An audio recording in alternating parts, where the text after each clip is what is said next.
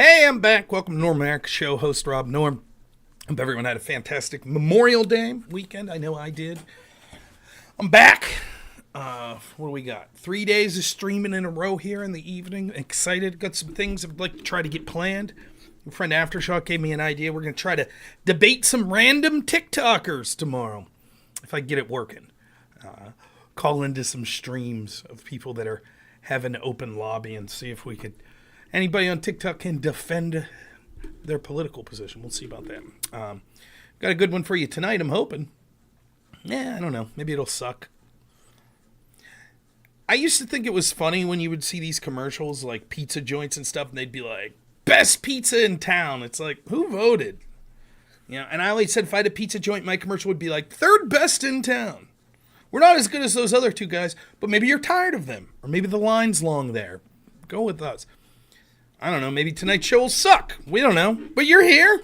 So let's try it out and see what happens. Ogre just got new glasses. I think I might need glasses. I'm going to have to schedule an eye appointment. I had all kinds of garbage happening with me. Ugh, we'll get into it here in a second. Yeah, tonight's panel. Woo! I'm not excited for it. I got to be honest with you. I don't know. It's just the same old shit, I feel. But, sorry, I'm trying to cut back on the swearing a little. Cut back on swearing, Rob, come on. The panel is, I'm not quite sure what the question is. How do you define Republican? How do you define conservative? I feel like it's the same debate I had a couple weeks ago on Rampage Paul's channel, where it was me and EOD versus Jebtan and Conor. It's going to be relitigating pretty much the same thing. Except this time, it's me, Phil KOE, and Admiral Gibbs, and we will be debating Jebtan again, Conor again, and Tiberius D. I don't know.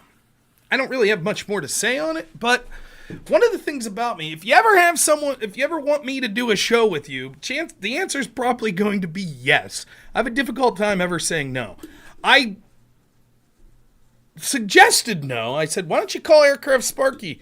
He's new. He'd probably have something different to say than me. But they still decided they wanted to go with me. So we'll do it. Now, don't get me wrong. I'll make it entertaining because that's what I do. One of the reasons I am probably I would say, honest to goodness, if you're left wing or if you're right wing, whatever, I have to be top 1% to 2% of people you could have on a panel. No one will walk away from a panel that I do usually saying it's boring. I'll find a way to make it entertaining. So unless the moderator steps all over our toes, I'll find a way to make it interesting, I hope. But I have to be honest with you, I've put zero preparation into this debate. The debate I had last week with Noah Smith, I prepared somewhat for a few hours. I haven't even thought about this debate today, other than when I was doing a stream in the car and I was talking about it. But I don't know if you could tell. For those of you that are watching me on X, Rumble, Kick, Twitch, you go to YouTube. I did a half-hour live stream in the car on YouTube, and you could see sort of some of my thoughts today that was talking about the Trump trial and some other things. So I thought it was a good live stream. The quality was better than normal using my mobile phone, so I enjoyed it. So that panel's supposed to start. I thought it was supposed to start at 8, but I just got a message. It's supposed to start at 8:30. So we got some time to kill before that panel begins. What's up, Corky? Thanks so much. Watch me on Kick. I appreciate it. I gotta be honest. I'm in a good mood because I'm home. I got some overtime coming up. I'm gonna be working more Saturdays than I normally do, but I should still be free Wednesday, Thursday, Friday nights. My back, pretty sure it's a herniated disc. I now have to do physical therapy twice a week, so I did my first session of physical therapy today, and my back hurts. It sucks. So, I don't know. One thing I could use your help as an audience for, give me the business every once in a while. The doctor says I need to be drinking much more water. So I got water in my two vessels here. This here, my Vandalay Industries cup. If you any Seinfeld fans out there. So every once in a while in the chat, be like, Rob, you drinking enough water? I'll have to get up a couple times to refill it up. Gene and Alex Epstein, unrelated, yeah. Hindu squats, I don't know. Have I talked to EOD since they ripped him off the platform? They kicked him off Twitch? Is that what you're saying? EOD got kicked off Twitch? Ross Lewis says, Destiny said he respects me even though he disagrees with me. Well, that's very nice of Destiny. Thank you. I also respect Destiny, believe it or not. I do. I'm going to actually be doing a video on that soon. Wow, that sucks, man. I'll have to reach out to EOD. I had no idea. What absolute garbage. EOD is one of my favorite people to listen to on here. I saw a while ago Destiny's wiki page about me. I don't think he set it up. I think it was his community, but I haven't seen it lately. That sucks, man. Thank you, Janice. Thanks for the sub. I need lumbar support. Yeah, that's true. How can I respect an enemy of freedom like Destiny? I don't know. How could troops in the North respect troops in the South? I was talking about this in my car stream earlier today. I'm still at a position in my life where I have many legitimate real-life friends that are left-wing. You have to understand my perspective, though. I grew up in a very red, rural, everyone I know is blue-collar worker, a welder, a truck driver, a farmer. Those are my friends. Those are the people I grew up with. I suck at all that stuff. I happen to be a talker. That's what I went to school for, speech communication, debate. Did very well with it. I still think I'm a good debater. I still think I'm a good talker. So I figured, why not speak on the issues that I think are affecting the people I love most? But when I went to college, almost all of my friends I made in college were left-wing. Now back then, I'm an old man, so this was 2002 when I graduated high school and started college. The Iraq War was the big thing my first year in college, and I was against the Iraq War. So a lot of my lefty friends, even though they thought I was like too libertarian and silly, they liked me because I agreed with them that the Iraq War was a bad idea. You don't think you're pro-free? Could be true alpha narrative.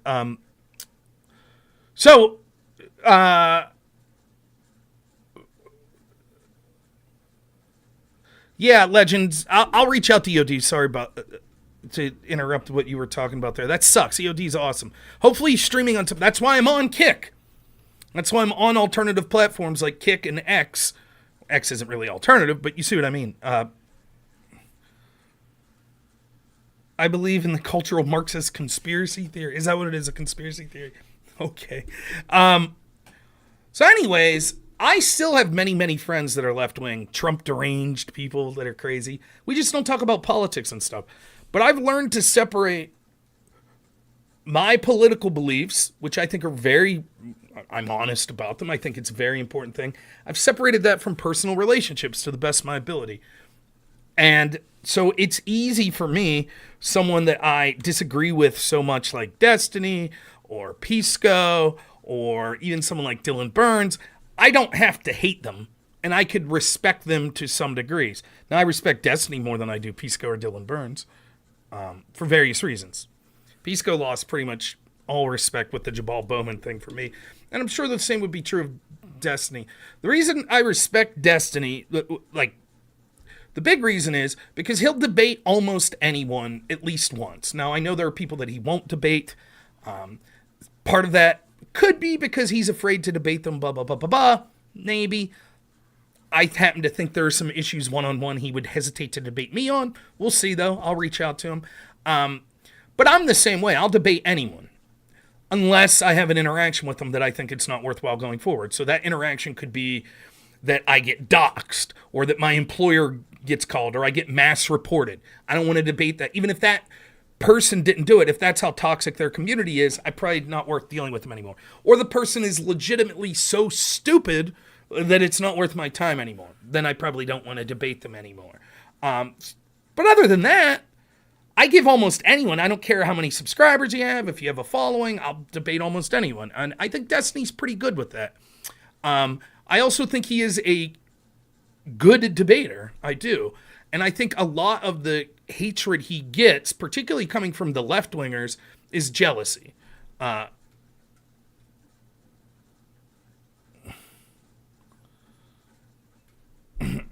Yeah. Legends Reign, I have a guess of what that topic could be. That's another thing that I refuse to talk about on a lot of these streams, because I know on Twitch it is people goad you into talking about that topic so that they can mass report you and get you banned. Thank you, old Joe. I appreciate it. Yeah, I respect Andrew Wilson as well. I like Andrew. I would say I like, as far as who I would be closer to be friends with in real life, Andrew Wilson would be someone I could be friends with in real life. But I don't agree with everything Andrew says. But I think that, you know, as far as left-winger debaters go, I think Destiny's near, as far as I'm concerned, he's the person that I want to debate probably more than anyone else at this point, at least that I'm capable of debating. Now, I would love to debate Sam Cedar. I'd love to debate David Pakman. I'd love to debate like a bunch of big, Philip Bump from the Washington Post. God, I'd love to debate him on sort of the Ukraine stuff and that sort of corruption. But for what it's worth, so I don't know. There was a panel the other day. The last live stream I did, other than the one in the car today, was calling into Wick's panel about whether or not online debates are worthless. And basically it was just 5 lefties yelling at Destiny because he's not he's not progressive enough or whatever. And it was stupid. It was a bunch of people that are bad at debate arguing that debate sucks. I continue to debate Peace Code. I'm convinced his IQ is sub 60, says Sparky. Maybe that's why I like debating him. Yeah, Sam Cedar is more disingenuous. I also like, and I'm going to do a video, I think I'm going to do this inspired by that Wick panel, because there's so many people that have so much negative shit to say about Destiny. And like it or hate it, Destiny is sort of the face of online debate right now, because he is bridging the gap between sort of this things like tonight, like the Twitch panel or the YouTube debate sphere, and then the mainstream, like being on Piers Morgan, talking with Jordan Peterson, talking with Ben Shapiro, right? Like he's sort of bridging that gap, and hopefully it lays the groundwork for other people to have an opportunity, particularly right-wing people like me. I think that would be great. Yeah, again, Lavin, probably true. I don't know how responsible Destiny is for what his community does. But whatever. Nonetheless, I think there's a lot of similarities between me and Destiny. It's difficult to put this into words because I don't want people taking it the wrong way, because I'm not saying that I'm disingenuous, but I am a competitive asshole. That when you understand my primary reason for streaming is my entertainment. That's my primary reason. This isn't my job. All of you, I will happily take your money. Thank you so much. I live paycheck to paycheck. I'll take your money. But that's not my primary motivation. You know, I basically make enough to break even. I think last year I made like $900 total streaming on all of my platforms. I bought a $1,600 computer a year and a half ago, so halfway to paying that, you know. So, you know, I basically break even. It's okay. But I do this for my entertainment. Now, I believe everything I say. I want to move the country in the direction that I think would be best culturally and politically. I think they're important issues. I do. But the moment this becomes not fun for me, I'm done. Like, I have I have a family. I love my life, you know? So I do this because it's my hobby. Instead of working on cars, instead of riding motorcycles, I come on and stream. That's what I do. I enjoy it, you know? And because of that, the thing I like doing the most is debating. That's what I like. That's what I did in college for entertainment. So that's what I like doing. And no matter what, it is true. Everything I'm saying in debate, unless with very few caveats, is things I genuinely believe. But I'm trying to win the debate. Tonight is a debate I could care less about. I'm sorry. Couldn't care less about. Yeah, I'm going to try to win the debate, quote unquote. Now, what does win mean? Of course, different things, but I'm competitive. I think that is a similarity Destiny and me share. And sometimes what happens is you end up sometimes defending an argument that maybe deep down, you know, if you interrogated it a little more yourself, you might say, okay. Now, it's not blatant like Pisco with the Jabal Bowman and all that shit. It's not blatant like that. So, but that's ultimately the place I'm coming from. Now, I think that I'm better than most competitive a-holes like me in admitting when I'm wrong about something. But that, to me, is where the criticism of Destiny, it's like, well, he defended this terrible argument. Right, I think it's because in the heat of the moment, he's competitive and he's trying to win an argument. And it's sort of a challenge to, instead of just being like, okay, maybe I was wrong about that stupid thing. So that's it. I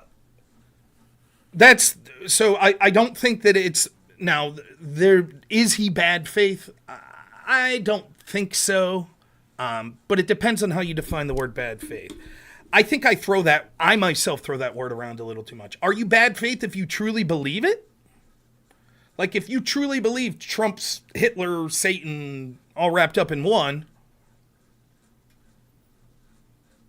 then are you bad faith when you're espousing garbage about him? I don't know. I think sometimes people hate Trump so much that they force themselves subconsciously to believe the most ridiculous things about him. And I think that's where destiny is. And our bias does that.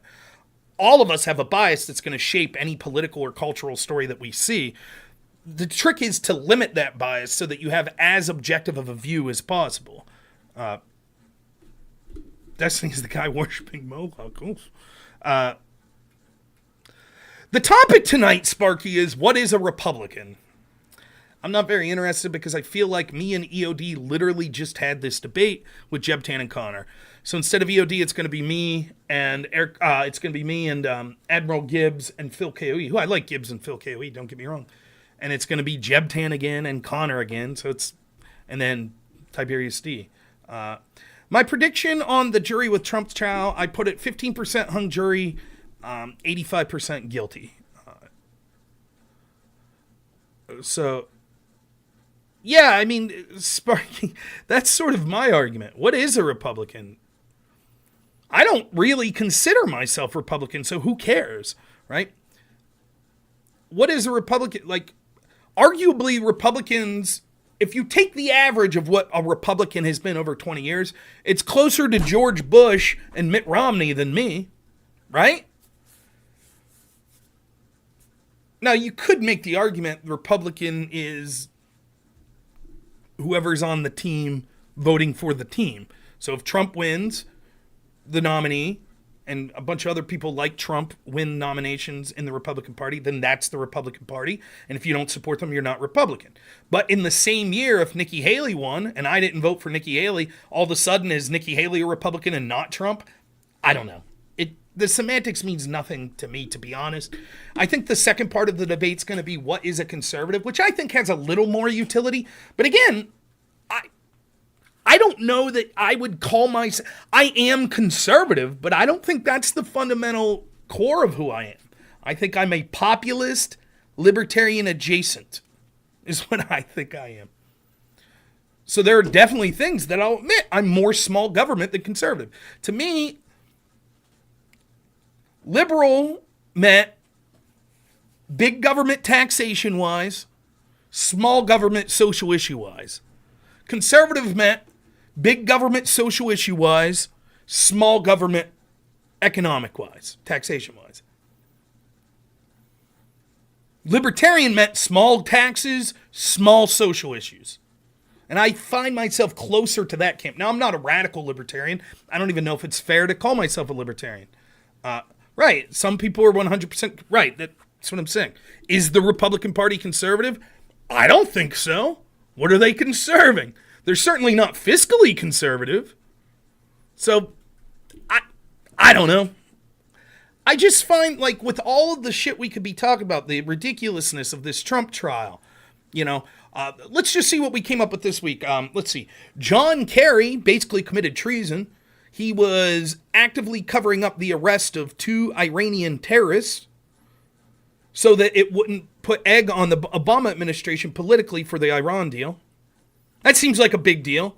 How about this? What's the guy's name that was like the envoy for the Biden administration?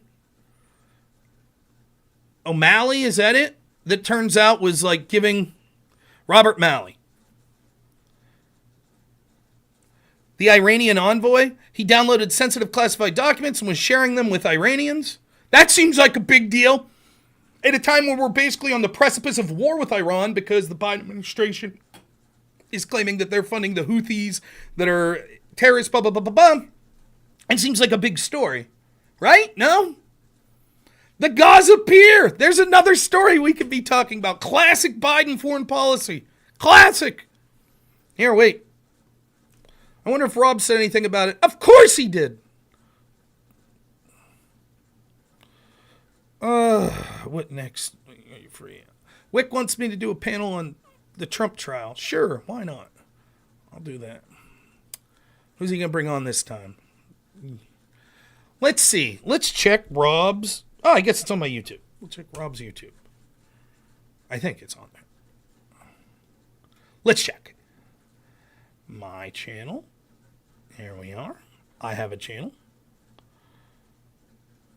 Videos. Did this on TikTok, so excuse the portrait format. I like doing videos on TikTok because it auto captions them and I'm lazy. And I type slow, so auto caption works really well for me. Then I could just download that video off my own X. Here, let's see what Rob had to say about the pier. Missing out if you're not following me on TikTok or YouTube. Oh, wait, what's this garbage? Wait. First off, unmute desktop audio. Secondly, why is this so low? There we go. So it turns out this aid flotilla that we sent to Gaza looks like it's floating adrift now. This is after reports that it was supposedly attacked the other day. And this is indicative of the Biden foreign policy mechanism. Remember when it was a disaster when he pulled out of Afghanistan? By the way, I was for the pulling out of Afghanistan, but he decided to close down Bagram Air Base and bring back our military personnel before, you know, the Americans, the civilians, the translators, etc., the equipment. As a result, we had to beg the Taliban, the very group that we were told we had to fight for 20 years, for protection. And then, predictably, when the Taliban freed ISIS, ISIS then attacked and killed 13 troops and a bunch of civilians.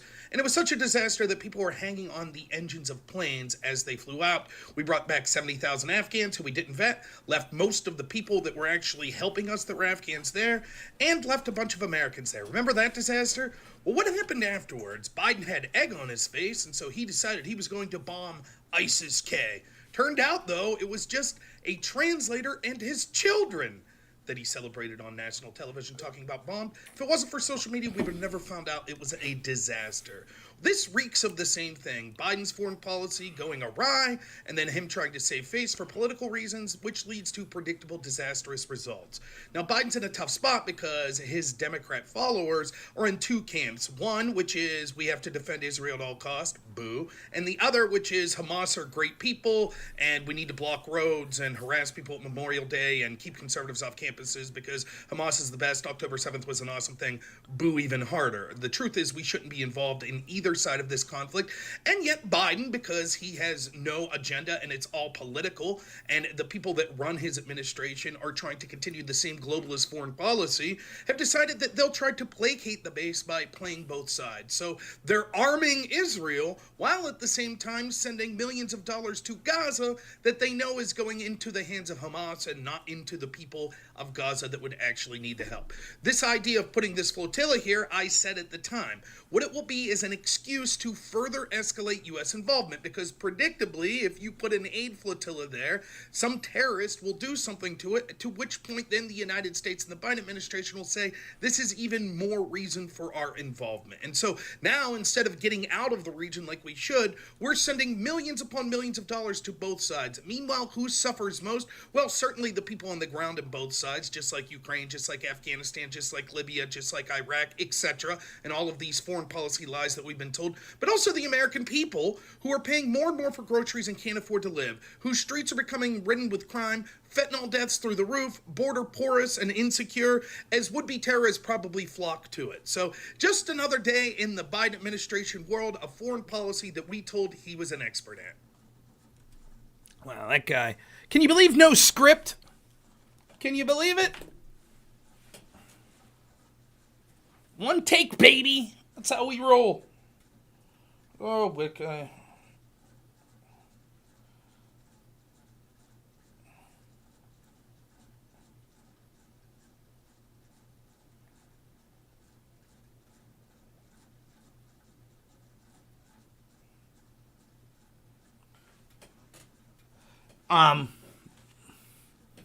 why were there no cuts? I know, right? I need to do a Biden style with 50,000 cuts. Yeah, the Libertarian Party did implode. Yeah, what's up? Another new account. Yeah, pondering. I don't know. I saw that on my Discord. We talked about that briefly. When I debated Noah Smith, Pondering Politics called in and made some claim about Bagram Air Base. Apparently their runways not being as large as the airport that we used that we relied on the Taliban for. Some people in Discord did some looking into that. I didn't have time, unfortunately. And that's bullshit, apparently. Quirky Clem says, Rob, if you're living paycheck to paycheck, why aren't you trying for a second income stream like DoorDash or the stock market? Stock market, I wouldn't know where to begin.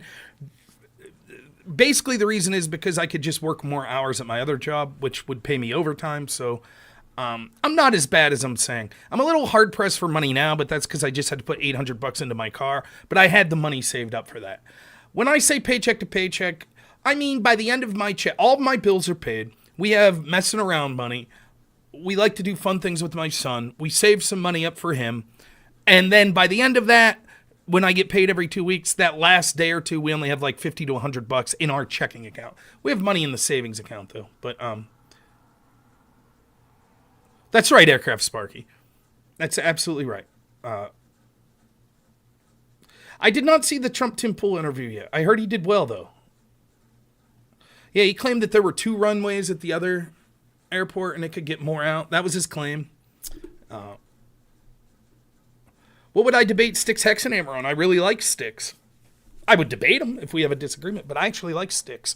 I think Styx was actually a big influence of me starting my YouTube videos because when I used to watch Styx, I think he does live streams now, but when I used to watch Styx, it was literally just like he'd put out 3-4 YouTube videos a day and it was just like, bam, hit record, no cuts, no special intro, just him talking into a camera for a topic, 1 cut, next video.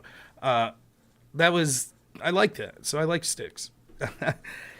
Go Ram says, I'm secretly a billionaire, right?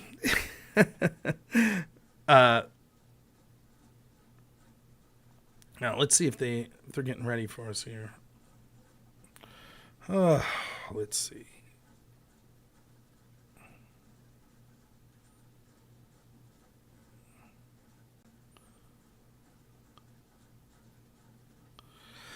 Are you shitting me?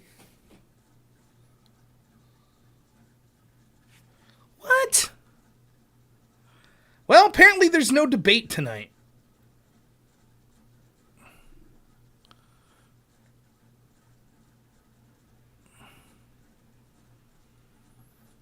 What?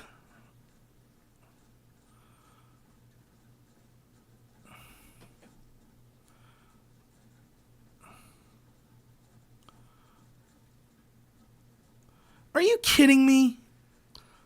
I'm not going to be a huge jerk about this. But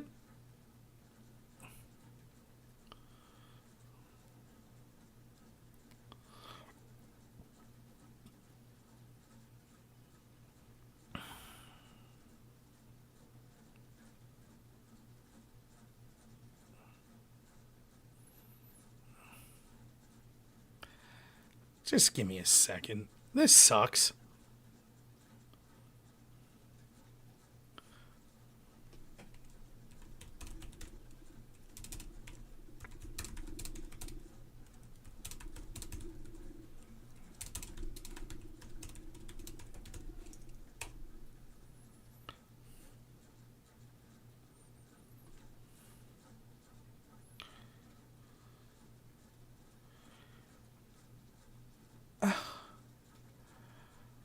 I mean,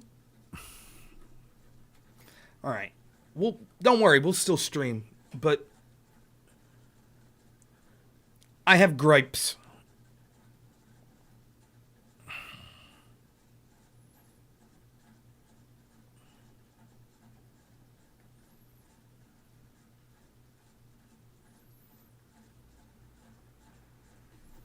So, all right. One more second. Let me see if they respond to this.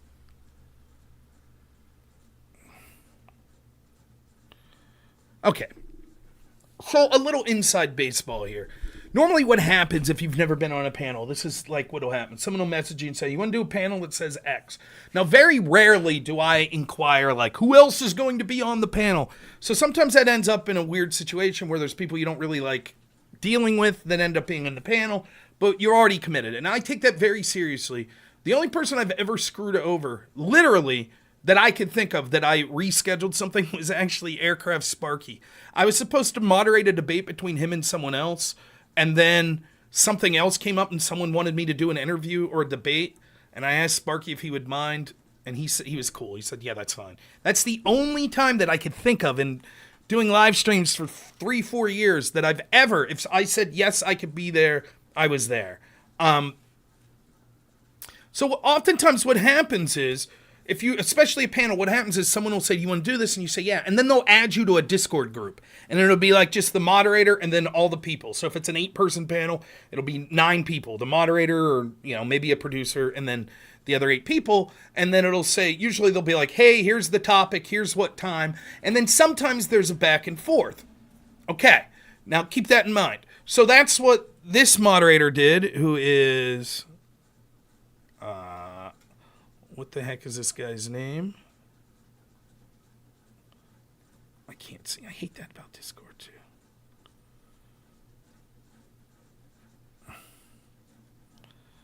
I don't know. Left-wing knight or something? I don't know.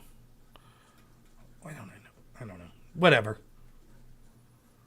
It just shows up as L. Anyways. So they add me to the panel. And everyone's BSing. So it's like literally 100 posts. And it's like people joking around. No big deal.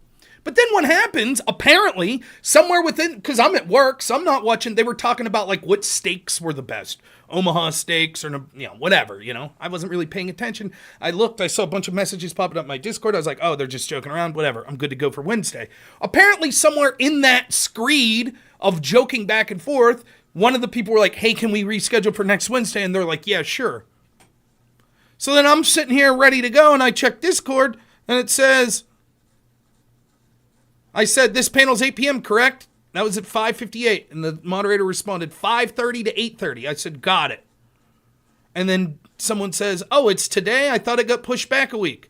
And everyone's like, no, it's next week.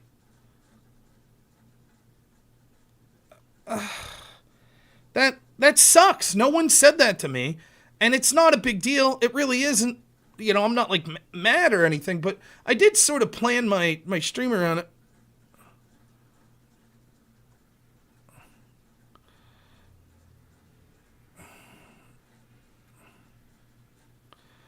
I messaged on 5:25.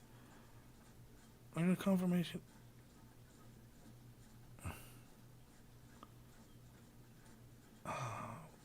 Maybe. I don't know. It's not a big deal. But, I don't know. They said they messaged. Where did that message come from?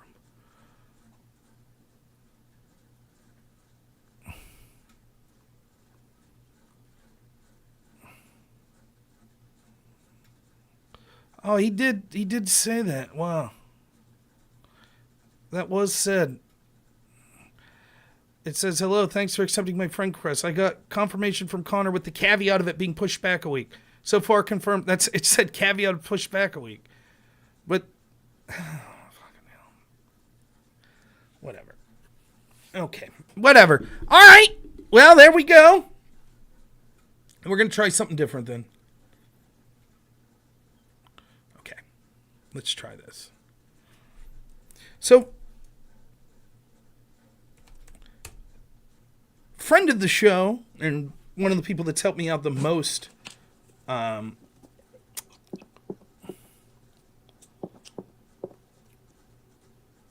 think this is right, with my channel,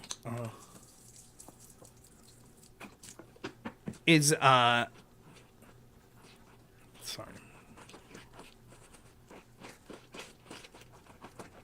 Huh?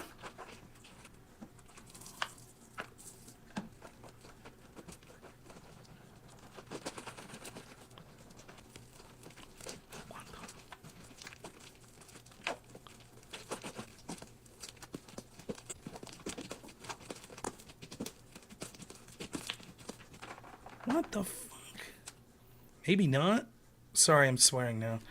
Anyways, Aftershock suggested that I get on TikTok. Men I may not know, But shoes, I know. I have this little problem. Expensive footwear. And start debating people on there. So that's what we're going to try to do. If it lets me sign in. Men I may not know, but shoes, so excuse me for the little disheveledness. Son of a bitch. Footwear. I spent $40,000 on shoes. Men I may not know, but shoes, I know. I have this little problem. Expensive footwear. I spent $40,000 on shoes. Men I may not know, but shoes, I know.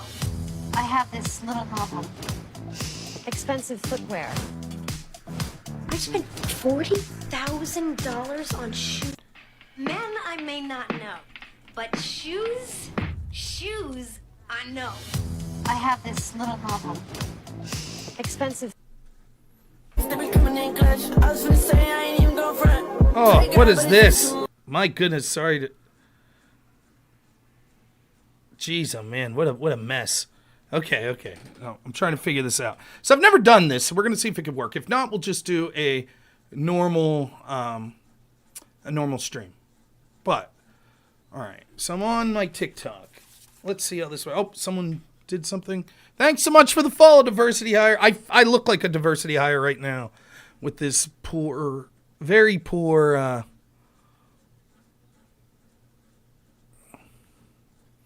performance here, being a little disheveled. But we're going to try to get in on a debate. So let's see how this works.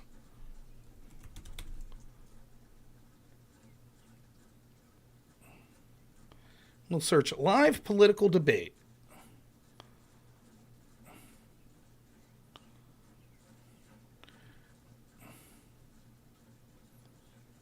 Let's take out the word live.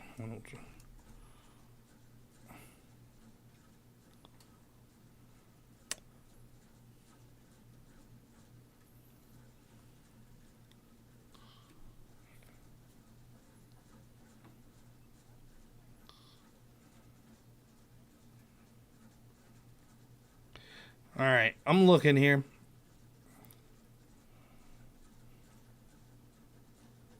Live stream ended. Okay.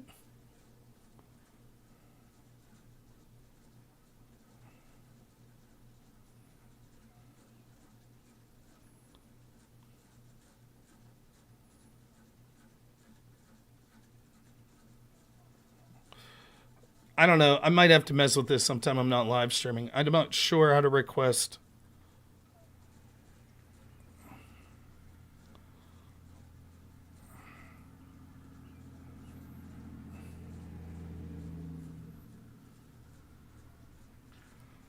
Let's see. Oh, this would be a good one.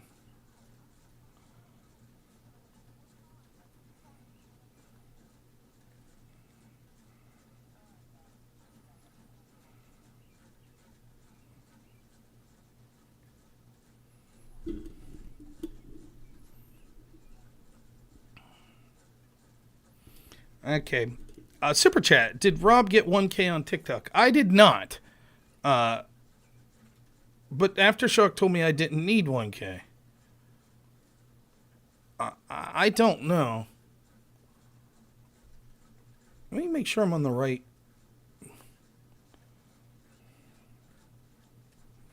Yeah, this is the right channel. Live.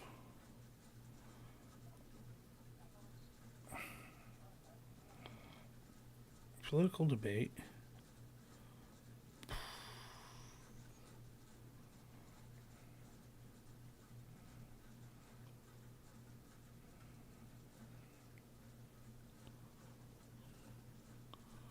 I don't know. So I'm going to have to, unfortunately, it looks like I'm going to have someone talk me through how to do this.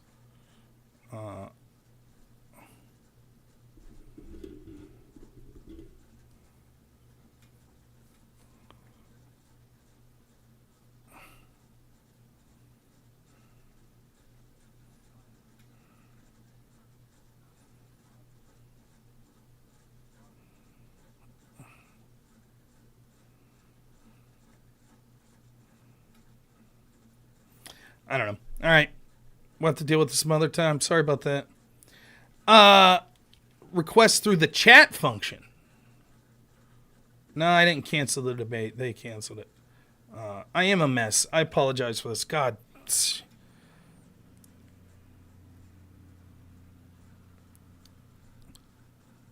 So I was unprepared for a show tonight. Wanted to do debates. Let's see. Guess we can go to Discord, see if anyone's on.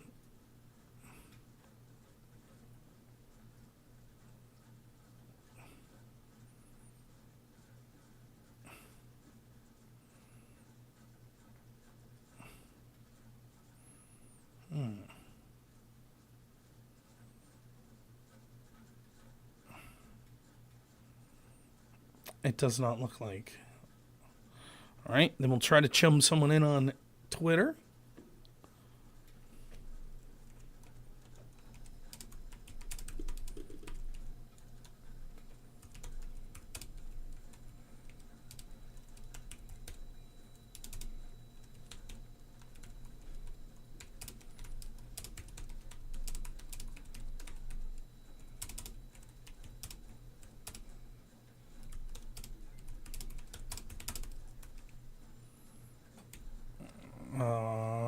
One second. I promise. I'm almost finished. Am I the worst speller in the world?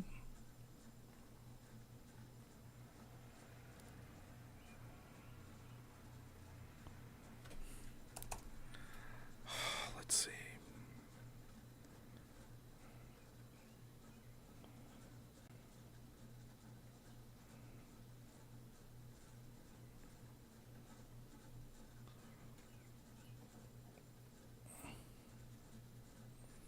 All right. There we go. All right, let's get caught up in the chat. My stream did come to a screeching halt. I apologize about that. So, what do y'all want to talk about? So, the debate got screwed over.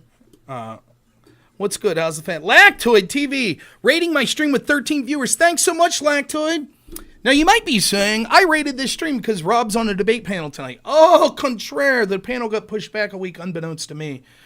So it's all prepped and up here and ready to do the debate. It's supposed to be starting right now. But instead, what's up, Chinchilla? Thank you for the follow. We're just going to do a normal show without debate. So what do people want to talk about today? We were talking a little about the Trump trial on my video earlier. Okay, let's talk about the Libertarian Convention. Why not? Okay.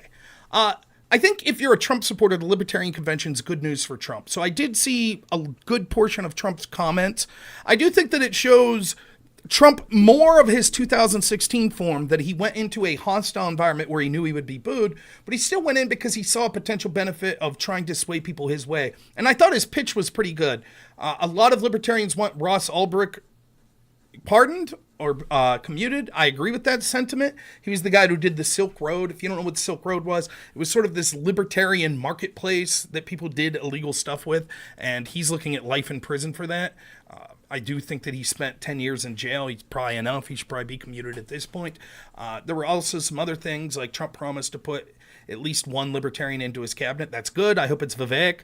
I think Vivek, for me, would be my choice for VP as far as getting things done. I don't know if it helps move him on the ticket as much as some other people may, but that's who I'm cheering for to be the VP. But I forget the name of the person that they ended up pointing out. Let me be fair to this person to begin with. What's the name of the Libertarian candidate? Someone will know in the chat. First off, there was a lot of misinformation going around about the person that they nominated. For example, thanks, Chinchilla, I appreciate it. Thank you, Lactoid, again.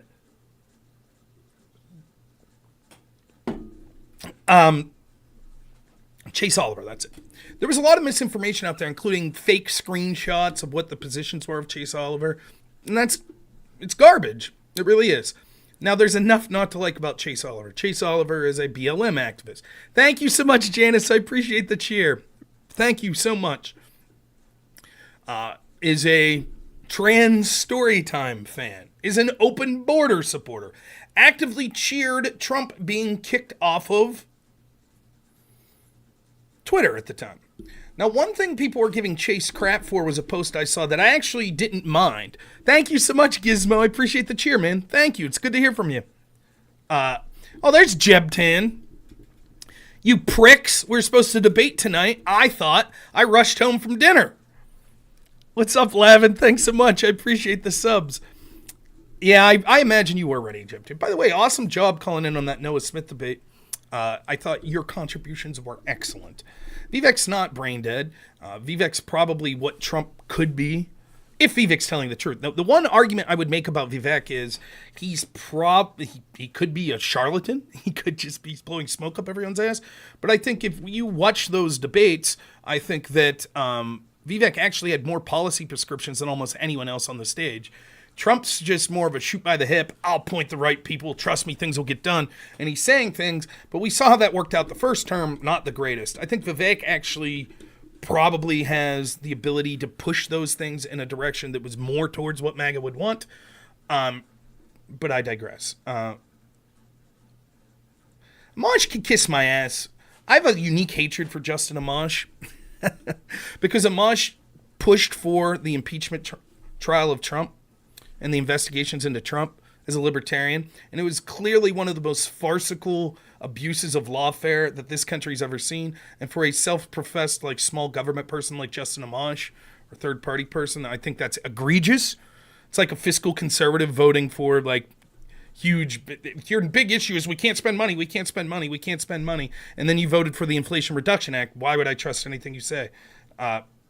That's not a bad point, though, Jebtan. To bring in a former adversary would be a good move. But he'll probably end up bringing in some garbage person that you like Nikki Haley is what he'll do, which is a huge mistake. If Trump appoints any establishment person, particularly as vice president, he will not make it to the end of his term. The establishment will make sure that he doesn't make it through there. Now, yeah, will Trump follow through with the issues? Who knows? Let's finish the libertarian talking point, and then we can move on. So, Trump actually won the Libertarian Convention, though, because the Chase Oliver character, for all the reasons that I discussed, is sort of the insane lefty, open borders, trans activist wing of the Libertarian Party, not the, like, Mises wing of the party, the Ron Paul wing of the party. It is not the same wing. And so now, if you're those libertarians, if you had anyone that you could remotely stomach as your candidate, you would say, I'm a person of principle. I'm not going to vote for Trump. He is not a libertarian. In fact, Trump, look at spending alone. Anyone who's telling you that Trump is a small government person is blowing smoke up your ass. Trump spent at a greater clip than Obama. And I'm sorry, as someone who's voting for Trump, as someone who volunteered for Trump's campaign in 2020, as someone who's defended the corruption against Trump, I'm not going to defend everything Trump did. If you were the type of person that was a Tea Party person under Obama saying that he spent too much money, but you were okay with the massive amount of spending that happened under Trump, maybe you're a little biased. So I understand libertarians being like, I ain't voting for Trump. I ain't. Or maybe they didn't like a lot of his COVID policies that they saw as pro-authoritarian government. Fair enough. But that only makes sense to me in a world where you have an alternative. And so you'd say, well, I'm going to support the libertarian candidate. But if your libertarian candidate's worse, which Chase Oliver is, I do think that that helps Trump with the non-insane wing of the Libertarian Party. I think, and I would like to talk to someone like a Casimir, I don't think Casimir's American, or Fabian Liberty, that do consider themselves like ANCAPs. I assume they extremely dislike Chase Oliver, and at this point, if they had to cast their ballot for president, unless you're just voting for a even more obscure third party at this point, which is a possibility, I don't see, of the choices that you're offered, how you wouldn't choose Trump out of that. Is he anti-war? Maybe. I don't know. Now, I will say the one thing about Chase Oliver that maybe my fans won't like this, that there were people posting one of his COVID mask-related posts on X, and they were like, look at this guy. I did not find his post egregious at all. In fact, I completely understood it and supported his post. And if I remember, the gist of the post was this. Chase Oliver was like, showed a picture of his mask and was like, when I go to a place that mandates mask, I like to wear blah, blah, blah, blah, blah. I'm telling you right now, I wore masks all the time under COVID. For two reasons. One, my job said I had to because I work in healthcare. But then again, I have to wear masks at other times with my job. That's just the nature of doing healthcare. And I'm not going to lose my job on some principle. To hell with this mask. Like, it was no big deal. And the other thing was, one of the, is absurd as all of the mask mandates and stuff were, and you won't find anyone who argued against them as vociferously as me. I also thought that there is a point, and this is something that I think of right wing sometimes, where you're being a prick just to be a prick. Right? If you walk into the Walmart and there's some $15 an hour employee that says, hey man, someone complained you have to put a mask on. It's state law. And you start screaming at this employee, you're kind of a jerk. You just say, okay, I'll take my business elsewhere. Or you put the mask on. That's your two options. A private company, as far as I'm concerned, has the right to tell you, hey man, if you're going to be in here, you have to wear a mask. I'll just say, I'm not going to shop here if there's another game in town. That's what I would do. I'd say, okay, see ya. But I'm not going to yell at some minimum wage employee. And so that particular post that I saw a lot of people bagging on for Chase Oliver, I didn't necessarily disagree with. Now, maybe he had other posts where he was like, I support mask mandate. That could be true. I don't know. But the particular post I saw, I was like, I feel like this is a stretch. I don't like the guy. I'm not going to vote for him. I have plenty of criticisms about him. But I'm trying to be fair. That's all. While I'm on it, let's piss with Republicans and right-wingers even more. Here's another one. I love Julie Kelly. I think Julie Kelly is one of the best people talking about the corruption against the January 6th protesters, against the lawfare, against Trump, Jack Smith's office, etc. I think she's been great. When she posted out a week or two ago about there was a, lethal force portion of the warrant to search Mar-a-Lago, people went nuts. And I at first was like, oh, the problem is I am a layman. Now, as a layman, there's a lot of things that I'm able to do quite successfully. So I'm not a lawyer. I haven't read through tons of warrants. I haven't. I can admit that. So I'm not quite sure. I have a vague idea of generally what goes into a warrant, but I couldn't tell you part and parcel what goes into FBI warrants that's like the same every time. That doesn't mean that I don't have strong opinions that I think are ultimately correct when it comes to all sorts of lawfare issues that we see against Donald Trump. I still think the raid of Mar-a-Lago was political. It was absurd. It was an abuse of power. It was done to interfere with the political opponent. It was done to intimidate people that choose to go against the establishment orthodoxy. That's what it was. The exact opposite treatment was given to Trump's opponents. However, once the warrant was created, once it was signed off on, that they were going to raid the place, it seems pretty evident to me, and I think people brought receipts, that it's literally just like the fine print you see everywhere. That lethal force inclusion, that section, is literally included on every FBI warrant. Literally. Like, it's just basically saying, like, hey, if shit hits the fan, you're allowed to defend yourself. And so, as much as the left deserves it, they do. They gaslight you, they lie, the mainstream media parrots lie after lie after lie. They don't give a shit, they're corrupt, they're propagandists, they're not journalists. The lefties I talk to over and over again are garbage, they'll spread lie after lie. Trump said drink bleach, Trump said Nazis are good people. All bullshit. I'm still going to choose to try to hold myself to a higher standard than that. And so that standard would be having to admit, I have a problem with the raid of Mar-a-Lago, but I don't necessarily have a problem with the same boilerplate phrase about the use of force that's included on every FBI warrant being included on this warrant. Now, you could say, okay, Aircraft Spark, you make a reasonable point. That's like the subject matter of the warrant, the person implicated, maybe they should have had an exception this time. They shouldn't have raided. They shouldn't have had a warrant. That's what the exception should have been. My pronouns are eat shit. So,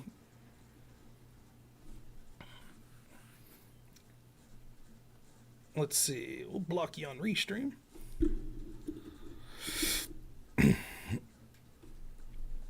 So, there. Well, I'm bagging on. And I think that Julie Kelly, got a little, what's the word I'm looking for? I think she protests too much at the people that were calling her out in that. That's what I think. So. Marcus Davenport, how's it going? Reminder. Remind me I should be drinking water this whole stream.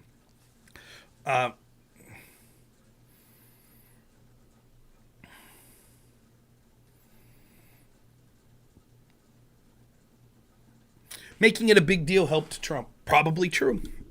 That's fine. I'm not going to lie to help Trump. I'm not saying I'm right about everything. I'm right about most things. But I'm not going to intentionally sacrifice my integrity for a small short-term victory. I don't think it's worth it. 3 years from now, I'll be able to hold my head up high saying, I did my best. I was honest. Yeah, no debate tonight. It could push back to next week.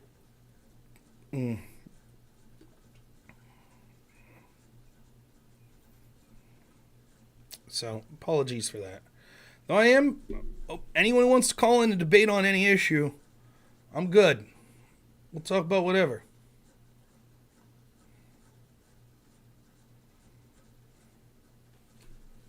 Oh, wait a minute.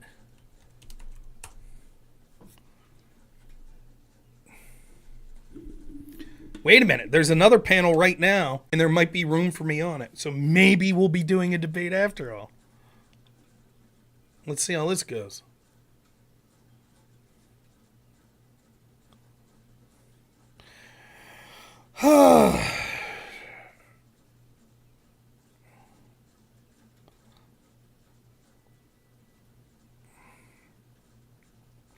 It's on police reform. Thanks, Dex. Thank you so much. I really appreciate it. Should I join?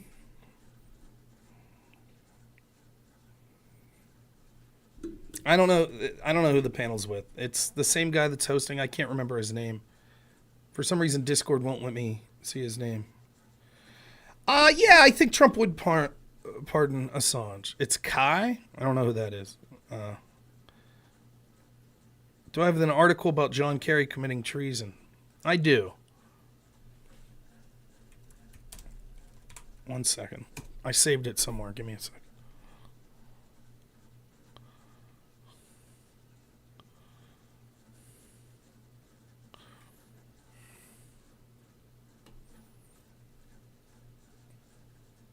Hey, physical therapy went all right. My back's sore, but yeah, that's what I thought, Sparky. I don't know.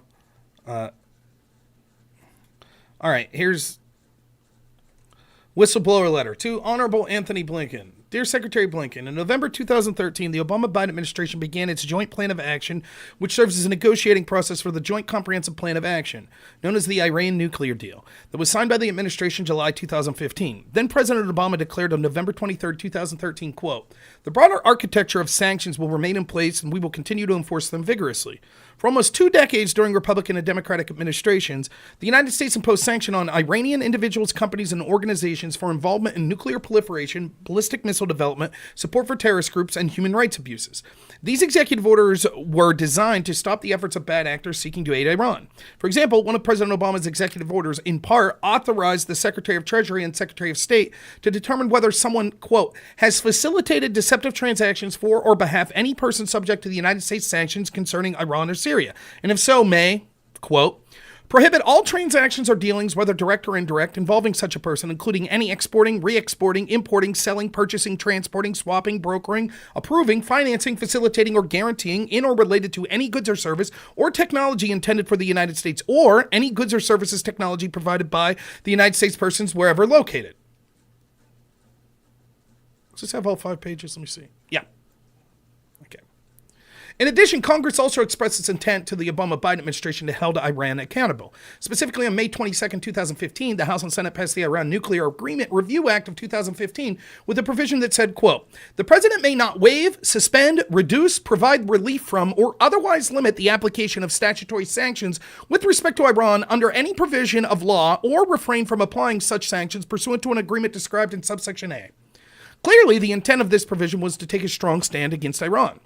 Unclassified and legally protected whistleblower disclosures provided to our office show that while the Obama-Biden administration publicly committed to, quote, preventing Iran from acquiring nuclear weapon by raising the cost of Iran's defiance with the international community, then Secretary of State John Kerry actively interfered with an FBI executing arrest warrants on individuals in the U.S. illegally supporting Iranian efforts, including financial efforts, to develop weapons of mass destruction in its ballistic missile program. The records show that the Justice Department and FBI leadership, to include then Attorney General Lynch and then FBI Director Comey, failed to take the necessary steps to stop Kerry's obstructive efforts against law enforcement. For example, unclassified FBI email records from August 25, 2017 detailed at least 8 instances connected to the Iran deal where the FBI, DOJ, USG could have moved forward with the cases, but the State Department chose to block them. According to the records, in 6 of these instances, the FBI lost the opportunity to arrest the main subject. The email says that one of the lost main subjects was noted to be on the terrorism watch list and another returned to Iran. The email further says that in another instance, the State Department, quote, blocked the FBI's plan to arrest while the subject was mid-flight and the subject was forced to leave the U.S. immediately upon arrival.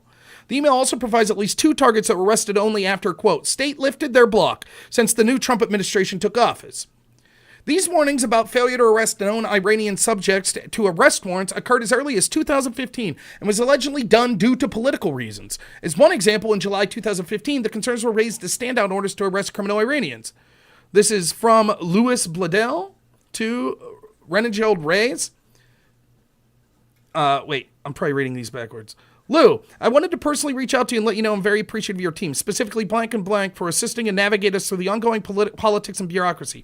Every time I engage with them, I'm left with the confidence that they will take action and support my team. I hope you and your family are safe this Independence holiday. Thanks again. Thanks, and likewise, we are all beside ourselves on asking the field to stand down on a layup arrest. However, as it stands right now, we'll all have to sit back and wait until the U.S. and Iran negotiations resolve themselves. We will continue to argue for aggressive action. However, we will probably lose. And his unit always push the envelope and hate our current stance. I totally agree, even though his hands are tied. Thanks for your patience. According to FBI records, nothing changed the next year. An unclassified FBI email from April 28, 2016 stated that, quote, state has been blocking FBI actions where state had a role for approval and concurrence. Visa, lure ops primarily. We have prepared a package of several cases blocked by the state and have been working up to the FBI DOJ state chain over the past 6 months. The email also noted DOJ was surprised by this bit and extraditions of ministerial functions, not something that the state should block. According to unclassified FBI emails, indicate the State Department's alleged interference in the ongoing FBI investigation became such an issue that then Attorney General Lynch had to discuss the matter with John Kerry. An unclassified email from April 29, 2016 described a meeting between the two as, quote, the Thursday meeting between Secretary Kerry and the AG didn't go well for us. The readout is now that it is not a good time to be requesting approvals for extraditions or lures on Iran CP cases. Another email from May 3rd, 2016 describes the tension between the AG and Secretary Kerry as, quote, when the PC Principals Committee ended, Kerry packed up his stuff and rushed out without engaging with the AG at all. The issue remains unresolved. Accordingly, the initial request, no later than June 4th, 2024, search for and produce all record... Oh, wait, did I skip one? Where's page 4? Well, page 4 is not there. Sorry about that. In other words, during the Iran deal, the FBI was arresting known Iranian terrorists, and John Kerry and the State Department was forbidding them to do so, tipping off the terrorists and helping them flee the country. For politics. Oh, Sparky wants to do a debate. Let's do it. All right. Why did you change your name, Sparky? All right. Let me make sure my setup's right here. What's up, Sparky? Good, good. All right, we're debating. What do you want to debate on?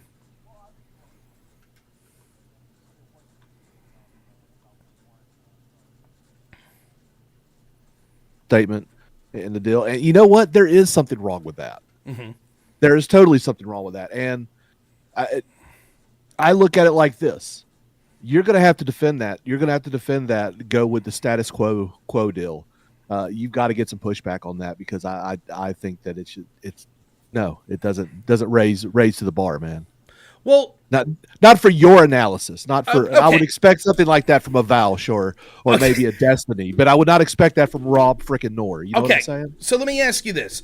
If let's say that the FBI raids Mar-a-Lago, right? And someone at Mar-a-Lago, not Trump, but just a guest that's staying there, raises a gun and points it at the FBI. Is the FBI allowed to shoot back? Yes.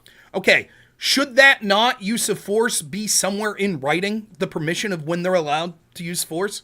They have training on legal use of force. So, no, they don't have to have that written in writing. So that just like you don't need that written in writing for you to defend yourself or your family.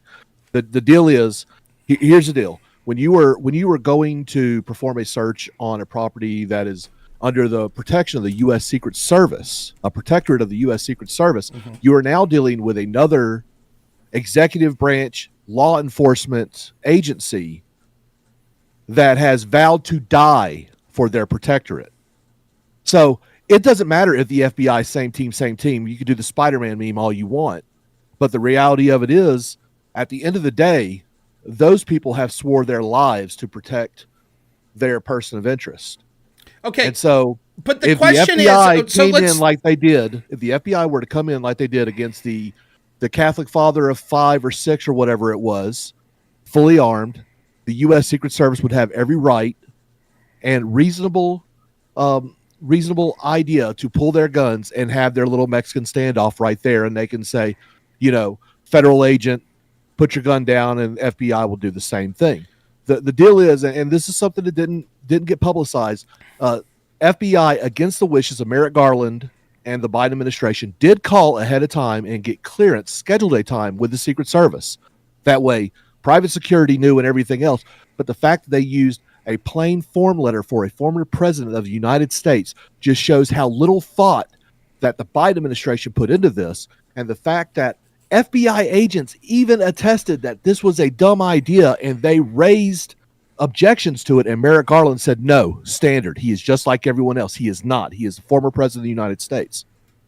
Okay, so you said a lot there. I disagree with the raid. I disagree with them ever having a warrant. I disagree with all of that. Once that's gone through, I don't understand why standard protections that are put in writing that justify what force levels are justified should have to be different necessarily in this case. Or you could argue, well, maybe they should have done it differently, but I don't think that it's nefarious as this was clearly an assassination attempt as was being spun. So, for example, the question I asked you was, shouldn't we have this in writing if they had the right, which you agree, they absolutely had the right to use lethal force if the situation justified it. I don't see how having it in writing is something that's uniquely bad. So the question would become, if you're saying, no, they have training, they know when they're allowed to use lethal force, then this provision would never be needed in the first place in even a normal warrant. So if the argument is, no, the FBI goes through proper training, it doesn't need to be in writing what level of force they're justified in using because they've all been trained in that, so it goes without saying, then there's an argument to be had that that should be the case across the board.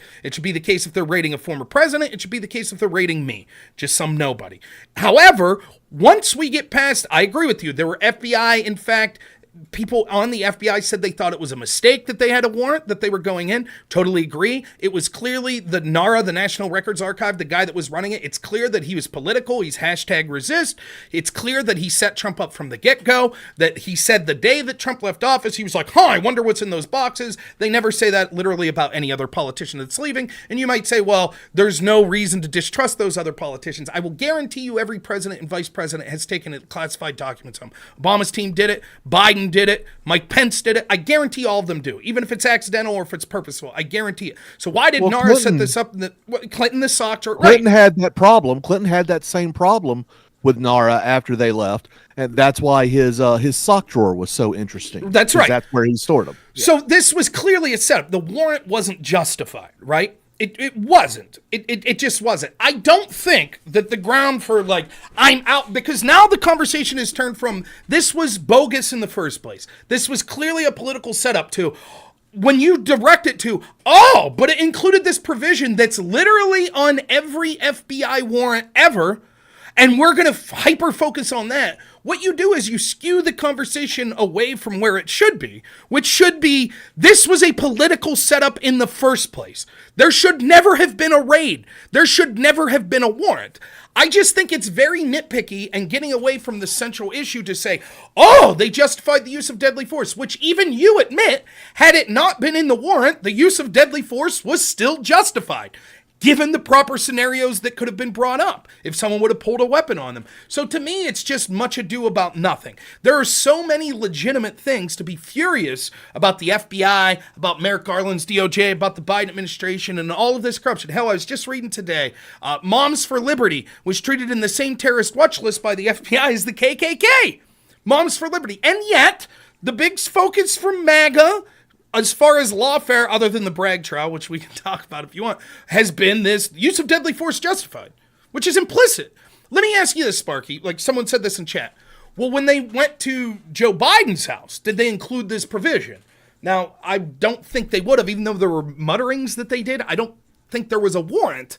So there was no warrant. Right, so it wouldn't have been. Now, I think that's outrageous. There should have been a warrant, particularly because when Joe Biden voluntarily acquiesced to a search, which Trump did multiple times, guess what happened? I did a video on this at the time. No one watches my short form videos. Guess what happened afterwards? Whoops, they found more documents after that. So it's clear that Biden didn't really comply. If he just said, sure, you could search in these areas, and they didn't find everything, once they found more stuff, that should have been it. Right then, the FBI should have said, now we're raiding. You didn't turn over everything the first time. Now we're raiding to make sure that you didn't miss anything this time. But they didn't do that because it's a double standard, because it's corrupt. I get that, right? But let me ask you this. Even though they didn't have that warrant, when the FBI went to the voluntarily, allegedly consenting acquisition of these documents at Biden's home, were they justified in using deadly force if someone pulled a gun on them? Of course. Right.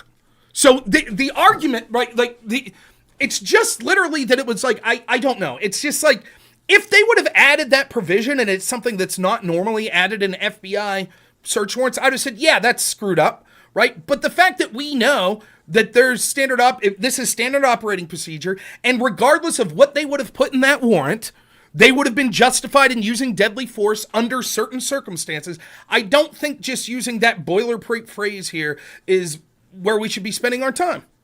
Well, so where the issue really comes into, and you deal with email a lot in your work, right? Yeah. I would imagine. So a lot of your communication is done through email. So sure. I'm assuming that you have standard replies and stuff that you usually do for the majority of people who you work with. But let's say someone is a close friend or something, you may personalize your reply a little bit more than what you would to Johnny or Gene or whatever their name is, who you really don't know, but you're a work associate, right? Mm-hmm. So the idea is you're using a form letter for a former president of the United States. It's the first time that I can think of where a warrant was actually issued to search the residence of a former president, and you go with a form letter. That is just wrong. And the fact that the FBI agents actually said, hey, no, we don't want to do this, and Merrick Garland overrid him. But again, that criticism is a criticism of the warrant in the first place. That's the FBI. I don't think anyone at the FBI said, hey, we should take out this deadly force provision. What the people at the FBI were objecting to is exactly what you just said. We've never done this to a former president. It seems pretty messed up to do this. Why can't we just contact them? They've cooperated previously. Why not just contact them and see if they'll leave us voluntarily come? That's the criticism. Let me ask you this. And that's a legit criticism. You're absolutely right. But again, that's a different criticism of, well, they should have tailored the warrant to take out the standard operating procedure language that's literally included in, as far as I know, every FBI warrant, at least in the past 20 years in existence. Literally everyone says the exact same thing. And you could say, okay, but it's special because it's a former president. That's a reason to not issue the warrant in the first place. And I worry that if we set the precedent, no, it's okay to get that warrant and raid the former president as long as you don't use the same forms. As long as you take out this provision, and that's the argument the Democrats would be making right now. Oh, well, you're complaining about the raid of Mar-a-Lago. However, we took special precautions because it was a former president, and we didn't want things to get... See, even when he was a criminal, we treated him with kid gloves. That's the argument that would be made. And then the precedent would be set going forward to, oh, it's okay to weaponize the DOJ and have search warrant on political opponents as long as you take out a few key provisions that justify the use of deadly force. Nonsensical. It drives the conversation to a direction it doesn't need to be. And again, to me, one of the big problems I have, and I think you have, when it comes to sort of, I don't know what you would call populist, libertarian, conservative, whatever, influencers, and I don't just mean influencers like me and you on a very small level. I mean like even the big time guys. They don't win the public narrative. They don't. And so they need to be hyper-focused on the issues that are true and meaningful and the most dangerous issues. For example, the border. Easy. Inflation. Easy. These are issues that are key wins that need to be beaten into the ground every day. The average person can understand that. When you're talking about I'll just finish real quick. When you're talking about corruption, I feel you're muddying the waters by saying lethal force, and then the other side says that's literally the same warrant that everyone gets. And now if I'm an independent person, I'm like, oh, this is much ado about nothing. And I don't care then to listen to Julie Kelly say, yeah, but also the warrant in the first place was illegitimate. Because she sort of blew her, big talking point on this lethal force thing, which to me is much ado about nothing. See, I gave this about 10 minutes on my own show last week, but when it was one of the hot topics, because that's about all it's worth. I gave it its due time, but I don't know. I just kind of, when I heard your take, I'm like, yeah, you kind of had the same take as me, with the exception of I would have added immediately the warrant should have never happened. You said it, several minutes later, but I really, and a lot of people were saying, oh, well, they mapped out the routes to the nearest hospital and everything else in case something went bad. Well, yes, that's standard for every warrant. Even here in BFE OKC where I live, when the OKC PD performs their warrants, they have provisions for quickest routes to the nearest hospital, blah, blah, blah, blah, blah, and standard practices for that all laid out. Because if something does happen to go upside down and someone get injured, you need to have a plan. If you don't have a plan, right, you fail to plan, you plan to fail. So it's one of those ridiculous things. But I think with the fact that there is another federal agency with an important person, a VIP, a protectorate under their guidance, you cannot go with the standard form letter. It's just like you dealing with someone who you work closely with. You're going to personalize that a little bit to match, to show respect. So one thing that she didn't mention is the fact that the FBI did call ahead, did schedule. Yep. That way private security would know to stand down, not freak out. Because I've met some of those guys who were on the Trump protectorate team on the private security side. They are freaking intense. Yeah. I don't know. Well, I mean, look at the threats Trump and MAGA people get. So of course they're yeah. Right. Yeah. But they're really good people. Sure. But if you just come rolling up on Mar-a-Lago, they're going to stop you, or at least attempt. Now listen, if I get, I'll steel man your position. Would it have been best practice once the warrant was confirmed going to occur to say, listen, it's going to be so narrowly tailored, right, that all of the standard stuff that we put, we're just going to leave out, like the use of force provision. I suppose, but that provision to me means almost nothing. I think actually the more egregious thing is the fact that they showed up in plain clothes. They went up there dressed like Patriot Front. Yeah, but they did have prior contact with the Secret Service. They knew Trump wasn't going to be there, right? But if they left that part out and they showed up in plain clothes, I know. That might be worse. I agree that's worse than this provision.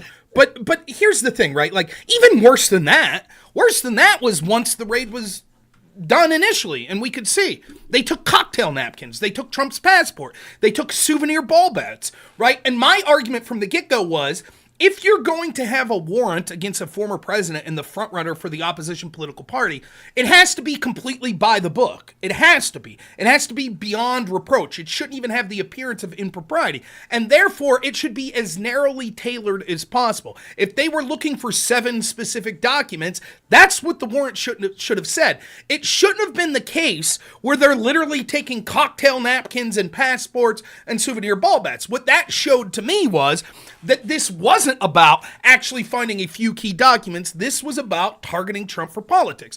Now, we knew that on day one.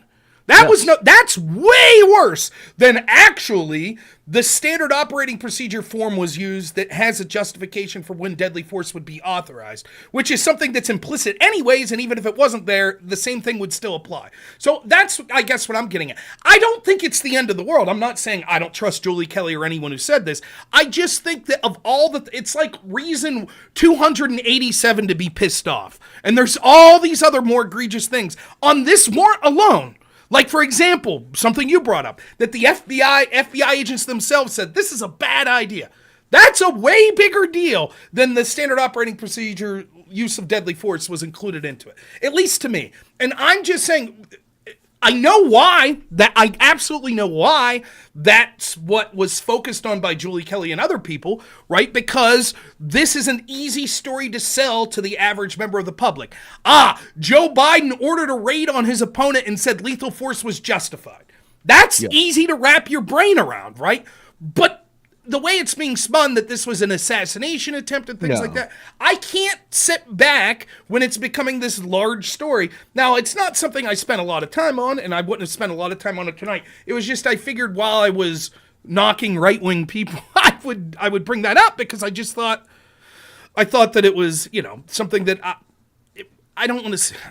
I guess I'd say that I thought that it was incorrect to place priorities on it. And I thought that the narrative became something that led to focus on something I didn't think was a huge deal. Here's my criticism of the right. The left will get up and do something about it where the right will not. Of course. Of course. And that's the biggest problem. Of course. It's, in France, if you say anything against the Prophet Muhammad, all the gay virgins and everything in their paradise and whatever, the French get scared. Because you don't say anything against Islam. If you say something against Christianity, it's completely hunky-dory. Everyone gets along with it. There's a problem in Christianity in the fact that that Christians will not defend their own beliefs anymore. I'm not calling for riots. I'm not calling for violence. But, it is time for the right to adopt some of the tactics used by the left to shame, degrade, and other people who are going against the values. The problem with America back in the day was people said America was too intolerant. They were too racist and everything. And yes, on some matters they were. But now we've become too tolerant because we have cucked ourselves into this idea that everything is acceptable and we need to be tolerant, and tolerant means acceptance after all, even though anyone who actually understands the English language means I'm apathetic to your existence. It's ridiculous that the right will sit here, we'll bitch, moan, and complain, and where you're staunchly against what happened on January 6th. I was there, and I don't sit there and go, it was all bad, because it wasn't all bad. A lot of it was good. Just that end portion was a little over the top. And so I won't condemn the entire day for the actions of a few. And I will say for a few, when you look at, there was over 100,000 people. Exactly. Yes. Look, a glass shattering, but mostly peaceful protest. Right. So so there's a lot to unpack what you said, and mostly I agree with you, right? Like, I am against all forms of political violence at this point in our country. I think there have been very few times in history when political violence was justified, but for every time that it was justified, there's 100 examples when people claimed it was justified as an excuse to commit violence that it wasn't justified in. So I'm very reticent to ever say that any form of political violence is justified, and certainly there is no issue in our country today that it's morally justified, even as important as many of these issues we're talking about are. Now, you have a right to self-defense, you have the right to protect your family, those things are different. I'm talking about purely political violence, like a political riot or something like that. So I strongly condemn it on moral grounds. However, I understand that's not persuasive to everyone because we all have our own unique moralities, and arguing from a stance of morals is sometimes subjective and people don't buy into it. So I argue from a practical sense. And as a right-winger, a populist, a conservative, anyone that is oppositional to the establishment orthodoxy in our country, The problem is it's also not strategic to engage in those forms of violence, because the reason the left could get away with it is because they set the groundwork winning cultural battles and establishment battles for decades. That's why they get away with it. And so when the left goes out and burns down cars, it's mostly peaceful. When they attack police officers, the vice president sends a bail fund out. But if you are the McCloskeys and you protect your property by just brandishing a gun, which they had every right to do, that's considered violence. Your words are violence, their violence is speech. That's the criteria. Now you might say that's not fair, and it's not fair. I totally agree. But that's the reality we live in. So those tactics of engaging in violence, I believe are immoral, but if I can't convince you of that, you're going to go to prison. I'm not saying this to you, Sparky. You understand? I'm talking generality. You're going to go to prison, and you're going to cause more harm to your side, because that will be used as a flashpoint that will then be used to have further authoritarianism to crack down on the very people that you support. That's what January 6th, the bad actions of it were. That's exactly, it was the worst thing that could have happened to Trump, because, and I think it was set up by the Democrats, I really do. I think that Nancy Pelosi instructed the Sergeant at Arms and a bunch of people in the intel agencies and that were in charge with security that day intentionally had lax security, hoping that things would kick off and get out of hand so they could point their finger and say, see, we told you, look how violent the right is. So what's interesting about that is, do you remember the 3%er guy who ended up being convicted? He was in Florida. Yeah. He was tried over the whole Jan 6 thing. Yeah. So I actually spent hours. I spent probably about 8 hours talking with his lawyer, showing him pictures and sharing videos that I took from that day. We identified 8 federal agents who were provocateurs in that crowd. He had all the names. He brought them up in the trial and everything else. And the judge immediately squashed it. Of course. Because he didn't definitively prove that it was set up by the federal government. But he definitely put an air of questioning into it all. Yeah, and I mean, and we spent a lot of time going over these pictures, and I pointed out who the provocateurs were in each picture. And he went through, there was like 4 of them were FBI agents and a couple were ATF, things like that. These were running across multiple agencies happening during January 6th. But it's just one of those things. It's a sacred cow. Here's the difference. Okay. Here's the difference between the left and the right. So the left will take over a land, call it an autonomous zone, and violently resist any police reaction or anything like that. They'll do that without a problem. The right will act up for a minute. Police show up and they go, "Oh, my bad, officer," and they'll walk away in handcuffs. There's a difference. There's no commitment in the right. Well, what I'm saying is most people in the right don't have. They want to stand on principle until it's time to stand on principle. But this is a separate conversation from what we were talking about previously. We could get to that, right? So the idea of is it time for the right to embrace tactics of the left? So I've already discussed why violence is off the table, because it's not strategic. You'll go to prison like the January. Even if you don't engage in violence, if you're somewhere where violence is used, you'll go to prison, right? That's how they'll treat you, because they've won those cultural institutions and those political institutions. So until we win cultural and political battles previous to that, at this point, it's an information war. It is not a war of physical violence. And if you engage in physical violence, you'll only hurt your cause and you'll hurt your people. Now, the same should be true of the left, though let's be honest, you brought something up there, and this needs to be said. It's terrible to say this, but because worldwide the left has won so many cultural battles and institutions, it means that certain things like violence sometimes are, although morally repugnant and never justified, they are strategically valuable, such as not one newspaper in Europe or even the United States, to my knowledge, would show the cartoons of Charlie Hebdo that depicted Muhammad after a bunch of terrorists went in and executed the people that drew that picture. And yet I almost got kicked off of Twitch for drawing a cartoon of Muhammad. Right. And so the point is that violence worked. They said, we don't want this caricature shown. And the people in these institutions said, okay. Now, as a Christian, if you say, hey, I'm going to shake my fist and yell really loud if you depict Jesus in a negative light, they'll say, it's popular for us to do that. You know, I go back to one of my all-time favorite comedians, Norm Macdonald. He was the judge one time on this this show called Last Comic Standing. And, you know, I don't know, for those of you who don't know, Last Comic Standing, it's like Ink Master or any of these shows where it's like you got 12 comedians that are competing. They eliminate one every week, and then the last one standing gets a contract or something, money, or I don't know. So Norm Macdonald's a judge, and he's on there with Roseanne Barr and someone else. Maybe I'll find this clip, see if I can find it. And this guy stands up, and he sounds like he's gay, and he's doing this bit about how if you could cite from the Bible why things like being gay are evil and sins, he'll cite from his Bible, which is Harry Potter. And the crowd goes wild and blah, blah, blah. And it gets to Norm Macdonald's chance to review the guy, and he's like, I don't think it was funny. I don't think it's brave. He's like, you're in a left-wing city with a left-wing audience, and you're telling these jokes. That's not brave. You knew what you were doing. It would be brave to tell these jokes in a church. He's like, and actually, if you knew anything about Harry Potter and J.K. Rowling, you would know that it's an allegory for Christians and for Christ. That's what it was. It was heavily inspired in an allegory for the Christian Bible. Right? And like Roseanne Barr's like, what? Are you serious? And Norm was dead serious. He's dead serious. He's like, and that's the truth.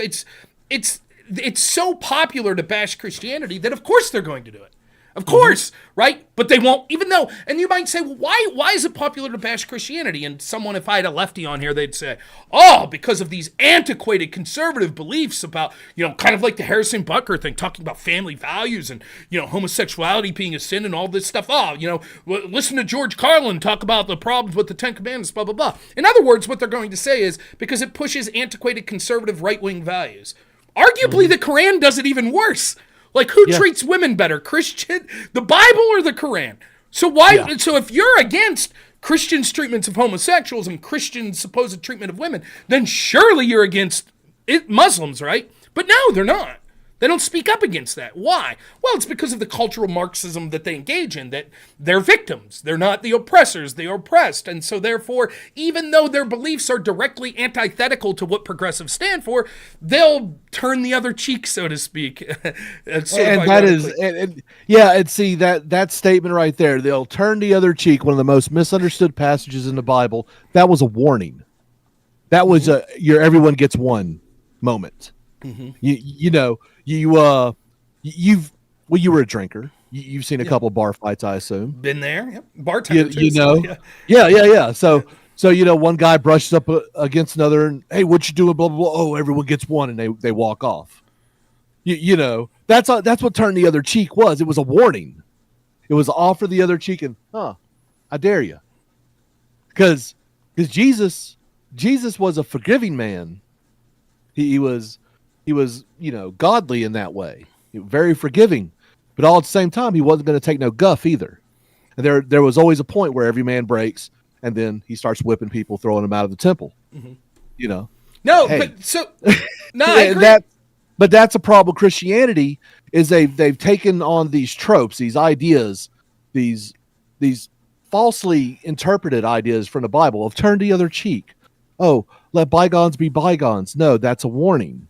The problem is they don't teach, that this was a cultural thing. It was and this is the problem with Americans, especially with the American right. Yeah. You want to get mad? You want to get mad when, I don't know, they hide some trans rapist and put them in another school district and don't notify the parents, and then surprise, surprise, guess what?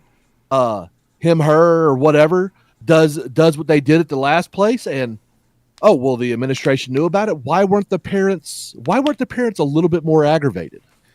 Yeah, they were a little too polite. Had that been my child, I'd have had some administrators on a pike, if you know what I mean. Right. So here's the thing, right? So I see where you're coming from. So we've dispensed with, even though I just gave him the rationale why violence is immoral, but strategically works sometimes for the left. That won't work for you on the right. So I hope I've dissuaded anyone who's listening to me and Sparky right now. It's quite clear that both Sparky and I are saying even if we talk about adopting some of the strategies of the left, We're not talking about clearly violence. not talking about violence.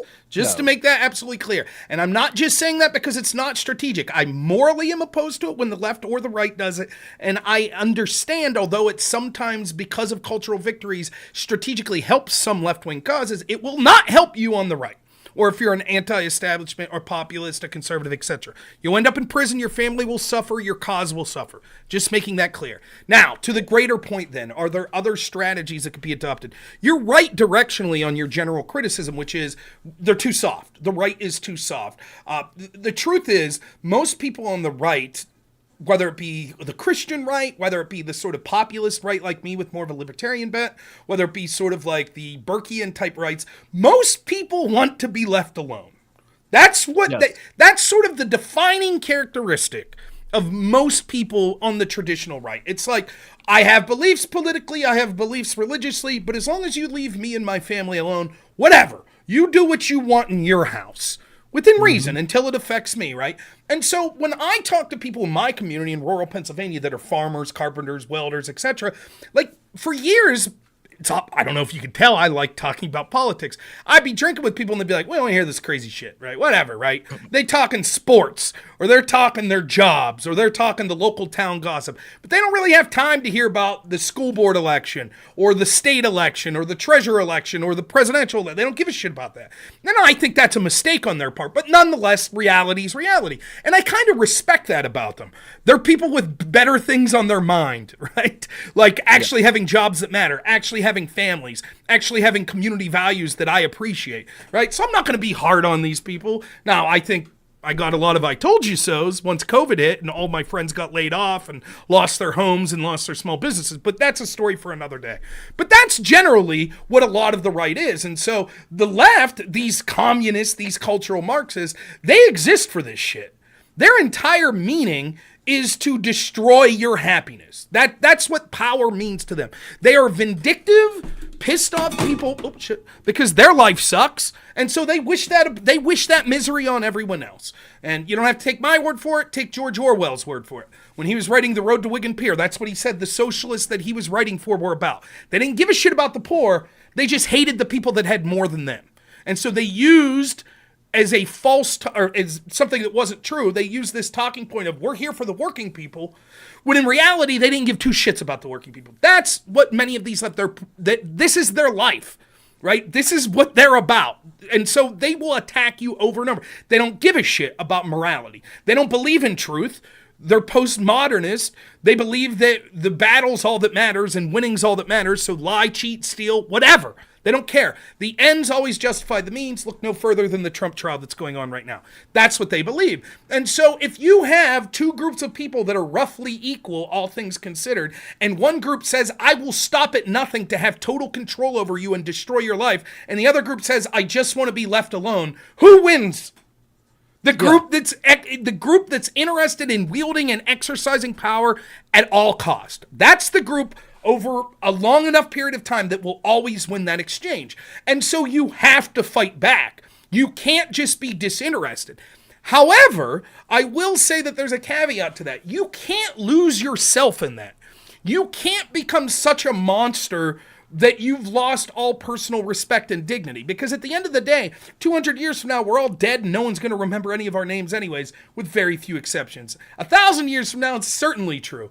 So what do you have at the end of, when you're on your deathbed, what do you have? You have your relationship with God, you have your relationship with your family, you have your relationship with yourself, and you have your relationship with those that you had relationships outside of that. That's going to be the thing that matters. When I go to bed at night, I look myself in the face and I think I'm a pretty good person. I think I'm trying my best. I'm full of sin. I sin every day, but I try my best, and I think I'm a pretty decent person, and I'm always hoping that I could be a better husband and a better follower, and I'm hoping that I could be a better Christian. And I try to make steps towards that, but I'm critical of myself. I couldn't live with myself if I'm just out there saying, well, the left lies and they spread bullshit, so I'm going to knowingly spread bullshit and lie. Morally, I can't do that.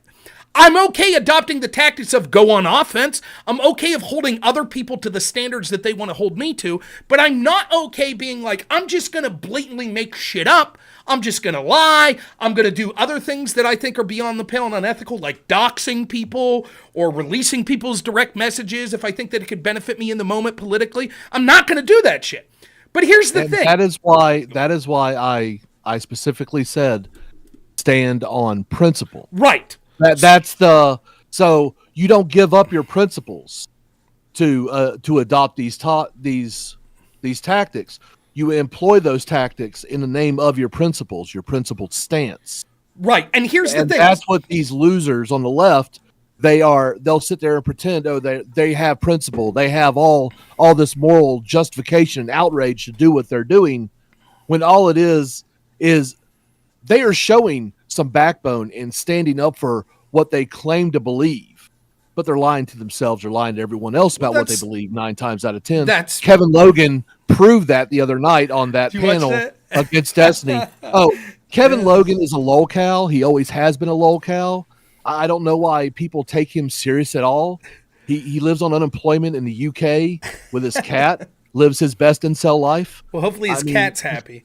I don't know. I've interacted with him several times. I've been unimpressed, to say the least. But that panel, it was a joke. So I've given the moral reason why I won't lie, etc. But here's the thing. It's also not strategic. For the very reason that the violence wouldn't be strategic, which is because all of these institutions are dominated by people that control the flow of information that are antithetical to what people like me and you believe, that if we lie, we will be called out. We will. Oh, yes. And then that diminishes and destroys our credibility going forward. So to bring it all full circle, that's why when looking at this story about the use of deadly force, you might disagree with my particular take on it, but that's why I am obligated to tell people my honest thought on it, because I think that it would be immoral to not do so. Now, if I just didn't cover the topic, that's fine. I don't even think it's something that necessarily is the most important story. But once brought up, it's like, yeah, this is my honest thought on it. I'm not going to bullshit you. I'm not going to lie. And that's for moral reasons, but it's also for strategic reasons. I think that by putting so much focus on this story that the average person's going to look into and go, I feel a little misled about this. This seems to be standard operating procedure. I don't think this was an assassination attempt. I think that, for the same reason that I was very upset the day of January 6th that there was any violence. All the things I said previously about January 6th stands, but there is undoubtable there were people there who were Trump supporters who engaged in violence. Now, you might say, were they attacked first? Maybe, but there were some people that acted inappropriately, and those people deserve to face consequences for their actions, don't get me wrong. But one of the reasons, in addition to just not wanting people on your side to be bad actors, one of the reasons that I was so animated against it on the day of January 6th, 2021, was that I knew that this would be used against people like me and you. Because there's all of these independent people that just for a year, for an entire summer, saw the left go absolutely apeshit and burn cities down. And we saw that the media on the left and the politicians on the left all defended it or ignored it. And so if I'm an independent person, I'm looking at side A and it's like, these people are lunatics. They're literally either ignoring or cheering on people burning down cities all across this country. And the other side is doing what? Like peaceful marches, singing hymns, waving the American flag. I think I'm going to go with those people. They seem more reasonable. But as soon as the picture was able to be painted up, they're unhinged insurrectionists. All of a sudden, to a lot of people that aren't really paying attention, that aren't on either side, at best, it's a wash. It's like, well, neither side has the moral high ground at this point. And I think that's absurd. I think I could articulate, and I try too often, to people that are independent or people that aren't on the either side staunchly as to why the left was so much worse and why the Democrats are so much worse. I'll still stand by that. But that's where I'm at. And so it's not, Corky Clem says, where was the lie on the deadly force deal, robnoerr? A lot of people said that it was, quote, an assassination attempt. That's misleading. It wasn't an assassination attempt. And Donald Trump actually said that. Right. Donald Trump actually stated that as well, which Trump is known for being a bit hyperbolic with his words, and I think that was irresponsible of him to use those. I don't think it's the biggest deal. Don't get me wrong. Like, all the shit Trump said, that's down on my list of. But it's not that it was a lie. It's that I felt that the focus on it was misleading. Right? I felt that, like, it's standard operating procedure, and it's not whether or not it was a lie or not. The lie would be if I said, yeah, I believe this is a huge deal, when I didn't. That would be the lie. Alls I could do is give my authentic take. Now, it would be easy for me to say, oh, no, I think this was an assassination attempt. I think, like, this is what you don't understand. This is true of Aircraft Sparky as well. One of the big reasons that Aircraft Sparky and I are never going to be multi-millionaire streamers, which maybe you'll prove me wrong, Sparky, but I know I won't be, is because one of the quickest okay, well, there may be talent issues, and maybe we're just too good looking. Maybe that's the problem. But a big problem, and you could verify this, Sparky, is it's hard to achieve huge growth without basically being a grifter. Yeah, you got to pander and everything. That's else right. The way you grow exponentially, you pick a side and you defend it no matter what. You're MAGA, you're always MAGA. And fuck everyone else. No one else has a good point. Anyone that disagrees with it. If Trump comes out tomorrow and says Ron DeSantis is the best guy ever, you're like, DeSantis is the man. And if Trump comes out tomorrow and says, never mind, I changed my mind, DeSantis is the worst, you're on here saying DeSantis is the worst. That'll grow your audience.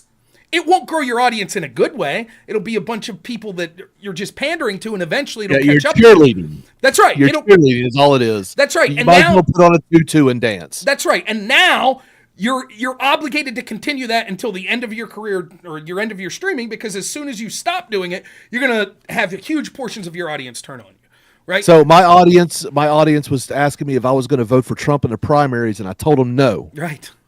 And they were mad at me, and they're like, yeah, but you're MAGA. I said, yes, I am MAGA, but Trump is not the end all be all of MAGA. I said, I'm going for Vivek with cake. You know what I'm saying? Right. And so to prove it on my community page, I posted a picture of the ballot of that day with me filling in the circle next to Vivek, because that's who I wanted to win the primary. So I voted for as well. Now, of course, this was after he already dropped out. I didn't care.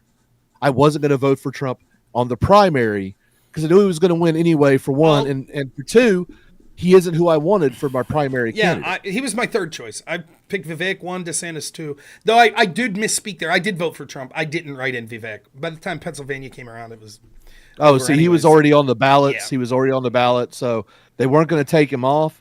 So I went ahead and filled in, and I think there was like 2,000 other people in Oklahoma who voted for Vivek. Yeah. So. Yeah, but I mean, but that's basically where I stand. And again, I think that in the end, I don't know your priorities in streaming, why you stream. I'm quite honest. I say it all the time. It's a hobby. I do it for my entertainment. And for me, it's so much more enjoyable to just be honest, because then even if you only have 5 people watching, you have people watching that are interested in authentically who you are, not a caricature that you're playing. And so you don't have to worry about pissing them off by going off script. I could come on here and do an entire... Go ahead. This is cheaper than therapy. Yes, exactly. I mean, my co-host on Wednesday nights, Kieran, if you ask him why are you Sparky's co-host, he says, this is my weekly therapy rant. That's what it is. That's when I started. So I didn't live stream for probably, I don't know how long I had a YouTube channel, maybe a year before I did my first live stream. But one of the reasons I started the channel was like, basically my wife was like, I don't want to hear you rant about politics. So I was like, well, instead of ranting to my wife, like on our couch while we're trying to watch Breaking Bad or something, I'll rant to people online.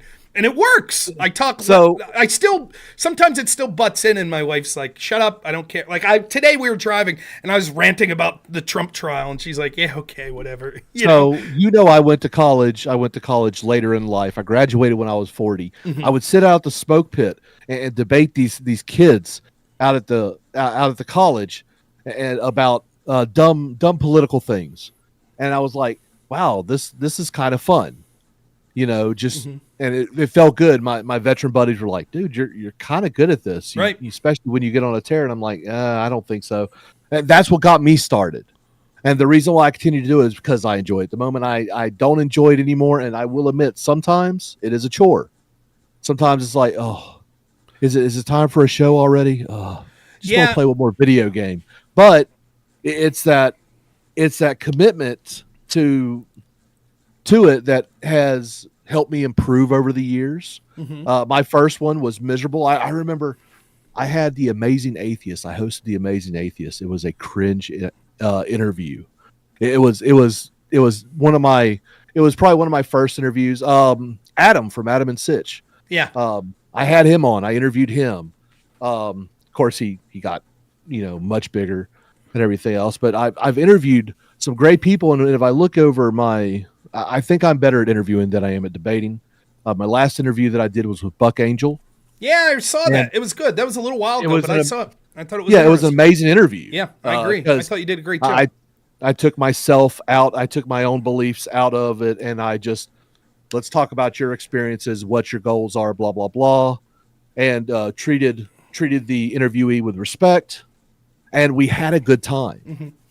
Yeah, and doing an interview is a different skill set entirely, and it's very difficult. It's especially difficult. And you have the same degree, by the way. Speech com? Except you have Polycom. Okay. I'm a Polycom guy. Yeah, Yep, very similar. Yeah, I mean, it's especially if you're opinionated, right? Like, it's one of the things I remember. Andrew Wilson from the Crucible. I remember one time he interviewed Vosh. It wasn't a debate; it was an interview. And I remember a bunch of people in his chat were giving him shit, and I was typing. And then, of course, Andrew said later, "It's like an interview is different.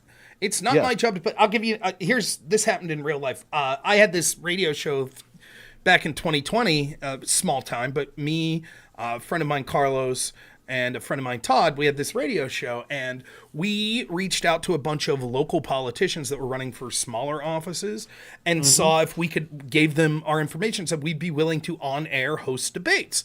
And we only received one acceptance from both parties back, and it was a state-level election, and both the Republican and Democrat agreed to come on for a 2-hour debate. I was very excited, right?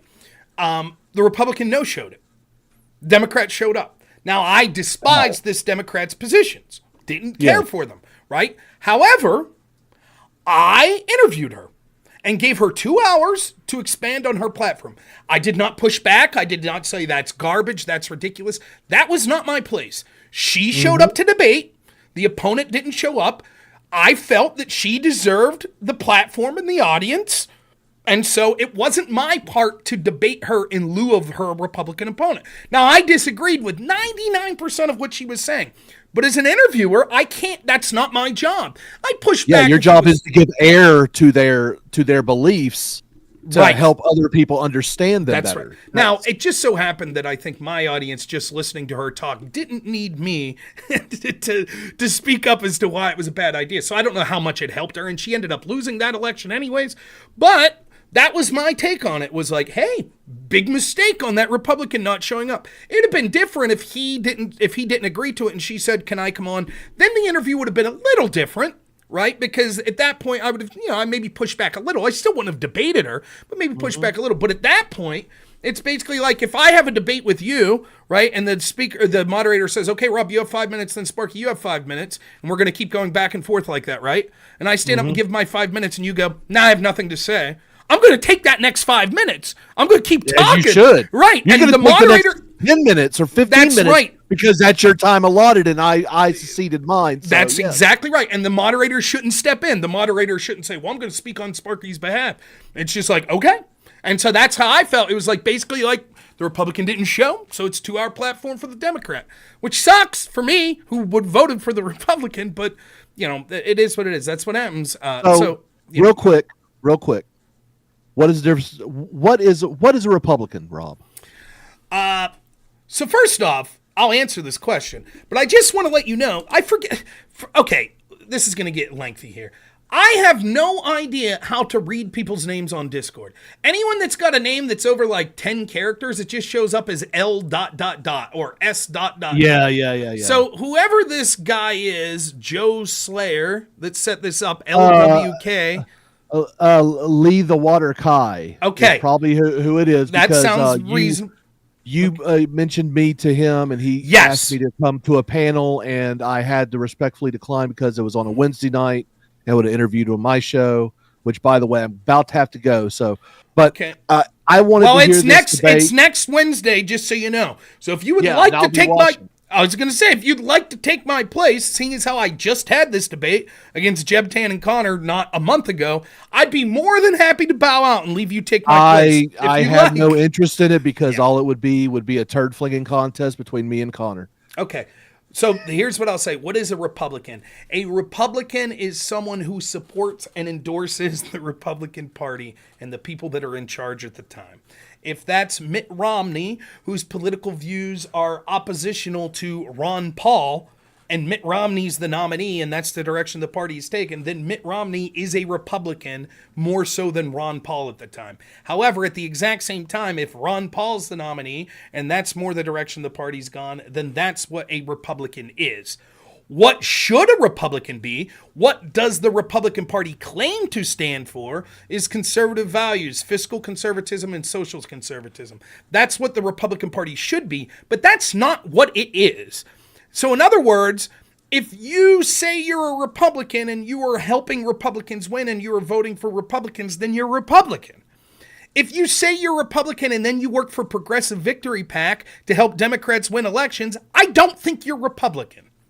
So I actually differ slightly. I believe that those that will work for Progressive Victory PACs are Republicans, because Republicans are nothing more than the right wing of the Democrat Party. Well, yeah. The only true quote unquote conservatives or Republicans that we see would be someone like Dr. Ron Paul or Dr. Rand Paul or what's the young Thomas guy? Massey. Thomas Massey. Yep. Thomas Massey. And there's things Thomas Massey does that I just don't agree with.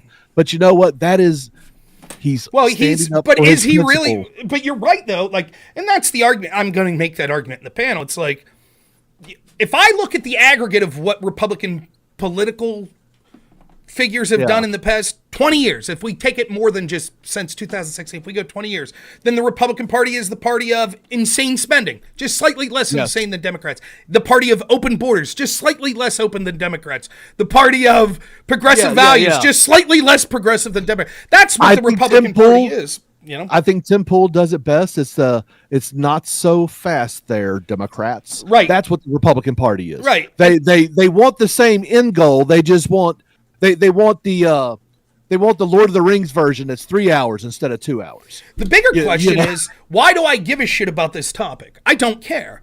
I don't care at all. Like, for example, if for whatever reason, just like hypothetically, if tomorrow Joe Biden was like, hey, I talked to Mitt Romney and it turns out Republican neocons are back in charge and yay, bomb Russia, yay, bomb Gaza, blah, blah, blah, blah, blah, whatever. I'm now Republican. I'm running as a Republican. Joe Biden running as a Republican. And if all of a sudden the Bernie wing took over the Democrats and were like, well, we're going to vote for, we think Donald Trump's our nominee. We need someone that has a chance to win. And Donald Trump represents our values more. Now does it all of a sudden that Democrat, Republican, those are just labels of a team, basically. Now, words like liberal, conservative, those are different. Those are descriptive of beliefs. But Republican and Democrat is basically just the party, the team. Yeah. And so the definition of that could change. And so I don't get, if someone looks at me and goes, Rob, you're not even really a Republican. I'm like, thank you. Yeah. Probably right. Like, I'm a populist. I'm a constitutional populist. Okay. I consider myself to be quite conservative. And me and you would probably argue that possibly I'm slightly more conservative than you on certain topics, where you may be more conservative on others. I think you're probably in general, I would say you're probably more conservative than me. But that's true. At the end of the day, I'm also a liberal because I believe in the individual rights of people, and I want to protect those individual rights under the Constitution. Right. But there's some things that I'm like, okay, no, this is not acceptable, never will be acceptable, and therefore I won't defend it. I'm looking at like the Vouchers of the world and some of their ideas. And even the term conservative, right? Like, I define myself. I don't give a shit about the label, but I understand labels are important, so I'm not like criticizing the labels. The first term, if I had to use one word to define my political ideology, you know what it would be? What's that? Populist. See, now, I put constitutional before that. Okay, so ask yourself this. Constitutional would also fit into this, though a little less, but is populist left or right wing? Populist is neither. Right. Pretty. Same yeah. could be said of constitutionalists, maybe. Yes. Though it's, but you see what I'm saying, right? So Yeah. I don't give a shit, right? And like you're saying, I have views. I'm more conservative than I am liberal, but I don't really mind if I go in to the crucible with the Christian nationalist and I'm arguing against Andrew Wilson about why I don't want a Christian nationalist government, which I've done several times, right? His audience is going to be like, fuck this guy, he's not even a conservative. That's what they're going to say. And it's a matter of threshold. To them, I'm not conservative. Then you're not a conservative That's because right. you're not their brand of conservative. That's right. But they could make... That's completely fine. They like are certainly... Zen, but objectively, they're more conservative than me. Right? That's just objectively true based on what my definition... Me and Zen had kind of one of these arguments a while back, and it was over like the morning after pill and abortion. Yeah. So he would call it an abortion pill, right? And I understand his stance. I respect it and everything, and I say no because I don't think that. Yes, life begins at conception, but it actually becomes a human life during implantation. So it's a different process for me. It's slightly different. It's just a couple days longer. And me and him, we went hours on this, and it was a good conversation. And people were listening to the debate, and a lot of smarmy talk coming my way in the Discord, and I was like, okay, fine, whatever. But at the end of the day, we verbally shook hands. We moved on to our respective corners, and it was a good discussion. Moving on, I'm not their brand of conservative either, and that's completely fine. I think the labels are good to try to find some commonplace between people. But I think that the over-reliance of it is where the problem is, because a Republican is not conservative. Right. I will come out and say that immediately. I have never met one actual conservative person who is a Republican. I've met a lot of conservatives who claim to be Republican out of there's no other place for them to go. And that's a better descriptor. Right. I consider myself a conservative. I tend to vote Republican, but I end up I'll vote for a Democrat here and there if they more align with my beliefs. I don't think I could. At this point, I don't think I could. I voted for Bill Clinton back in the day. Right. So the reason I bring this up, right? So when I say populism, even that, people could say, well, this is how I define populism. What I'm trying to say is the most important issue is corruption. We have a government that does not work for the people. And until it is corrupt, and until that corruption is solved, I think that is a precursor to all other issues being solved. That's my political beliefs. That's the core of who I am politically. I'm anti-establishment. I'm populist. That's the word I choose to identify. If someone wants to say, no, technically I define you as anti-establishment but not populist because this is how I define populist, fine, great, I don't care. The point I bring up is, I find it ironic, this is at least the 5th or 6th time someone asked me to be on one of these, what is a Republican, what is a conservative panels, under the auspices, I think, the reason I'm being brought on is, Rob's going to bring the hammer down. I'm going to bring the hammer down because I'm a Republican conservative and Conor isn't, and Tiberius isn't, and Jeb Tan, and that's not my position. My position, when I brought this up, when I was arguing with Conor and Jeb Tan, is, if you claim to be Republican, or if you claim to, whatever, you would not be working with a progressive group to help progressives win, including down ballot.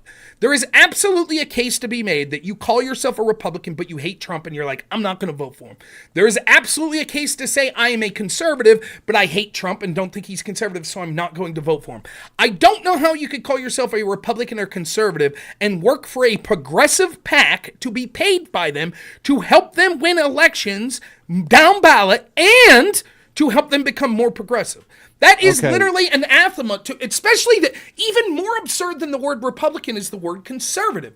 Progressive is the diametric opposite of conservative. And so if you claim I am a progressive, yet I'm being paid to help the Democratic Party become more progressive, which is Progressive Victory PAC's agenda, and to help them win elections down ballot, that to me is directly anathema to calling yourself a conservative.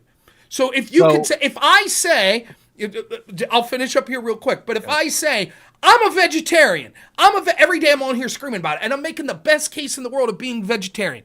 Every day. oh, I'm the biggest vegetarian. Fuck all you meat eaters. Meat is murder. Blah, blah, blah, blah, blah, blah. And then in the middle of the 10th day of me on here streaming it, I'm just eating the biggest, fattest, juiciest cheeseburger. And someone says, but Rob, I just saw you eat meat. You're a vegetarian. I said, just because I eat meat doesn't mean I'm not a vegetarian. I told you I'm a vegetarian. Isn't that what matters? What matters is what I've told you. No, bullshit. If you're helping progressives win, even down ballot, you're not a real conservative, or you're the shittiest conservative ever. Or here's what's the truth of Conor. Conor cares more about the money and more about the friendships he's making in that circle than he gives a shit about politics. And he probably weighs this. I'm not saying he doesn't care about politics. I'm saying he's so disenfranchised with the direction the Republican Party's gone that he's literally willing to pinch his nose and take money and friendships that come along with being paid at this progressive event to help progressives win, even though it is diametrically opposed to what most of his worldviews would be. That's the truth of it. And I would respect him more if he just said it. Hey, they paid me $1,000. I would say, okay. So this is the way I see the whole Conor thing. He's an American soldier who defected to work for Iran. That's really all it is. And I know that seems extreme. And some people will say that's calling him a traitor. No, it's someone he is fed up with American foreign policy and as well, this person's foreign policy, I'm going to follow it for a bit because at least it's not this. That's what he's doing. He's selling out. I think that there's part truth to that, but I do think that there are external concerns.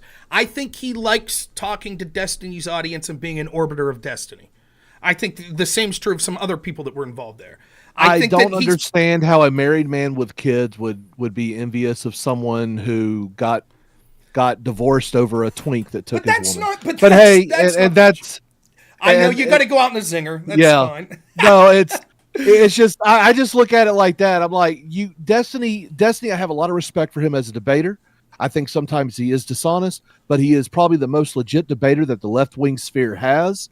He is probably the most factual, the most good faith and everything that the left has online.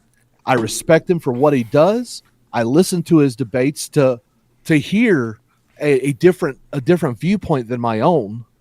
That way I'm questioning myself constantly, as everyone else should. I'm Aircraft Sparky. I'm about to go live in under 10 minutes on youtube.com.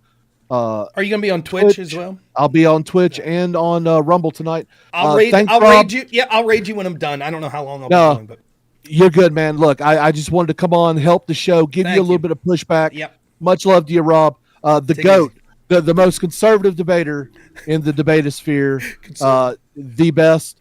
And definitely the Crucible crew, they're a very quick number two. Rob, you need to go and you need to push back on them because they're getting a little too cocky. I know. I'll be debating them. Don't worry. A friend of mine's going to be debating them here in June, probably quite frequently. So it'll be good times. I'll let you know. Awesome. All right, man. Take it easy. Good times. Take care, brother. Yeah, Aircraft Sparky, good guy. Sky Guy, I'll get to you in 1 second. I'll finish up on something he said here. About Conor. Now, here's two more things about Conor. I said this when I debated him. I said it to his face. I don't understand, I understand the idea of, two streamers are arguing with each other about something that's pseudo-personal, about Conor being paid by this progressive pack. Oh, drama, let's stream it. I like Conor. I think he's one of the most down-to-earth people that I interact with on here. He's a dad. Seems like a chill dude. I'd like to hang out with him. I'm not saying this makes him a shitty person. I'm not. I'm just saying we have a disagreement. I don't give a shit if his take is like, you know what? At the end of the day, I hate Trump. I hate Biden. I don't give a shit. I got paid money to go. I don't care. I don't care at all. That's that. On Destiny specifically, on this idea, I don't give two shits about Destiny's relationship. I'm not going to bring it up. It's not something I do. Do I think you're a terrible person if you bring it up? No. Destiny put out there his relationship, and he's also defended that relationship style, sort of being in an open relationship. And so it does make it ripe for sort of, interrogation, criticism, etc. For me, I don't give a shit at all. I don't care about it. I have friends that are gay. I have friends that are super promiscuous. I have friends that have cheated on their significant others in the past. I don't really care. It's none of my business. I don't care about your sex life as long as it's not something that's incredibly grotesque, like with children or something that's beyond the pale. Other than that, whatever. I don't really care. I have my opinions. I think adultery and open relationships, all that's a terrible idea. I think it's not a good thing. But such is life, As far as, Conor being envious of Destiny, that's not what I'm saying. That's not what I'm saying at all. Wanting to be an orbiter of probably the biggest political streamer short of Hassan doesn't mean you're envious of the person. And even if you are envious, doesn't mean you're envious of their personal relationships. You might just be envious of their audience or envious of the success they've had in the field. But you won't hear me. It's just my personal preference. I think with very, very few exceptions, I have never brought up anyone's personal relationships unless there was one time I regretted bringing it up, but it wasn't like that. It had to do more with someone stealing someone else's interest and then spreading rumors about them. That was a little different, but just get that off my chest. Okay, Sky Guy. We'll see what Sky Guy has to say. He's going to steer me in the right direction on some issue. Can you hear me, Sky Guy? Might be AFK. We'll see if they come back. But yeah. No, I like Sparky. Sparky's one of my favorite people. I wish him continued growth and success. I think his channel's doing well. And, there's different types of success. Not all success as a streamer is I'm making $5,000 a month. Like, that's not the mark for most people. So, yeah, that's, where it is there. We'll go for a little bit. We'll see if Sky Guy comes on. I know I was talking to Sparky a lot, and he probably went AFK, so we'll give him a chance to come on. I would really have loved if I could have figured out how to do the TikTok debate thing. Now, I thought when I checked it out on my phone that it had a button that said request. I hate that about TikTok. Let's mute this right now. By the way, Sky Guy, if you are there, just go ahead and say something.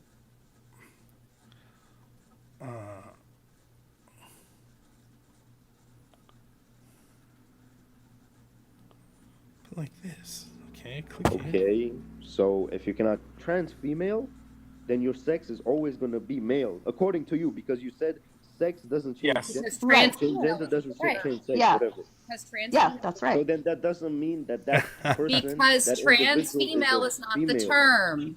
Hi. I'll have to. That would have been a good debate to jump into. Can we go over AI today? Take about 15. Oh, Sky Guy popped out. 9:42.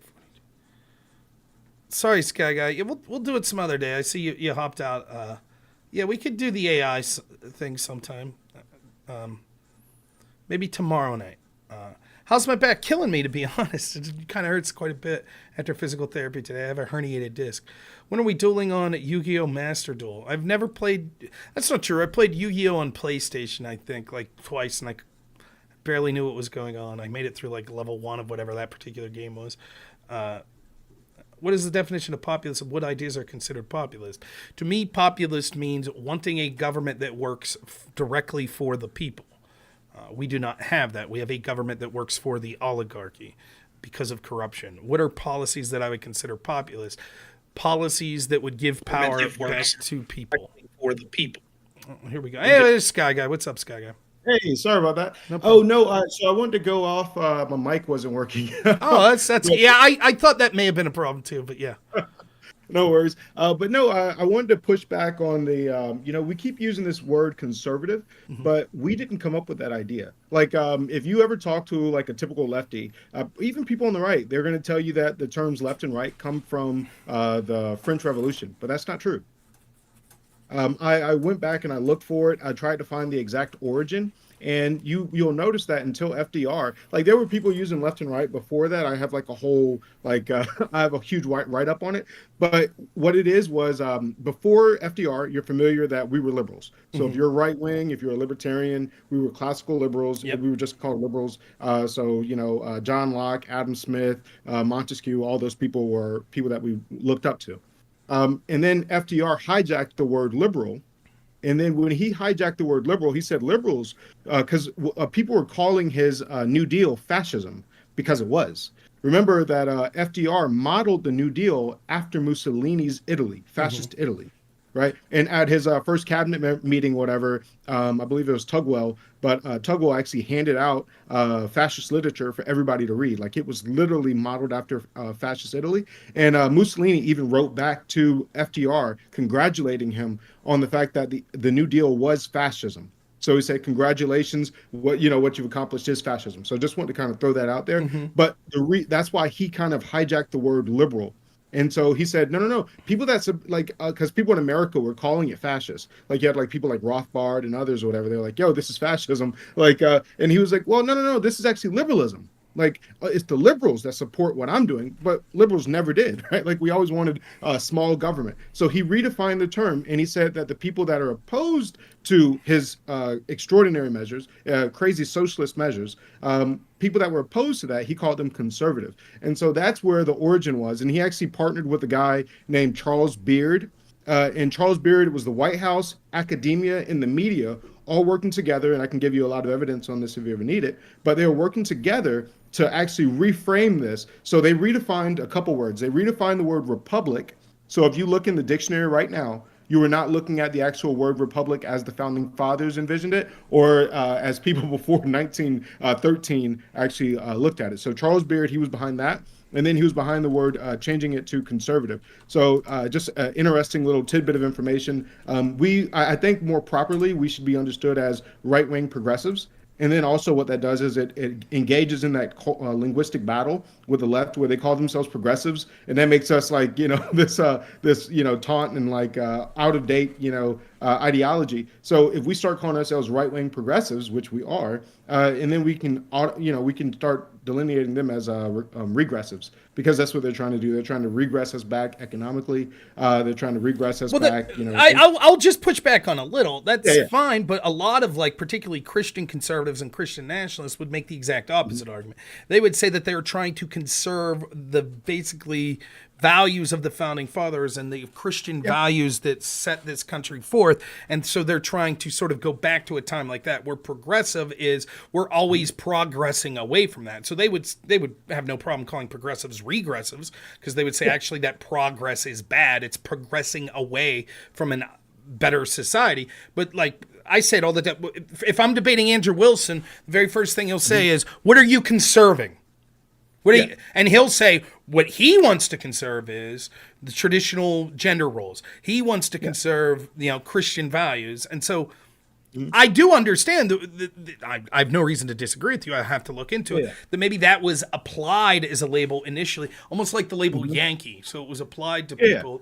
But I think there are people that self-identify, and like they would say to you, like, well, what is a right-wing progressive? What is a, Well, I think it gives us an affirmative, so it actually puts us in a better position to argue for our beliefs, rather than when the enemy gives you a football, you don't run with it, right? Like, there's something wrong with it. So instead, I think that it's better to push back and show people how, like, don't get me wrong, it could be that it's too complicated for people to learn, that, language has been subverted, and we're arguing in bad, they gave us, so it is possible that I could be completely wrong, but I think it would be better to reframe this debate.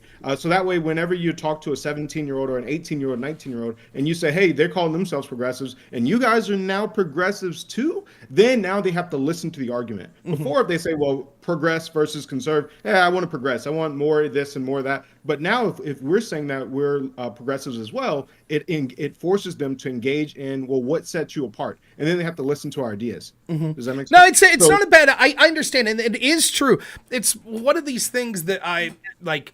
As much as I hate semantic arguments, and I do, it's also true that words have meaning, and that there are the people that are very good at shaping a narrative understand the powers of individual words and changing language, and they do it all the time. It's the reason that we're celebrating Menstruation Day, I just read on X 5 days from now, right? Because when we talk about people who menstruate instead of women, like those shifting words, and there's famous examples of this, like, for example, I think I forget what war it was. Maybe it was Vietnam. They stopped using the term body bag because of negative connotation. So I forget. I remember writing this paper on it, though, but they used some euphemism, that basically just meant body bag, but it sounded better. And, you know, something I was reading today about this was Jesse Kelly, who's someone I really like, was talking about the word democracy. And he's like, you should never call yourself democracy because that's capitulating to the language of the left, right? That's what they call it. And they use that, the communist left uses that as sort of a cudgel. And so when they talk about this is anti-democratic, we're not a democracy, we're a republic, which is a specific form of representative democracy. But by conceding the term democracy, go ahead. Oh no! So I wanted to push back on what you just said because remember they redefined the word. So you're going off the dictionary definition, but that dictionary definition is wrong. So here's Webster's dictionary definition, 1828. Republic, a commonwealth, a state in which the exercise of the sovereign power is lodged in representatives elected by the people. In modern usage, it differs from democracy or democratic state in which people exercise the powers of the sovereignty in person. That's Webster's in 1828. Yeah. So that's closer to it. That's but as far as what the founders envisioned it, yes. So we definitely they wanted a bunch of republics. So you're correct that it's not under a king, but even more importantly, it was res publica. So res being the public, the public thing, right? So it was people that live under a constitution. So they don't live under a king, they live under something that binds us all, and we all live under it, right? So it's this public thing, which was for us the constitution. So that right there is what sets a republic apart from a democracy. Whereas if you look at the definition nowadays or whatever, it basically just makes it as a form of democracy, because you can have a republic with no voting. Yeah, it's just, well, wait a minute. Yeah, you would have to. There would have to be representatives of the people. So you could say those representatives are just self-declared. No. So what I mean by that is you could even have an ANCAP society that literally just has a constitution. So it just has a constitution, no government at all. It's the constitution that makes it a republic. Does that make sense? So then you would argue that even by... So the Webster's 1828 definition I read, you would say that's also the incorrect definition because it says it specifically says, quote, the defining feature of a republic would be a state in which the exercise of sovereign power is, quote, lodged in representatives elected by the people. Yeah, so I would say that right there would even be incorrect as how the founding fathers understood it. I'm going to push back a little. I'd have to research this, but I have a difficult time. Yeah, you can send it to me. I have a difficult time believing. So what you're saying is, so what characterizes a republic specifically? It doesn't matter if there are people that are representatives in government. All that matters is that there is a foundational document. It doesn't have, well, yeah, I guess you can call it a foundational document, but just something that everybody in society is under.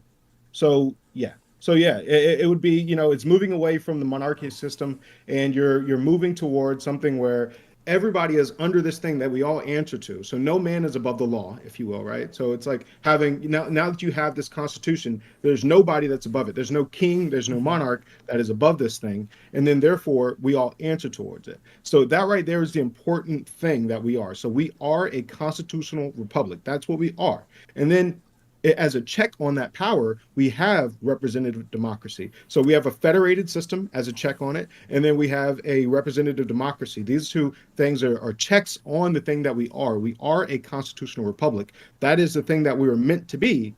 But as a check on that, we want to make sure that nobody goes out there and tries to trample on the Constitution or change it all the time and not knowing who's changing it. So those kind of things. So that's why you have these checks. So that's why we have the representative democracy. But I think when you view it as that, it starts to make a lot more sense in your head, because you're like, oh, the main thing that our government was supposed to do, that it's founded for, is to protect our negative rights, to protect what are called our natural rights, right? So that is what the government, that's its only job. The whole. Well, I don't disagree with that part, but I just disagree with the definitional of like republic not meaning representative democracy, because like if you say it is a foundational principle to which everyone is beholden to, no one's above. So then someone says in the chat, how would you explain a constitutional monarchy? I buy a bunch of property tomorrow in Antarctica. I set up my own country. I declare myself king. I write a constitution. That constitution gives me the authority of king, so I'm not above the constitution. The constitution specifically outlines the exact powers that I have. Everyone agrees to acquiesce to it. Is that a republic? So because the king wrote in there that he's above it, then that wouldn't be it. So if the king were to say, because you can have a king in a republic. That's what I'm saying. So you can literally have a king. but he would literally have no power. No, correction. He would, like, I mean, you could literally have, let's say you had a king that got no salary, that lived under a bridge somewhere, and he only came out when, like, there's issues that, like, like, let's say the Supreme Court didn't take up voter fraud or whatnot, and then, like, that's when the king stepped in. You can have a king with, like, no government at all, or very limited government, or zero taxes. So having a monarchy doesn't make something left or right wing, is what I'm trying to say. Well, right, but that's different than whether, I think having a monarchy would, and if it doesn't include representatives, would not be a republic. I guess the problem I have is with the definition, and maybe you're right, but the problem I have is your definition basically becomes worthless because it basically encompasses all forms of government into which they self-declare that no one's above the government. So you could have anarchy, you could have communism, you could have a monarchy, you could have an oligarchy. All of those can be republics. Yeah, you could have a republic that's communist. I mean, it would not be, a good thing, obviously. But right. But then what's the utility of the word? So the word, the definition of the word has to, like, the definitions are useful because it differentiates it from other things, right? And so if every form of government is a republic, then the term republic loses meaning. And I know so give me an example of a country that's not a republic. So let's say you have a king, right? And then this king, we have, like, you remember, like, before Great Britain was, before they had a written constitution. That's why we had a written constitution in America. It was like sticking, like, nailing Jello to a wall. So if you go to a court case or whatnot before, back in those days, whenever you're dealing with the king, it's kind of whatever he says goes. So there was no written document that everybody had to live under, and that basically is whatever the whim of the king is. So then it's just the written document makes a republic. Something that everybody, the public thing that everybody has to be under, even the king himself. But the king, but even if it's, so it doesn't have to be written. Well, it just has to be understood and stable by all the people. Yeah, it has to be stable, but also, the founding fathers talked about the reason you need it to be written. But yes, it doesn't have to be written. But obviously, if you don't write it down, it kind of devolves. The system would evolve. So you wouldn't want that. But yes. But I mean, arguably, then you could have the monarchy. The king would say, well, we've all agreed. We agree that our agreement is that I am, let's say that you're like one of these crazy monarchist, like, deity societies, like, Egypt or whatever. It's like, I'm the pharaoh. I am the representative of God. And we all agree upon that and everyone understands. And so it is the foundation, even though it's not written down, the agreement that we all exist under is my word is the word of God, and therefore whatever I say goes, and we've all agreed, and therefore we're a republic. I don't think that would count because he's not living under his. I guess you could say that. Nah, I guess no, because it has to be a public thing. So it can't be something that I am God King, and everybody has to listen to what I am saying. So I get. I'm not saying you're wrong. Maybe you're right that this is exactly what the founding fathers wrote about. I just don't. To me, when I think of republic, the key term that I'm thinking of is it is a form of government to which there are representatives that represent the will of the people, as opposed to a monarchy, which is someone who was not appointed as a representative or elected as a representative, someone through birthright or someone through dictatorial power, etc., takes power, as opposed to a direct democracy, which is each individual votes. It is a form in between that where you appoint people through a voting process, through other means that represent. That to me is what a republic seems. I mean, I guess you're saying, what was that term then before it was republic? So whenever I did the research on this, you'll see that Charles Beard, whenever he changed this, I did go back to the etymology of the word, and I went back to the older definitions in different dictionaries. So I'll send that over to you after this. Yeah. But what basically that definition that you're using, the modern definition, is very similar to just basically saying, hey, I live under a democracy. It's just not direct democracy. It's a different type of democracy, right? Whereas the founding fathers, that's not what their goal was, because they didn't even want universal suffrage. Remember that they didn't care. It wasn't about voting at all. It wasn't about having people that represent you necessarily. It was about you have these natural rights that are ingrained. They come from God or wherever you want to say, right? So you can go the secular or the religious argument for this. But you have these natural rights, and the government is established among men to protect those natural rights.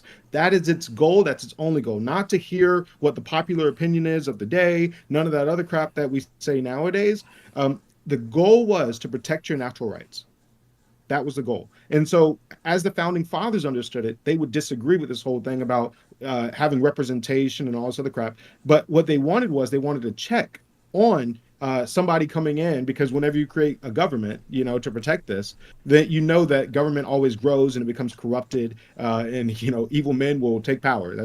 Power attracts, and if you believe in Lord Acton, power corrupts, and absolute power corrupts absolutely, right? So the founding fathers saw this as a corrupting entity, so it was a necessary evil to protect our natural rights. But that's not mutually exclusive for republic, including representatives. I agree with all of that, right? But to say that that's what the term, so like, again, I have to research this more. Here's a quote from James Madison: "We may define a republic to be a government which derives all its power directly or indirectly from the great body of the people, and is administered by persons holding their offices during pleasure for a limited period or during good behavior." So that seems to suggest strongly that it's administered by people that are representing them. Mm-hmm. Right? So you remember the founding fathers, they talked about what the role of government was, right? And like its only goal, I'll bring up quotes later on, because right now I'm going through some of my notes I'm cleaning up so I can send it to you. But you'll see that I have all of these quotes in there. But they definitely, I said, whenever he says it's administered by people that represent, I don't know. Let's see. So is he saying that is necessary? Because I've got a bunch of other quotes where basically he's saying that, even Madison, they were basically just saying that the government it's created by the people because what was it, the social contract theory and all that, right? So I don't know if that quote, can we say that quote one more time? Let's see. Because maybe I look at it in two parts, because the first part, yes, but then the second part, when he says this is how we administer it, I don't know if he's saying that has to be part of the republic. I'm saying that you administer it that way because it's a check on power. But yeah, I mean, I think it's very interesting. Oh shit, what's that? No, I don't know where the. Yeah, here we go. It says let me see.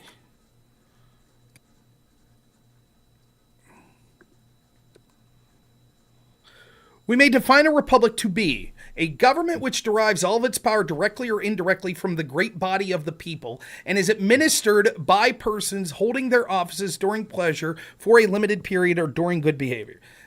So I think the comma "and" is saying these two things are necessary for a republic. It has to be, one, a government which derives its power directly or indirectly from the great body of the people, and second, is administered by persons holding their offices during pleasure for a limited period or during good behavior.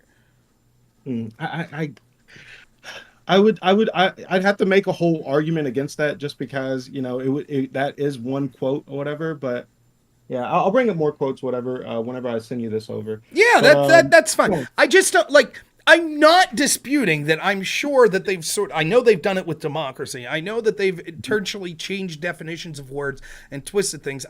Especially when I'm reading from it's a tough sell that they did this during FDR, when I could look at dictionary definitions from 1828 that say a republic is representative democracy. It's a tough, I'm not saying, so clearly you're not saying Merriam-Webster was somehow in on this conspiracy 100 years prior, but it would be that this was there something nefarious about, was Merriam-Webster just mistaken in 1828, or were they intending to subvert what the actual founding fathers, many of which would have still been alive in 1828, really meant by the term? Are there contemporaneous writings from people saying, why is the definitive dictionary in our language completely inverting what the term republic means? We're still alive. We wrote the Bill of Rights. We wrote the Constitution. This is clearly not what we meant. It just seems odd that this would occur during their lifetimes, and no one was sort of speaking out saying, no, that's not what a republic is. And I think undoubtedly Merriam-Webster in 1828, it's was the dictionary at the time. I would be open to reading other dictionaries at the time of what their definition was. But knowing the founding fathers that were so interested in language, many of which I think had written many books, and I think, if I'm not mistaken, some of which contributed to dictionaries themselves, it would seem that this is something that someone would have commented on in some historical record, which maybe they did. But I don't know. Especially considering they called it a republic and then put forth a constitution that literally called for what I guess you would call representative democracy, because you would say it's not a republic, but it called for the electing of representatives that would represent the will of the people. So you would say that they wanted a republic that is completely separate from the fact that they also called for a representative democracy? No, I wouldn't say it's separate. I would say it's a check because they spoke about it, right? Well, no, but a check's one thing, but I mean, it is a separate term entirely, right? They just thought the best way to have a republic was a representative democracy. Exactly. I think you're wrong. I'll just flat out say, I think I think that they would say that, like the Madison quote said, I think they would say that the things that the idea of a republic was that it was the will of the people that was sort of indemnified in sort of a foundational document that we were all beholden to. I agree with that. But I think the way they say to get there would be that part of the republic means the way we ensure that is that we have representatives, and that's the defining characteristic of a republic. I don't think they would have said, like, for example, when Britain, because correct me if I'm wrong, but the monarchy that they left had a code of laws, right? In fact, English common law is sort of the foundational system of our legal system. So would they have claimed that it was a republic as well, England? No. Why not? They spoke about the reason why they did not like England's constitution, right? So yes, they were inspired by a lot of the same writers, but when it wasn't written down, then basically people would just make changes to it as at a whim. So they did not like that. So, you could make the same argument with the United States today, and they change shit. Okay. So I guess we're not. I wouldn't even push back on that. I would say we're not a real republic because I'm a populist and I feel that it's corrupt. But yeah, I mean, I don't know. It just seems. I don't, even if you're right that this was some nefarious plot, I find more utility in the word of pushing back against the word democracy by saying we're a republic, and a republic is a specific form of democracy that is representative and therefore is supposed to represent the will of the people, not through direct voting, but through an overarching having the will of the people codified in a foundational document. And the way that we interpret that is, and make changes or minutia to that, is representatives. I don't know the utility of sort of saying, no, you're right, we're a republic, not a democracy, but republic really means nothing to do with representatives. It just means we have a document we follow. I don't know what the utility is, I guess. The utility is to remind people what the goal of the government is. So the goal is not to hear out your opinions or to implement the will of the majority. That is not the goal of the government as the founding fathers understood it. I agree with that. Yeah. I agree with that. So that is the reason why it's important to set republic apart from representative democracy, because when you say representative democracy, most people in society, I think that you would agree with this, understand that to be the government's goal is to do the will of the people. Right. Most people, I think we all get taught that in school, and therefore it ultimately goes to, well, most people want socialism and communism, we should go for that. Whereas the founding fathers were distinct. Like, we don't want, leveling. We don't want socialism. They didn't want that. So that's the reason why I think it's an important distinction to make and to get to the bottom of, because we have to get to the point where people understand that the goal of government, or the role of government, I should say, is not to just give you what you want. The only role of government is to protect your natural rights. James Madison, Federalist Paper number 10. A republic, by which I mean a government in which a scheme of representation takes place, opens a different prospect and promises the cure for what we are seeking. That's differentiating republic from democracy is the context of Federalist Paper. And he clearly says scheme of representation.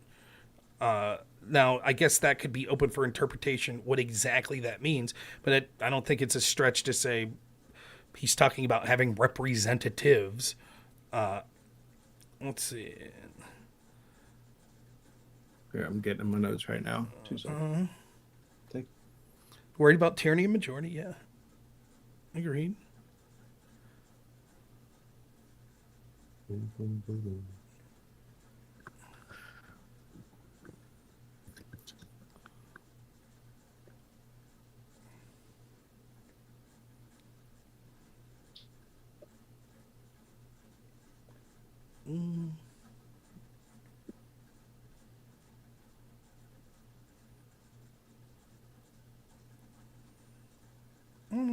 It's difficult to find.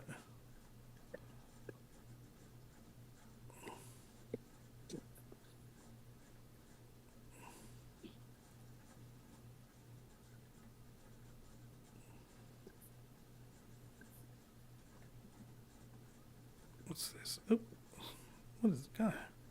I don't know. It's interesting, and I do think that there's utility in understanding like the power of language, but on this specific point, I just don't know. I don't know. Yeah, if the utility is there, I think it's definitely worth at least looking into it. Like I said, I'll send you over my research now that I'm getting to my notes, whatnot. But it's important to make that distinction, or at least to let people know what the role of government was, right? So it all starts around that whole natural rights. And then from there, they're thinking, what is the best way to protect those natural rights? And then so they're basically saying, well, we as humans, we basically are joining together to give power to this necessary evil, which is government, that they understand can always grow and always will be corrupted and will always suck up more power than you are naturally allowed it to. And basically, we created this government, which we think is an evil, to do one thing, which is to protect our natural rights. And so everything that blossomed from the checks and balances and everything else was central around that one primary objective. Would you agree or disagree with that part? But repeat real quick what the objective was. The objective, it all starts around, like if you think of like a seed, right? The primary goal, at the central, was to protect your natural rights, and then everything else from the checks and balances to how we have a federated system, and everything else was around. It was all designed around that one primary principle, which was the government. The only reason we're creating this evil thing is to protect our natural rights. Yes, I would agree with that. It's the foundational principle. Yeah, and then that's where it comes from. Okay, where does the government get its legitimacy? From the will of the people and all that. Everything else comes from there, and that's why you get, not Sterner, what's the old boy's name that did Constitution of No Authority, where he says, I never signed on to this.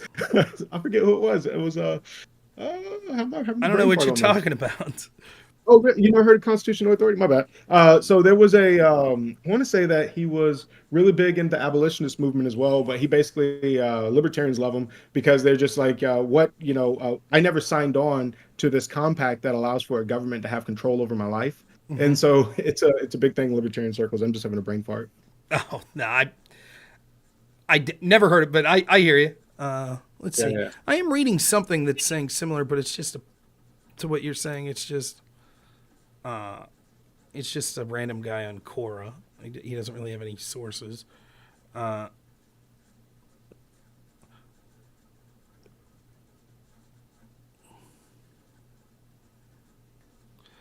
See, what this is saying is that republic just means basically the exact opposite of monarchy. They're not giving any sources list, but that's what they're saying the founding fathers intended. So in other words, a monarchy had a sovereign, whereas the people are sovereign in a republic. And that's the definitional difference of what a republic meant. But if that's the case, I can't understand then why Federalist Paper 10 would have James Madison specifically saying in opposition to democracy is the term republic. Mm-hmm. Because it's clearly saying there's a problem with a tyranny of democracy, a tyranny of the majority, and we are differentiating ourselves from a democracy. We are a republic. Those words don't seem to be oppositional. If you say, well, what does one have to do with the other, right? That would be like saying, I don't even know. I can't even think of it in an analogy, but those two words have nothing to do with each other. They're separate categories completely. He would say we're not a democracy, we're representative democracy. if he was standing in opposition, if republic didn't entail, at least in part, the representation. Unless Madison had a different definition than the rest of the founding fathers? Madison was amazing, right? So he was obviously one of the leading founding fathers, as far as ideologically, like he was like I think they call him the father of the Constitution, right? So I definitely love Madison, but the Federalists were the big government people, right? So the anti-Federalists, I think, would be more consistent with what we're looking for if you want how the people that wanted the actual, like the more limited government. It always upsets me that Madison was on that side. I'm like, why Madison? Right. He kind of screwed us over there. But I definitely would say it'd be more time more well invested if we were to read from the Anti-Federalist. But I'll pull up some quotes real quick. But just as far as like the first primary thing was the word liberal. I'm pretty sure everybody agrees to that when we know that was changed then. Now the question is, would you agree on that first part? Yes. So everybody agrees on that part. The second part is it's a two-part thing. Number one, when did the definition change, if it was changed? Number two, what did what did Charles Beard have to do with it? And also, is it advantageous for us, being people that want to chase after liberty, to make sure that we ingrain these definitions to kind of separate it apart from representative democracy, and make sure that people understand that representative democracy is a check on a republic, but not essentially what a republic is, if I'm correct. Right. Okay. So right. So that's the arguments there.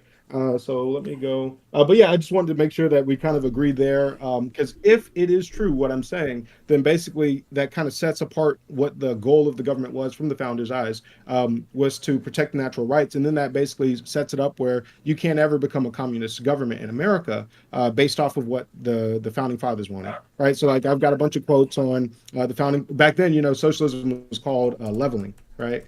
So I've got a bunch of quotes from the founding fathers where they were very straightforward that they, that's not the goal of our government. You remember when the Germans were coming over? Mm-hmm.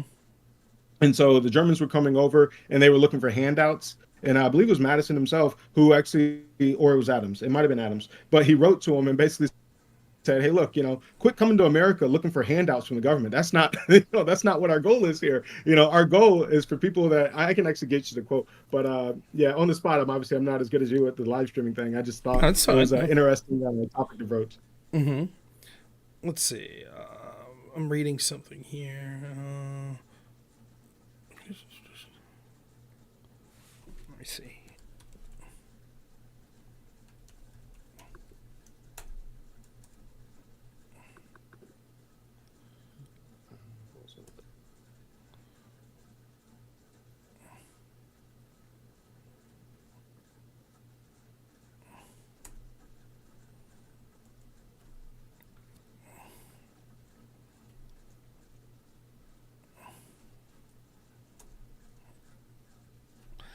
I don't know.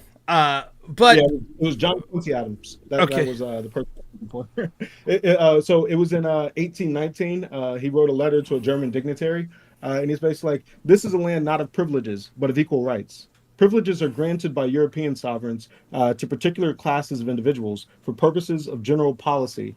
But the general impression here is that privileges granted to one denomination of people can very seldom be discriminated from erosions of the rights of others." So basically, he's calling out collectivism, where if you're familiar with like the debates between individualism versus collectivism. Yes, sure? Yeah. So he's basically just saying, in order for me to grant you rights, positive rights, I have to trample on somebody else's negative rights. So in order for me to give you free something, I have to take money away from somebody else, and therefore I'm violating their liberty. So, but I've got a million quotes like this. I just didn't want to. No, I get it, but that's not really definitional of republic. Oh, no, right? No. Right, not. but no, yeah. You remember my whole primary premise is that America can never become socialism or never can become communist if we were to take the founding fathers at their word and treat our founding documents properly. Right? Yeah, I would agree with that. Right? Like, though, if you were talking to an ANCAP person, they would say that the founding fathers themselves violated the principle by taxation. Right? Yeah. Well, so there was no taxation back then. Remember? There was there was we had tariffs. Right. There was Let me think. Yeah, taxation. There was didn't start state level until- taxation, correct? But I guess that's different than federal. I don't even know if there was state level because I don't want to say that there was state level. I could be wrong. I can find out for you real quick, but I don't even know if there was state level. Taxation, usually you just had tariffs. So that's how we funded everything. And then whenever things went crazy, going after wars and stuff, that's when they were like, hey, we need to start taxes. But yeah, no, for most of America's history, there wasn't really taxes. The 16th Amendment obviously is what, made it enshrined right now. But even then you could talk about how that wasn't passed legally. So technically there's no constitutional basis for taxation right now. Jefferson said in 1785 letter to Madison, another means of silently lessening the inequality of property is to exempt for all from taxation below a certain point, and to tax higher portions of property in geometrical progression as they rise. Thomas Paine was an advocate of progressive income tax. The country passed a progressive estate tax in 1797, which would have, I think, in fairness, yeah. So Paine was a dick. Paine and not Madison, but it was Paine and what's that one that they did, the Hamilton. Those were two of like the weaker founding fathers, right? Like even back in their day, remember like Paine, whenever he died, like they buried him like somewhere in the middle of nowhere. Like none of the founding fathers wanted to talk to him because of his views on the French Revolution and socialism and whenever he wrote against Christianity. Mm-hmm. Like I would definitely say that, whenever we're looking at Paine and Hamilton, we've got to take them into consideration of how they were treated by other founding fathers. And these weren't like, they weren't like champions of like liberty. they were kind of weak. But the left always loved to cite them or whatever, but they don't really go and look at how the other founding fathers viewed it. George Washington's Congress in 1791 passes the excise whiskey tax. Yep. That right there was remember the Whiskey Rebellion? Yeah, I know of it, but yeah. So then the founding fathers violated their own constitutional principles in 1797 or 1791. Definitely. Washington, he violated his own. Remember even in the first. Remember how they were all about free speech until John Adams became president, and then somebody called him fat, and then he had the guy put in jail. Right. So I remember. Yeah, that's funny. While they were in the ideation stage, they were amazing, right? But then whenever they got past that, they trampled on their own principles. It happens all the time. Yeah, I know. I'm just saying it's difficult when you have founding fathers even before the writing of the Constitution saying some of the bigger ones like Jefferson or Paine, regardless of what you think of him, saying we believe in a tax. Then you have almost immediately within the first administration them passing a tax. It's difficult to then argue, but the Constitution says that you can't have any taxes whatsoever. But would that be fair? Because like the example I just gave, I've got other ones where basically they were like, we support free speech, but then as soon as somebody called me fat, I literally put you in jail. So I think that we can say that they had ideals, right? Like their ideals would be free speech, free this, free that, free markets, everything. But then whenever they got in power, the power corrupted them, right? So I think that, we could look at them doing things like creating taxes or whatever after going to war, over 3% tax. We can look at these things and say that they're contradictory, but we've got to look at what were their ideals? What were they talking about before they got in power and got corrupted, right? So that's the way at least I look at it. I look at it as what were the goals of creating the country when they were talking about all the liberty versus, if they go off and like, let's say a pastor preaches all this beautiful stuff, but then he goes off and cheats on his wife. I don't say that the Bible is corrupted because he cheated on his wife. Does that make sense a little bit? Yeah, but it would be like if Jesus said, this is my covenant with God, and then violated that the next day, you might say, right? Yeah. No, you would say you could still say hypothetically his covenant was the right covenant, and he, right? Again, it's I don't know, and the whiskey tax is apparently 35 to 21. And I don't even have to just say taxes, right? Like conscription, that would violate. ANCAPs would say that violates, right? There are. When you say violates, do you mean the Constitution or do you mean what a republic is, or the principles of the Constitutions that says that the rights of the collective liberty, right? That the rights of the collective outweigh the rights of the individual. Natural law theory. Yeah. Yeah. So conscription would be another example. Yeah. There's all sorts. There could have been like, for example, would a law against insert any deviant sexual behavior that could have existed at the time. I don't know if these exist or not, but would that also violate natural rights? Um, yeah, I mean, technically, I guess you could say that. They were, yeah, I guess you technically could say that. It would be a violation of your natural rights. But obviously, for them, they looked at, all of these ideas coming out of Christian principles. They're like, we aren't then gonna just allow you to, act in a way that's immoral, that could debauch society. So, they were like laws on, drinking too much and being Sure. drunk in public, Right. laws against nudity, things like that. But, for them, they looked at it as ways of protecting everybody else's natural rights, right? So just like you have a natural right, like you have a right until, you hit the saying where you can swing your fist until you hit somebody else's nose. Right. Right. So for you to walk around naked and all these other things or whatever, they're basically saying that that would be an encroachment on somebody else's natural rights. Right, but you could, like, I'm just saying I understand that Well, there's a I difference agree. between an affirmative right and a negative right. I understand that, right? And the idea that the government has it is not a violation of my natural rights for the government to prevent me from violating other people's natural rights would be the argument. But it also clearly becomes subjective, right? In what ways is that? For example, they would have been in favor of laws that didn't, they would have argued like, well, this law that says you can't do X is to protect society as a whole. So theoretically, let's say they had a law that said you can't have gay sex, you can't do so. I don't know that this was the case, but if they had that, I would say, well, under the principle of natural rights, that's violating that person's natural rights. And they would be able to say, no, because it was for the betterment of society as a whole, right? That we're harming other people's natural rights to purity, chastity, whatever, right? That's an argument they would have made.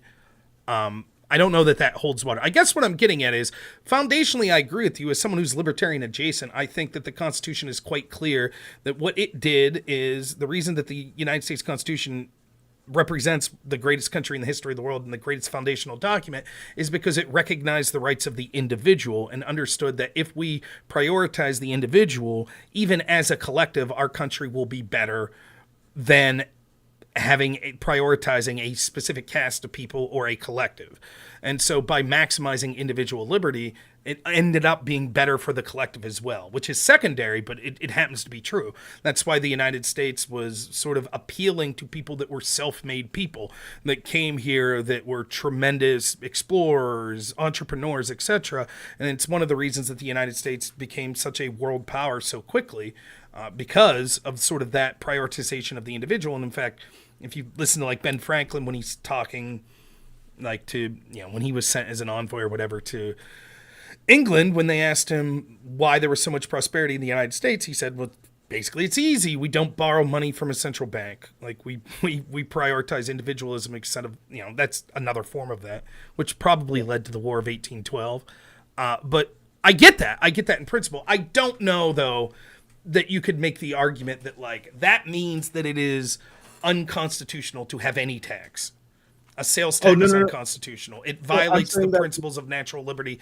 And if we followed those principles, there would be no taxes. I don't know that I could go that far. I would say two things, right? So number one, the 16th Amendment was not properly ratified. So that's why I'm saying it's unconstitutional. And then there's the second argument, which is that taxation is theft. So therefore, it would be a violation of negative rights, and therefore it would be unconstitutional if we were looking at the purpose of the Constitution, right, which is to protect your negative rights. So I would say yes, taxation is theft, and then I would say that the 16th Amendment is invalid because it's unconstitutional because it wasn't ratified properly. So those two separate arguments, like I think on the 16th Amendment one, I can go in on detail on that one. But more importantly, I think the question is it theft, and is theft ever justified? So, because maybe you don't agree that it's theft. Article 1, Section 8, Clause 1 of the Constitution. The Congress shall have power to lay and collect taxes, duties, imposts, and excises to pay the debts and provide for the common defense and general welfare of the United States. But all duties, imposts, and excises shall be uniform throughout the United States. Yeah. So the goal for them, remember that they said that the government gets its power is derived from the will of the people. So they were basically saying all of the people have given us power to create this Constitution.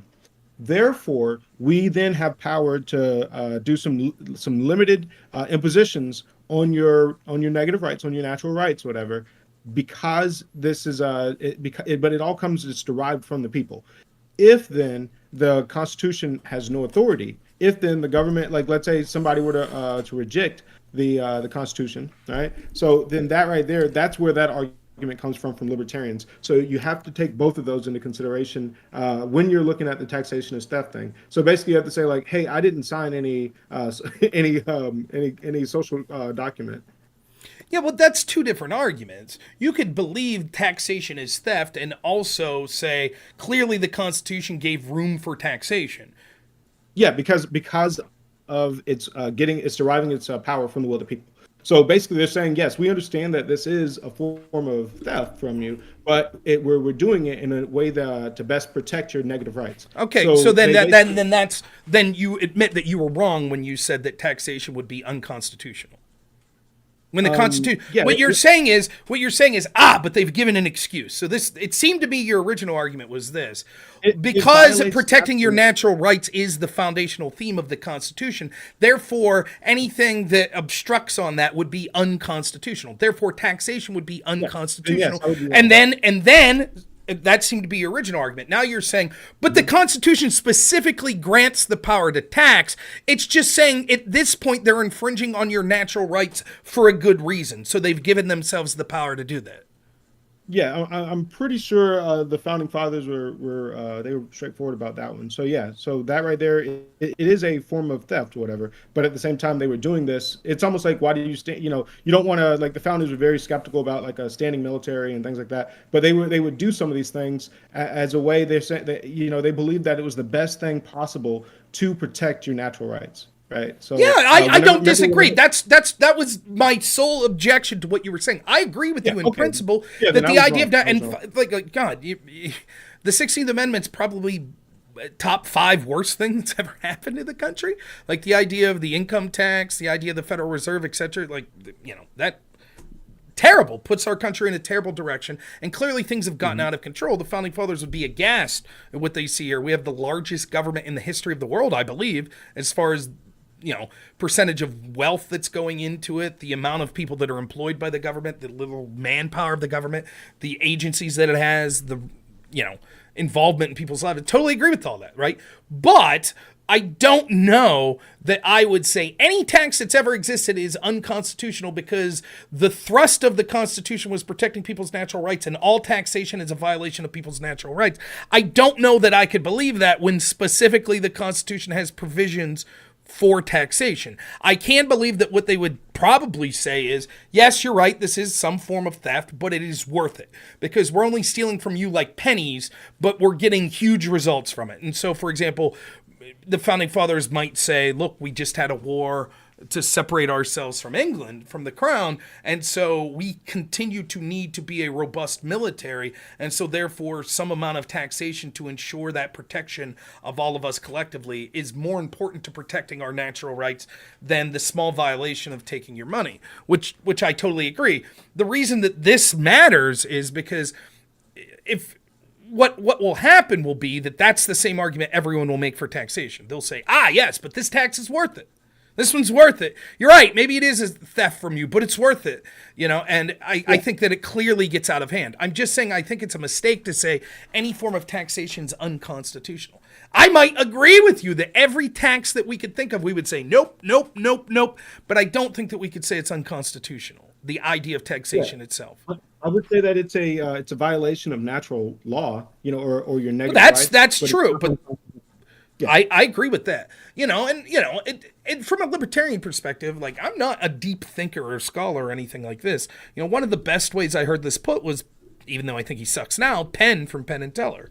He said, anything that you're not willing to put a gun to someone's head and rob them of their money for, you shouldn't tax, because that's what you're doing. So you might say to me, hey, Rob, don't you think it's important to have a library for kids in your town? Sure. Okay, so then we could take 5 cents from your paycheck to do that? Well, I might voluntarily say absolutely. But if you say no, am I willing to put a gun to your head? I'm not. So therefore I shouldn't tax for it, because it's theft. Because the government taxing you is in effect taxing, or threatening you with force. That's what they're doing. We'll lock you up if you don't do this. We'll take away they're using force against you. So, I know it's not the most scholarly way, It's not a discussion of natural rights and, exactly what the found. But I think that that's a good way to look at it. I think practically, though, the reason I'm not a full-fledged libertarian is I do think, much like the founding father, that there is a limited role for government, such as things like our defense. We should have a military. We should have a secure border. We should have some sort of police force. We should have a legal system that can adjudicate between two people. I don't believe in the ANCAP idea of arbiters and insurance that they seem to talk about. I think that's not going to pan out. Like a Walter Block, privatize everything. No, I think it's. No? I don't think. I think it's not possible. It's a utopia that's not possible in a large scale. Yeah, but it's not possible near the large scale that we're at now. It's just not.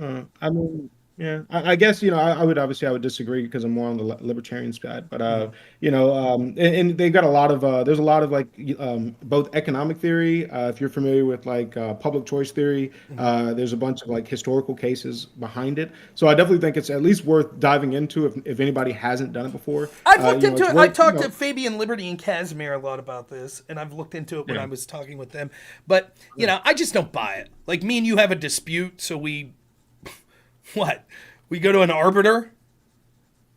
Yeah. So it would be more of a system at that point, right? Like in the very beginning days, yeah, basically you're familiar with how we view the market, right? So over time, you're going to have the best system will win, right? So all they're saying is that the system that we have right now is corrupt, and that it would be done better if it was done via the market. So whenever, let's say, because everybody's going to have a police force of some sort, right? So it might be in your HOA's policy where you have to pay for your police force that way. It might be, who knows how it'll be, but, virtually everybody will have a police force, even if it's just the people that own the road that you're driving on. They make their money through advertising on the road or whatever. They're going to have police forces for their roads, and then you're going to have communities are going to have police forces for XYZ, right? So, and insurance policies, whenever you buy a building to create a business, part of your insurance policy would have a police force that they contract to. So, everybody would still have all of these same exact things. It's just, it's your HOA could fire them, so you could fire them, so you would There's still literally, have at the end of the day, it's still government. At the end of the day, it's still, the only difference is, and I've gone deep into it, the only difference is that you've acquiesced to it. You've signed on. You signed on to the HOA. If you didn't want to join the HOA, you didn't have to. But if the HOA said, we are in charge of all of this property right here, and you can't be here unless you sign on to the HOA, but you can happily go somewhere else if you want, that's the only difference. Right? Yeah. Well, that and the firing part is essential. The fact that if we don't like the police force and they're going around beating up people as my HOA, so my HOA. Okay, 51% of the people like it. Now what? Yeah. Then we'd be screwed, right? But I believe that I can make a case. I believe I can make a case for why we should use a different HOA association. Better to my HOA than I could to let's say the whole state of whatever I'm in, right? So it's definitely it's more contained on a small level. Whereas if the corruption gets so bad, the first people that complained about it, they're not going to immediately see the people fired. So it kind of sucks because the 51% of the people on the HOA aren't just getting rid of them, right? So you can then move to a better HOA, a better community. Or you could say, damn, this sucks, right? But then if the corruption gets so big, then other communities are also going to start complaining about this. And then, I think that it might take maybe a year or 3, but eventually you could get rid of that corrupt, that corrupt system. You can't. It's literally the exact same problems would arise, and it's not doable. It's just not practical in any sense whatsoever. When we have an industrialized country the size of what we do with 350 million people, it's just not possible. It's not possible to be but everyone will just voluntarily acquiesce within 3 to 5 years to what their individual. Because what you're arguing for is just more local government instead of sort of a state and national government. The better system would be one that the founding fathers entailed, which was that we have a federalist country where the states have more of a say than the federal government, and hopefully those states would agree that the local government should have more power than the federal governments. But you need a federal government. You need the state governments for a country of this size. Particularly, we probably needed it in the time of the founding fathers. We certainly, or they would have just been wiped out by foreign adversaries. It wouldn't have even been close. Or it's certainly true that if we didn't need it now, we certainly need it now with as complicated as the country is. It's literally, it is just a utopian dream. It literally has 0.0000001% chance of happening. And if it happened, it would quickly fall into the exact same criticisms that you have of government now. Now, there are many criticisms that you can make specifically of our government and of specific governments and things that could be changed with them. But the concept of eliminating government, of being an anarcho-capitalist society, is not doable and would result in the same problems, in my opinion. I just don't like, there's all sorts of things. Go ahead. So I live in an HOA, right? So my HOA, like anytime, like if the landscaping isn't done right, we'll be like, okay, well, we switched out like our landscaping guys like 3 times in the last, like I think that, I think that the market definitely can take care of this. Let's say your HOA tomorrow says we're taking your house. We voted, 80% of us say, yes, we're taking your house. Tough shit, right? Well, we would have a constitution, right? So we would have a constitution. So it would get back to the same thing. So we'd have a constitution for the HOA. So one of those things is it protects my property rights and things like that, right? So I would put in the constitution. Obviously, I wouldn't move into a HOA that has the ability to just take my house. But who enforces the Constitution? Because let's say you have that Constitution and then people say, we'd like to make an amendment. We'd like to take Sky Guy's house. Okay, 80% of the people say yes. Yeah. Now what? Okay, well, then I would take them to the court, which will be a free market court system. Okay, and the court says, fuck you, you lose your house. Now what? Well, this court system, I mean, this was a court system that has tried like, hundreds of thousands of Okay, and they still say, fuck you. They're worried about their... How are they deciding? How would they decide? What would they be... How would they want to take my house, I guess? Am I like burning stuff in the front yard? Or... No, they just say, we like it. Goodbye. They can force you to sell, but they can't just take it. Why? That would Why be in can't the Constitution. They can force you to sell. How do you determine that would be in the Constitution? Would this Constitution say there are things that there's no rule for revision of the things that are in the Constitution? How can you ensure that that's what would occur? You could say, okay, we need 100% sign-on in order to change the Constitution. But yeah, I mean, obviously, nobody would want to live in a HOA that can just take their house willy-nilly, right? Like that's just, It might not say that originally, but let's say that they decide that as it goes on. I would have to sign. I mean, I would literally have to have. But how? What is your recourse? I would go to the court system. Court says no. Court says no. Now what? My HOA could try to take my house right now if they wanted to. That's true. They could. Go to the court system. But you have a government. But there are laws. There are laws from the big HOA, the government, that say they can't do that. Yeah, but the government violates their HOA, the law. That's right. Just like your HOA would, just like your utopian HOA would also violate. If right now we have a government that is beholden to a constitution and the courts and the government constantly violates it, how can you be sure in your utopia that the HOAs that are now, I guess, hundreds of thousands of HOAs won't violate their own constitutions that they've written? And how isn't that also a form of government? What's that? Yeah, so no, it is definitely a form of government. Yeah, you're correct on that. Correct. Okay. But because of the market forces, we understand how the market works. So you would literally, like, let's say that court did let me lose my house. That court, nobody would use them ever again. Why? So they go bankrupt. If 80% of the people, that's not true. That's sort of the arguments with tyranny of. Let me go ahead. Like at least no. Why would, let's say your house then somebody tried taking your house away or whatever. Yep. Why would you agree to go into that court that is known as the people that act like communists, who literally will take your property if your car is seized or repossessed? I mean, there's like nobody. I don't think anybody would knowingly go to that court system after that horrible ruling. That's not true. The people that won would, and those people are 80% of the people. That's the majority of the people that won. Well, in every court case, there's going to be the defendant and the plaintiff, right? True. So there's always going to be one side that, and you have to, like, the Tane system, whatever, Icelandic King system, like they had a system like this. You're not going to have it where one side gets to choose which court we go to, right? So we have dual opt-in. right? What? So What if they the disagree? court What if system again? None of the. This is all like your system is basically. So me and you have a disagreement. You say I want to go to court X. I say nah, fuck that. No, and you say how about Y? I say nah, fuck that. we would have to find one that we.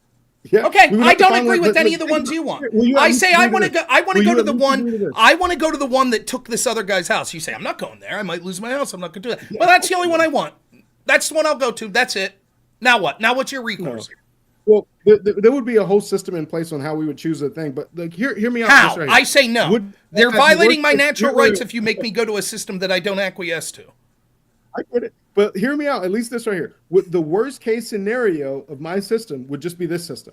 It would be a No, system no. that could take your It house. would not. It would not, and here's why. Right? Because one, it would fracture society to the point where the sort of infrastructure that we have would totally collapse. Right? Second, it would lead to people that had the limited protections that we do have because we've all sort of collectively have some sort of societal agreement. So like we have like an army, we have like police, things that we've all agreed on. Like we have a constitution, like that we could all point to, which is sort of what you said the point of the republic was. Those offer at least some sort of limited protections. In your world, literally there is nothing. It is literally a world of tyranny of democracy and might makes right. Because there's the only, alls you've done is you've made it more likely that outside groups would come in and say, we're just going to take everything over, fuck these people. And you'd have no recourse. The best chance you would have is to scramble together a bunch of individuals now collectivizing, which would result in things like taxation, to create a military, to try to fight back against it. That's the best that you'd be able to do, and it's pure. It's just utopian. It's just utopian bullshit. There is zero chance of this, and it collapses in on itself. And all of a sudden, who gets what property? My great grandfather lost his home to taxes. Do I get that property back, or is the person that bought it from the bank after that and from the government? Who gets that property?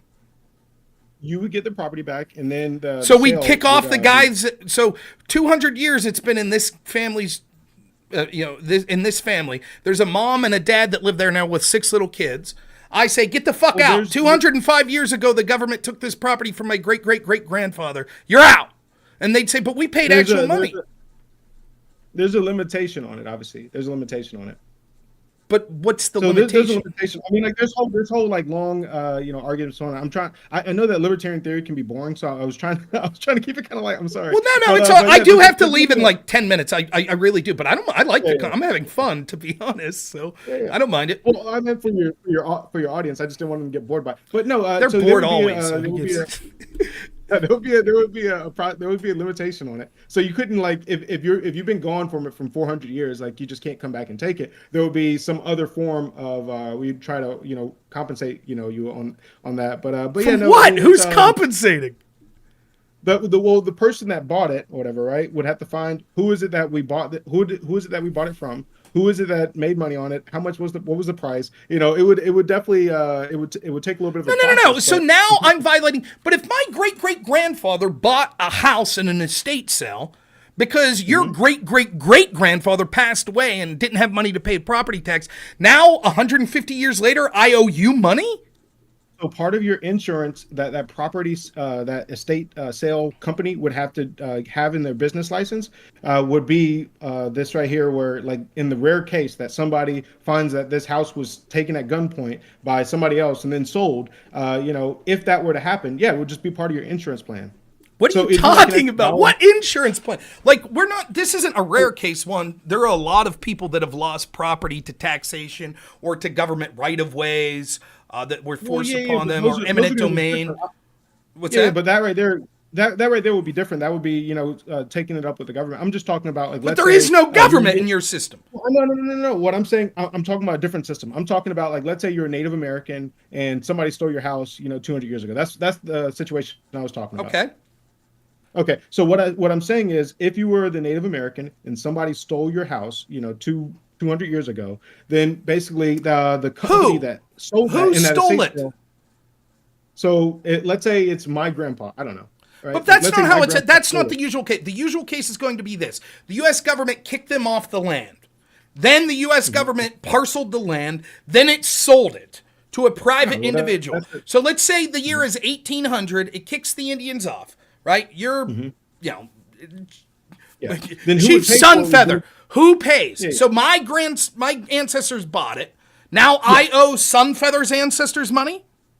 Well, typically what would happen is when the government kicked everybody off, I would imagine, let's say I could be wrong on this, but let's say I'm saying like an oil company bought it, right? If that oil company bought the land after Sunfeather was kicked off, then it would be the oil company and their insurance that would be responsible. What insurance? What insurance? So let me get this straight. I'm trying to steel man your position. Your position would be this. The federal government dissolves. Now we have all of these HOAs and we all buy insurance. I'm forced to buy insurance, I guess, which seems to be a violation of my natural rights. Let's say I don't, but I guess that's the first question. I choose not to buy the insurance. Now what? Then I wouldn't sell you a car. I wouldn't sell you a house if you aren't going to buy insurance. So What does it? So like, the let's say insurance is let's all say encompassing. The insurance is all encompassing for everything. And if you don't have it, Yeah.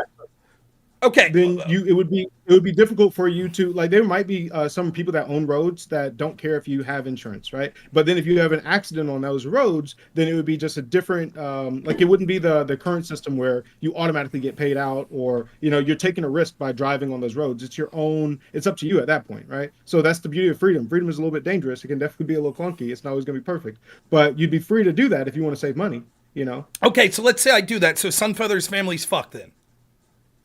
So Sunfeather, no. Like I said, he would get paid out By whoever who? was I responsible. chose not to have the insurance. I brought the So it's two property. things. Okay. Yeah, it's two things. Number one, you're saying that the government did this, and then the government no longer exists. Correct. And that's what makes this so difficult. That's what makes it more difficult. I would say that the people that lived in that county, you know, that did that to them or whatever, they would be responsible for paying them back. I know But they're dead. It's 200 years ago. It's difficult when you say the government did it and then the government moves away. You know what I mean? I would definitely say. But the government is just a collect. The government, you understand? Like I would think, as an ANCAP or as a libertarian, you would understand the concept. The government isn't like me, the individual. Like, for example, I shouldn't be forced because I pay taxes to this government, and then this government goes and violates someone's natural rights. I should then not owe that person reparations because I am the government, since I funded it. Because through the threat of force, I was forced to fund the government. You would agree with that? Of course. Okay, so then when you say the government no in the longer first place, exists, you're 100% that's right. what's that? Because the government exists, it definitely makes it more complicated. It would be much easier if the government sold this to an oil company or somebody. But that's like whoever lives not there the. currently. It doesn't matter. Even if they did, why is that different? An oil company is just a company that's voluntary. An oil company is just a collection of individuals that own something in your system, correct? Yeah. So it's Okay, definitely same it's thing something- then. I think There'd be no difference. I think you'd be able to say, hey, look, it's been 200 years. Like, you know, like we have this system where, you know, if it's been more than 70 years, you can't come out of the woodworks and say that this happened. You know, I don't know, right? Like, I mean, No, that's the beauty of well, having- right, and that, figure it but out. that's the problem. See, the problem, right? Like, there is the practical sense, and I just don't think that the ANCAP vision practically makes sense. But then there's also the principled stance, right? And the problem with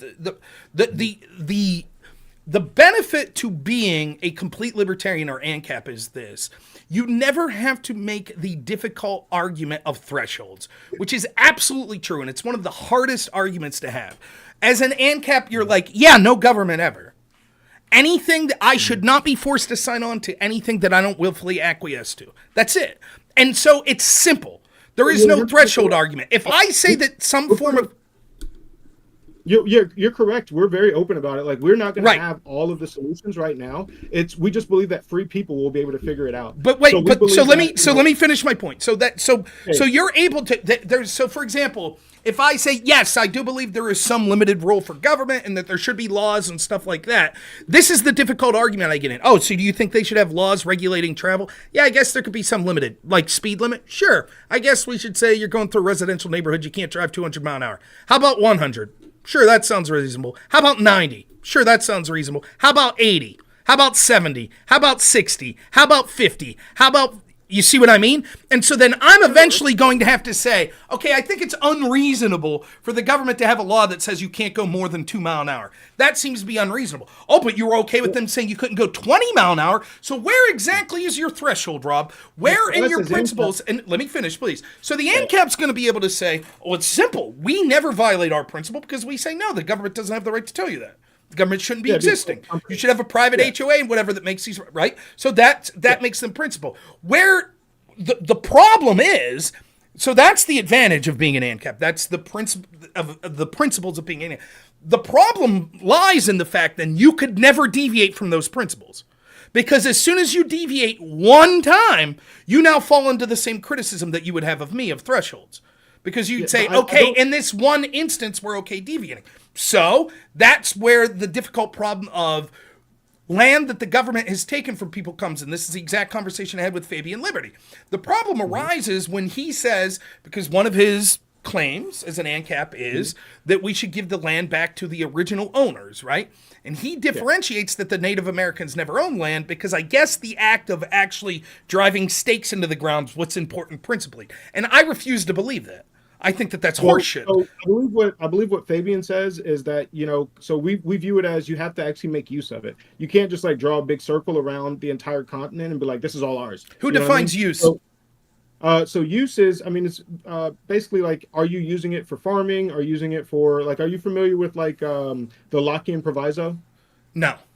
Where you have to, like, let's say we're all on an island or whatever. So plane crashes, I end up on an island. Then like 5 years later, you come to this island. So like, what do you have to do, right? Like Vosh tries to like call like the coconut problem or something like that. So all it is, the Lockean proviso just says you have to leave as much and as good for others. So if we're both on an island, like I can't just like force you to starve, right? So like I can't just say I own this entire island. Excuse me. That's way larger than I need for my little farm, that I'm doing for myself. So I have to leave as much land and as good of land. So I can't give you like a barren desert. I have to give you something with water as well. So that's all the Lockean proviso is. So like most of these arguments or whatever have all been. So that's what you're endorsing. So then the question is, so let's say use. So let's say, again, your ancestors in the year 1800 parceled off 5 acres, and that's where you're still at today. But the problem is, on a 10-yard by 10-yard section in the corner, I don't think you're using it. I haven't seen you walk there one time in the past year. You're not growing crops there.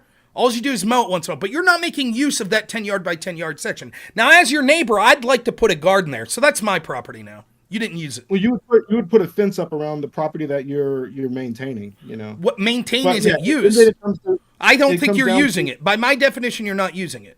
Well, we would have a fixed definition, but you're correct.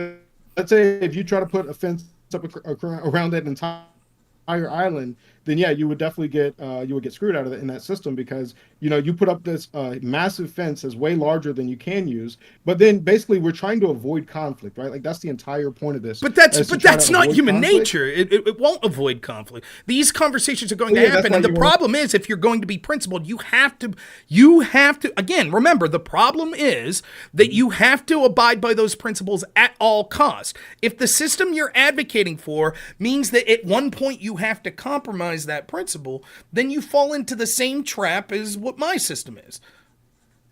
Right? Same thing. You could say, I think it would be better, but you would have to compromise it. So then, okay, so then in this unique, so you have to have a solution to this problem. Like if you say the reason that the Native Americans don't deserve their land back is because of use, but the reason that your ancestor who was, a trapper, he was trapping. I mean, I don't know. Who defines what use it? Were the Native Americans using the land? Oh no, I don't. Obviously, I don't think so. But I think the only reason this becomes complicated is because the government got involved. Number one. Number two, non-unique. There's always going to be government. You could say the same.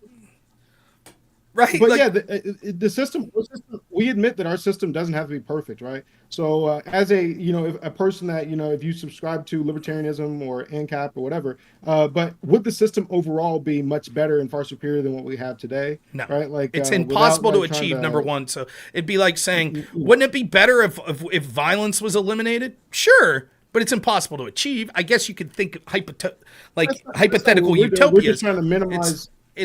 You could say you're trying to minimize. It's literally not doable. It's not doable at all. It's literally not possible. There is no way. How will you eliminate the federal government of the United States? Go ahead. Oh, got it. Okay, you're saying that right there part. I was Nothing, like, yeah, nothing like, about this in a country of 350 million people that's technologically advanced as we are today. Nothing about it will leads to an ANCAP society. It is just not doable. ANCAP would definitely work, right? But as far as, how do you get rid of a government where everybody has a normalcy bias to? That right there, you're correct on that right there, I guess. You could say like, hey, that right there isn't something that I think is feasible without like a war or whatever. I mean, those arguments or whatever. I just want to argue for what would be the best system possible, to maximize liberty and prosperity for people. But again, but the best system possible would be a benevolent dictator. No, a competent, of course not. Of course it would be. No, Competent, the smartest man in the dictator. world, who is the most virtuous, that was making all of the decisions, would be the best system to live under. Now, the only problem with that would be that if once it becomes too expansive, he wouldn't be able to have direct involvement in all of those. But that's clearly the best system. No, that's Yes. terrible. That's terrible. Why would it be? What's wrong with that system? Number one, power corrupts. Absolutely. So even if he was the That's smartest not person, true. there's a knowledge problem. We've eschewed that. We've eschewed that by saying he's benevolent, so he won't be corrupted. Okay. Next. Okay. So if he's benevolent, even if he's benevolent, there's still going to be the knowledge problem. So you're familiar with like He's Hayek a genius. and He's the I'm sure. smartest guy ever. Like the only problem would be that he Even doesn't. the smartest guy ever, even an AI supercomputer cannot solve the knowledge problem. There's a huge amount of research on it as far as like papers. I could definitely bring them up. I just know that it's not always the most. But exciting again, thing. we're just talking through it. We can't solve every problem. But what I can say is he would okay. appoint other Okay, benevolent okay. geniuses that would be able to solve that problem. So the knowledge problem, there's no amount of supercomputers that can solve the knowledge problem. Are you familiar with like the knowledge problem? It's one of the reasons I that can socialism intuit can't work. what it means, but go ahead. Yeah. So let's say like one of the beautiful things about the invisible hand and the price system, the price mechanism, is that it takes in all of the local knowledge and individual knowledge all at the same time, right? Right. It's so too let's say massive. Apple- So, like, for example, like, let me see if I could sum this up. Like, I used to work at a local Burger King. The best selling sandwich we had there was the rodeo cheeseburger. Cheeseburger with onion rings and barbecue sauce on it, right? It was a corporate offered thing. Now, as a Burger King, we didn't have the option to offer unique items to that store. So when eventually Burger King decided to cancel the rodeo cheeseburger at the time, we had to cancel it, even though it was the best item. And you would say that's because the knowledge problem would be this, that because it is a massive corporation that's dealing on things at a countrywide scale, it's unable to solve the unique problems of specific locations. If it had more specific location-minded solutions, then it would say, of course, we're not going to get rid of our best burger, but because it was operating, the CEO, whatever, isn't going to ever be able to solve that problem at looking at a little town like I live in. Basically what you're saying? A little bit more than that. It's Okay. actually down to the individual. It's not even just countywide or whatever. It's actually down to the individual. So individual preferences, let's say they aren't always going to be understood by other people, right? Like maybe somebody's short, maybe somebody's tall, maybe, whatever the reason is that I want to buy that bacon burger, like somebody else that's the central planner, even if he's the smartest person in the world, he's going to have his own biases. Let's say he's benevolent and he has a lot of empathy, so he tries to understand me. And he's like, well, I think that you would rather have, something that's not going to give you cancer or something that's not, whatever the reason is. Whenever they're making decisions for me, they're always going to inevitably end up getting it wrong because I could have a million reasons. You might think that, nobody wants a painting that is made of poop, right? Like, I think that's insane. Okay, right? Like, two things to say to this. One, the benevolent, omniscient dictator understands this. This is why he says, yeah, you can eat whatever the fuck you want. One. Yeah. Second, same problem with your HOA. Mm-hmm. Same problem. Yeah, Your but- HOA so has number the one- exact same problem. Literally the exact exactly. same problem. So number one, I signed on to my HOA. So me So as a what? free person, I signed on to the benevolent dictator. Now what? Oh, I didn't. Okay, then leave. That's the problem. So Then if leave. I were to, well, no. We'll Like, say I there's shouldn't no have law to- that says you can't leave. See you. No, I shouldn't have to leave. I shouldn't have to Okay, leave. your HOA, so you're in an area you didn't sign on to the This HOA. makes Now sense what? under me. Well, okay. So if I didn't sign on to an HOA and then an HOA comes in, like takes over my neighborhood, Sure. right? Is that what you're basically saying? Yes. Then I would say it's unjust. right? Okay, So but I that's wouldn't how it have would to- work. That's how it would work. You understand Yeah, that? that's exactly For example, how I government own a works. house right now in a small community called Chippenville, right? So let's say the U.S. federal government collapses voluntarily. We'll assume it happens without conflict, and so we gradually phase it out over the, it's. We'll do so in a way, whatever, even though this is impossible to envision, but hypothetically, the way it dissolves out, it leads to no problems. Like every infrastructure stays intact. There's no civil war, no violence. Okay, right. So then this house that I've owned 5 years from now, I'm now all of a sudden all the collective houses around here go, great. This is awesome. No dogs, by the way. No dogs now in all these houses. If you live here, you can't have a dog. And that's what every other house in my little town says. And now it's its own little HOA. And I said, but I've had this house for years. And I have dogs. And they're like, well, you got to get rid of your dogs. And I say, I can't do that. They're part of my family. And they say, well, then get the fuck out. That's how it's going to happen. You realize that. You're not going to have all neighbors agree on the same thing. There will be people that like, I don't like this. I don't like the rules. For example, it could be something like more direct. It could say, we don't allow the consumption of alcohol here. And someone might say, that's horseshit. But 95% of your neighbors agree. And you say, but I like to have a little wine now and then. Nope. It's illegal. Can't have it on the premises.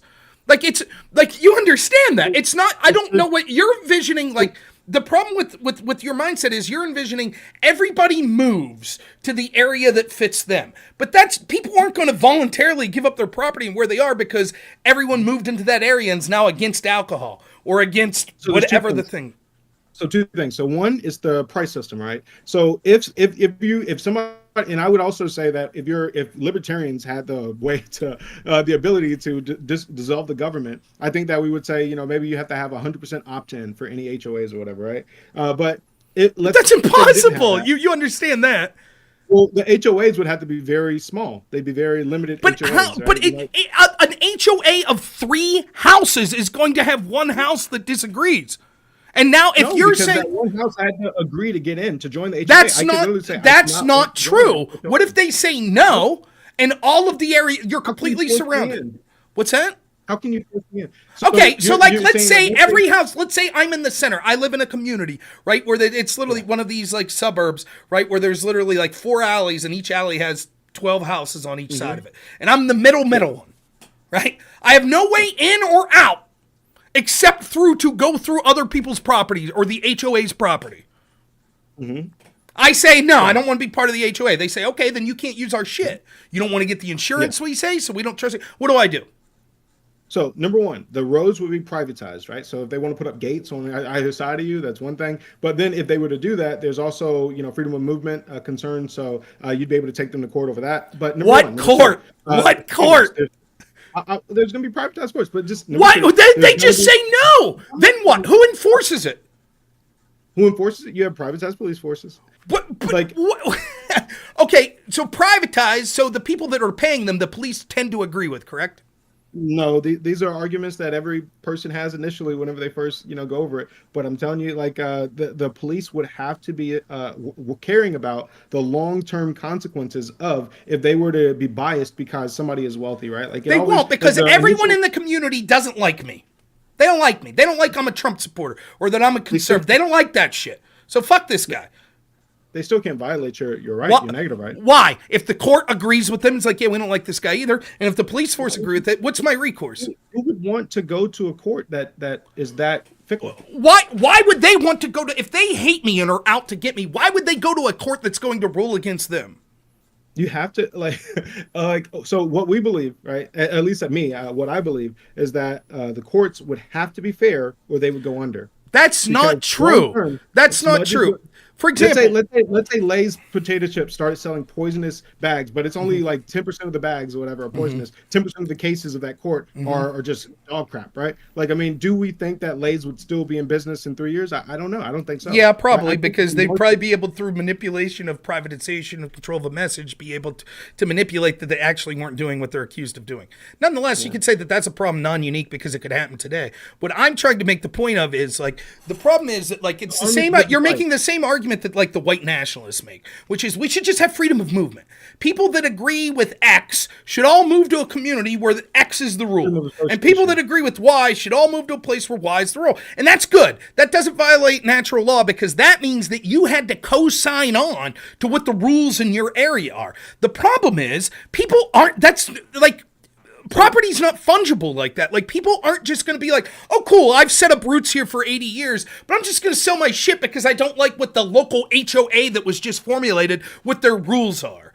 You know, let me go over it a little bit deeper. So two things. Number one, Mr. White was asking, would all these armies go to war, like my army versus your army? No, they're not going to go and kill themselves because two people are in a dispute. They would. They're worried about. They're worried about long term. What is the point of us? Okay, let me explain. So this system basically already occurs. Are there any communities you could think of in this country where basically the rule of law doesn't exist and it's left up to the people to sort of have their own governance and their own sort of policing? Sure. Can you think of any communities like that? It's not policing, but let's say whenever, how there's like 3 counties in Texas that opted out of Social Security or whatever. Yeah. So when they wanted to do that, they were like, there's multiple banks that they can go to. Oh, cool. I'll give you another one. Bloods, Crips.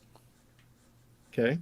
Yeah, I live in an inner city. Like, the police don't really come here. So we have sort of the people that we've acquiesced that are sort of the people that are in charge of things. And they have the monopoly on force. Do they ever go to war with other places that have people that also are in charge of their communities that have monopoly on force?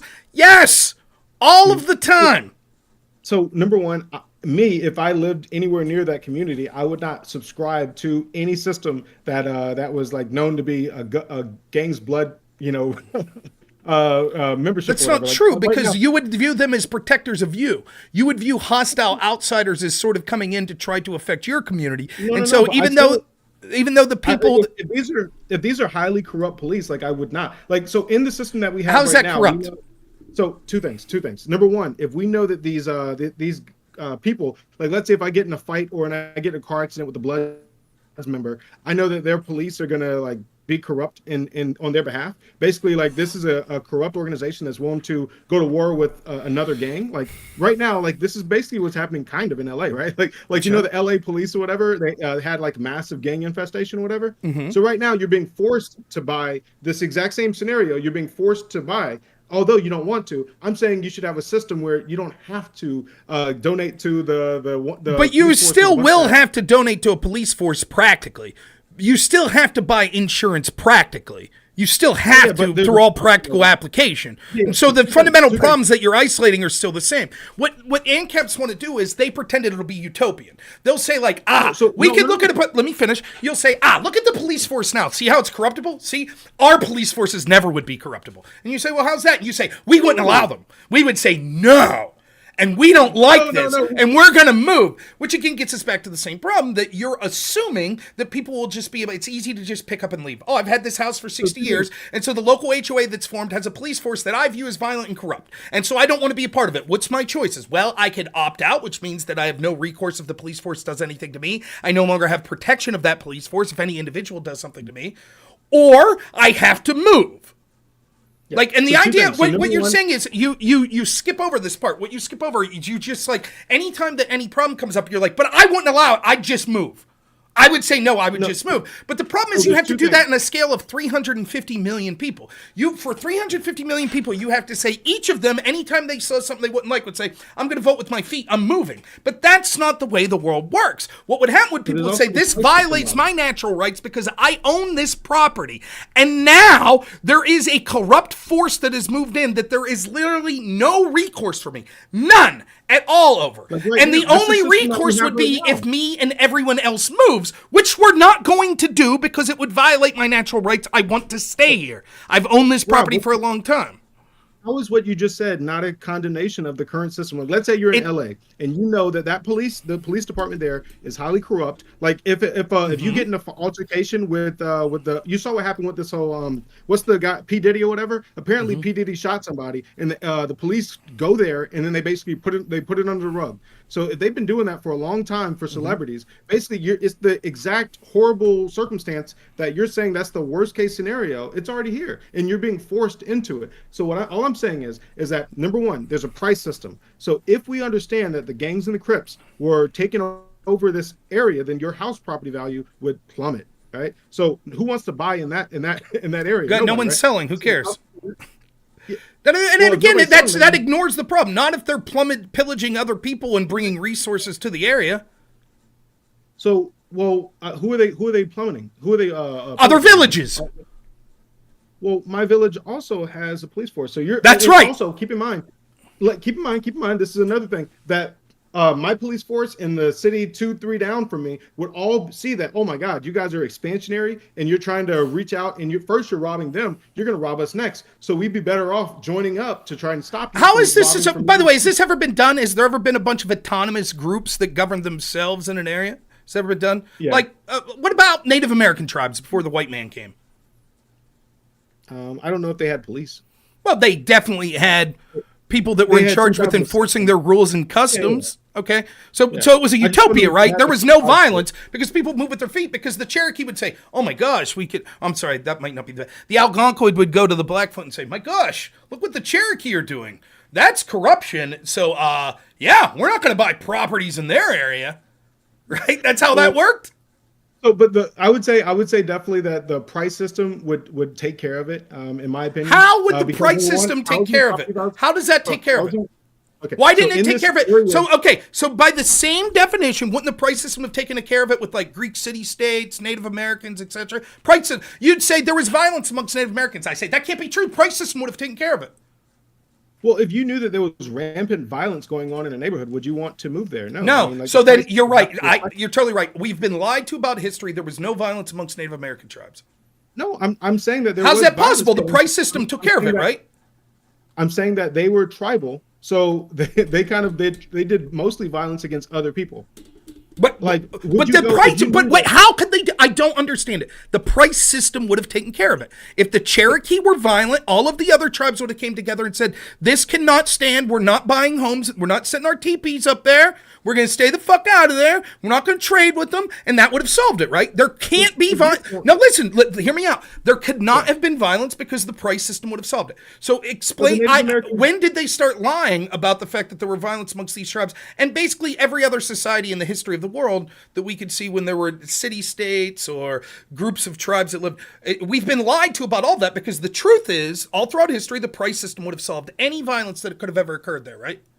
No. So number one, it's never going to be a perfect utopian system. Number one. Number two, the Native Americans did partner up with other tribes to stop people that were more aggressive. Like even when the white man came, remember that, that was a big part of it, right? So when Columbus got here, the Native Americans were like, "Hey, white man, you've got guns and they're impressive. We're getting killed by these other people over here and enslaved, and we've been getting killed and enslaved for a long time. We'd like your help defending ourselves." So, people joining together to stop. By the way, how'd that work out for the Native Americans? Just curious. Worked out well for them, right? For the Native Americans that worked with the whites, whatever. How did it work for the Native Americans in general? How'd it work out for them? In general? I think they live in a more prosperous nation. They do? That's what you think that it worked out well for them? Right. I definitely, well, keep in mind, like a lot of the information that, is put out against like Columbus, whatever, isn't very accurate. So, it's not like he was going around just trying to murder a bunch of people. Sure, I agree with that. Yeah. Even with the Taino, the Taino, remember, they were attacking him.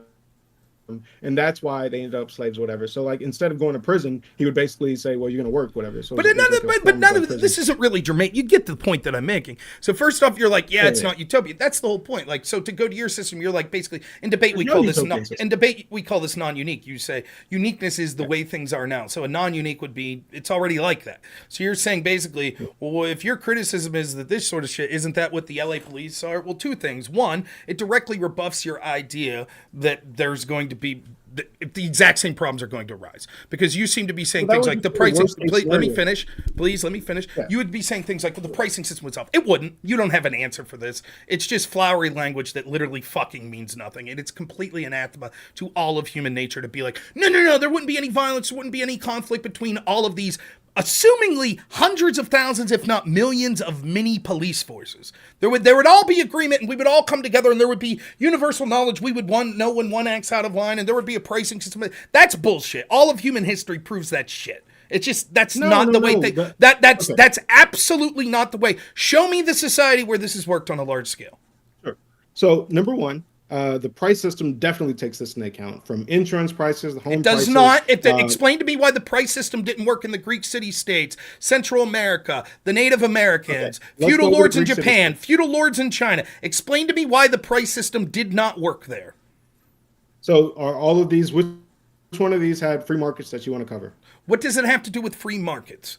Define free market. You need free markets to have. so a free market means that the government's not coming in and like taxing you at like 90%, et cetera, et Okay, cetera. I would The say government all of can't come them in and started free create- market because every one of these societies would have started without there being a government. Okay, so if this system has no government and they have, or let's say they have free markets, if they had free markets, then let's look at one and see why let's say you said Rome, I believe. So Sure. let's look at Rome and see. I said Greek city-states, but if sure. there was Greek city-states, yeah. So the free city. So if we were looking at the Greek city-states, so you're saying that there was massive violence, and then that the housing value there didn't change. Is that what I'm you're saying that despite that, your argument is this. I don't know if the housing value changed or not. Your argument is there can't be violence between city-states because if there was, property values would decrease in the city-state that was in the wrong. That clearly didn't prevent the Greek city-states from fighting, or the Native Americans, or people in China. Yeah, no. There can always be violence, but what I'm saying is that if you're like if you have like let's say the what are those two families that are very common, the McCoys, Hatfields and McCoys, yeah. If they wanted to go to war, that's okay, but that's between them. They had legitimate reasons for why they want to go to war. What I'm saying is, let's say the Hatfields wanted to start then attacking everyone else outside of there, then people would join up together to stop them. That's what I'm saying. No, it's just stupid. Then why didn't that occur in all the times in history where we could see imperial countries? Why didn't it occur in all the areas like the Native Americans? You don't think that Native American tribes could see the Cherokee taking out one tribe, then another? You don't think, like, you understand the entire history, but it didn't work, did it? Well, yeah, I mean, you had this massive, it was a massive force coming at you, saying that, it didn't work, whatever, because there was some very brutal, Native American tribes that were going after small, tribes or whatever that moved around a lot. I think it's messed up. It sucks that, the system that they were under didn't allow them to grow, as prosperous or as large as they should have been because they were moving around all the dang time, versus if they would have just stayed in one place and built it up and farmed. I think that'd be better. Again, it's just one deflection after another. It's just one more, and this is the problem. Every time you debate an ANCAP, it's the same thing. It's basically just trust us, everything will work out. Trust us. Pricing. And I could say that, I could just be like, let me think of a word. Dental care. I'd be like, benevolent dictator, and you're like, no. I'm like, dental care would solve all that. What do you mean? Dental care, it solves everything. And you're like, well, that doesn't make any sense. Yeah, I'm sure there'd be some problems, but dental care. And you'd be like, I don't get it. I could give you example after example. So, for example, there was dental care in Nazi Germany. Bad thing that there was dental care somewhat in the Soviet Union. Yeah, but dental care now. You're not saying anything. You're just saying you're just again, your argument, I'm outlining, I'm like, okay, let's envision a country where there are hundreds of independent police forces, or hundreds of thousands of independent police forces, where there are hundreds of thousands of governments, right, in the country that's currently the United States. We could see in the world now when we have different governments that there's conflict all the time. We see that. We could see in the past when we had, basically things that were similar to this, like with Native Americans, that there was massive amounts of conflict, that there was one police force or army clashed with another police force and army, and your articulation of no, that can't happen because of pricing just didn't have any effect. It did not prevent violence. It didn't even seem to slow down violence. It didn't seem that at all. And so what I'm saying is the problems that you're identifying now with our government, there are problems that we could work towards resolving. It'll never be perfect. That's absolutely true. But you can't articulate why those problems wouldn't exist in the society you're advocating for. And your society has unique disadvantages to the current society. One, it's impossible. It's not possible to achieve. So it's only exist in sort of a headspace. So in a headspace, if we're trying to get to a utopia that we know is not possible, and I could still show you why it wouldn't be a utopia, it seems as an intellectual exercise to not be something that's that relevant to discuss. Because you might say, well, there's value in discussing utopia, even if we can't get there, because then we could reach towards it. But when the system you're advocating for is utopian in the idea that it's unachievable, but it's still has the same problems that you're claiming to want to solve, I question why even go through the exercise. Okay. So instead of having one corrupt government, we now have hundreds of thousands of them.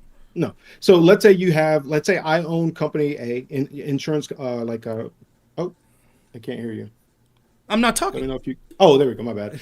Let's say if I own insurance company or police company A, you own police company B. We have two people that just got in a car accident and they want us to kill each other for them. Or, you know what I mean? Like, if we're thinking in 10, 20-year terms, like my company, I'm not going to go kill myself because you had a car accident, bro. You know what I mean? So, like, the company has the profit motive.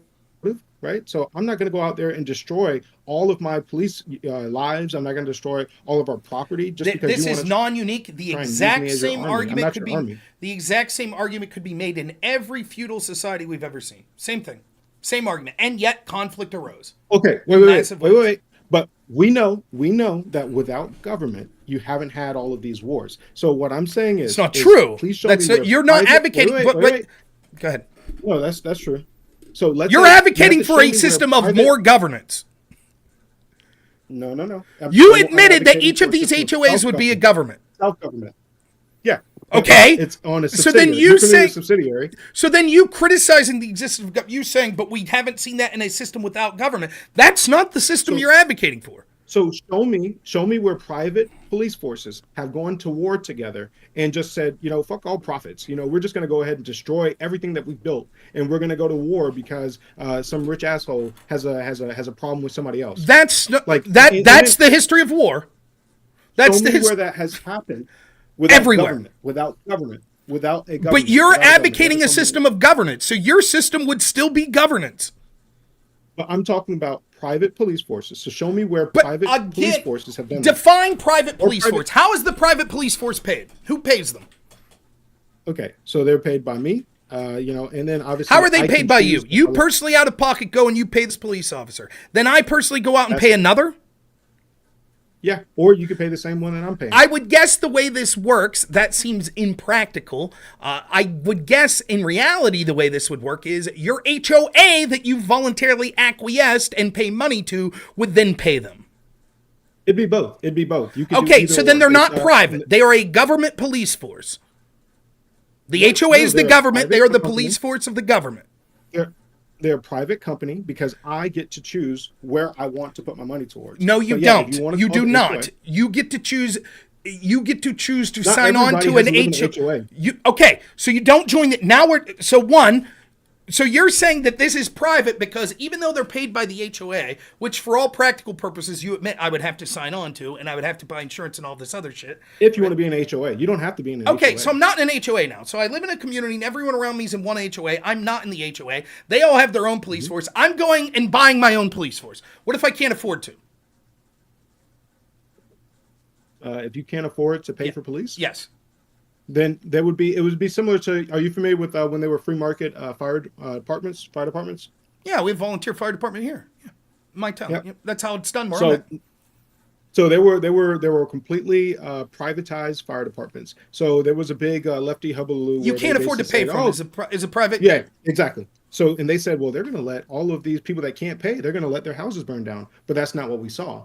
They actually still went and put out the fire, and then they would say, well, pay me after the fact, but you're Then now it's paying not me. a private police paying- force at that No, point. they It's are. still, it is not. They can sue It would you. not They be. can If sue the you. HOA Okay. is paying a police force and the HOA is the government, then it is not a private police force. They can. So let's say your house is on fire, right? Because this is an actual situation. Okay, right? we're So let's talking say about your- fire departments versus police forces, which are completely different. The It's gonna difference be would the- be it's gonna be- that a it's gonna be the fire is same, something listen. universal. It's not the same, and let me explain why. Because a fire 'Cause it is can something. spread? No, a fire is something that's sort of universal. Fire bad, put it out.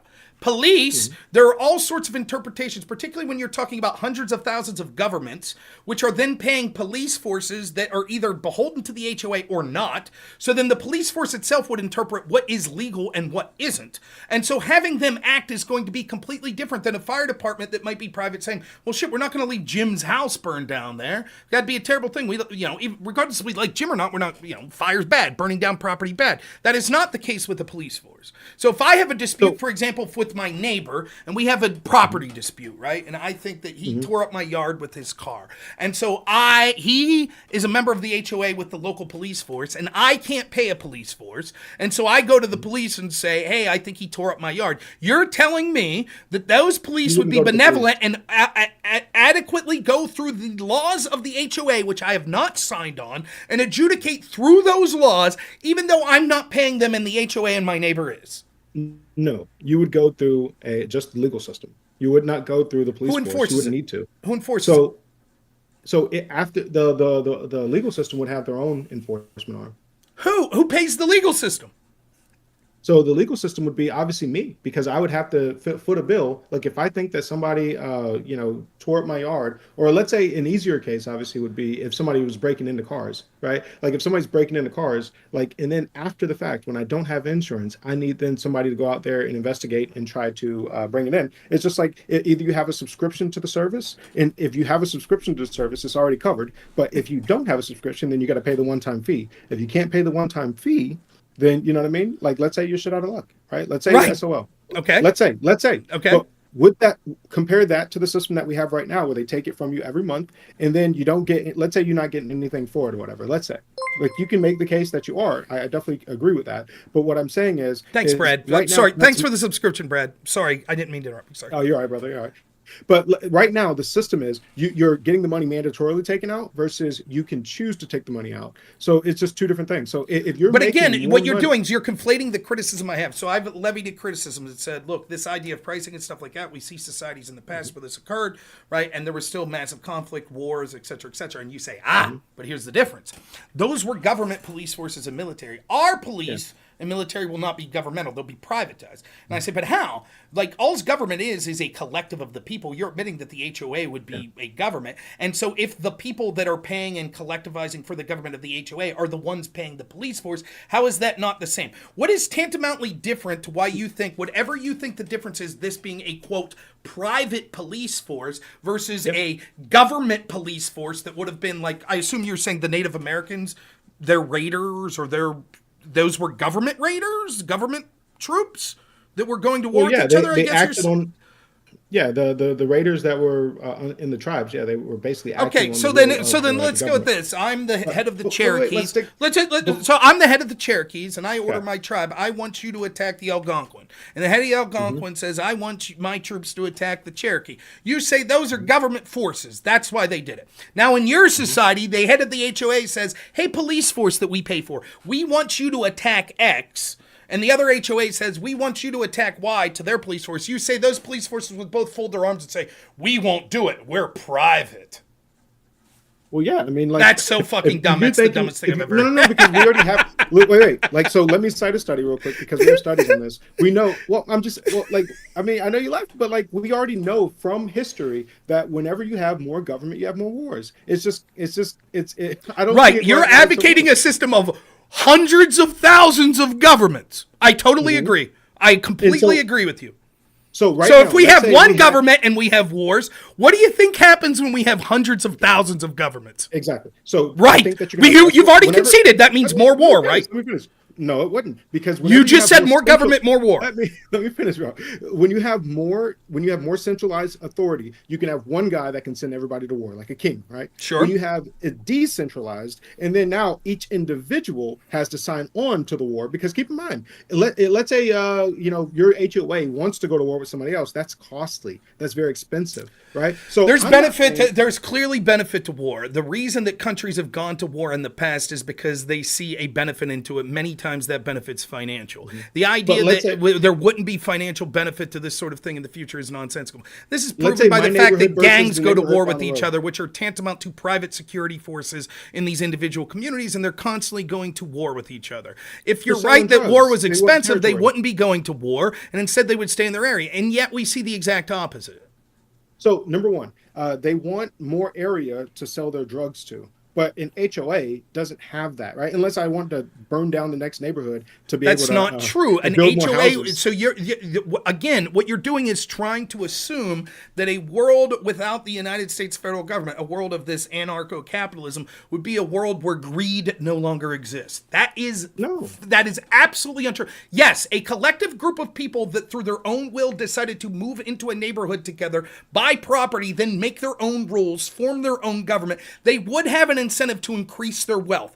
Part of the increasing of that wealth could be to try to get property that's elsewhere, to try to get things of wealth, resources, etc. that would be elsewhere. There is no reason that would change just because there was a dissolution of the United States federal government. None. Yeah. And so what you're doing is you're trying to make it seem like you're making it seem like this. The exact same people that live in this country now that we see commit violence, that we see that are greedy, that we see, want something for nothing. Those exact same people, all of a sudden with the dissolution of the United States federal government, will say, they'll all be sitting around reading books, like reading, Latin, smoking pipes, with vests on, going, yes, it's nice to be sophisticated people now. Now none of us ever want to have conflict with each other because it would be expensive. We'll all just stay in our HOAs where everything will go swimmingly and we'll settle things with insurance disputes. Despite the fact that we're paying private police officers to do our bidding, we know that they will never just listen to us and instead they'll do what is eminently just.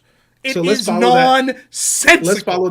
Let's follow that stream of ideas. Number one, the people that are likely to do that, are they wealthy people? Typically not, right? Like, because people, we make more money by working with other people rather than trying to to conquer them, right? No, so there are certainly, it's absolutely true that there are many. Do you think a king's wealthy?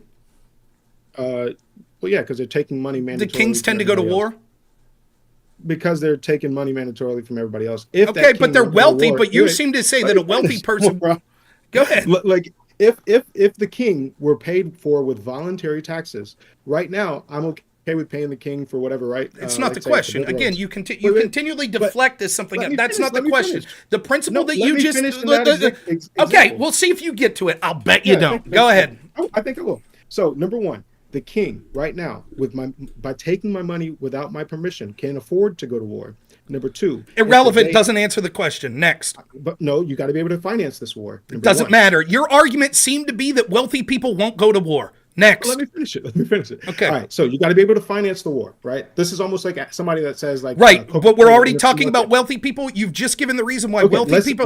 Real quick. You're again arguing against your own position because you've just given the reason why to go to war you have to be wealthy. When the argument you're trying to make is wealthy people won't go to war. So yes, I'll concede argument one. You're right. You need to have a certain amount of wealth to go to war. That's an argument in my favor in my column. Go ahead. So let's say, because socialists use this all the time. They say that McDonald's and Coca-Cola would become authoritarian and that they would force everybody, I'm sure you've heard this argument. So the number one, in order for Coca-Cola, which in a free market would have very thin margins, would you agree to that? In a completely Austrian economics free market, you would have very thin margins because there'd be cutthroat competition everywhere.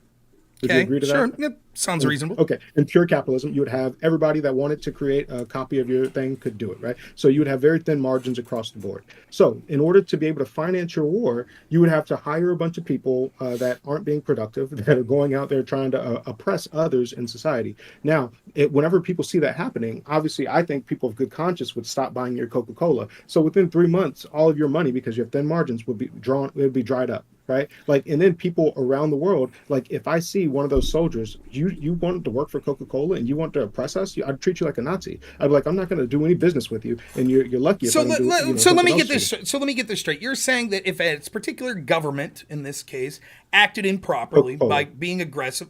Okay.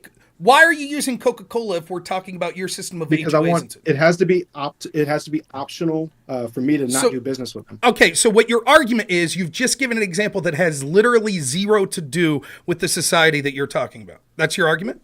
Wait, no. That a private system, okay, so a private company, like let's say my HOA. Let's say my HOA. You differentiated for a reason there, right? When I said HOA, you said no, Coca-Cola. That's what you said. I did that. No. You can use this for both sides. But what I'm saying is, number one, HOA, I want to use Coca-Cola because there's somebody that everybody recognizes has billions of dollars. So number one, I want to show that it would be very thin margins. You have a way of talking without saying anything. Just say, yeah, sure, HOA, great. Same example as Coca-Cola. They're basically a corporation in this sense. Gotcha. Thin margin for the HOA too, right? Yeah. Yep. Okay, so then explain to me, this is a little meta conversation. Why would you cut me off when I was correctly interpreting your example of Coca-Cola as basically being a stand-in for the HOAs? So then when I said HOA, you made a point to cut me off. Because what you're going to do is differentiate. You're going to say, oh, no. That would happen with Coca-Cola, but not with the HOA. It would be different with the HOA. That's what you're going to do now? No. Okay, then when I used it interchangeably for this example, you said, sure, sounds good. That's what I was doing. I prefer for you to start with Coca-Cola and then do HOA. I prefer prefer to talk about it in the way I want. So I'll continue. And so what you're saying is if we had a government / corporate, does that make you feel good? So Coca-Cola, I can't say government. I can't say HOA. You want me to just start with Coca-Cola, right? I have to use Coca-Cola. I can't use another example. Coca-Cola only works for Coca-Cola, correct? That's what you're saying. I can't extrapolate it to the societies or the HOAs you're talking about. I can't do that. I have to use Coca-Cola first. Because it has to be voluntary. It has to be voluntary. Are the HOAs, okay, every example you say here, I want you to pause. Mm-hmm. It has to be voluntary. One, are the HOAs you're talking about voluntary? Yep. Okay, next, give the next example. HOAs and Coca-Cola are the only two we really need, in my opinion. Okay, so then once more, you apologize for correcting me when I used HOA interchangeably with this example because it's exactly what you were talking about. But I think that it keeps you more on point because then what you're going to say I'm exactly on point. I'm exactly on point. Right? Okay, you're saying that Coca-Cola wouldn't do this because people would look and see how bad they are and wouldn't use their product. Interchangeably, the HOA wouldn't do this because people would see how bad they are and choose not to engage with them. Correct? Yep. Same thing. So you don't have to keep me on point. I got it. What you did was you can't defend your position and you continually deflect to these sorts of things. And so that's exactly what you're doing. So all I'm saying is that you're trying to different. You're trying to. What you're trying to do is you use an analogy, right? And then when it benefits you, you say, "See, the analogy is analogous to the society I'm talking about." And then when I say, "Okay, I'll accept that," and now let me talk about that, you say, "No, it's not analogous. It's not analogous now." When you're going to point out criticisms of it, now it's no longer analogous. So then why use the analogy in the first place? If Coca-Cola wasn't analogous and I can't cite okay, if it's analogous, then you have no problem with me saying HOA instead of Coca-Cola. As I said, the only reason I want to separate those into two different things because you're going to say that houses aren't fungible and therefore... Not saying houses aren't fungible. You have no idea where I'm going. But that's why I wanted to do it as in two parts. That's the only reason why, because I know. Okay, I'm not going to do it in two parts because I'm not going where you think I'm going with houses are fungible. I in good faith took your example. I could have said, no, Coca-Cola is not analogous, but I didn't. For the sake of the argument and hypothetical, I took the analogy. Then you complain about me taking the analogy. You say, no. That's stupid. Well, I would like you to stick to that one because I'm not sticking to that one. We could end the debate here if that's how you feel. I'm going to finish my point, right? My point was this. So if there's a government or HOA that you think is aggressive, right, that is doing fraudulent, then the rest of the HOAs and the rest of the governments would say, we're not dealing with them. And they would punish them, correct? Yes. And I, as a person that's a member of it, I would also drop them. So then they would. What does it have to do with regardless if you would drop them or not? Let's say you choose a bunch of people in this particular HOA don't give a shit, right? And they're like, no, we're fine with it. It would be irrelevant if people dropped it because the rest of the HOAs would say, no, we're not dealing with this, correct? So it would be twofold. Yes, you're correct. It would be number one, they would lose money because I would drop out. So other people that are good conscious. So we're for this hypothetical, we're assuming you're not dropping out. Got it? Okay.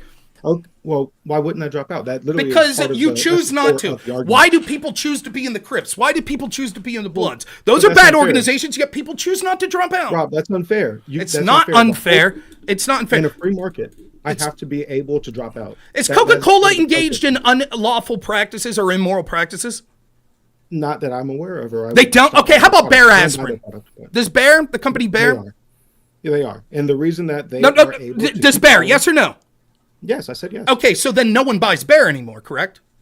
No, because the government is involved. The government is allowing... What? That has nothing to do with your person. The government does not force you to purchase Bear aspirin or products owned by Bear. So surely that would mean that people... The fact that the government works with Bear, but individuals would choose not to work with Bear. Rob, I just said, yes, Bayer aspirin is getting benefits by the government that are forcing people to buy. That is absolute irrelevant.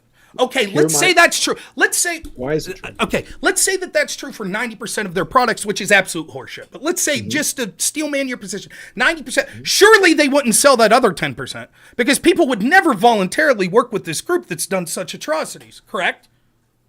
So, number one, I think it's an unfair situation that you're trying to pin me in because I'm saying that Bayer because of the copyright system, the trademark system, because of the way that we have the Federal Reserve obviously giving them massive amounts of money, the way that None of this has anything to do with what I'm talking about. Please let me finish. I'm almost done, I promise. The reason right now, you know that it takes like what 12 years, and it costs $2.6 billion to get a new drug to market. Okay. And right now you can't come in and make a basically one that it competes with them by just copying the ingredients. Okay. So what I'm saying is, if you're trying to create the headache medicine as well, you're stopped by government. It exists. Is there an alternative to bear right now? If you have a headache right now and you go to the pharmacy, can you get an alternative to bear? There are generics, yes. Okay, there are generics that aren't owned by Bayer. Yeah. Not So that would mean that no one's voluntarily buying Bayer aspirin. All the shit you said. But government contracts and copyrights and all of that's irrelevant to the fact of there is a portion of the sales of Bayer aspirin that come from people voluntarily buying Bayer aspirin.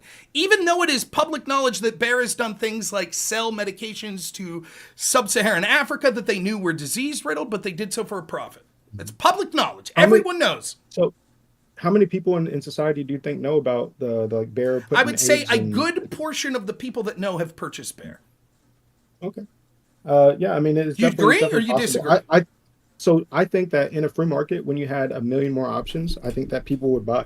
Like right now, I think that, like me, I only buy generics, right? So I think that, and that maybe that's because I know, and maybe that's because I just know that, it's basically the same exact formula. But I think that in a free market, when you had like 100 more options, I just don't see Bayer being as big, especially when you have 100 more options. So some people just don't trust the generic because of branding. So they buy from Bayer because they're Your like, initial, so now there's hedging. What you initially said was, with the HOA, if they behave improperly, everyone would voluntarily leave. They'd just be like, nope. Because I was like, well, you would leave, but maybe others wouldn't. You said, no, why wouldn't they leave? They would. So then I'm like, okay, but this is non-unique in the status quo. We have all sorts of corporations that you're not forced to purchase from in many instances that publicly people know have done terrible shit, and yet they still purchase, even though there are hundreds of other options in many things. There are hundreds of other options for medicine, for aspirin. There are hundreds of, like, you could go down the list, right? There are people that purchase vehicles from, like, Volkswagen, who worked with Nazi Germany. IBM computers. How many options do you have for computers? Yet there are people that purchase IBM who made the punch cards for the concentration camps. You're talking about revealed preference. You're 100% correct that you're talking about revealed preference. Some people just don't think that the things that people did back in the 70s and people that did things back in the 40s aren't as relevant today. So they'd rather have the It's not just that. It's not just that. There are scandals that occur, and within days, people are still purchasing the products. They're like, I don't give a shit. So I think that the product benefits me in some extent. I choose to like the product. I don't give a shit. It's not my moral concern that this company did something shitty. So the burden takes a while, right? So let's say that happens. I think that we would agree on that. So I don't understand why you're arguing this point. It's just fun. I just want to say this. It's just fundamentally not true. Everyone watching can see, even an ANCAP watching would see this, be like, of course Rob's right. Even if you had a shitty society there and you could voluntarily leave that society and that society did bad things, there are going to be people that stick around. This is self-evident because there are bad people. Yeah, right? Like, it's self-evident. So I don't understand why you're trying to make the argument that if there is a shitty HOA, everyone would leave. That'd be it. No one would ever stick around a shitty number HOA. One, I'm not saying 100% of people would leave. Okay, so then you changed. Number two, that is what you said. When I said people would stay, you said no, they wouldn't. I said I'm thinking like 70% of people will leave. Let's say Coca-Cola has shock troops right now, right? Like, so number one, when you're considering this, you got to think that number one, they're going to have thin margins. They can't keep it up for long. Number two, I think that let's say even only 30% of the people leave, right? When you have thin margins, that's hard to keep up. Okay. HOA doesn't have those same margins as Coca-Cola. Doesn't matter. I get. I mean, we can go into that, but what I'm saying is that it takes a lot of money to keep a standing army. By the way, here's an interesting question, right, on this, because you seemed to intuit earlier when I talked about HOAs wanting people being greedy and wanting more profit. You seem to intuit like, no, that wouldn't be the case, that the HOA is just sort of the area people live in. But now you're likening them to a company with razor thin margins. But that's completely different based on your own extrapolation, right? Because there's not really an interest in the HOA profiting and making wealth. It's just a collective of people living together under rules that they've acquiesced to, correct? Okay, I'll use HOA then. So let's say HOA, you said white nationalist group or whatever up in Oregon or whatnot, and they take over an HOA. Then they want to be expansionary and they want to conquer surrounding neighborhoods so that way they can build homes and then they can sell those homes to make a profit, and they can use that profit to buy nicer roads or something like that. So if any people were looking to do that, I believe number one that nobody would want to buy houses in that neighborhood. Maybe there are. Not true. Maybe you I give you an easy example if you want to disprove this. Okay. You ready? One of the things white nationalists talk about is they should be able to self-segregate in communities where only white people are allowed to live. So let's say a bunch of white nationalists, KKK people get together, right? And they decide, oh, that neighborhood next to us, it's not very well protected. They don't have a good police force or anything like that. We outnumber them 10 to 1. We're going to take it. They're people of color. Would those white nationalists still want to live in that society when they did that? Because the problem is that the HOA would become tribal, and you would say, I will live here because I'm a member of the tribe. And as a member of the tribe, what people might consider the aggressors or the corruption of the people targeted by the tribe will never be targeted to me. I will only benefit from the tribe. Because the tribe, I'm not worried about the tribe taking my shit. I'm white. Or I'm whatever. It doesn't have to be white. I just think that's an easy example. So yes, would you deny that those people would you say, they would all move out, those white nationalists, for taking the Hispanic guy's house? No. I think that white nationalists from all over the country might even want to move there. But I think that it's always going to be limited, the amount of people that are willing to pay for a constant aggression. And number two, the other side of the market is, like, if I knew that people like in HOA 2 doors down from me or even, anywhere, if I knew that they were being aggressed upon and that these people are just being dicks, and then I'd be like, okay, well, we need to kind of do something about that before that catches on. So even though but that's not what history showed us, right? You understand that. Right? But history showed that doesn't really help. Like anytime we've had competing feudal powers, you can see that even when people try to come together, it doesn't solve the conflict. And it's not just the white supremacists. There'd be hundreds of different tribal groups like that. To get back to the point I had before you constantly... No. But you said that if somebody were expansionary, history has shown us that people would not unite to squash that expansionary ideology. And there's no evidence that would be successful, no. When communism was seen as expansionary, people united to stop it. Great, I'm glad you said that. So then let's get back to the original example I had. So I know we got with the deflecting because that's something that you want to do when you're adapting a utopian society. I don't think I'm deflecting. So show me how I'm deflecting. Right, because everything I say, there's like, well, here's 15 points on that. Right, so I'll get back. Like for example, Coca-Cola HOA. Well, wait, those are different. I want you to focus on Coca-Cola. Then we have to have a 15-minute conversation where you admit that they're totally analogous in the example you're given, and then I was okay to say HOA, but somehow you wanted to control and say Coca-Cola because you thought I was going to say houses were fungible, which it took you 15 minutes to get to, which is not an argument that I was making in this particular section. So show me how, because I brought up World War I and World War II. I can bring up other examples. So I'll finish my point. Here's the point I was trying to make. You said that in a system with an HOA that was aggressive, that was doing a bunch of shit, right, that people the other HOAs would come together and say, we're not dealing with them. Correct. That was basically the point. And to fight them. Yeah. Okay. Explain status quo. Status quo is people just having a normalcy bias. Okay, so let's say this. Does the United States, have they engaged in corruption? Have they engaged in aggression? Yeah.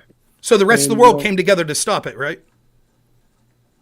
If we were expanding into... we invaded Iraq, right? Libya, if they thought they could be Afghanistan, next, Syria. Yeah. Wait, but you said that that's what would happen. The rest of the world. BRICS. You said the rest of the world would come together and stop. You said if there was an HOA that was aggressive, and by the way, it's not just the United States is doing that. The United States is also the world reserve currency. Do you acknowledge that the United States is basically printing money out of thin air, therefore devaluing the rest of the world's economy? Yeah. But they haven't came together. Isn't that odd? BRICS is a response to that. BRICS is a response. And how's that doing? How's that doing? I get that. Well, Rob, they're still growing. You know what I mean? But what I'm saying is that right now, when you have a very large force like America, which has a very mighty military, obviously it's very difficult to push back against that. But if what I'm saying, where you have these very micro communities, very small communities, it's much more difficult to have this force that's so all-encompassing. It's actually, if you look, I believe history will say that actually you have the exact opposite in totality of what you're claiming. It seems when there is a unipolar world, where there is a hegemon, like one badass, like the United States, there are less conflicts. That's what it seems like. No, you're correct that there's a peace dividend to being very strong, but it really kind of depends on who is that hegemonic, right? Well, Like, that's certainly true, but in general, that seems to be the case. So if we break up proxy that, Americana. so for example, if we break that hegemony up to millions of mini countries, which is basically what the HOAs are, like history has shown us, the more that you see that, you're basically talking about, like, instead of like 4 big tribes in the United States, now there's hundreds of thousands of tribes. There's going to be conflict. It's always been that way.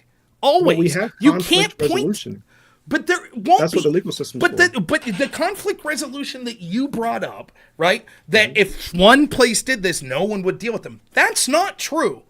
We could see that with the United States. We could see that throughout history when governments have invaded and the rest of the world still dealt with them. Like, you could make that argument with dozens of countries right now, right? So the idea, like, again, you just want to wave it all away. You're like, legal system. Okay, we have a legal system in the world. We have the, right? We have the, what the hell is it called? The international, the ICC, right? Yeah. The WTO. How's that work? Well, we have the WTO. That's a legal system that all these countries have acquiesced. So surely there's no unfair trade practices. No, couldn't be further from the truth. So how would you do this if the solution is let's break every country up to hundreds of thousands of mini countries? Now the legal system will solve these disputes. I don't see how that's the case. It seems like you're exacerbating the situation. I don't think that it does anything to fundamentally change human nature, and human nature is good. And again, we're just talking about like intentional, like we're invading you for your shit conflicts.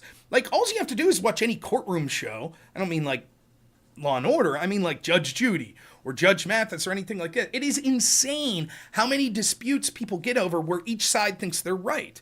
This would be happening. There's no longer now instead of being beholden to basically we're all beholden by the same sets of laws, there are literally hundreds of thousands of sets of laws that all have to be interpreted differently by people that I have to pay insurance to, hopefully that I have the money to, or I'm fucked over.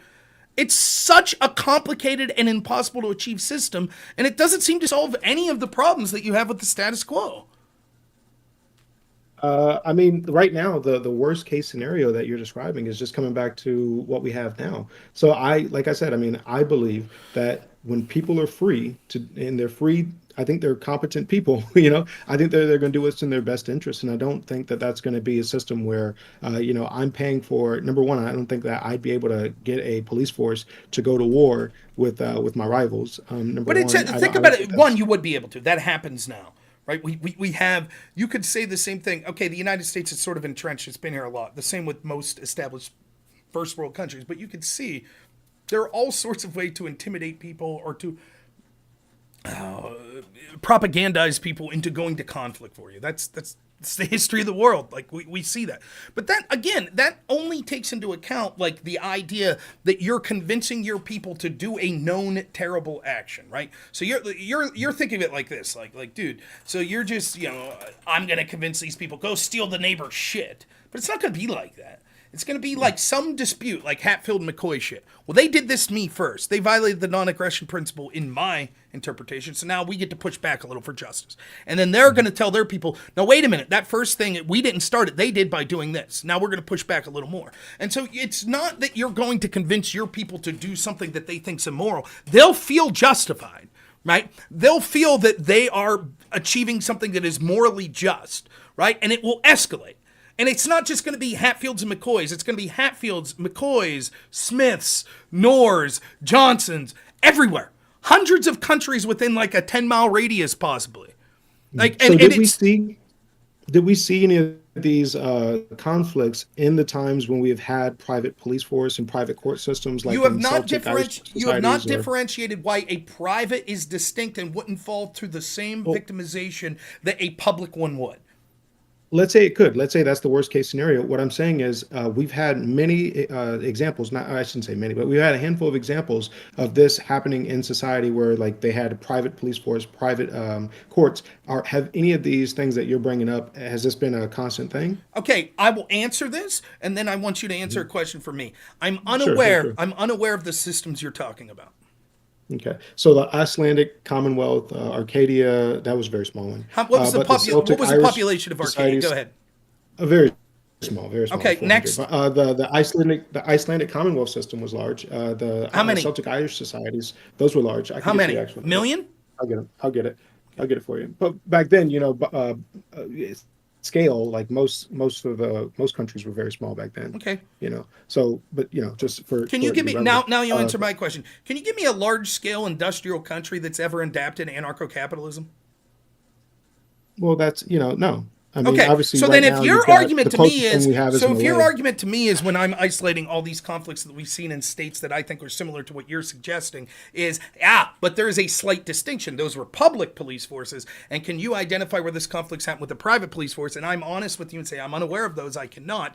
And then my counter to that is, can you name me one large industrialized country that's ever adapted the system you did? And you're like, I can't do that. Then how isn't that equally as effective at dissuading you that your system's not possible as it was for you when you thought you had me, when you said, but you're unaware of these systems that have resulted with private police forces in this conflict? So the answer to your question is self-evident. You said, can you name me a place with privatized police forces that have had this sort of conflicts? But the real answer is there's never been an industrial large society that's ever attempted this. Well, so it would be impossible for me to point to where it went awry. Okay, how large? What year was it? How large? Let's get into the details. 5th and through the 12th century. So 12th century. That was an industrialized country? 12th century? No, it wasn't industrialized. Steam cars? I mean, they have flying cars? What they have? So, you got to remember, Tesla? industrialized doesn't change it. Yes, of course it does. It Why changes does it more than the industrialized change distinction something? Are you just between saying it's private. just easier to go to war? It changes it more than the distinction between privatized military and public military, which you've been unable to identify whether there's any meaningful change in that whatsoever. None. You haven't identified any. So The reason that clear. industrial and high populated make a difference is obviously high populated. I don't even think I need to go into detail. Industrial, because the level of technology, infrastructure, grid, and things of that nature make it a far more complicated society. So just because you could point to a society in, say, sort of a farming agricultural area in the Dark Ages that I'm guessing had probably less than 500,000 people, that doesn't show that this would be a viable system in a country, a first world country of 350 million people. Yeah, it was right about 500,000, but that's still very large. I mean, that's a large number. I'm just not that trying to large. say, why is it that, I know, but compared to today, but back then it was large, right? So I'm saying 500,000 people. Why is it that they could get along with private courts, private police, when they didn't have any of these issues that you're talking about, or if they did, they were very small scale. So what I'm trying to see is, why is it that you're saying that it's impossible? What's the name of the society? So it's the Celtic Irish societies. So 5th through 12th century. What was the murder rate in And that then there's society? I'll get it for you.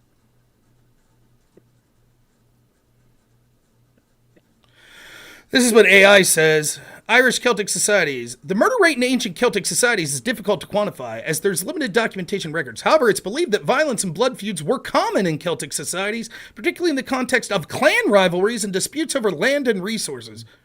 In medieval Ireland, the murder rate was likely higher due to the prevalence of feuding and clan warfare. Yeah, of course. Of course, they had tribes that would go after each other, but they also didn't have that was like, it's almost like if we talk about Scotland before the Enlightenment, right? Like, so I think that just to be clear, you've just said, of course, there was blood feuds and violence all the time. That's the utopian like society you're pointing Americans. to from 1200. No, You're like, no. this is the society. I'm saying the ideas of people matter. So what I'm saying is I'm trying to be as clear as possible that I believe that people, if you take the same people and you give them ideas of like the Enlightenment, I think that you take that exact same group of people, the exact same number and everything. I think that if you take away that ideas of Enlightenment, I think that there's going to be a lot more warfare. So What does that have anything to do? That's true, right? So the ideas of enlightenment, that I agree. So the ideas of like sort of treating others as individuals and having a moral compass, sort of golden rule type stuff. Yeah, I agree. Societies that adapt to that are probably going to be less murderous than other societies. What the hell does that have to do with societies that have privatized police force versus public police force? Because we were just talking about tribal warfare, so like right. There's lots of movies made about that, right? What you seem to intuit was here's this large society that had a privatized police force, and you seem to intuit they got along great. That's what you said, right? And then I'm like, well, actually, just a brief cursory reading of this says that there was high murder rate, blood feuds, clan rivalries, and you're like, yeah, of course. So it doesn't sound like they were getting along that great with their privatized police force. No. I was wrong then. I misspoke. So, are you familiar with like the Wild West wasn't wild? Like how there's a narrative that there was like all this violence. Wasn't as happening, but violent it's not as true. sure, absolutely. Exactly. So when I'm saying that there were tribal rivalries, I'm saying those were few and far between, a lot less violence than that are happening today. But yes, there were tribal issues. But I'm not. Where's your proof for that? Where's your proof that the murder rate One of in them Celtic? is Joseph. Yep, Joseph Payton. He wrote Sovereignty of Society. So he looked into this. He looked into the stateless legal system. There's Barry Vacker also. Let's see. What's the numbers? John Let's see. Millington. Okay, cool. Okay. They don't actually have, because remember they weren't recording. Yeah, but it give back me then. an idea of But similar to. Okay, so right now, you know how most people believe that the Wild West was like a heyday. It was. I understand that we're talking about. I totally get it. We're talking about Irish Celtic society. I'm going to bring it over to the couch. I'm going to bring it back to him. So, do you know the numbers that were in the Wild West? I do not. I do not. Today that it was super crazy. Okay. It was very minuscule. I can give you the actual numbers. But all I'm saying is that we understand that whenever we hear about this rivalry, we hear about it because it was a unique case. It wasn't like every day there was rivals going off and having like shootouts in the street or whatever. That was like I think. I don't think you have any proof for that. I don't think you have any proof for that whatsoever. Okay. Okay. Okay. When I so say let's 13 people got killed in like 4 years. Okay. Go ahead. That's coming from. I can get you the actual books that I'm talking that are pulling these numbers out. Whatever. Okay. So what was the number again? It up, whatever. Like 13 people. I'm actually looking at it right now. So the Wild West wasn't wild. Okay, we're talking about Irish Celtic society here. We're talking about Irish Celtic society. And now you cited this. You cited this. Now, let's be clear. In the Wild West, it wasn't just private police forces. There were also public police forces, correct? Yeah. Okay, you've taken a society, you said this is the society I'm talking about to model off of that had a private police force. And I'm like, okay, a cursory reading shows that it was pretty bloody. And you're like, but what about the Wild West? And I say, but the Wild West isn't the society you're talking about. And you're like, right. So Irish Celtic society, that's what we're talking about. Go ahead. I will try my best to get you those numbers, but keep in mind, they did not keep the I agree, but I'm asking. Century. I totally agree. You're right, which seems like it would be a bad example to say that we should model our society. It was a success. No. You're admitting that this is the society you want to model after. You're admitting that this is the society you want to model after. And then when pushed, you're like, well, we don't have any credible statistics for what was going on. You're the person who made the point. You're the person who made the point that this was an enviable society, that there wasn't a lot of conflict. And now you're saying, I just assert that, but I don't have proof of it because they didn't keep numbers. Okay, so two things. Number one, I'm saying that when you do the cursory reading, that just like when people do a cursory reading on the Wild West, they think that millions of people will get killed because that is not evidence. That is not evidence. You're just saying sometimes a reading of history isn't accurate. Got it. Yes. Yes. Number one. Gotcha. Number one. Number two. Your evidence. Okay. Thank you. You're making the affirmative claim. You're saying this was a good society. There wasn't conflict. I say people are saying there was conflict. You say no, there wasn't. I say, can we see proof? You say no because they didn't keep records. I'm going to cite some stuff for you. Okay. Barry Vacker says this is a quote: "Murders were believed to be extremely rare. Kin groups had powerful incentives to avoid initiating violence for fear of devastating retaliation." Okay. So John Millington Wood. So he says an extremely low incidence of death by violence, which suggests very effective modes of interpersonal conflict resolution. So here's from Joseph Payton. Homicide within the Tuath was probably negligible, given the elaborate mechanisms for preventing the initiation of feuding sequences. So all I'm saying is, like, these are, I'll send them to you, but there's not even just this. We have a lot more evidence that without governments, you don't have the. That's not true. That's not true. So okay. So just to be clear, they just said it's our opinion. They didn't give a reason for it. They just said we think because there would be clans would keep their people in check. That's what they said. Now let's go on. So how about we use an apples to apples comparison then? So you're saying that this society was preferable. Would you admit that Ireland now has a public police force? Yes. So you would expect the murder rate to be higher now in Ireland than it was when they had a private police force, correct?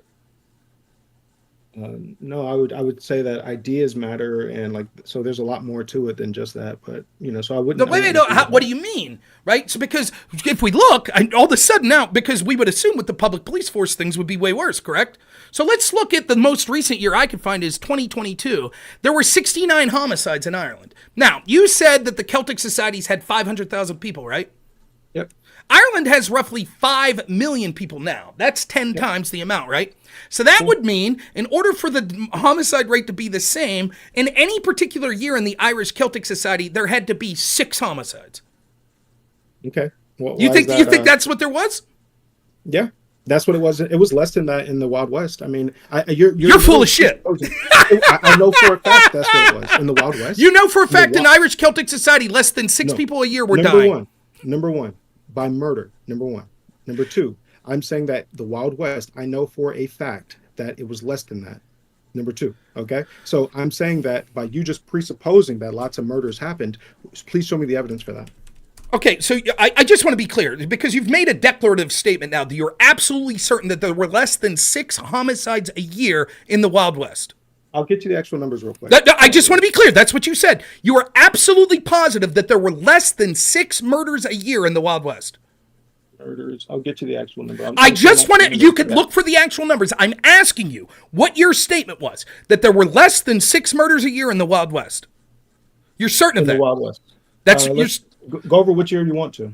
Which year would you like to go over? I'm before we look at the numbers, I'm asking you, this is the 5th time I've asked you. Are you going to answer? Yeah. You're saying you were absolutely certain that there were less than 6 murders a year in the Wild West. Let's see. So there were, I would say around. Okay, man, I'm done talking to you. I'm done talking to you. Okay. Because you can't answer a simple question. I've asked you 6 times now. All you have to say is, yes. Yeah, that's what I said. Now let's look at the numbers. I said I was going off memory. Okay, okay. Thank you. Took a while to get there. All right, what's the numbers? I was going off memory. That's not what you said. You specifically refused to answer the question 6 times. I said there was definitely going to be less than 6 because I remember that it was like 18 over a 3-year period, and then so I was looking at, was that just in one city or was that in the entire Wild West? So I wanted to be as clear as possible. So I was trying to go back in my notes and actually look for the actual number. All right. So I mean, if you believe that I'm wrong, please tell me what you believe the number was. Well, I'll look up the numbers. I'm laying out the facts that you said. You were definitive. So what I'm looking at here is Wild West hypothesis homicide rate recap from table of the most to least violent places. In Bosnecker, let's see. From 1850 to 1851, the homicide rate was 1,240 people per 100,000 killed. In McKenna, Gillette County, Arizona, from 1880 to 1884, the homicide rate was 152 per 100,000. So we multiply that times 5 to get what the Celtic rate would be. So that's. Can we see if there's any rebuttals to that system, to that study? That's absolutely, that is a fair criticism. I'm just reading a chart. So let me see where they get these numbers from.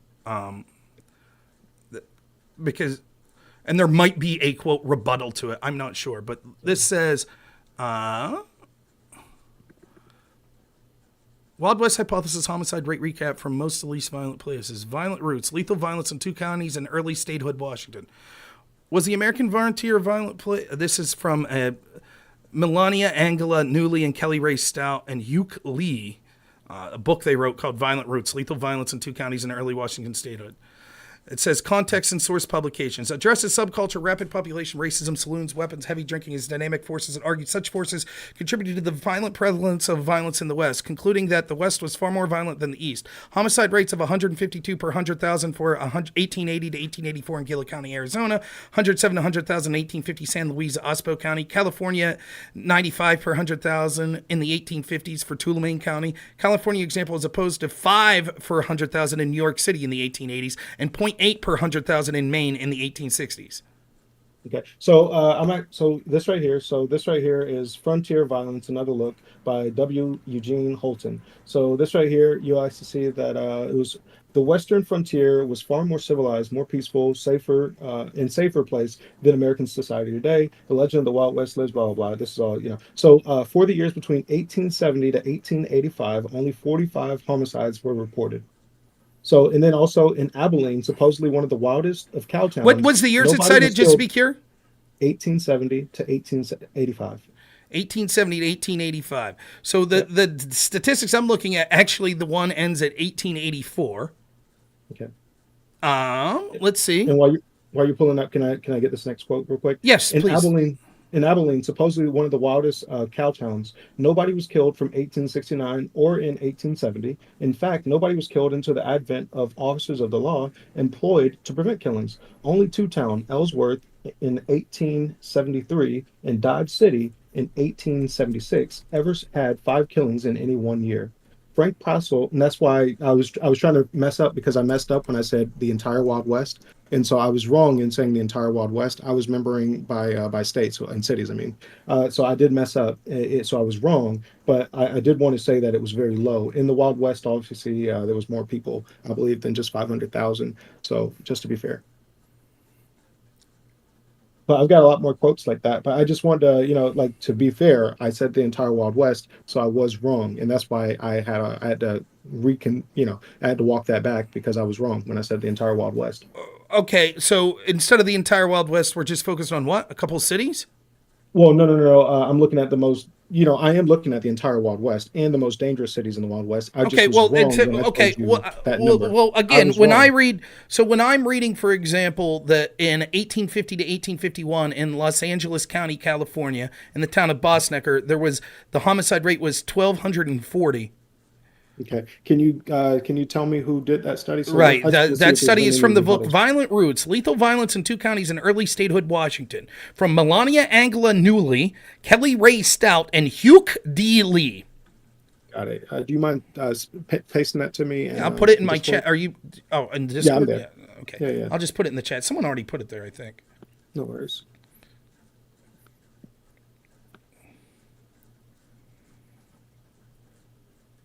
All right. Let me know when it's there. It's there. Okay, I'm looking at the wrong chat thing. Is it in the? I'm in the live on air, the AFK, and the waiting room. I was looking for their chats, or is it in the just the? It's general? in the chat of my.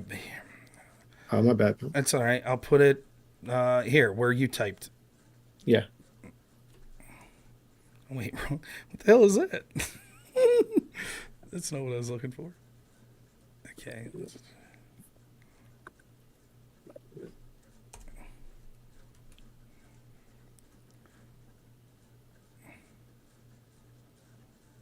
But just the whole point of this exercise, if you will, was just to point out that what most people understand, and we'll get to, what the rebuttals are to find out what the more accurate numbers are. But, I think I just saw a thing come through. Where'd you put it at? You see where you wrote, I fixed it. My mic wasn't working. Okay. Underneath that, it says robnoerr, and then it has a link. There we go. Thank you. Thank Yep. you. All right.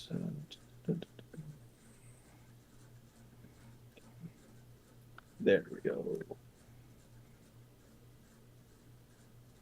All right. I just want to see if there's been any, and let's see, Washington. These are the same years that we're talking about. So just to be clear, in Ireland right now with the public police force, we're literally talking about 69 deaths in a country of 50 million people.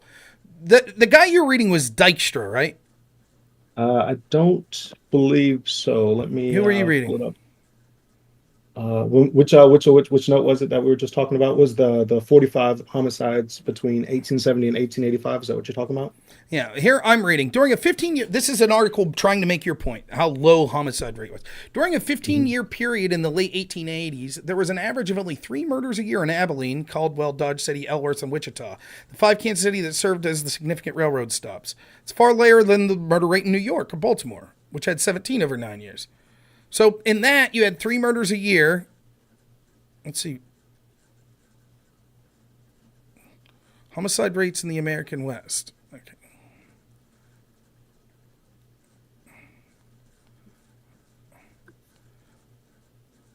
What the fudge?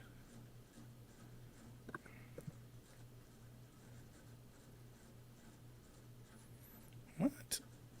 Oh, that's garbage.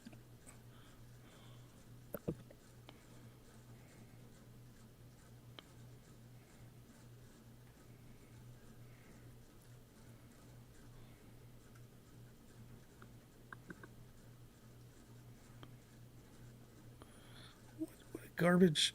What is this thing doing? This is garbage. All right. That's not going to help me.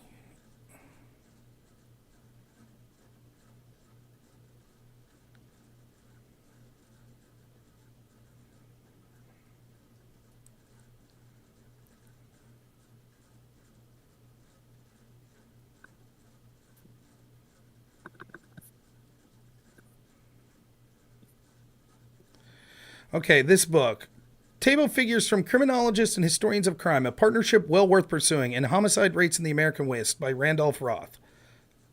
Criminologist, okay. It says, to appreciate how violent the West was, we need to consider not only the annual homicide rate, but the risk of being murdered over time. For instance, the adult residents of Dodge City faced a homicide rate of at least 165 per 100,000 adults per year, meaning that 0.165 of the population was murdered each year, between a fifth and a tenth of a percent. That may sound small, but it is large to a criminologist or epidemiologist because it means that an adult who lived in Dodge City from 1876 to 1885 faced at least a 1 in 61 chance of being murdered. 1.65% of the population was murdered in those 10 years. An adult who lived in San Francisco faced at least a 1 in 203 chance of being murdered, and 8 other counties in California have been studied to date, at least a 1 in 72 chance. Even in Oregon, which had the lowest minimum rate yet discovered in the American West, 30 per 100,000 per year, an adult faced at least a 1 in 208 chance of being murdered. If we assume those towns and counties have been studied to date were representative of similar towns and counties, and their inhabitants were a fair sample of inhabitants of similar towns or counties, we can also be confident, because of the laws of probability, that the homicide rates were high in towns and counties that have not yet been studied. For example, we could estimate that there's only a 1 in 200 chance that a homicide rate for all Western cattle towns were less than 79 or 97 per 100,000 adults per year. If the 5 cattle towns studied were typical. The chance that the rate in all cattle towns was low or moderate by the standards of the rest is Western nation is vanishingly small. So according to this, homicide rates in the American West were actually pretty high. You still there? So yeah. So you're saying that because, let's say, there were 2 or whatnot, you're trying to extrapolate that onto if there were 500,000 more people. Then, well, no, that's just per capita. You understand per capita. No, so if Dodge City, there was a homicide rate of 165 per 100,000 people. Mm-hmm. That's remarkably higher than what you were leading to believe. You said less than 6 in the entire Wild West per year. Yep, and then I said I corrected myself. And okay, then, but even with your correction doesn't seem to be remotely accurate according to at least 2 sources now that I've pulled. So when I quoted exactly what it was from Dodge City, let's see, it was let me go back to it real quick. Sorry about that. Where's that?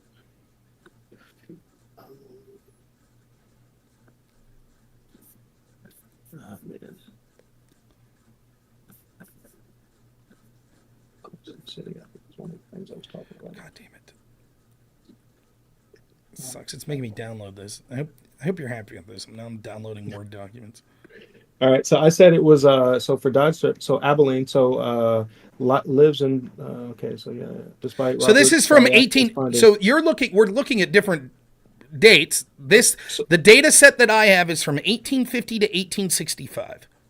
Yeah, and I was looking at 1870 to 1885, and so it looked at so Robert Dijkstra, Dijkstra. So he did the 5 major cattle towns, and so between 1870 and 1885, only 45 were reported. Then I went down, and the only 2 towns, Ellsworth in 1873 and Dodge City in 1876, ever had 5 killings reported in 1 year. We'll see if I can find to that data, but you would admit that the time period of 1850 to 1865 also constitutes the Wild West. Yeah. Okay, yeah, I mean, so for example, the data I have, and I'll see where he got this data. Criminal Research Center of Ohio State University. Let's see if it says where. Sources. The data from San Francisco is compiled from newspapers because the loss of the city's legal records are from Kevin J. Mullen, Let Justice Be Done, and Mullen, Dangerous Strangers. The data from Los Angeles compiled from court records, coroner inquests, newspapers, and other sources are from Eric Monacan, Los Angeles Homicide Book. So it's basically the data from 7 other counties compiled for court records. Other than San Francisco and what I'm about to tell you, all of this was from coroner reports. From San Francisco, it was from newspaper articles.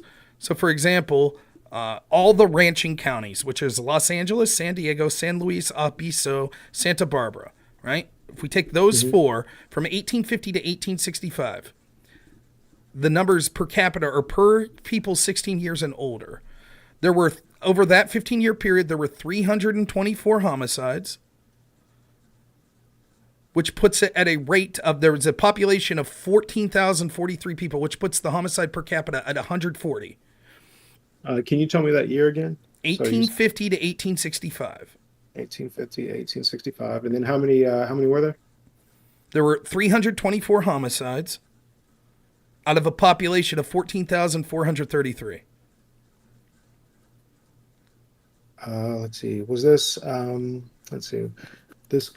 Was there a reason behind it? Was this because it was like immediately after the Civil War and they were still feuding? What was the reason? Well, I mean, it was in California, so I don't know that there would have been feuding there.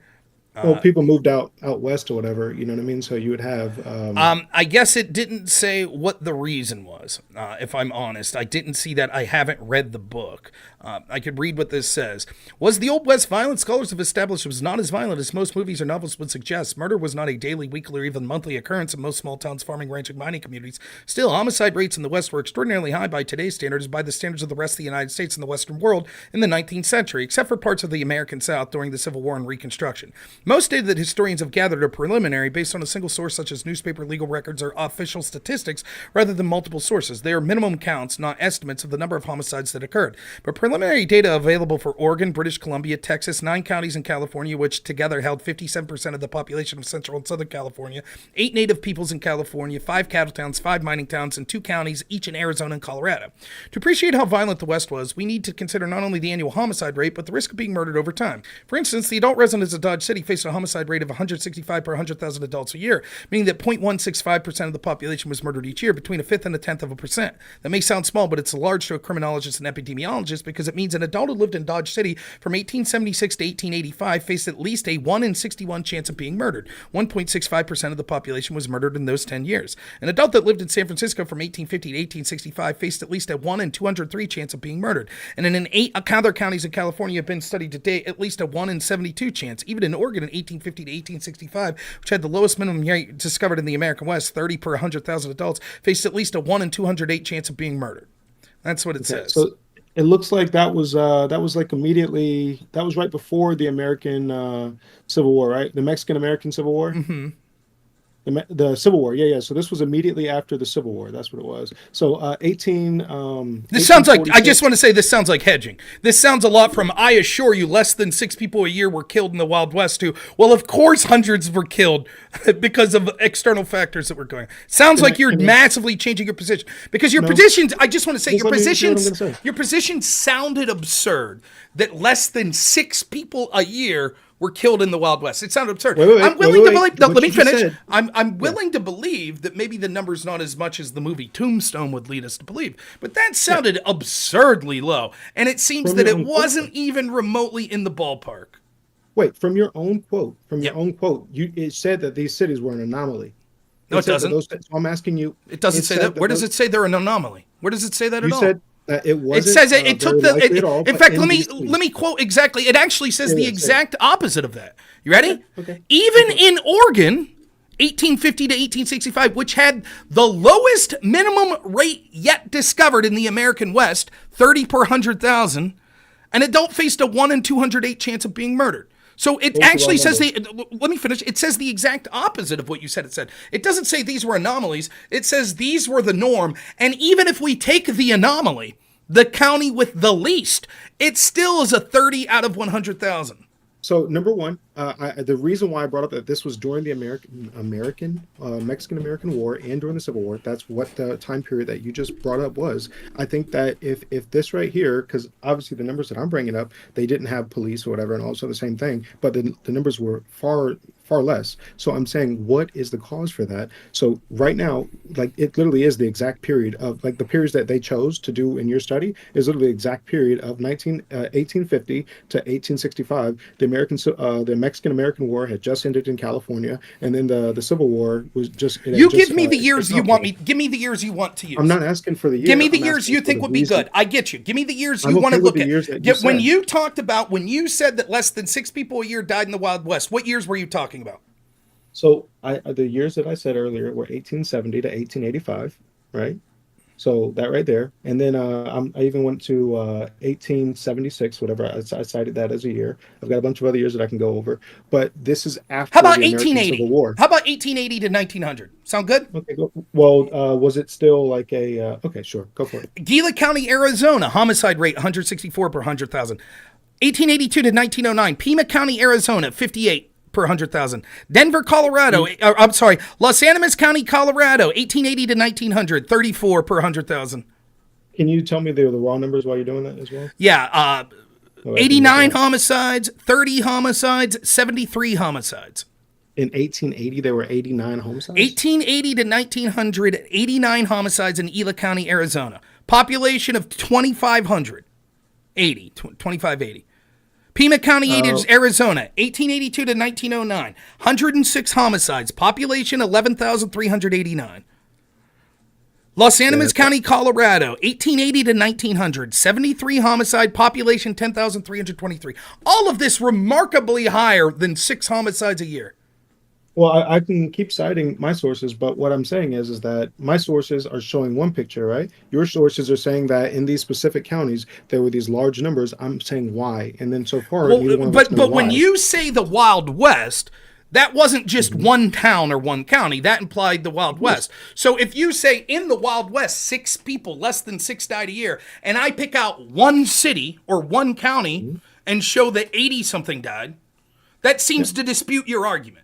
And now your argument, you were saying it was remarkably safe. That's what you said. You didn't say, of course there was a lot of, people say the Wild West was violent. Yes. Of course that's true, but there was a lot of shit going on, like the Civil War. Now what you're doing is, now when I prove, you just said it was remarkably peaceful, less than 6 people died a year. So when I disprove that over and over again, you then deflect immediately. You go, well, of course that was the case. What was going on? What caused it to be that way? Now isn't that interesting? Because you wanted to imply, without any evidence whatsoever, when you thought it was less than 6 deaths, the implication you were making was it's because the private police force, right? That's why, because they didn't have a public police force. That's why it was so safe. That's why it was much safer when you have a public police force. You didn't have evidence for that, but you were going to say, I correlate the numbers. Private police force, low homicides, the correlation exists, therefore good. But when I show, no, high homicide numbers, private police force, you're like, oh, but why? It has nothing to do with the police force. Exactly. I'm saying why. Number one, right. I'm saying you're full of shit. Is the data wrong? I'm saying, is the data wrong? Okay, so that's fine. You can say the data's wrong. So you have a data. Is there a reason you prefer your data set to mine? Because whenever I researched this, whatever, I looked at all of the rebuttals on it. So that's okay. So you saw the rebuttals. So you don't think so? The 2 different sources I gave, both of which said that they were getting their figures from newspaper articles and coroner reports. You say they're lying? So the rebuttals that have come out from people that are getting it from like court documents, where basically people in the court were like talking, they're saying that sometimes they exaggerate in to make a point in the court document, and sometimes researchers would take that and they would run with that number. So there are like those rebuttals. So I'm asking, okay, well, let's look at the raw number. Then that way I can find it and find out where the source of that raw number is. Okay. Like I'm not, like, I mean, I feel like I'm being very fair. I'm just saying. I don't think you're being fair, because what you did, I don't think you're being fair. I think what you're doing is you said that that's fine. If your argument just wants to be, I don't believe your data, I believe my data. That's fine. Well, I'm saying but your other argument is bullshit. Your other argument, which is, but why did those homicides occur? That's irrelevant. You said they didn't occur. Now, I've cited 2 different sources and I'll be fully honest with you. I'll be completely transparent. I'm not, I blatantly just looked this shit up, so I can't say that this data is the end all be all. Perhaps there is problems with it, but I highly suspect that you are also full of shit. That's what I suspect. I suspect that you have never seen these numbers, that you read one book or one blog post that said, no, the numbers are all bullshit. And you're like, well, that's it. The numbers are all bullshit. I'll bet you didn't look at the coroner reports. I bet you didn't look at the newspaper articles. I bet you didn't. You have no reason other than you read a source that said, trust me, there were hardly any homicides, and that's good enough for you. No. And you didn't say, oh, well, Rob, you're going to look up the statistics and you're going to find that actually there were a bunch of homicides, but trust me, those numbers are all bullshit because I've already looked into it. You didn't say that. You said, go ahead, get the numbers, let's see it. And then I did, and you immediately then defaulted to, yeah, but what else was going on there? Which is basically eating shit. You basically said, yeah, okay, I was full of shit, but there's yes, that's exactly what that is. If I said to you, yeah, the average income of people in my town is $5 billion a year. Guaranteed. And you're like, that sounds fucking outrageous. I said, nope, Yeah. guarantee it. Look it up. And you looked it up and you're like, Rob, it says 36,000. I'm like, well, what happened that year? What years are that? What happened? Why isn't that Oh, that important? was COVID. That's why it was 36,000. How is that That's not why it wasn't important? 5 billion. That's why. Context not important. Okay, let me give you the exact. No, context same is analogy. important, but not when you say, like, asking why something happens different than, if I say 2 plus 2 let me is finish. 4, or if I say 2 plus 2 is 5, and you're like, no, and you look it up and you say 2 plus 2 is 4, you're actually wrong, and I say, but Right, let me why? finish. But why Let me is finish. 2 plus 2 4? That doesn't mean that the declarative statement of fact that I made was inaccurate. That's what that means. You made a statement, and if this data is true, it's inaccurate. You then saying, but why was I wrong, is irrelevant to the fact that you were wrong. Okay, so we don't know if I'm wrong until I scrutinize your data, number one. Number two, if my data says one thing, right, and it shows a peaceful society, and that's looking at the entire Wild West, looking at the major cities, and then your data says something else. And if I have data before and after yours, and then you have data before and after my initial, so I'm saying, why is it that it spikes up, and why is it that it goes down? I think that somebody is getting bad data, or number one, or there's going to be some kind of instances like the Civil War, like those numbers we're doing. No. That's I reject the second part. I reject the second part That the Civil War could be a wholeheartedly for reason two for it? reasons. One, and the most important reason is the reasoning of it. The why is fucking irrelevant to you're wrong. If my data is accurate, you're wrong. Period. End of story. You could say, but why was I wrong? And that's fine. You could interrogate why you were wrong. No problem. But you were wrong. The second argument, I'm willing to accept that you believe your data and not my data. I don't think you have a reason for that. I don't. But I also didn't don't say have I a don't reason to believe. I said I prefer would my scrutinize data it. to yours. I don't have a reason. But unlike you, I'm not bullshitting. I'm not saying, No, I I read said the let's coroner scrutinize it. reports. I read the newspaper articles. And I'm not said saying let's that. scrutinize I'm not it. saying it. But your book, when was your book from that you had? There's a bunch of sources. I'm not pulling from one book. Okay. So all I'm saying is that I'm willing to scrutinize the data. I'm okay with you trying to scrutinize my data. That's all I'm saying.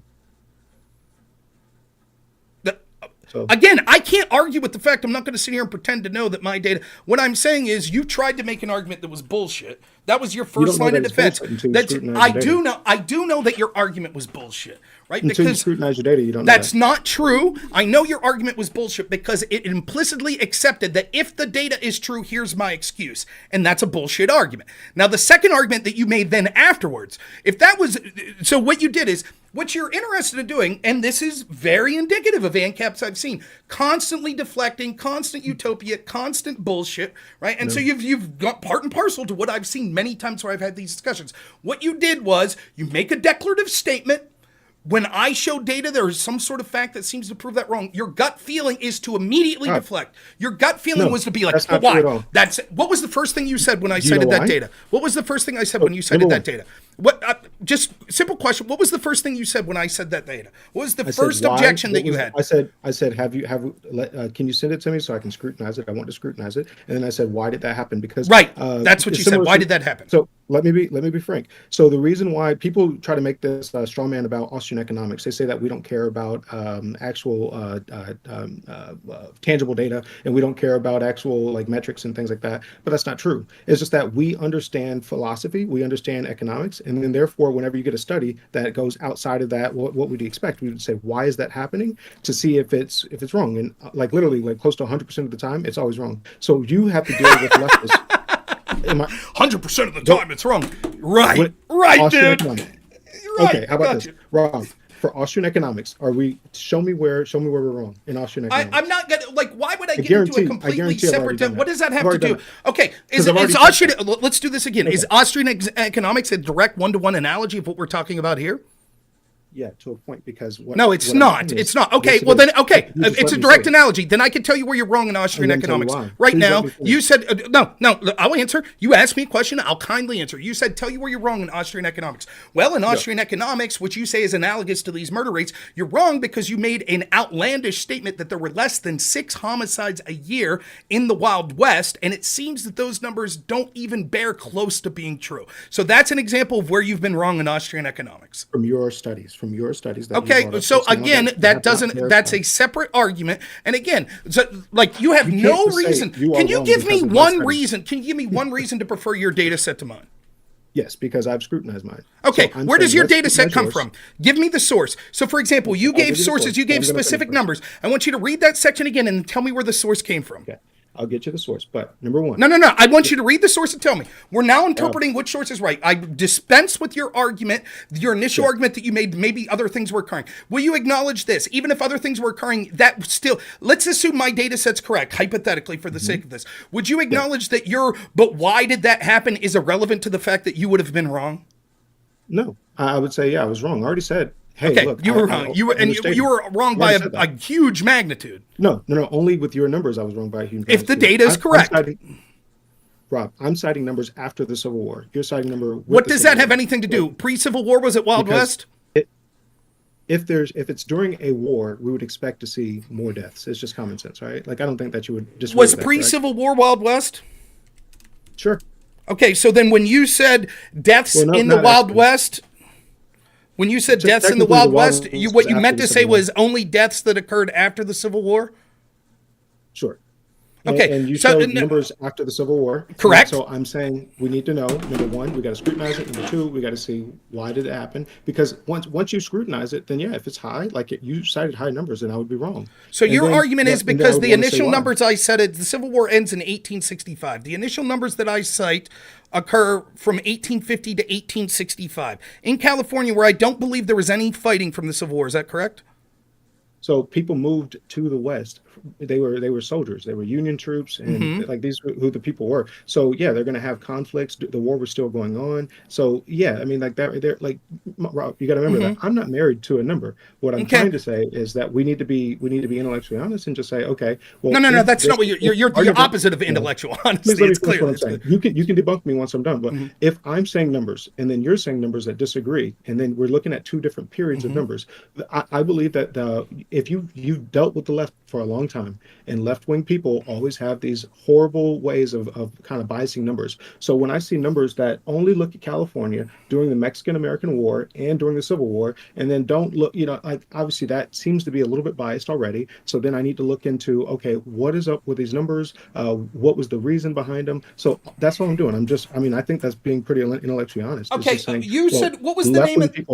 I get it's not being intellectually honest. When you say less than 6 people died a year, and then I'm reading data sets that show that like in individual counties you had fucking dozens of people dying a year in just counties. If those numbers are accurate, you then saying I'm being intellectually honest, asking the reasons. Okay. The other thing is, so that's bullshit one. The number thing I'm not missing. I'm not missing the point. I'm not missing. I totally get your attempted deflection. The other thing is then once you had that criticism, I then switched and went to counties far after the Civil War in the data set and the time frame you were talking, and still those Wild West counties. So even if I was to accept your bullshit reasoning without any proof whatsoever that the years 1850 to 1865, well, even though I said that in the Wild West homicide rates were less than 6 a year, and it turns out if that data set's true, that's wildly inaccurate. You have to understand I wasn't wrong, or I was wrong, but it's because of the Civil War. You don't have any evidence to suggest that, but you say that. Let's assume that's true. For the sake of argument, let's say, okay, we can't count those years because the Civil War. Then I started citing from 1880 to 1900. Now, what's your excuse for those years? So, the number one thing I'm saying is I would like you to read that data again. The author, the data, the years. Please get to before you get to number one. Let's do that. I asked you a while ago. Can you do that before we get to number one? Can we get to that and then you can answer? Let's get to that. Okay. I want the author. I want the dates. And the locations and the homicides that you're talking about. Okay. So I said the first one that I told you was Robert Dykestra. So Dykstra. So what's the name of the book it's from? The Wild Wild West. Let me actually get it for you. Dykers.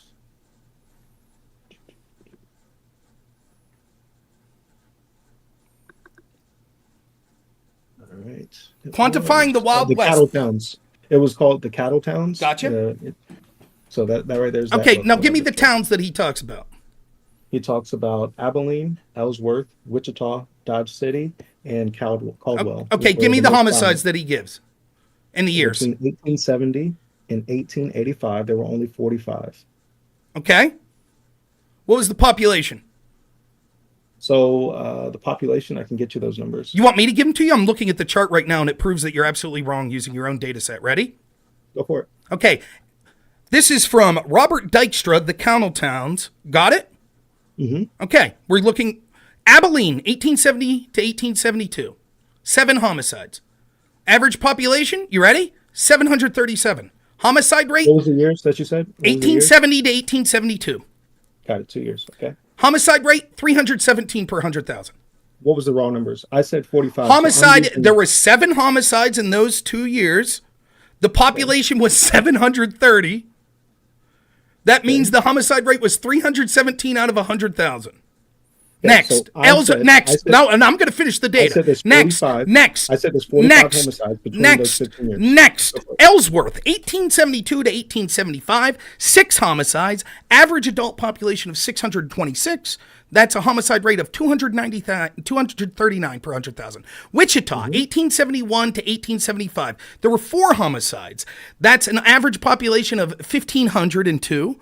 That puts the homicide rate at 53 per 100,000. Dodge City, 1876 to 1885, 17 homicides, average adult population of 1,029. That's a homicide rate of 165. Caldwell, 1879 to 1885, 13 homicides.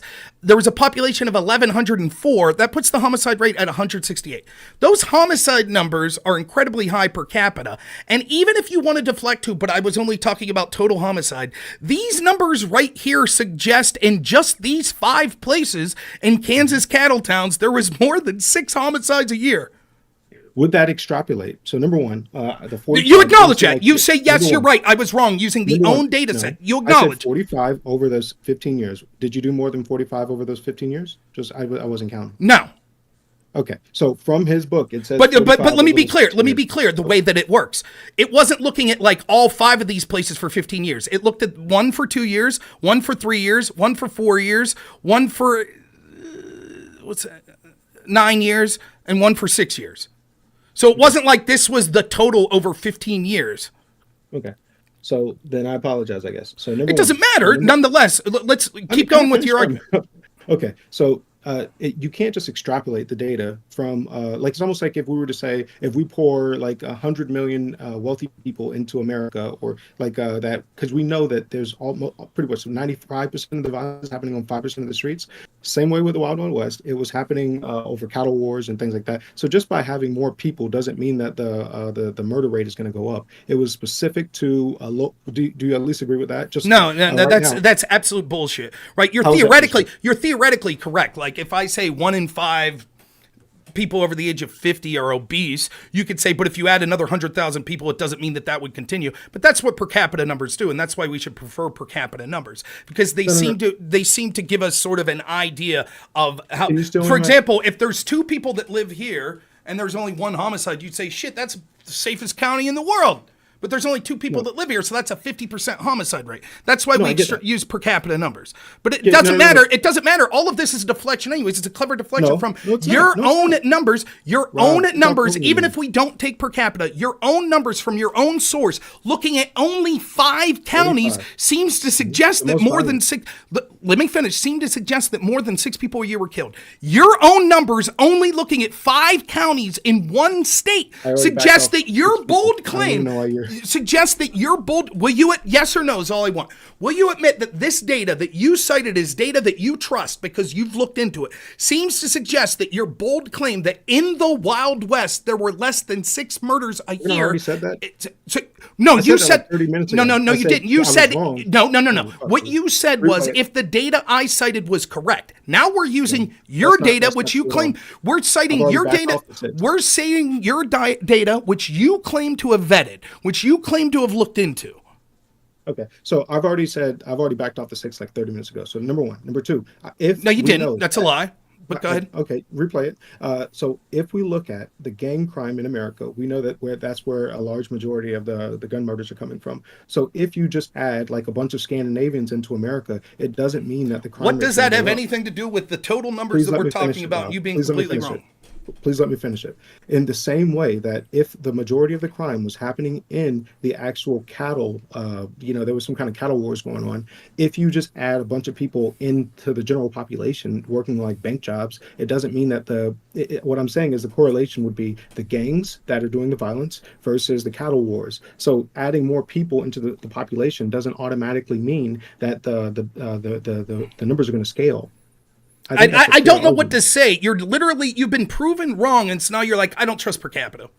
For all we know, if we put another 100,000 people there would have been no homicides. Right. So I could say the same with any interrogation you have of any data set right now, literally anything. So you're going to identify, you'll look, for example, at the current United States, and you might want to compare sort of homicide rates in the Wild West to homicide rates in, say, Chicago, right?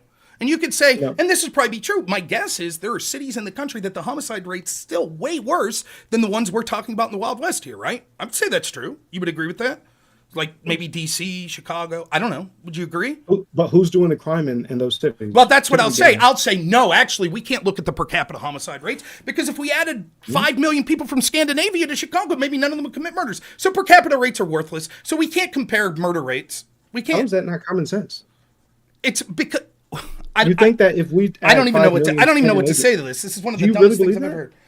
You believe that if we add 5 million Scandinavians to Chicago, that they would... No, I don't believe it. I reject the premise of the question. Yes, for example, if we added... Let me ask another question. So I'll say right now is the safest time ever to be alive. The public police force that we have right now lowered the homicide rate more than any possible private police force ever. You want to know how I can prove it? What if we added 5 billion toddlers? Imagine how low the homicide rate would be. You wouldn't argue with that, right? Toddlers aren't going to murder people. So if we added 5 billion toddlers, the homicide rate would precipitously drop, proving that our society now is the safest ever, correct?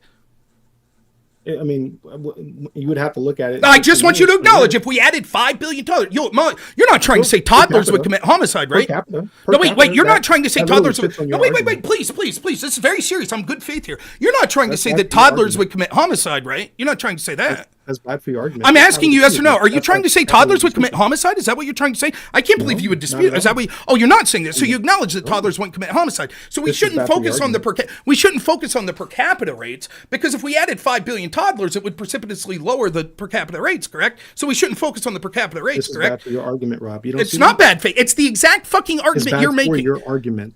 What's that? It's bad for your argument. It's not bad for my argument. It's not showing you that. You have to look at the cause for the violence. It has nothing to do with that. You made a declarative statement. You said less than 6 people a year killed in the Wild West. I looked at your data, which shows that number isn't even accurate for 5 counties that you said were the counties to look at. That's just 5 counties. That ignores the entire rest of the Wild West. The entire... Well, you're ranting, so you didn't forget that. I said this over 40 minutes ago, probably, that I was going off memory, and I didn't want to stick to that number, and I had to walk back. What's the actual number then? How many people a year died in the Wild West? You were going off memory, so surely you had a number that you're thinking of. Go ahead. What was the number? Yeah.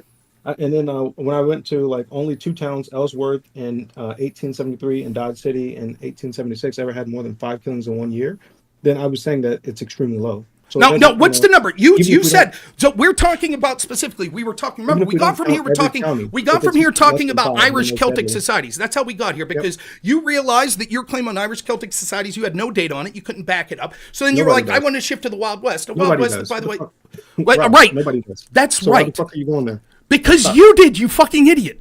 Because you said, here's a society. Nobody has data on it? No, again, you're making a statement. I'm like, okay, has there been Dude, you're in rant mode. There you go. There you go. Now we're getting you. Now you're getting a little heated, right? You're the one who made this statement. Like, imagine I said this. Actually, that's the community that had the least homicides ever was the Amish community in Pennsylvania. And you said, oh, that's interesting. What were their homicides? And I say, no one knows. They don't keep records. And you would say, right. Well, you just made a declarative statement that it was like the safest community ever. And I say, yeah, but no one knows. No one keeps data. You would say, but then how can you make that declarative statement, Rob? Because it seemed to intuit when you said how safe it was that you had some idea of what was going on there. Right? Now, worked for you. And when we had that discussion, I literally quoted people that had actually already went and looked into this. So you're literally no. Like you quoted someone that didn't give any data whatsoever. I gave 5. They just said we think it was safe. Bro, I gave 5. Historians. Okay, cool. Give me the Irish Celtic data. Go ahead. Give me the data. Give me you gave 5 examples of data. Go ahead. Give me the Irish Celtic data, homicide rate per year in Irish Celtic society. Go ahead. Okay. So when I said from John Millington Wood, I said an extremely low incidence of death by violence, whatever, right? And then when I said from Barry Vacker, I said murders were believed to be extremely rare. right? So like, Give me the data. this- Go ahead. What's extremely rare mean? How many per and I 100,000? said, because historians understand that back in the 5th century, Give me the data. in the 5th century, they didn't have. Hey, didn't just- audience, spoiler alert. He's not going to give any data. because it's the 5th century, Rob. Right. So you don't have any you data. act like You're this right. is- You don't have any data. So I said, give me a ballpark. When they say extremely rare, things like that, because I read people that said the opposite, said clan and blood rivalries were very common. You read people that said, no, we don't think it was. But no one has data. Okay, so now we have a dispute. We have two competing historical interpretations. So I said, okay, a baseline that we can have to start with is when you say very rare, when you're citing people that say very rare, give me an idea of how many homicides per year that would be per capita. Give me, what would that So be? this is very rare. similar to- And I said, and you didn't give an answer. And so what I said was, well, if we look at the same geographic era today, if we look at that same era, we could see that the homicide rate is basically less than 6.9 a year. I doubt that it was less than that in 500 and 1200. You said, no, I guarantee it was. In the Wild West, it was less than 6 per year. I said, really? Wow. That's what you're saying. Then I had to ask you like 15 times. I'm like, so you're saying that in the Wild West, you're making the statement that it was less than 6 a year, and you wouldn't answer. And I kept asking it over and over and over literally and over said, until finally you said yes. Then you said, okay, I made a mistake. So now the next question I have is, you said I misremembered the number. Now I'm asking you, what is the accurate number? Because surely you've read a number somewhere that you misremembered it. Because if you just said, if you read somewhere that it was extremely low, you wouldn't make up the number 6. You wouldn't do that. So what happened, the reason you came up with the number 6 is because you read a number somewhere and then you forgot and you screwed it up and said 6. So what is the number? Now you've had a time to refresh your memory. You have a computer in front of you. You're looking things up, right? We're talking about a society we're talking about Ireland that has 6.9 homicides a year in 2022. 6.9 per capita, I think, homicides a year. So I'm asking you, I'm like, or no, that was total, I think. I'll have to check that for you real quick. So I'm asking you, okay, you were a little wrong, but you seem to be intuiting that the private police forces are way safer. So I'm asking you, what is the number? Got it. Okay. Okay. So as far as a place that has gone and like actually compiled all of it into 1 year, right now, I don't believe that there is anyone that's done that and looked at all of them. Because the problem that we were having was left-wing historians were creating a false narrative. And then people had to come in and push back on that false narrative. Same with what was happening with the Irish, the Wild West. So what always happens is left-wing people come out and then they make really bad claims that say, hey, look at what would happen if you didn't have all of these government regulations. It would be terrible. And so they end up making this thing saying, oh, these people were killing each other left and right. And then so then historians have to come in and they look after all of that and they scrutinize it. And then that is what I'm saying is that the initial claim by the left-wing person was wrong. That people have, there's more literature going into it now that's going over those initial narratives and finding them false. So that is why. So you pulled. So is this a long way of saying you completely pulled that number 6 out of your ass and you've never read a number? Is this your way of saying that? The 6 was I was pulling that from a city, and that city was over like I think 5 years. And so that is where that 6 came from. And Okay, that's why whenever you asked me about the 6 over the entire Wild West, I was quiet because then I had to go look at my numbers. I was like, oh, you know what? I misremembered that. And I was straightforward with it. I'm like, you know what? I probably misremembered that because I'm doing it off memory. I literally said that. And then I said, let me go back and actually look. And then I read you a couple quotes, whatever. From one city over a period of time, it was 6, not the entire Wild West. Would you acknowledge that the numbers? Would you acknowledge that the numbers likely? Would you acknowledge that the numbers likely in the hundreds? Not from the data that I have. Okay, so far. Now you claimed that the data you had said that the data I had was wrong, and one of the datas that you had was this Dykstra guy. I've literally read his exact data. Okay, so you acknowledge his data is correct. Sure. Okay, the homicide rate in Ireland with 5 million people, if we do the numbers, it looks like 0.88 per 100,000 is the homicide rate in Ireland with a public police force. Okay, 0.88 per 100,000. The numbers your data has given, here were the per capita numbers: 317 per 100,000, 239 per 100,000, 53 per 100,000, 165 per 100,000, 168 per 100,000. That's literally Are we going like, to compare that's the Wild literally, West to Ireland? yes, Is that what because you're doing? you said that the Wild West was remarkably safe. Now, the reason I'm using Ireland is because we are looking at Irish Celtic society versus Irish society today, because your argument seemed to be Irish society today, public police force, therefore more violence. Irish society in the past, private police force, therefore less violence. I said, okay, let's interrogate the data of Irish Celtic society. You were like, drove an analogy to the Wild West. That's what you did. You said, well, it's like the Wild West. Okay, so given that the numbers are between, depending on which city we're looking at over that period, between 80 times higher to 300 times higher in the Wild West, which you cited as analogous to Irish Celtic societies, would you For the acknowledge narrative, that not it's, the would you actual number. acknowledge two things? Would you acknowledge that, one, based on this data that you're looking at, that it was, the per capita homicide rate was incredibly higher in the Wild West than it was in modern day Ireland? Will you acknowledge that? Sure, per capita, yeah. Okay. Secondly, would you acknowledge that if you were driving an analogy from Irish Celtic society to the Wild West, that it is incredibly likely, because we're not talking about 1 or 2 times higher, we're talking about 300 times higher. The Irish Celtic society with its private police force was probably had more deaths than 0.88 per 100,000. No.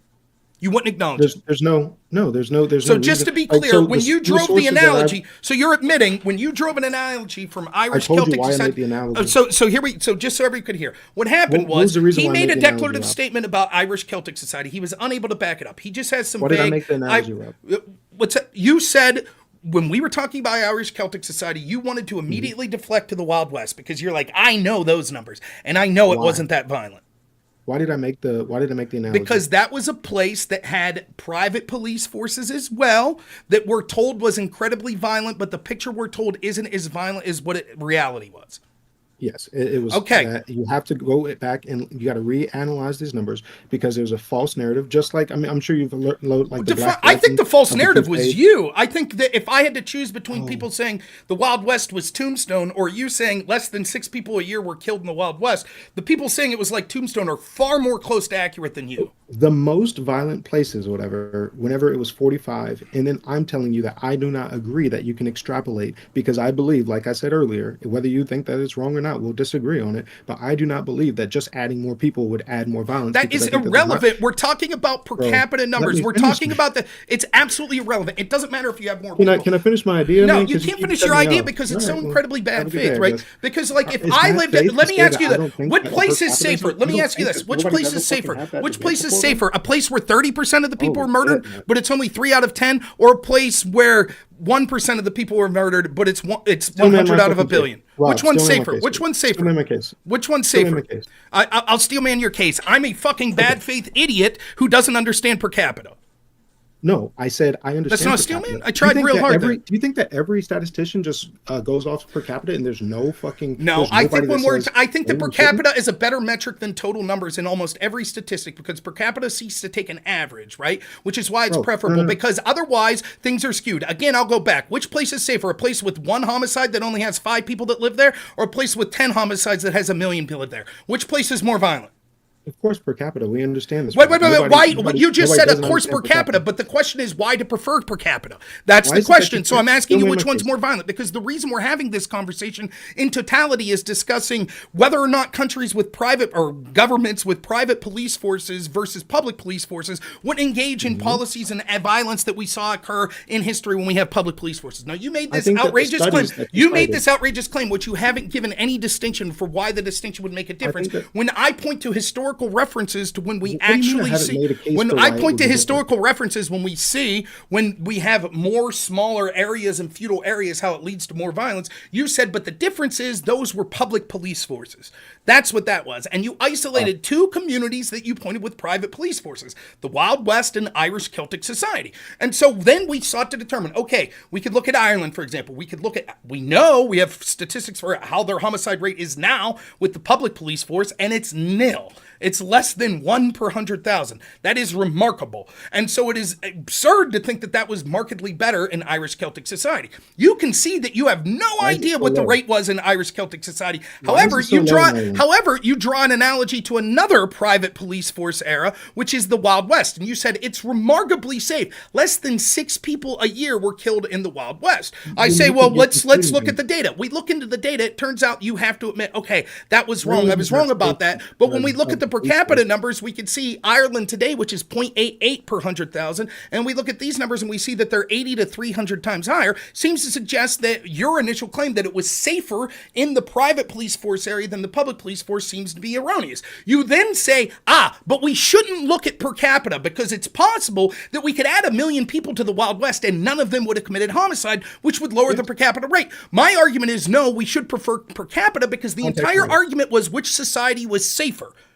That's why we choose per capita. Which society was safer? Which society is safer, Ireland today or the Wild West? Why is Ireland safe? Why is Ireland safe? That's what matters. It's irrelevant to why it's safe if we can't even agree if it's safe. We'll talk about why it's safe once you acknowledge that Ireland's safer and has less violence than the Wild West. Yes. Okay. I don't think that would be true. You don't think that's true?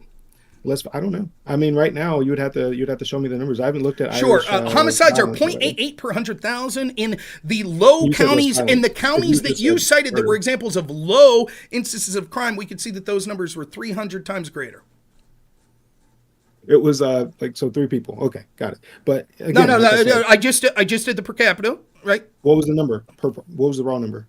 Raw number. What's the raw number matter? We just argued about which one's safer. That means we prefer per capita, not raw numbers, correct? So 1 person died. Some cities nobody died or whatever. So 7 people died out of 700. Yeah, but and then I got to say, what is the reason why? I think that it's irrelevant. Again, notice we're having a conversation. Do you see what you're doing? I say before we talk about the why, we have to get. So we need statements of facts. We have to agree on a set of facts before we can argue. And so I'm like, the facts seem to suggest that it was. If we look at per capita as the best indicator of safety, and we see that less than 1 per 100,000 people are killed in Ireland per year, and we see that same set that 300 something out of 100,000 are killed, it seems quite clear that modern day Ireland much safer. And then you respond, why? But we haven't got to the why point. The why is irrelevant if we can't agree on the facts, on the way things exist. Now, do you agree that it's safer in Ireland, at least when it comes to the crime of homicide, in modern day Ireland than it was in the Wild West, given the data that you said that we should use that was cherry-picked from 5 counties from a book that was trying to make the argument that there were few homicides? The most dangerous counties. It was picked from the most dangerous counties, not cherry-picked. That's not true at all. You don't think those are the most dangerous counties? Dodge City? I think that you're in an argument mood, so you're just saying stuff that's kind of crazy. It's not gonna. So, for example, the county that had 53, Wichita County. Dangerous counties. Show me. Okay. Show me where it says these are the most dangerous counties. All right. Because using the same chart, supposedly one of the wildest of the cow towns or whatever. So I did that one. It says supposedly, so it's like that's what the rumor is, but that doesn't prove, right? All right, maybe you think they got the reputation unwarranted, whatever. Well, isn't that the entire argument that this guy's making?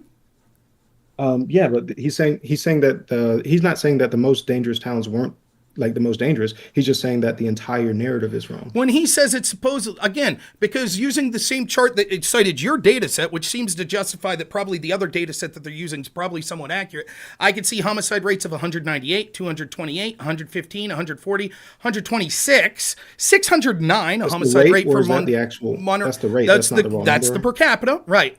That's the per capita. Are you saying we shouldn't use per capita when talking about the most violent ones?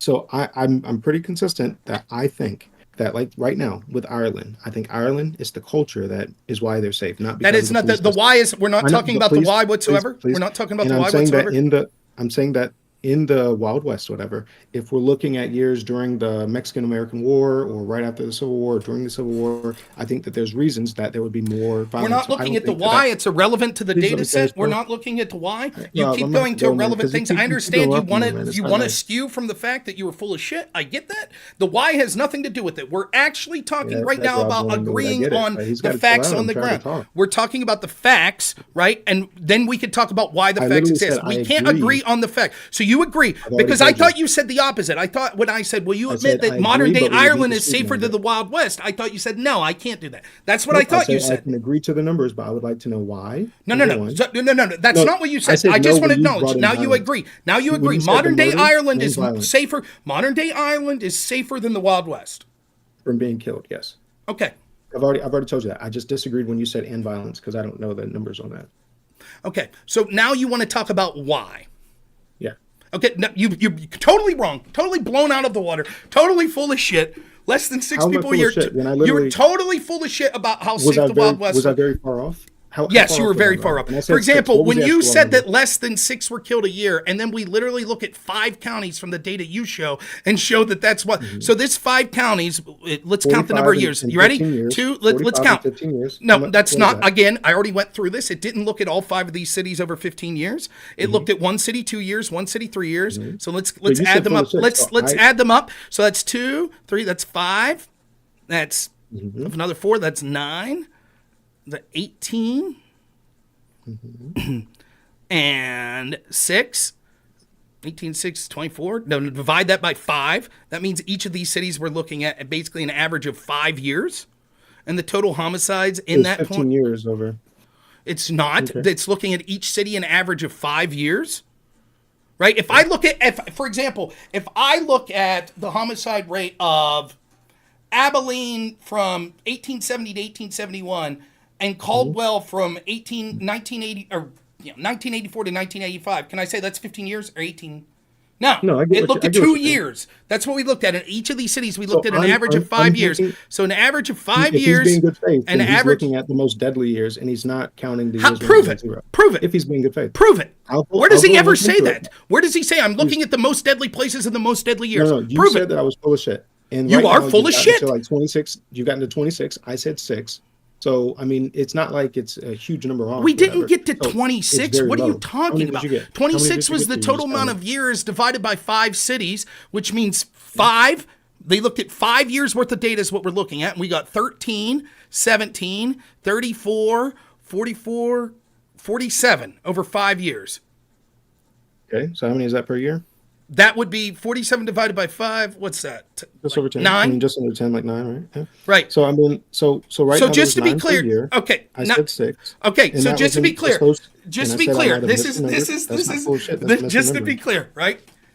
How is that not honest? I said 6 6, and then I said, people I a year believe dying in the Benevolent Wild memory. West to now 9 dying a year in In the 5 most counties. dangerous- in the most dangerous. Prove that counties. it's the most dangerous counties. Okay. All right, I'll do it then. Because I mean, like, I don't even understand how you're trying to say that I'm full of shit because I told you that I might. Prove that it's the most misremembered. dangerous counties. All right, I will. Okay, I'll go and do that for you. But yeah, I think that you just get in debate mode and you just want to like. No, try and, that's you what know, you're be a doing. dick. Debate mode's the person that I'm not in says. debate mode. Yeah, that's absolutely what you're doing. That's why you continue to deflect. Okay. So, for example, debate now, mode. now, here's another thing to keep in mind. When I first was reading statistics of places that had far more deaths, he said, I don't trust that data. But the exact same data set I'm getting this through includes his very author that he said someone we should trust, right? That similarly collected his data from coroner reports. So, for example, we could look at the numbers I was showing. Homicide in Los Angeles County from 1850 to 1865, 221 homicides. In fact, if we take all ranching counties in these 4 counties, we could see there were 324 homicides. All mining counties, we could see there were 406 homicides. If we take all the counties together, we can see there were 1,100 homicides. Is that per capita or just? That's total raw number? numbers. And what years is this? That's the years 1850 to 1865. So that was during the war, right? That was before the war and then during the war. Again, irrelevant to your You don't claim, see how that irrelevant can to be your done? claim. Your claim was not, but we can't count the Wild West during the Civil War. That was not your Well, I mean, claim. yeah, I think that's not a good representation of my argument. Like if you're counting the numbers of people that got killed during a war, during a conflict, I don't think Wasn't that if during. I'm It talking about normal wasn't during. society, It wasn't. I don't think That that's is fair. not. People killed during a conflict isn't homicide, and these are California counties that weren't No, involved in the they, Civil they War. are. They are. They are. They are during not. conflict. So you're Please don't telling me, go for on. example, if I looked at Gettysburg, the conflict at Gettysburg, we would see thousands upon thousands of homicides. Let me explain why. The reason why is because just like during the Civil War and during the Revolutionary War, you had people that would that were opposed to the other side, and they would go and like turn over your house whenever you're like out fighting the war or whatever. If So I there shoot was, like, someone if I shot someone at the Battle of Gettysburg, is it a homicide? no, that's not what I'm Okay, saying, so right? what you're saying is, I don't but know. in addition to Why- that, there why were are you people trying to that strawman me like that? I'm not. That It's doesn't make any because sense. I that's didn't say exactly that. what I said. They don't count war deaths as homicide. Now, what you're trying to make is a separate claim, and the claim you're trying to make is but while that war is going on, what happens is someone from the north sneaks into a town of someone in the south and kills the husband and rapes the woman and steals his shit. that That's a literally homicide, right? That literally happens. I Okay, mean, are you that saying happened in that I'm, like, California. making a Show me, bad argument? show What me. the fuck, dude? Okay, I would like you to show me the information that says that the reason that there were all these homicides from 1850 to 1865 was the Civil War. Go ahead, show me any proof of that. I'm In asking- California, from the years of 1850 to 1865, the reason there was 1,100 and change homicides was because of the Civil War. Go ahead. I think that study that you were using is obviously bad faith because Okay, it's that- citing numbers that are during a war. So what I'm saying is that it deserves scrutiny. It deserves scrutiny. It's bad How is it- faith for citing numbers during the war. Okay, so what years before the war are we allowed to look at? What years after the war are we allowed to look at? Go ahead. Well, obviously the years that I already spoke about. You know what I mean? Like, I mean, what the fuck, dude? Like, you're just trying to like argue for. So the argument's years sake. you spoke about are the only years. So for example, No, you can look at any other years after that too, but the okay, why okay. matters. So then The why 1870, matters. we could look at 1870. You already said this. You- And I said yes or no? the why When- matters. When I said already said yes. 1870 previously, you said, "Oh, that's right after the war. We can't count that." That's what you said. I said that. Well, we know that there was a bunch of conflicts happening like during Reconstruction and shit like that. Like, all I'm saying is that. Can I the why count matters. 1870 or not? Sure, go for it. I've Okay, already so said yes 1870. 30 How about times. 1869? Can I count that? Go for it. No, I'm You can count asking any you. fucking You year say that's go wrong. for that, then I'll cite it, and you say that's not fair. That's bad faith. That's No, what you'll do. no, That's you why can I'm use asking any you year. beforehand. This is constantly You what can I use do any here. year, I but say, you need will to- you you make need your to talk statement? about the why. This is. Does anyone notice this is constantly what happens? I say, How the fuck- okay, how you're is this saying this. confusing? You're saying this, right? And you say you won't answer. You won't answer. You won't answer. You won't answer. Then finally, I hold your feet to the fire, and you say, yes, that's what I'm saying. Like you're saying, fuck? What do you Wild mean I West. don't answer? I'm I've saying literally you're answered saying everything you're you saying said. declaratively, Wild West, 6 homicides a year. That's what you're saying. Yes. After beating around the bush forever, you said yes. That's No, what I said. I already- then before I as said soon yes, as I I said hold you I to might that, have as soon as I misremembered. as soon I'm as going I off hold my you to memory. that, and We'll we replay prove the that tape, that's replay the bullshit. tape. As soon as we hold you Replay to the that, we tape. prove I that's know what I bullshit. You said go, now. oh, I misspoke. I misremembered. Now it's the same thing here. Bullshit. So How for about this, Rob? example, How about so this, for Rob? example, Rewind it. so Go for look example, at it. Rewind it, go look I at it. can You're mute. being I can good. mute. No, I know what you did afterwards. After when you realized I that it was said it before. bullshit, as I knew it Okay, was rewind it. bullshit, All right, Rob. and I'm gonna drop off. then Keep you going pulled it back out your there. ass You're and you just said, lying. oh no, You're I lying. really meant I Lying. misremembered this number for Lying. 5. I'm just we'll mute Rob, you you're here. lying. Yep, we'll mute. You're lying. Okay. Have a good day, man. We'll mute you here. So you can see the bad faith nature of what's going on here. He can't control himself. And so it's constantly like this, every single thing. So I ask him, I'm like, what years count? Because we cite data. He said the entire Wild West. Now it's shrunk down to just a limited time set that we could look at. So we can't look at between 61 and 65. We can't look at the time right before that because hostilities. We can't look at the time right after it. So I say, give me the years that are acceptable. He won't do it. He's just like, yeah, whatever. Then if I cite numbers from 1870, he'll say, well, what's the context? Was there conflict there? Was there a civil war going on? There was still Reconstruction. So we can't, those numbers are bad faith. So I'm asking him, before he makes those excuses, tell me right now, what are the years that are acceptable in the context of homicides in the Wild West that you find acceptable? That's all I'm asking. Give me the fucking time slate. Give me the years. Then I'll find data from them that proves you're wrong. And then you'll have to make another excuse. Can you do it? He can't. He left. And Cap.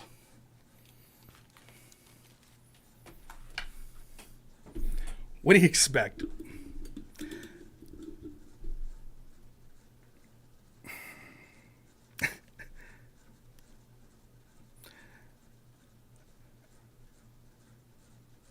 I mean,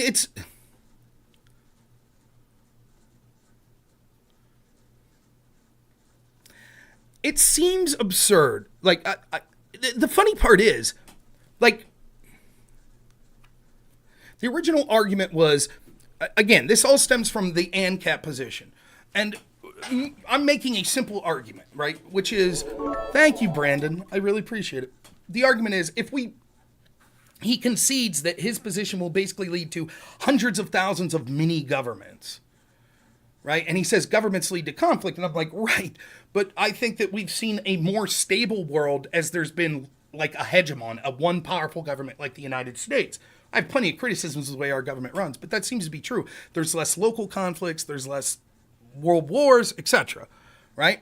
And I was like, but when we go in the past and we see that there wasn't a big superpower like that, there's local conflicts that are springing up all the time. And I was like, that seems to be what would likely be the case in this. And he says, no, he seeks to make a differentiation. He says, the reason we can't rely on those historical examples of, like, for example, Native Americans, where there's a bunch of small local governments, tribes, and they're conflicting with each other. The reason we can't rely on those examples is because those were public police forces, and his police force would be private. Now, there's a discussion about what that even means. What is a private police force? If the HOA that you're basically, for all practical purposes, forced to contribute to and join is the one financing the police force, and we agree that the HOA is a government, then how is that a private police force? Right?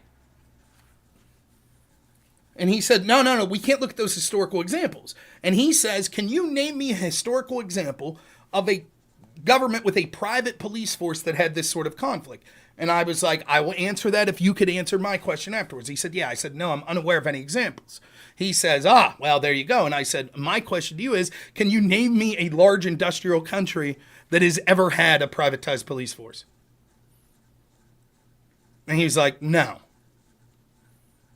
And he's like, well, why does industrial matter? What about the Irish Celtic Society? I was like, my guess is what, 500,000 people? He said, yeah.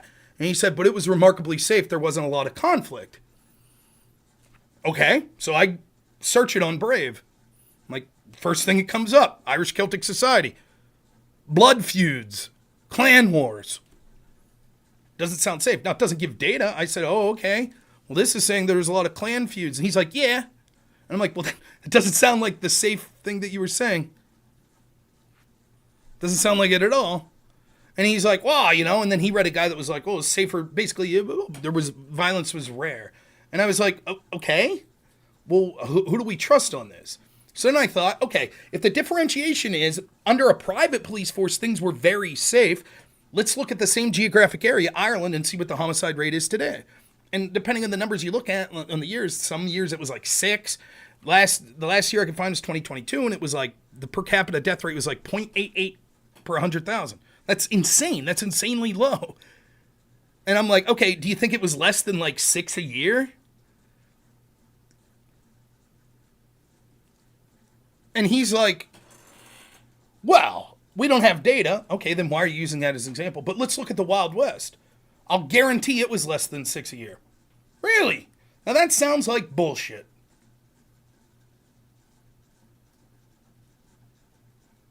That sounds like bullshit. Really? I'll buy the argument. I've heard people say this before. The Wild West wasn't as violent as you think. That's probably true. Yeah, I guess it depends on what you think. But yeah, I mean, if I'm just making general observations, probably feudal Japan wasn't as violent as I think. Why? Because my image is skewed because everything I'm watching about feudal Japan's samurais slicing the shit out of each other. There was probably a lot of society that wasn't samurais slicing the shit out of each other. So in my head, I think things were probably worse than they actually were. Same's true of the Wild West. Same's probably true of medieval England. I don't know. It's just a guess of mine. But when your historical reference that most people have is entertainment, and entertainment tends to glorify violence and action, then yeah, probably you're not getting an accurate picture. Now, I don't know if it's true in all of those cases, but I've never really looked into the stats. I've heard ANCAP say this before. Actually, the Wild West was very safe. I just kind of took it at face value. I was like, oh, okay. But less than 6 homicides a year? Get the fuck out of here. That's crazy. Like, I don't know what the population of the Wild West would have been considered. Let's see if I can look this up.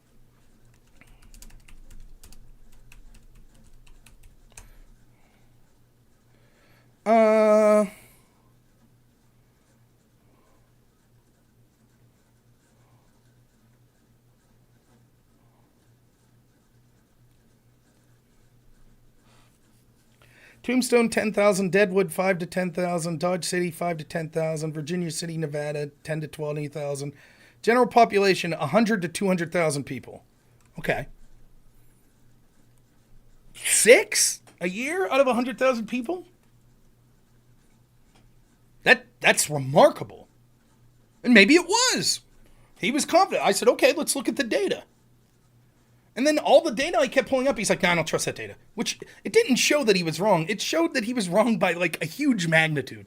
Like he was 10 times off, at least, at the most charitable numbers. And it's like, okay, this doesn't seem to be painting the picture that you seem to be suggesting. And then it just goes downhill from there. But why? Well, what does it matter? Why? You made a statement. You said there weren't many deaths. You said less than 6 a year. Right out of the gate, as soon as I cite numbers, you're like, well, that's during the Civil War. That doesn't count. In California? Yep, doesn't count. Why are those deaths occurring? Well, it doesn't matter why they're occurring. You said they weren't.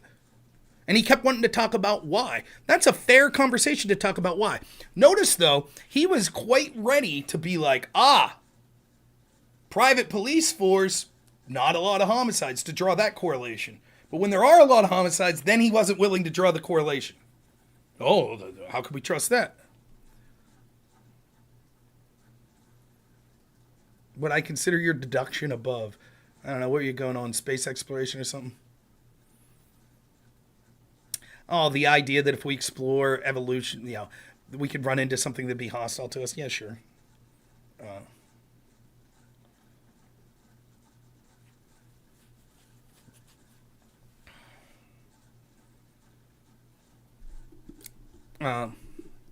The panel got pushed back. It was better than the panel would have been. ANCAP shit. Now, there are certain areas where murder rates today are higher. But again, to me, the worst faith argument, the two bad faith arguments are just him saying, but why? That's bullshit.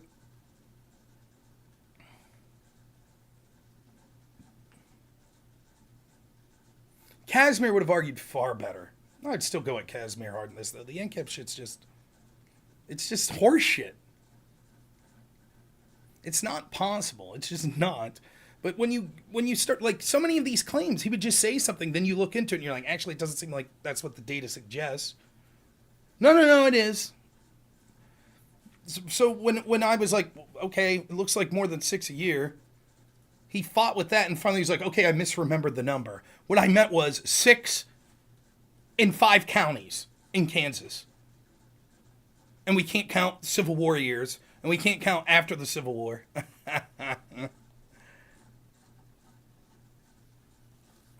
The thing is, what's ironic is I agree with the ANCAPs directionally 95% of the time. Rewind it, he says. You lied about what I said. I did not lie. Here's what he said. I'll almost quote verbatim. He said, I asked, it took 5 times, and this is how you can tell you're debating someone that's bad faith. Debate me. Debate Andrew Wilson. You'll say, are you saying X? We'll say yes, or we'll say no. What this guy, I said, so you're saying, before you look this number up, that you're certain that less than 6 people a year died in the Wild West. Did he say yes? No, he didn't. Did he say no? No, he didn't. He said, well, let's look up the data. I was like, no, I'm asking before you look it up. That's what you're saying. Well, according to... That's not what I'm asking. I'm asking you, is that what you said? That's your claim. Well, blah, blah, blah, blah. I'm asking you again. Is that what you're saying? Well, blah, blah, blah, blah, blah. I said, this is the 5th time. I'm going to be done. If you can't tell me that that's what you're saying or not, you could say yes, you could say no. That's it. He couldn't do it. And then finally he's like, yeah, okay, yeah. But, and then he immediately tries to deflect from that because he realizes he's going to be wrong. And then what he says sometime later, he's like, okay, I misremembered the numbers. It wasn't the entirety of the Wild West. It was these cities over a 15-year period, which even that isn't true. It was technically over a 15-year period, but it didn't look at each place over a 15-year period. It averaged looking at them like 5 years per place. And it was still more than 6. It was 9.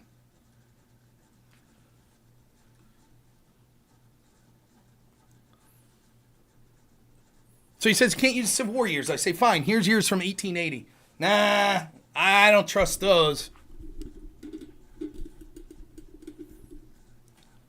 Now, that's not true at all, Bandit. That's not true at all. that you can't look at the Civil War years. Why in California, that wasn't involved in the Civil War, to my knowledge, was there any fighting in California, would I be unwilling when his declarative statement was, in the Wild West, less than 6 dead a year? He didn't say you can't count the period up to the Civil War, you can't count the years of the Civil War, you can't count the years after the Civil War. There's some indeterminate period. Only his data set is the only set that we could use and from the only time frame that we could use. That's it. Doesn't matter that cowboys that were soldiers in the war. Why is that relevant? So, again, that gets to the why. His statement was, this is the numbers. He was wrong, grossly so, about what the numbers were. That's like saying this. You can't count homicide numbers today because so many of them are gangbangers. So we can't count homicide numbers today. Fair enough? Right? Everyone agrees with that, right? Can't count homicide numbers today. Right? Can't count homicide numbers during COVID because it was COVID. So those numbers are different.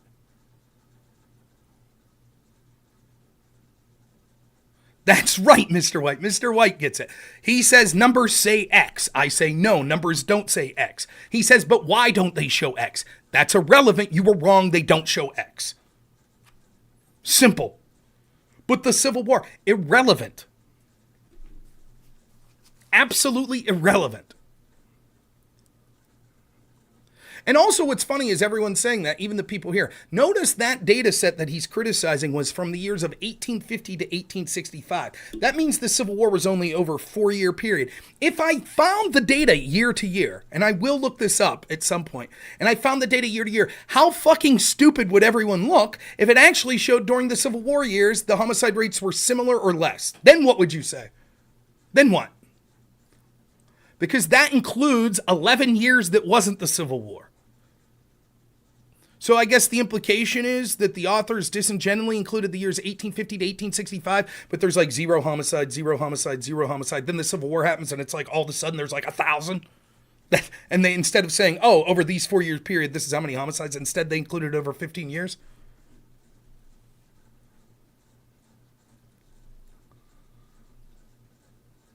Yeah, right, Nate G. I mean, there's a lot of periods and times you could see.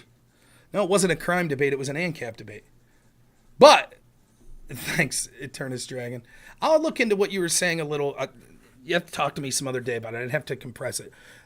Not really in the headspace for it now. I do have to get. I said I was going to be gone fucking hours ago. That's so stupid. All right, I'll be done here soon. Anyways, last thing. When he then starts to make this per capita argument, that's one of the most bad faith argument I've ever heard. It's outlandish. Because remember, the entire context of this conversation was, yes, you're right. When we've had multipolarity and we've had a lot of governments in close proximity in the past, there's been a lot of conflicts. But that's because they had a public police force and a public military. If it was private, it would be safer. By the way, I think feudal Japan, I should have used that more, probably a better example, because weren't a lot of the samurais like Ronin and like basically mercenaries that were paid? Wasn't that a lot of the fighting force? So you had a lot of these feudal lords that were basically just out of their pocket paying people to fight for them. And that was pretty violent. Or maybe I'm wrong. Maybe it wasn't as violent as I'm led to believe. I guess that could be true. I don't know. But nonetheless, when he makes this per capita argument, that is one of the worst arguments I've ever heard. There was a blacks. I've heard of that.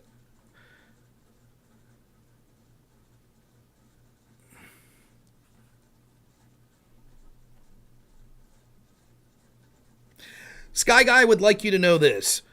1, he's saying this. I'll read it from his perspective. 1, you said I said it was 6 and didn't change it until after. 2, I said I was going off memory.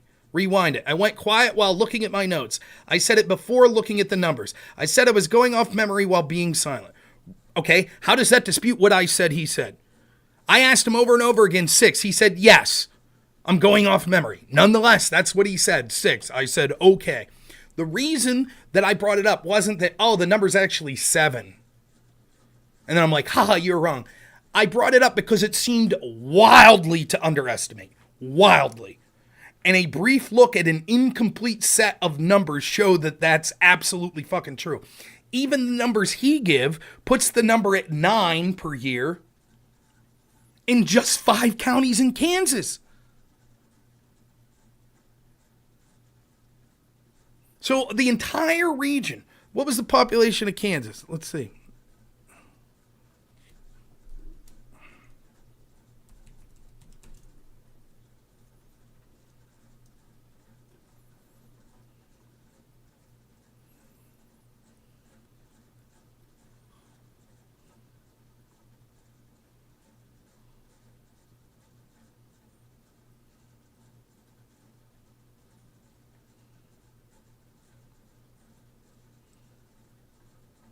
Population of Kansas, according to 1870 census, was 360,000. 1.5 million in the 1880s.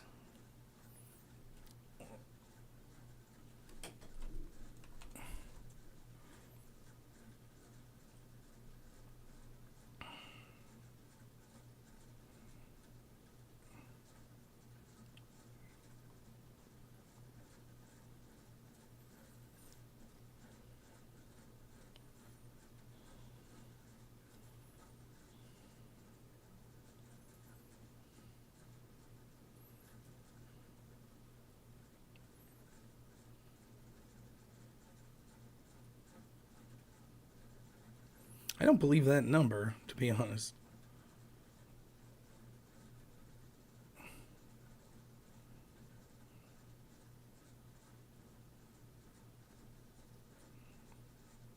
Anyways, the numbers of the population he gave, those cities, here's the population over that time period of the ones he gave. I'll tell you what they were.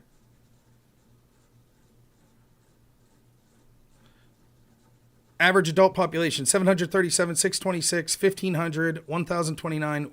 So let's say 1, 2, 3, 4, 5,000. So the population was about 5,000 of the... Out of a population of 5,000, there was 49 homicides.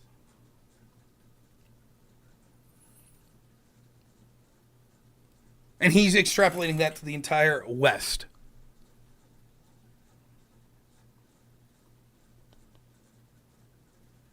In the most dangerous. Show me anywhere where it said it was the most dangerous cities.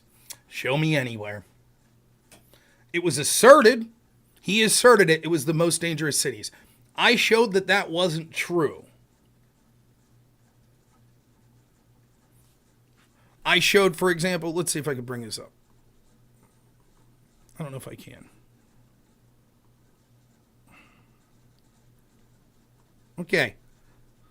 Most dangerous cities. See the homicide rate? Now, those ones are really high, 317 and 239. However, if we go up, we can see there are per capita homicide rates that are higher. 198, 228, 140, 126,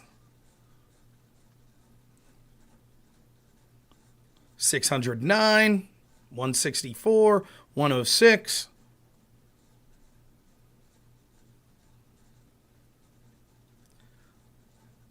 130, 129, 442, 367,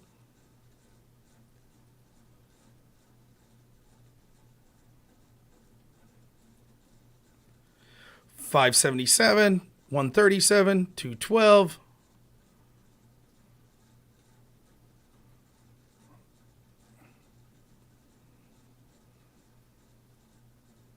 this is the year 1870, according to this data from the Bureau of Census. There were 201 homicides in that 1 year. 201. Sorry I didn't get to that. 201 homicides. He said 6 per year. There's 201. Now, I'm no mathematician, but that's what? Nearly 30 times off? Over 30 times off? 30 times. But those numbers don't count. 1870, right? He said, sure, count 1870. That's what he said. He wouldn't answer at the end there. Notice that? He didn't answer.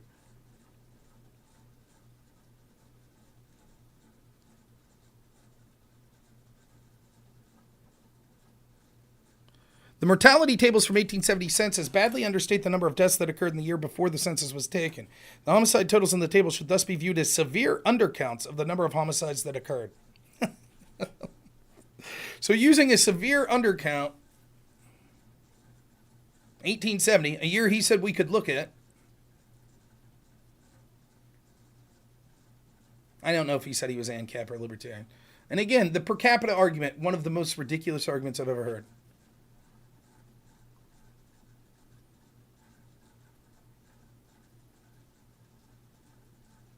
Oh, that's you, isn't it? Marcus Davenport is Sky Guy.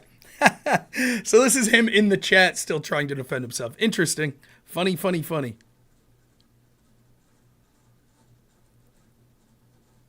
Now, listen to what he says here. Since he couldn't stick around in debate, he couldn't be... Now, do you understand why I was trying to get him to say a specific year? I said it's 1870. Okay, yeah, whatever. Because when I would have read the data, it said, okay, according to the census, 201 people died in the Wild West in the year of 1870. He just said, well, that doesn't count.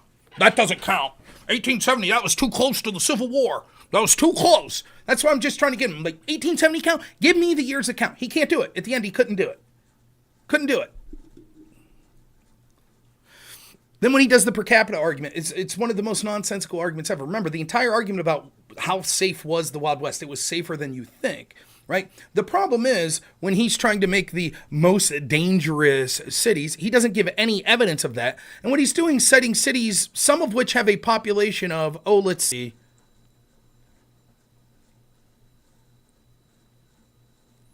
737 people. So even though the per capita homicide puts it as a very dangerous place, Abilene, the truth of the matter is, yeah, okay, there are only 7 homicides because there's 737 people that live there. The most dangerous county in America might have a per capita, you might say, oh, it's really dangerous. 300 out of 100,000 people die there, but maybe it only has 200 people that live there. And you'd say, oh, it's not that dangerous. See, everyone says it's dangerous, but actually only 30 people were killed. Yeah, out of 200. Let's see what he says. And the per capita argument, so what he's basically trying to say is, oh my God, it's so funny. Now all of a sudden we can't look at per capita because you could bring in a bunch of Scandinavians to the Wild West and they wouldn't have killed anyone. Do I even have to explain how that's one of the dumbest things I've ever heard? You could literally say that of any statistic ever that's looking at any population, any. You could say, oh, 18 to 25-year-olds, only 3% of them own homes. And I'd say, but what if we imported 500,000 billionaire 18 to 25-year-olds? Then that number would precipitously go up, right? So looking at that 3% number, that really is meaningless. What the fuck is that? The 201 number is disputed pretty widely. Is it, Marcus? Really? Is it disputed widely? Can you explain to me the dispute? Because earlier you were saying that the numbers I was citing were incorrect, and then I cited the very numbers that you were.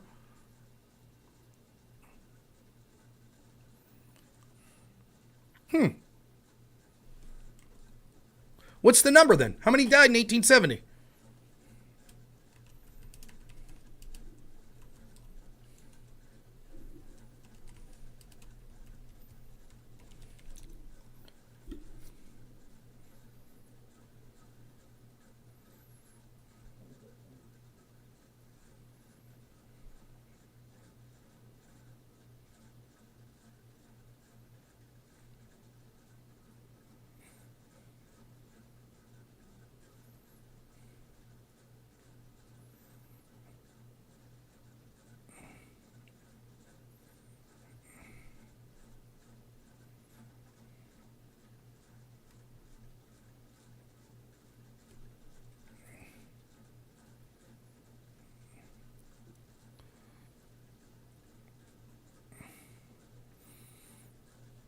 The numbers talk specifically, they give specific numbers. I didn't include the Native American numbers.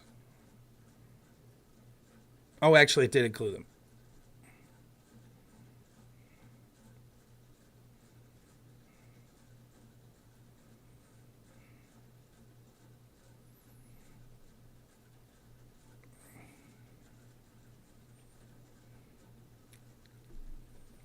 Let's see what else he says.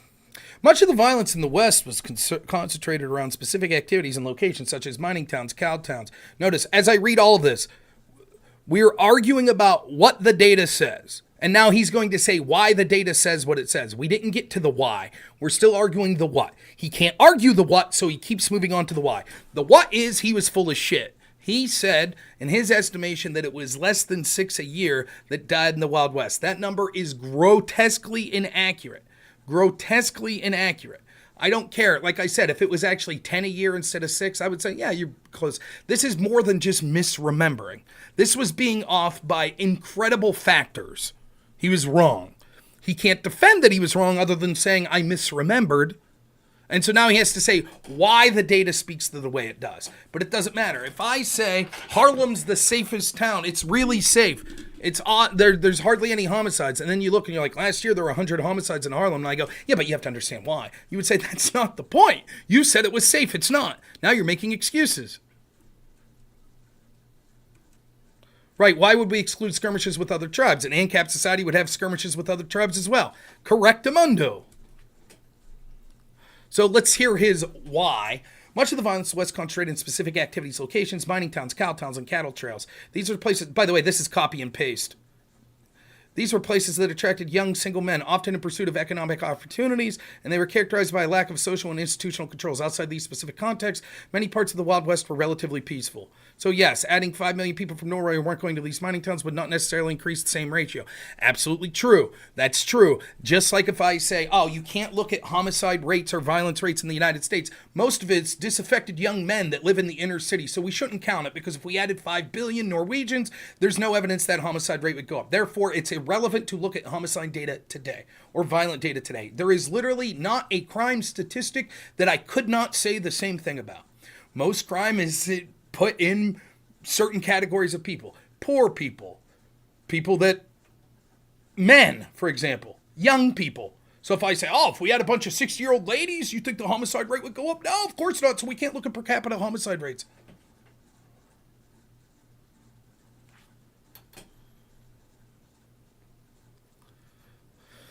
Then he copies and pastes a big other screen.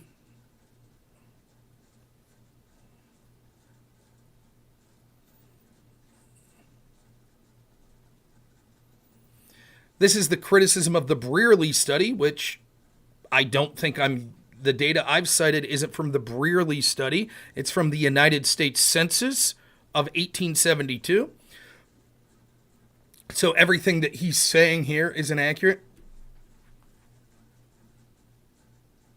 There you go. Marcus Davenport. Now remember, what he's trying to do is compare. He's saying it was safer then than it is now. Safer implies we'd look at per capita numbers. What are your chances to be killed? Okay, that's what we look at. He says then we can't look at the per capita because if we had 5 million people from Norway, then that's irrelevant. 5 million people from Norway weren't there. Right, if we looked at your hypothetical situation, maybe the per capita numbers would change. But that didn't happen, so we look at the actual per capita numbers. Brian Harrell, thanks for the super chat, $4.99. The dude was a socialist flags, and the dude was a socialist flags to have you an abroad comrade. Thank you. So we can no longer compare any statistics. I just want to be clear, Marcus Davenport. Any statistics you would have, and I mean anywhere. He could cite like the average income or quality of life of a person that lives in any particular small ANCAP community he wanted. And I could say, but we can't count those statistics because what if we added 5 million people from inner city Detroit? And he'd have to say, yeah, I guess you're right. And then he could say, but look how bad things are in the United States. And I say, but we can't look at those statistics because what if we added 5 million people from Norway? And he'd have to say, yeah, I guess you're right.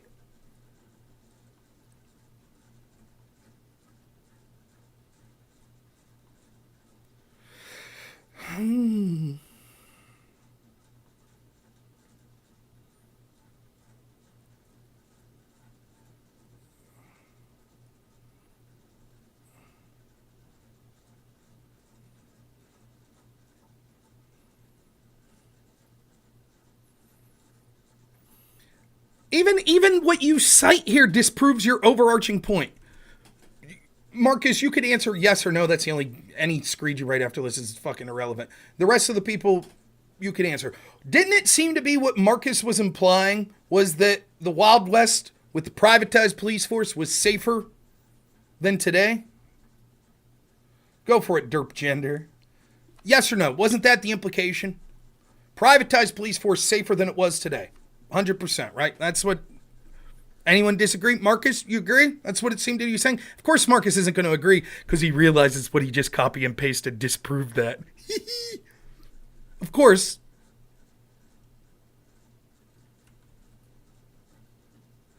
Okay, here's what he posed me in part. You ready?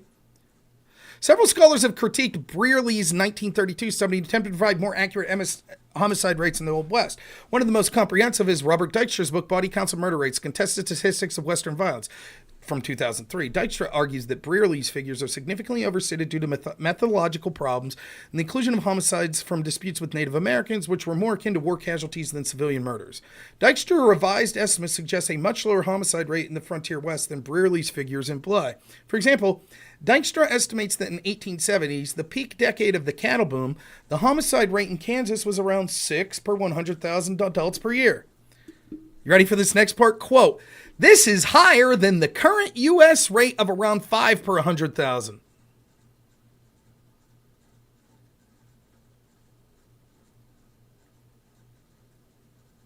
Whoops. Again, his own data. This guy's in the waiting room, wants to speak. 1 second. So his own data that he claims that he had studied before and was aware of disproved the central point that he was making. His own data.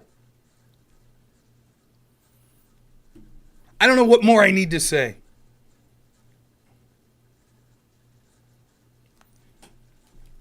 We'll be quick about this. I can't be up all night.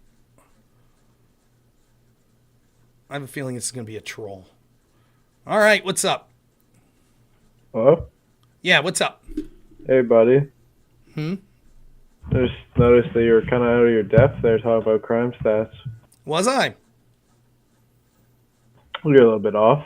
Okay, so was the Wild West, did it have a lower per capita homicide rate than the United States today?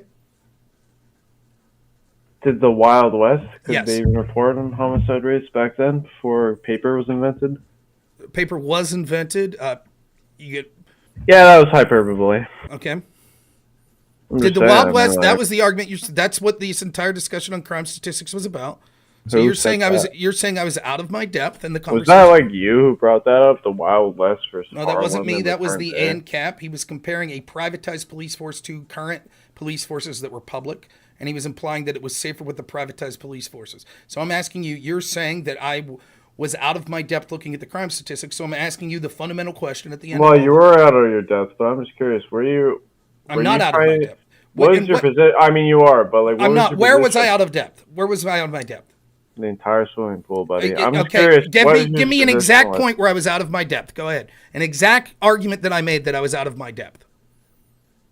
The entire Olympic swimming pool about this argument, dude. I'm just One curious. One last chance. Give me an exact point where I was out of my depth. The moment you brought up the Wild West. I didn't. My opponent did.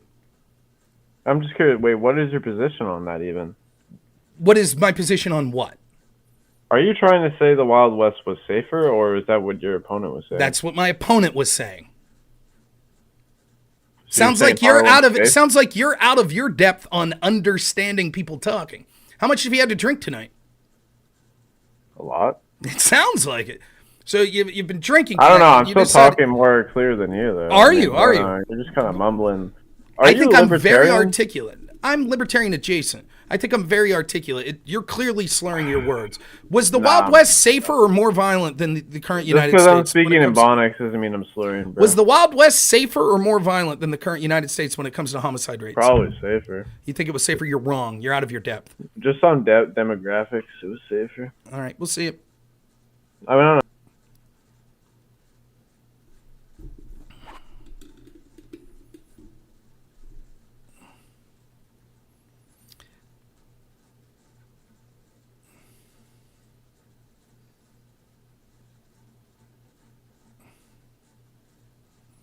Pretty funny.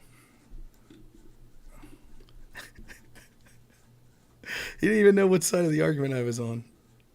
He was about to say something. When he started talking about demographics, I knew where he was going. I don't need that trouble.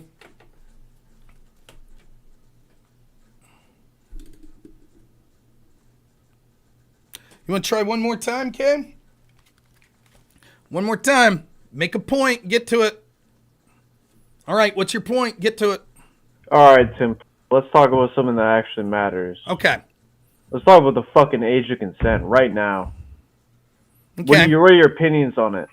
My opinions are that no one should consent to being in relationships with you while you're as inebriated as you are. Yeah, that's my... Really? Yes. My girlfriend does. She's only 14. You should wait. She's only 14 and she consented. Now, does what do you think of that, see, Tim Pool? Does everyone see why? She's only 14 and does she everyone did. see why we put this guy out? So, anyone who's a mod on Twitch, could you ban that guy? Sorry, we don't consent to people advocating for underage exploitation on this channel. All right. We're end it there. Marcus Davenport, I'm going to go to sleep, and let's see, if I go to bed at 2 and I wake up at 8, that's 6 hours of sleep. But if I import 5 million people from Norway and they all sleep 10 hours, well then, let's see. I guess I'll have to do it. No mods on Twitch. I guess I'll take care of it.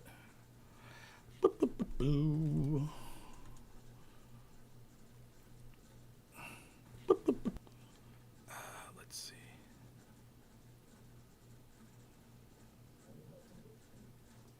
There we go.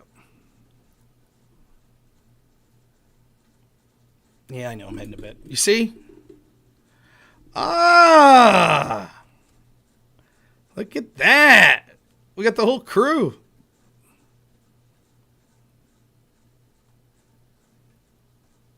Let's stick around for a minute and get more.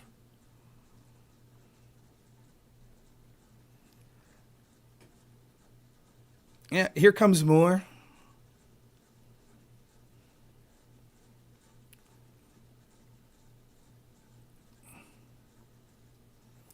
Okay. I haven't streamed in a while, so I'm glad I got to do a lot tonight. Sorry that the panel didn't happen. Apparently it's supposed to happen next Wednesday. I don't know, though. I may have a prior commitment. I told Wick I was available Wednesday, Thursday, Friday for a debate. So thanks for the follow, Utown369, who's Derp Gender and Marty won war. That's about to just... It's just the same guy coming in under different...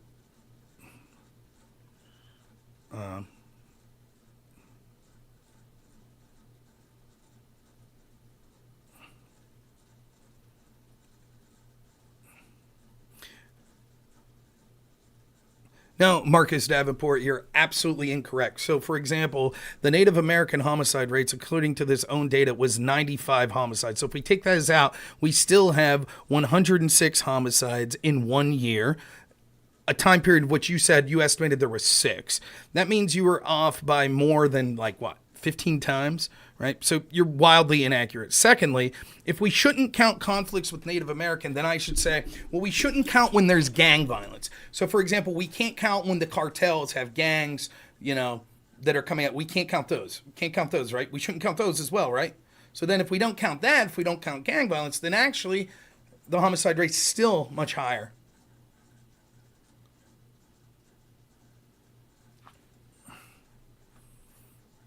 Yeah, a Vosh supporter, huh?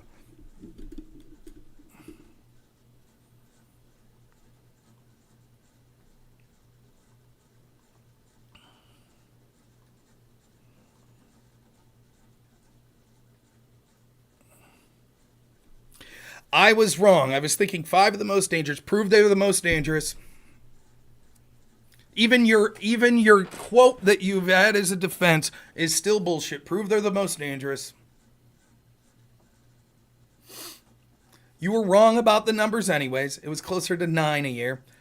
You don't have any evidence they're the most dangerous, and it still proves that your initial statement, which I said was most likely wrong, was wildly inaccurate. So you were wrong even in just 5 counties by a factor of 2. I'm sorry, 2 times. Factor's different. Wrong.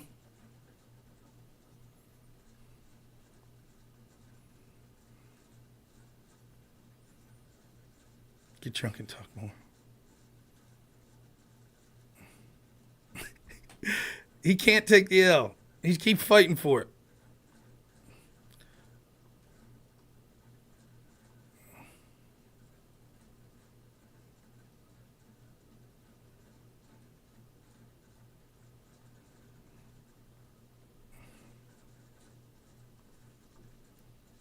Right? If we shouldn't count Native American homicides, why should we count gang violence?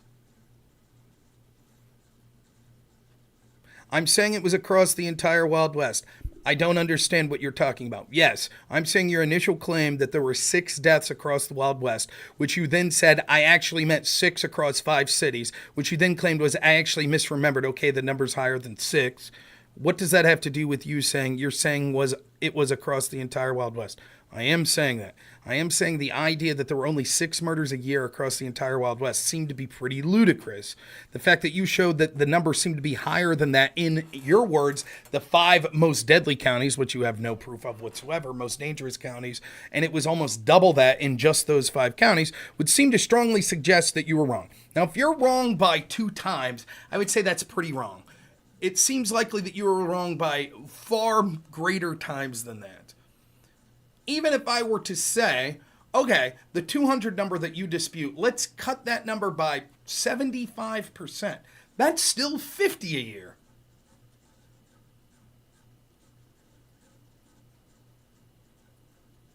Yeah, we're not.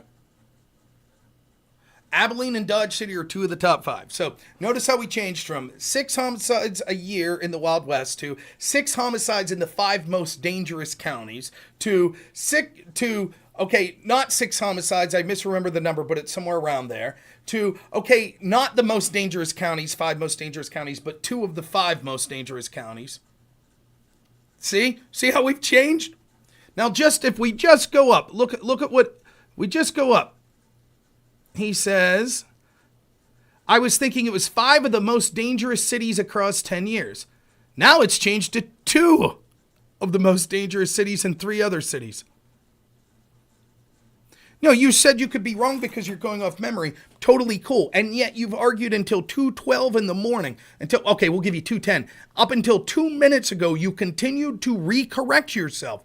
So you acknowledged your memory was incorrect, recorrected yourself, saying over and over, they're the 5 most dangerous cities, 5 most dangerous cities. I said, how many times have I said, prove it, prove it, prove it? You just kept repeating it verbatim. This isn't misremembering. This is you repeating something over and over and over and over again. And then once more, you having to admit you were wrong again. You didn't openly say I could be wrong. Where did you say that? Here's his exact quote. Show me where he says in here. This is his exact quote from like 3 minutes ago. Show me where he says in this exact quote, I could be wrong. That's what he said. I was wrong. I was thinking of the 5 most dangerous cities across 10 years. Verbatim. That's what he just said. Show me where he says I could be wrong.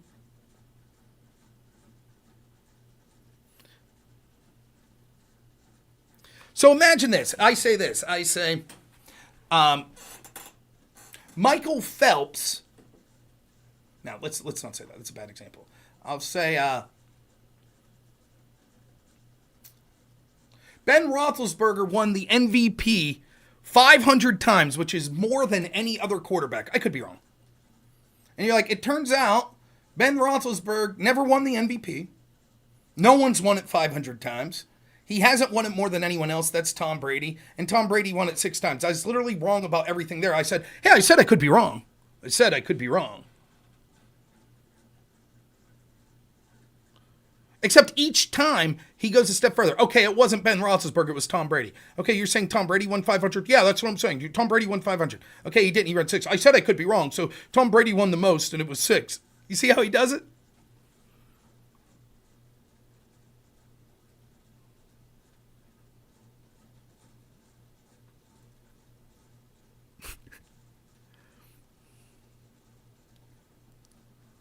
Marcus definitely took a huge L. Speaking in generalizations. Just generalizations.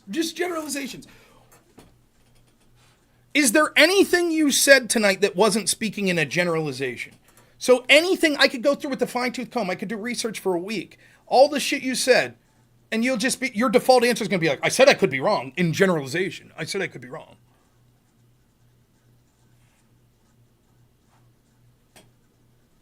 That's probably true, Nate G. Attitude era? Not quite that. You don't got King yelling about puppies every 5 seconds.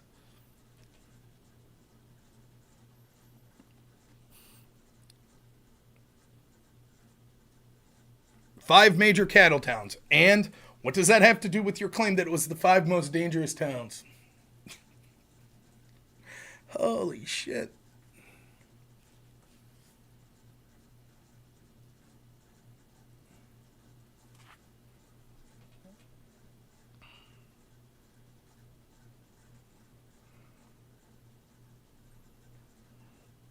All right.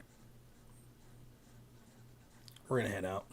Marcus takes the fat L. If you need to take one thing, take this. Marcus doesn't understand the concept of per capita.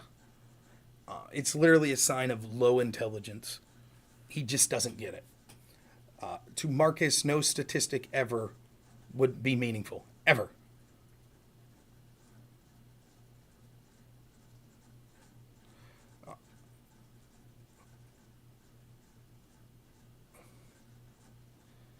Actually, the back's gotten better sitting here. It probably hurts more laying down than sitting up straight.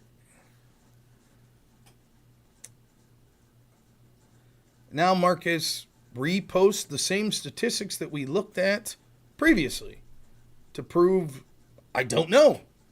You said they were the 5 most dangerous. I said over and over, prove it. You then, after me saying prove it over and over again, said, well, 2 of the 5 most dangerous. He continues to cite statistics that we've already looked at.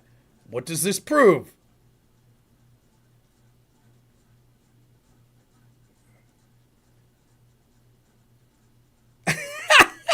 He literally like he just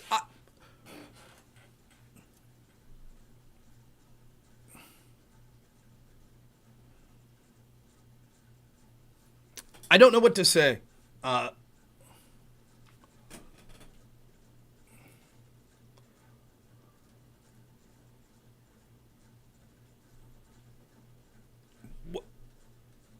I don't know what you're trying to say, Marcus.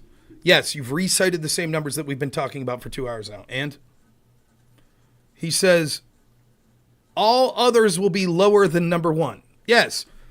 Let's do some Marcus Davenport logic for here. So, like, check this out, man. Number 2 is lower than number 1. But then, like, whoa, man, number 3, check this out. It's lower than number 2. Saying that they are an accurate representation of the most deadly towns is nonsensical. Your initial claim was they were the 5 most deadly towns. That is not accurate. Saying they are a representation of the towns, fine, let's accept that. Okay? Marcus, a simple yes or no. So we can accept that these were a representation of the towns. That's what you want to say? He says, we can see in general terms, we can see there's an accurate representation of the most deadly towns. Okay, we'll say that that's an accurate representation of the most dangerous towns. We got 2 and 5. That would imply, or I'm sorry, would you say 1 and 5, 2 and 5, whatever, okay? Fine.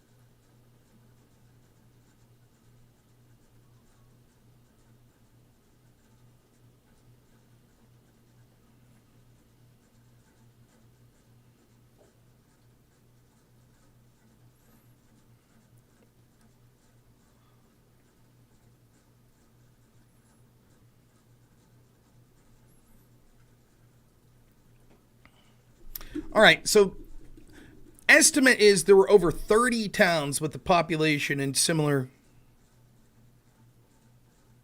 Yeah, I know, TLS. So there's around 30 towns. So if we are looking at these 5 towns averaged 9 a year,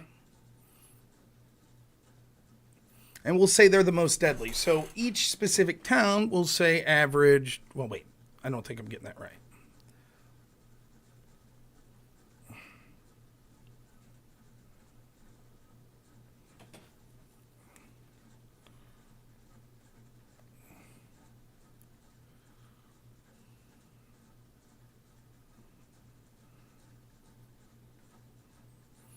So basically these were, we'll say, according to these numbers, 2 per year, each of these cities, and we'll say they're the most deadly. And there are 30 other towns according to estimates. We'll cut that in half. So we'll say there's these 5, and then 25 others that had 1 per year. That still puts the number of homicides at, he said 6. That number puts it at 25 plus 10, at 35. So that puts him at 6 times off? 6 times the amount it was off?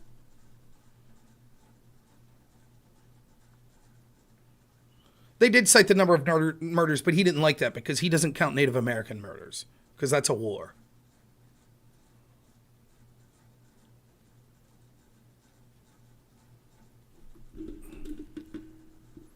All right. But hey, maybe a bunch of people from Norway have moved there. I can't wait. Like, just... And obviously, if you notice, Marcus hasn't answered one time. Marcus, you do acknowledge that you made the argument that no statistics ever referring to a population ever matter.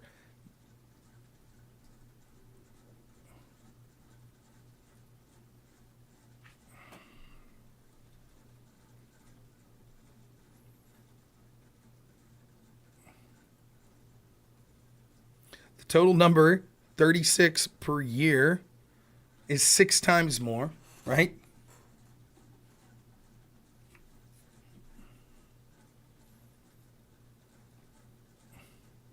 And that's, we'll say 30 out of a population of 30 towns with 500 people I put. So that's what? Let's do a little calculating.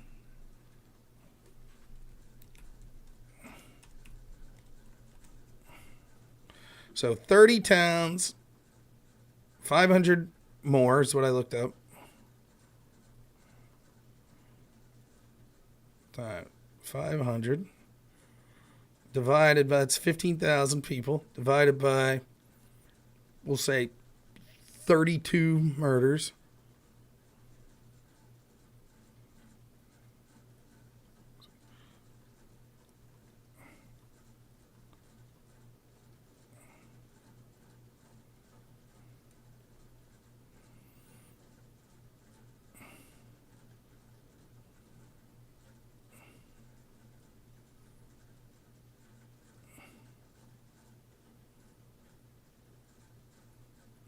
Yes, you did say that, Marcus. Marcus, jump in the chat here real quick.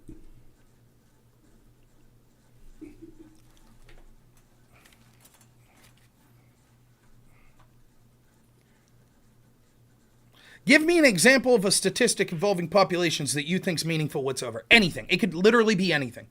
Literally anything. 17% of men will get divorced. And give me any statistic, any like that has to do with a percentage. Or per capita. Give me any. Give me any. Like per capita? I mean, yeah, percentage per capita. Numbers, that's fair. Okay, go ahead. Give me a statistic. Any statistics are okay. Give me one. You can make it up. Give me one. Why always matters. Let's say 80% of women file for divorce, whatever, and that number ends up being wrong. But there you go. There's a statistic. But what if we imported 5 billion Japanese women? they have different cultures, so yeah, it would change the numbers. Okay, so then that per number's capita meaningless. ratio We would be can't look completely at different. that number brings nothing to us because if we import there's about no those? sense in looking at that number because we could import 5 billion Japanese women and that would change have the to- per capita statistic, No, correct? no. You would just, it would just be that, hey, why is that happening? It's because the culture in It America has is nothing to different do than with the culture in Japan. it has nothing to do with the why. It has to do with whether or not those numbers are an accurate reflection of the on the ground picture as it exists in I've that already time said frame. that's a yes. I Okay, said yes. so That is then an so then accurate- your entire argument of per capita extrapolation is not what I being disagree used with. and saying, but what if we incorporated 5 million people from Norway was absolute fucking ridiculous garbage. It had nothing to do. The per there's capita others that numbers have are what already the made this numbers argument. were. The per capita numbers are what they were. Other historians who have already researched this, they've already made this argument as well. Then those That by people are as extrapolating- Please let me stupid and finish as that. bad faith as you. Those Okay, numbers it's- ignore the reality of what per capita means. Per capita is giving an accurate picture of the chance of something happening, already whereas said total that. numbers of that happening won't give that picture because if one if you thing don't have happens the to a why- population of 5 people, that's a higher percentage chance of that occurring than if 10 things happens to a population of 1 million people. That's why we look at percentages in per capita because it gives a more The why accurate matters. representation. The why doesn't matter as to whether or not you were correct about the data. You were incorrect about the data. You could always I've skew already data agreed with by that. saying that all data could be meaningless if we say, but if we took a population of people that were completely dissimilar and incorporated huge millions of them, then it would change the numbers. That is absolutely true. And that would mean that any per capita statistic would then be irrelevant because you would always be able to say in every instant, yes, but if we drastically change the population that we were looking at, we would get different numbers. Of course, that's imminently true. That would be true of any statistic that you were ever looking at.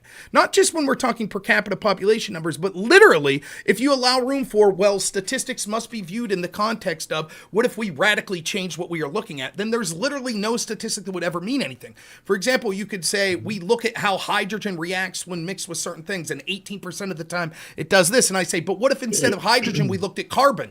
Then it would be vastly different, right? And you'd say, I suppose that would be so. Well, therefore, the percentage number means nothing of hydrogen. It is a I'll worthless explain point. It is a deflection trying to get away from what the actual data shows to then trying to deflect the discussion to why the data shows what it shows, which is a already said completely I accept the separate, data. which is a completely separate conversation. So you accept the data, already- you accept that it seems that most likely that the homicide rate in the homicide rate in there was lower than the homicide rate in the Wild West was lower than Ireland. Great. Four We versus accepted five. that. We Yep. accepted And then also, but you also got to look at like why Arizona had a higher rate than, let's say, Oregon or Utah or Washington. So Arizona was about 11.5. It was very high. And then you've got Colorado was 10.5, very high. But then you've got other places like Oregon, which was only 1.8. And then there's Utah 2.6, Washington 2.6. So I'm saying the why matters is simply because what was happening that was driving that. So yeah, I Where'd you get literally these agree. numbers? These were the same numbers that came from the McKenna paper. Okay, because in Oregon, I'm reading that between 1850 and 1865, it was 30 per 100,000. I'm looking at 1880. Apologize. Let's see what year was that. Yeah, so 1880, whatever. But what I'm saying, but that's neither here nor there. Where do you see accepted that already data? that I was wrong. It's called what's McKenna's paper called? It's Claire V. McKenna. Her name is her book was called Race and Homicides in the 19th Century California, and then she just looks at different parts of the Wild West. But what I mean is like it's I admitted already. I said yeah, I was wrong. I was going off memory. I accepted that well before we even looked at the actual numbers. So I said very quickly, I tried to be as clear as possible that I agree that if you were to bring in, like if I believe, let's say I believe that most murders in America happen because they're gang and drug related, right? Like let's say if that were true, then I believe that if you bring in, 40 million nuns, or people that aren't involved in gangs, then you would not see an extrapolation of the number. So that's why I'm only arguing that I disagree that you can extrapolate the number just because of the per capita, because I believe that you have to look at the why to see why are these people murdering each other. So That's not true in the context of this conversation, and here's why. That might be true normally, but when you say, here is a society we're pointing to, and the reason I'm pointing to that is because of my statement that homicides were low, that it was safe. And then when we get there and we see that that picture is not what you painted, and you say, but let's ask why that wasn't the case. That's why the why doesn't matter in that sense, because you made a statement of fact. You said, this is the way things were. And then we looked at it and it wasn't the way things were. And so now you're saying, but we need to look at why things weren't that way. But that's Are you saying that irrelevant it as to wasn't why you were wrong. So you were wrong. So in the context of we're trying to compare societies, so you admit that you're advocating for a society that's never existed. So you're reaching to try to find societies that are as as similar as possible. To be clear, and though, you're you said saying it was that those 4 and societies. 5 versus 6. What's that? It's almost the same. It was 5 versus 6, so it's almost the same as it is today when you take out the war. That's So true. That's it's almost the same as it is that's today. absolutely. So That's what if we Okay. take the data. I would say if we accept the data that was given by your guy, right? about the same as today. And Wait, then no, so- wait. Let's just be clear. If we accept the data that you gave, it's slightly Yeah. worse than today. Yeah, 4 versus Okay. 5. I mean 5 versus 6. Okay, so that's if Per we accept the data 100,000. you said. If we accept the data that I was reading, then it's far worse than that. Yeah. But nonetheless, your argument was this was a preferential society. You were trying to make an argument that in a society of private police forces, we wouldn't see violence. That's not No. true. And I'm not even saying you said we wouldn't see any violence. That's not what I'm saying. You suggested it would be less violent. And that's not true. Your own data suggests it was more violent. Right? And now you're going to say, well, yeah, but there were reasons for that. But you're the one who brought up that example. And when you're advocating for a society that there's literally zero historical context or reference for, and the one place you put, I mean, this is like arguing with the communists, right? That'll be like, Is the oh, you reason know, that it was they'll, safe because they'll of be the like, police? That's the socialism's question. great. Like, countries that do socialism's great. And you're like, what about this country? And you're like, well, let's look at why that country that was socialist failed.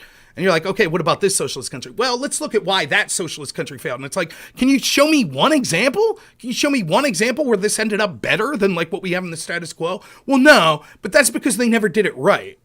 That's what you sound like. You sound like a social. It's literally the exact same argument.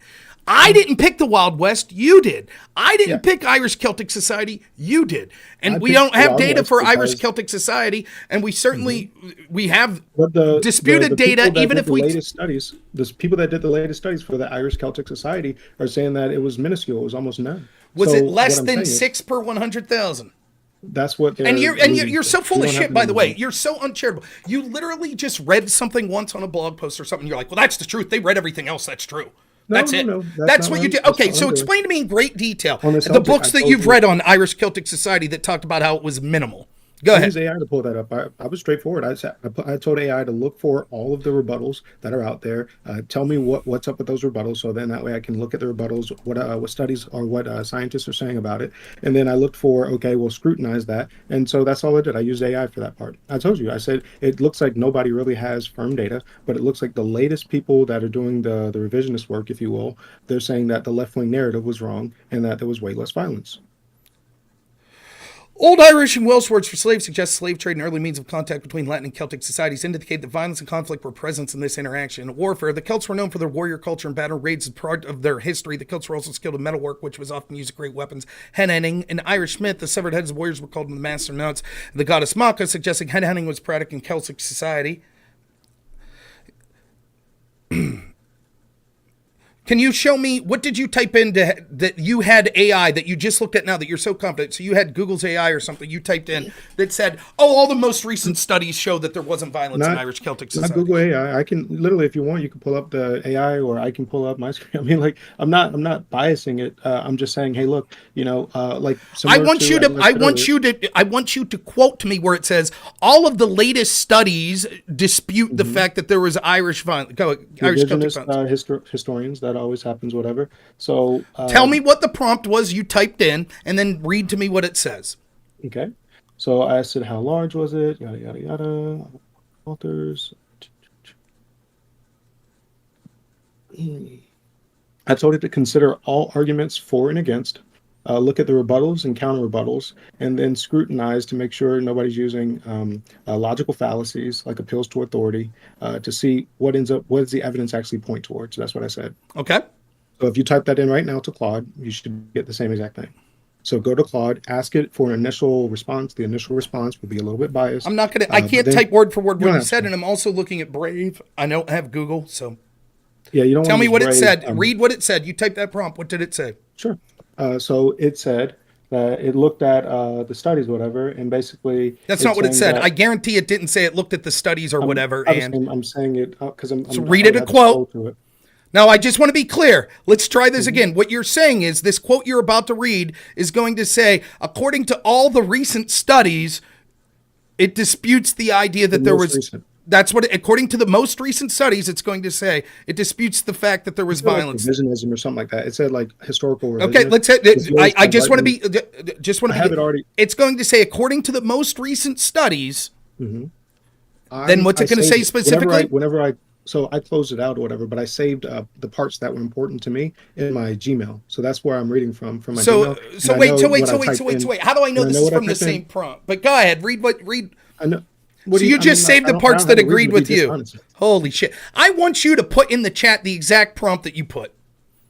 I use the exact same prompt like every time. Put it in the chat so I could copy and paste it to make sure that it's the exact same thing. Then I'm going to go to the same. Use Claude, please. Don't use Google. Use Claude. I don't know what Claude is. Claude.ai. Okay. Nonetheless, now I want you to read. As you're copying and pasting that, go ahead and read the sections you want. Go ahead.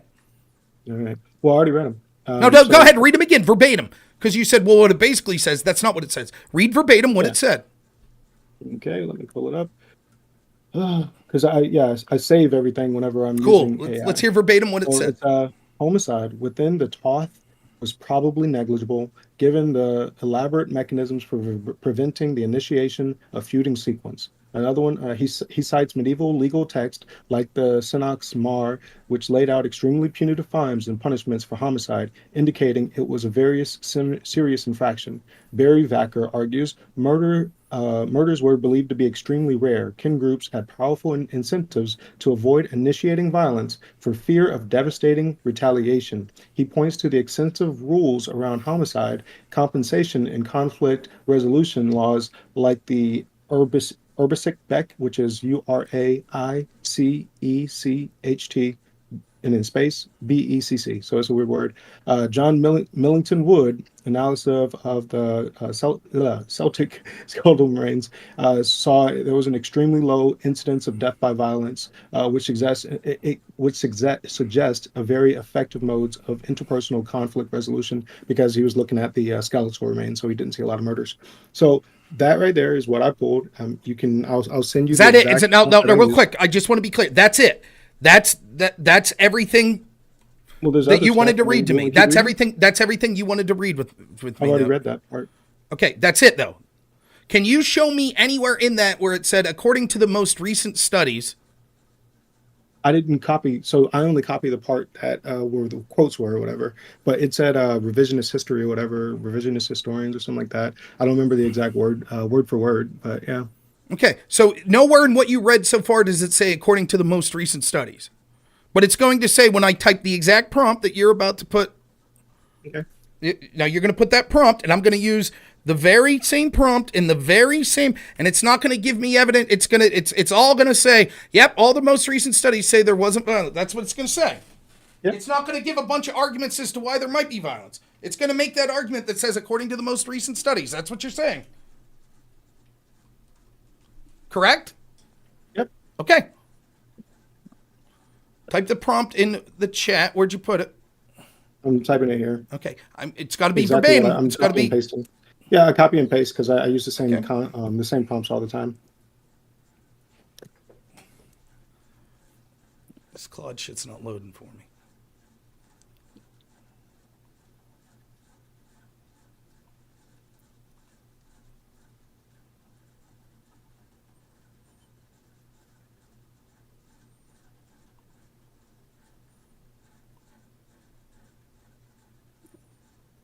There's the prompt. So first, whenever you're dealing with Claude, you just need to, it's always going to give you a left-wing bias initially. And then after that, you have to tell it to not try to just draw an unmerited middle ground perspective, if you will, because it's always looking to give you a middle ground answer. But then once you actually challenge it and you say, hey, look, don't.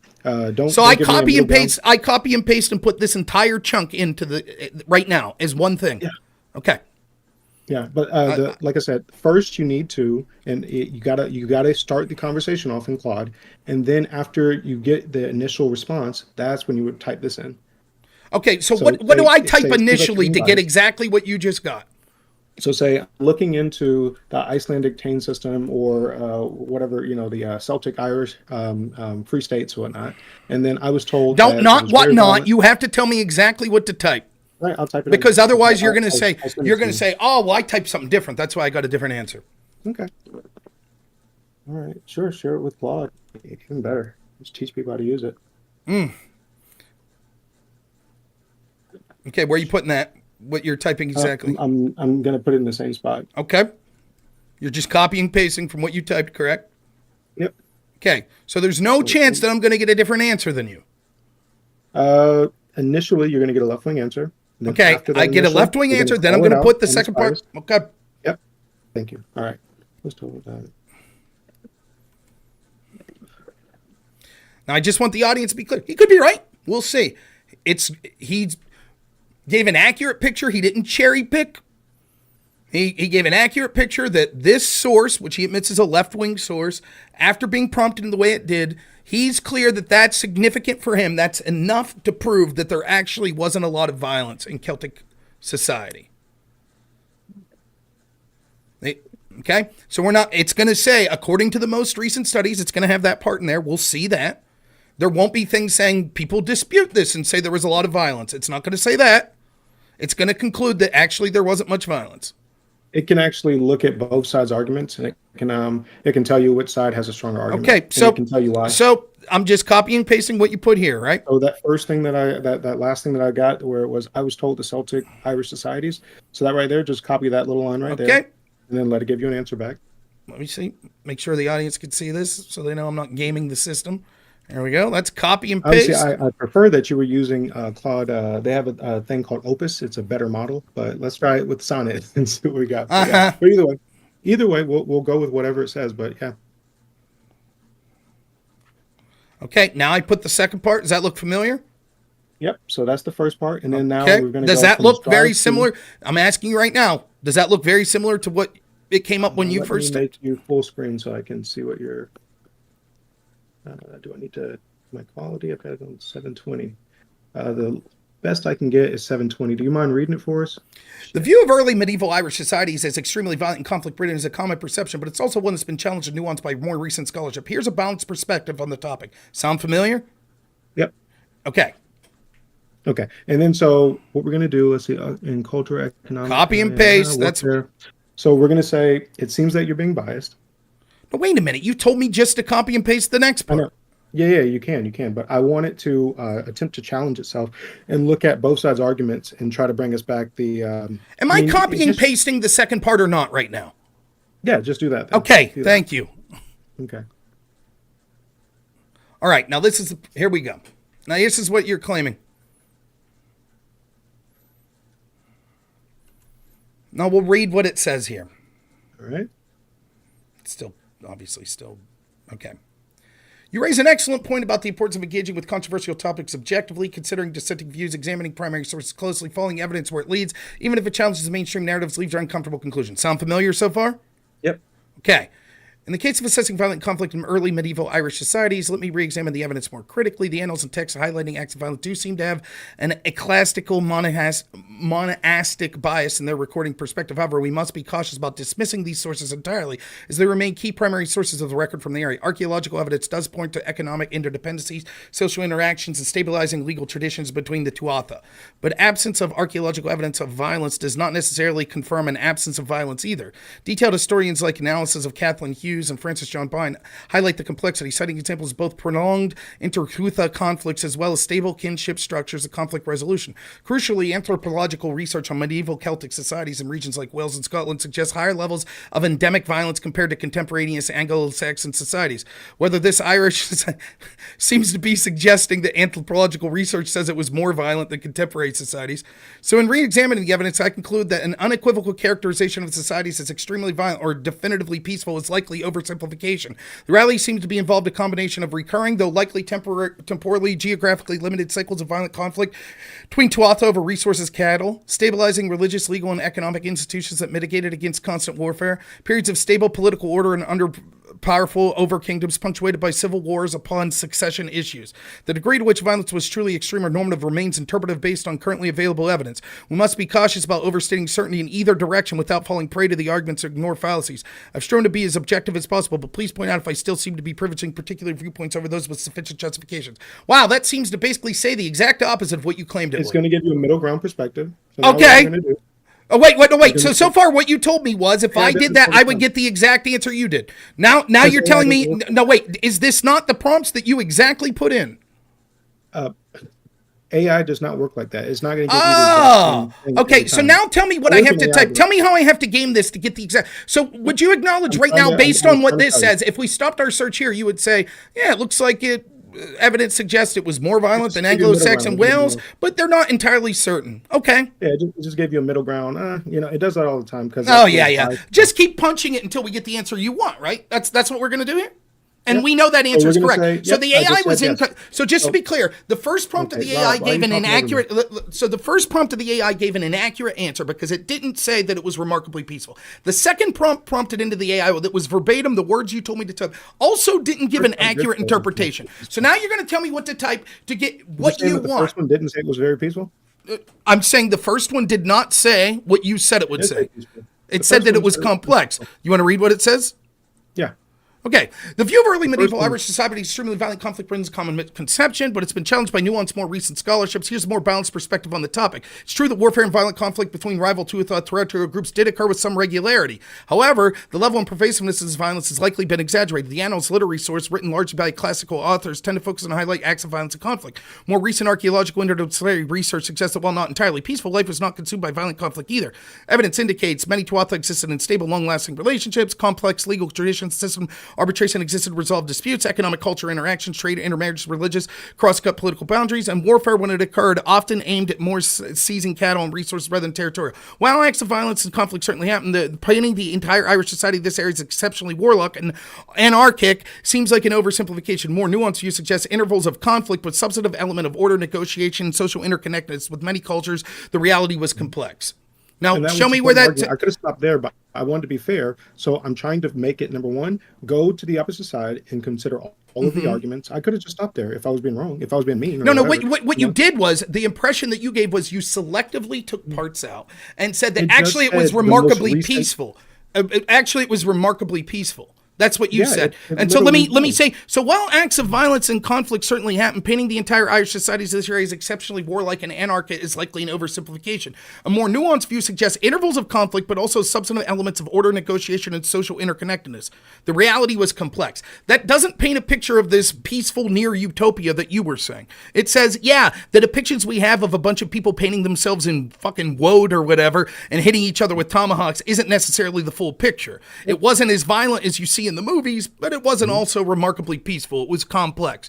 That seems to be something that I could have guessed to, right? Then when you tell me to type in exactly what to type to have a more complex view of it, right? Dissenting views, etc. What it seems to suggest is actually archaeological evidence shows when compared to regions like Wales and Scotland, there were higher levels of violence. Yep. And so if you would go, because it bounces, right? So I'm asking it right now. It seems you're still attempting to default to an unmerited middle ground perspective. It seems the evidence is pointing in one direction. So let's see which direction it's pointing in. Let's get it to challenge itself. Because right now, as it is, you can tell that it's just trying to... You're full of shit! Does everyone see how full of shit this guy is? Does everyone see this? So this guy... So here's what's remarkable. Here's what's remarkable. This guy whose worldview... Now imagine that you have a worldview that you're cheering for some sort of society, right? And you know that it's a society that's sort of utopian, right? So you know people are going to be like, bullshit, this isn't possible. When has it happened before? And the first example you're going to cite is Irish Celtic society. That's the example I use. Yet you don't know shit all about it. Instead, what you're going to do in the moment when you bring it up is like, I'm going to fucking AI it. Then I'm going to keep hitting the prompt until I get the answer I want. And then I'll selectively quote from that answer and say, oh, well, I've researched it and I prompted in, compare all the research and give me the best shit. So this is the best research and the best research says that it wasn't violent.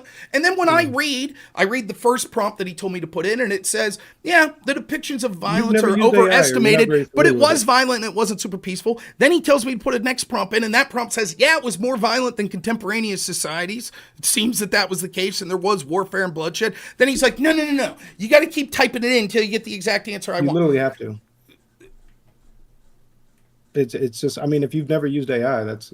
I mean, I don't know what to say other than you're I don't know what the word is. It You're one of the always worst biases people. You're to one of the middle most ground. bad. You're So one of the I most work in bad AI. faith I people work I've in AI. debated. That's my day job. I don't get you I build work in AI. I wouldn't trust you to build a fucking paper airplane. You on the other hand don't understand that it has biases. I do understand. I do understand. So So I'm let asking me you just to suggest ask if that second you prompt would have brought. didn't argue- Let me you ask you this. angry Let me ask you for this. whatever If that reason, second prompt would have brought up exactly what you wanted, would you have said, well, that's not enough. It's still being biased. I would have kept going. Then I why literally didn't you kept tell telling me? you the next prompt, So then when no matter I what said you said. tell me exactly what to type, why didn't you say wait, it's not just these two things, it's going to be a bunch of things. I kept telling you got to keep going. You got to keep going. And That's so bullshit. That's before bullshit. I would even told you what it said. I could have literally went with the first answer and be like, it kind of goes along with what I'm saying, whatever. It doesn't. You It know, doesn't go there's along with what you're saying. You're trying to say that this was a remarkably. overall, You're intuiting that this was a remarkably peaceful society. Nothing that we've read so far suggests that. because I know it's going off the books that I already quoted with you. You Like, can't it's talking even. about the You didn't archaeological even fucking. evidence. You're not even good faith enough to literally have quoted the entire thing that the AI gave you. What you did was selectively sliced parts out of it, then saved it in a Word file or whatever on your Gmail, and only read that. And then you say, "Well, AI doesn't work that you could directly replicate the answers." Tell me what I should put now to get the answer you want. Go ahead. Tell me. I already typed it. I said it seems that you're attempting to default. to You a typed it, narrative but I without didn't. perspective. So you typed it. So copy It seems paste. that- Copy paste. It's already in here. It's already in the same chat that we've been typing in.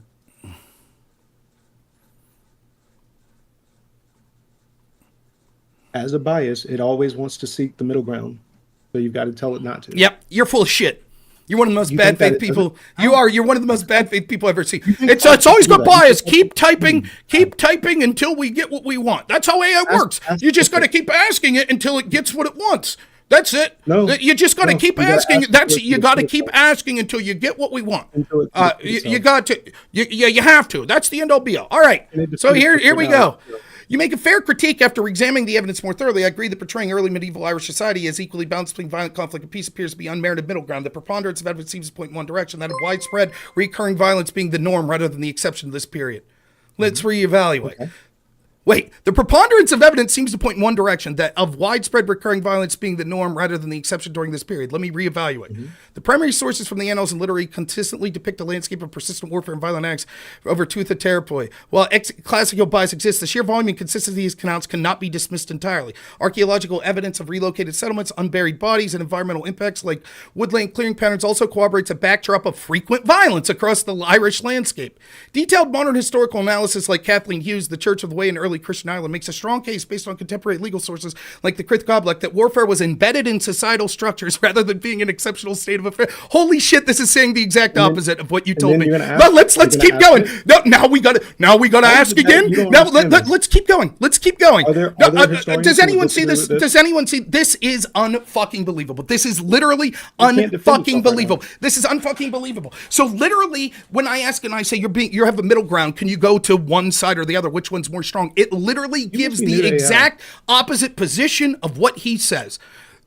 It literally gives it. Let's keep going. Anthropological comparison to other medieval Celtic societies in Britain or Europe also suggests norms about endemic internal warfare fueled by cattle raids and territorial disputes. The oft-cited legal traditions of arbitration and stabilizing religious institutions appear to have had minimal tempering effect in the actually preventing or reducing the frequency of violent conflicts, according to the evidence. So, in summarizing, the preponderance of evidence from primary sources, archaeological data, expert analysis, and anthropological comparisons, it does seem a culture of persistent, widespread, internecine warfare was prevailing across the Tuatha in early medieval Irish societies in the 5th and 12th centuries. Any indications of peaceful stability appear to have been exceptions to the norm during that era. All right. And then you're going to ask it, are there historians who would disagree with that? And No, then you're gonna we ask already it asked. to But wait, the this side. prompt was very specific. Let's see what this prompt said. It said that we thought that they were being unfair to middle ground. Is there evidence that's largely pointing in one direction? And it says, yes, there is evidence pointing in largely one direction, and that's the opposite direction of what you suggested.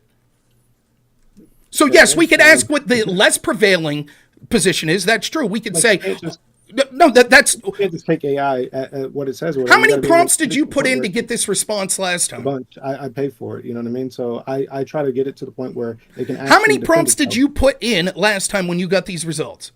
I was probably at least 13 or so down. Doesn't Maybe, this save maybe your it was more history than of the that. prompts you put in? I delete them because I use it so often. I think you're full of shit. I don't care if you think I'm full of shit. So you're telling me in the time that that you brought this up and debated it, you went on basically while we were talking and deleted your past prompts. Yes, I always delete my past prompts because otherwise I use this every single day, every day. So what's it matter if your past prompts are there? What would that have anything to do with anything? I don't need it. I don't want it to be cached on my system. I don't need it. Did you ever watch? Hey, audience, have you ever watched Judge Judy? Right, when someone will say, "Yeah, he texted me that he owed me that money," and Judy says, "Show me the text message," and they say, "Actually, I lost my phone. I deleted those text messages." Dude, everybody knows you're lying. Everybody knows you're lying. We all know you're full of shit. How can you not understand that I would want to delete whenever when I'm done with it? Why wouldn't I want to delete it? I don't get that. We're literally in the moment. We're literally in the moment of a debate, and you're like taking time to go back and delete prompts that you put in. Do you also delete your search history in real time from Google? It's the entire chat. Look. See debating violence? You click on that and you press delete. It's at the very top.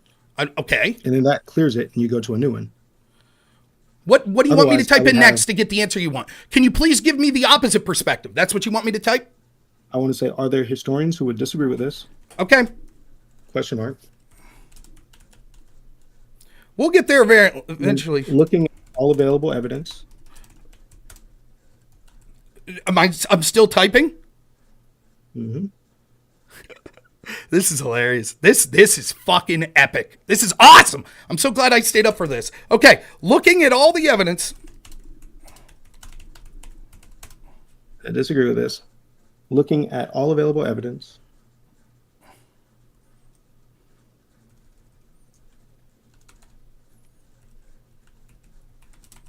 All right, looking at all of the available evidence. Okay. All right. So period. That's it. Then enter. Considering the rebuttals and counter rebuttals. Does everyone see how this is gaming? Does any? So it's we ask for the official answer, it gives it to us, and then we say, but does anyone disagree? Give me all the rebuttals and counter rebuttals. Then he'll say, see? There, it says people disagree. Well, then just ask it about something you already know about. Considering the rebuttals and counter rebuttals. What seems to be closest to the truth? No, you've already bullshitted. I can tell already this is bullshit because you've loaded the question. Because you said in the prompt, do people disagree? What is the truth? So it's already prompting the AI. I know enough about this of loaded questions. What you've prompted is saying, I don't like the answer you gave. Give me the counter answer. I'm literally asking it. Same thing that I asked it before. But now that it's had time to be able to reach out to more works that are on the subject or whatever, I'm just asking it to look for the rebuttals and then return with if this is still true or if it's not. I mean, if you don't agree, then ask it something else afterwards. Okay, looking at all available evidence, considering the rebuttals and counter rebuttals, what? What seems to be closest to the truth?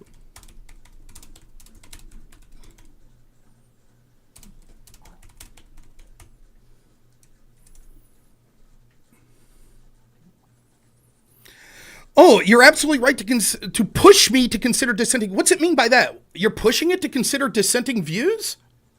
That's weird. I thought we were just asking what the truth was. But it seems that the AI is specifically telling us that you're pushing it to one direction. That's odd.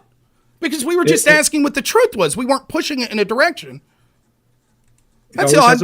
Let's read. You're absolutely right to push me the prevailing interpretation, re-examine more thoroughly. There indeed some historians have challenged provided nuance to the narrative of warfare during this period, though they seem to be in the minority.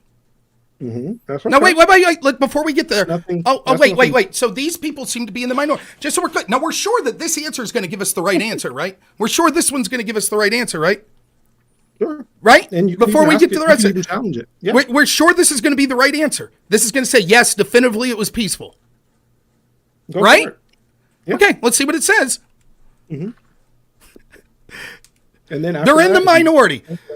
Cronin's work has argued that monotheistic population and classical writers have vested interest portraying secular societies excessively violent to highlight their own moral authority. Jaski contended that violence was largely confined to petty kingdoms engaging cattle raids by the overall kingdoms of periods of overall stability. McCarthy cited evidence of undefended settlements existed throughout the period, which he argues is incompatible with constant warfare. However, even some of these dissenting historians acknowledge pervasive low-level violence as a social reality. The contention is mainly around the degrees and specifics. In considering rebuttals, mainstream scholars have countered that monarchistic writers still have no incentive to invent elaborate tales of mundane events from whole cloth. Archaeological evidence of violence patterns appears to be backwritten accounts.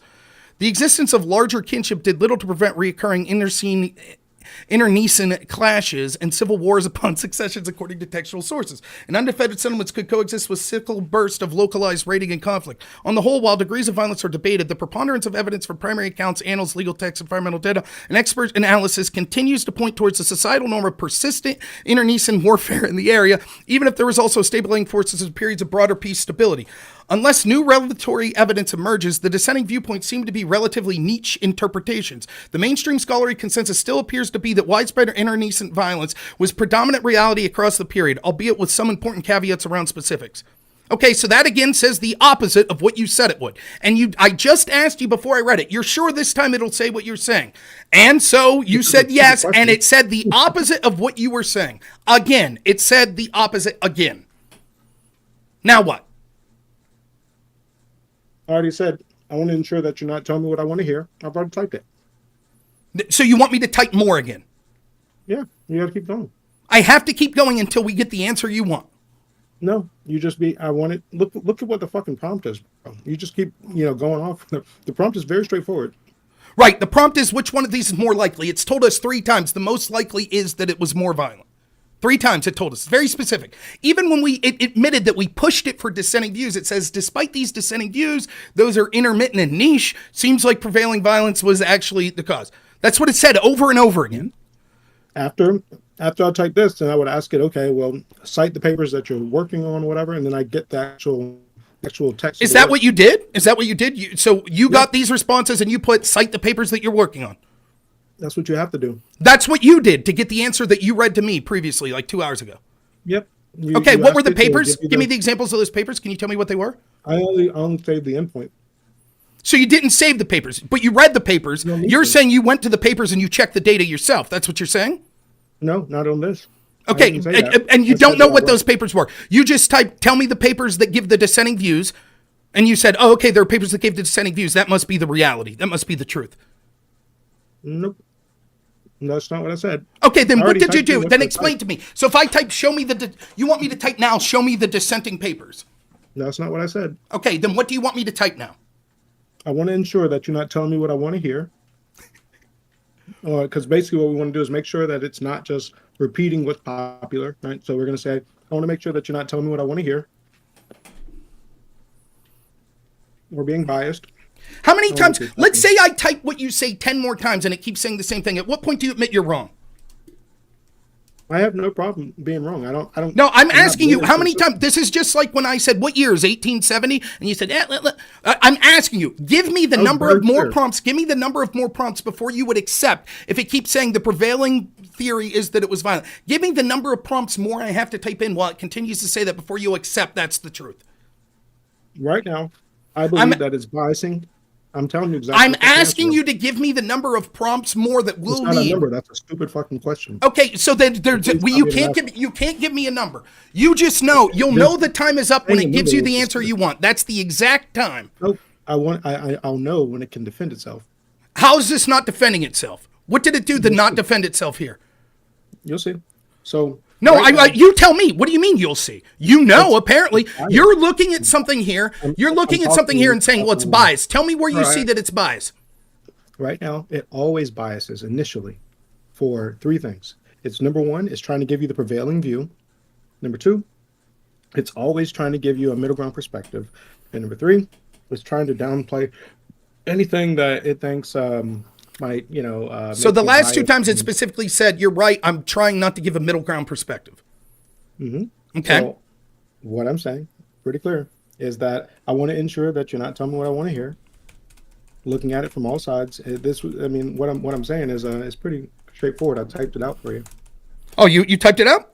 Okay. Mm-hmm. Now, when this shows up, when it says, but still the prevailing, you'll say, well, we need to type more, correct? That's what you're going to say. I want to ensure that you're not telling me what I want to hear. Right. I'm asking you before I type this prompt in, if it comes back and says largely the same thing, then I'm going to have to type something new in. What would that new thing I'll have to type be? I just want to be clear. You know, right?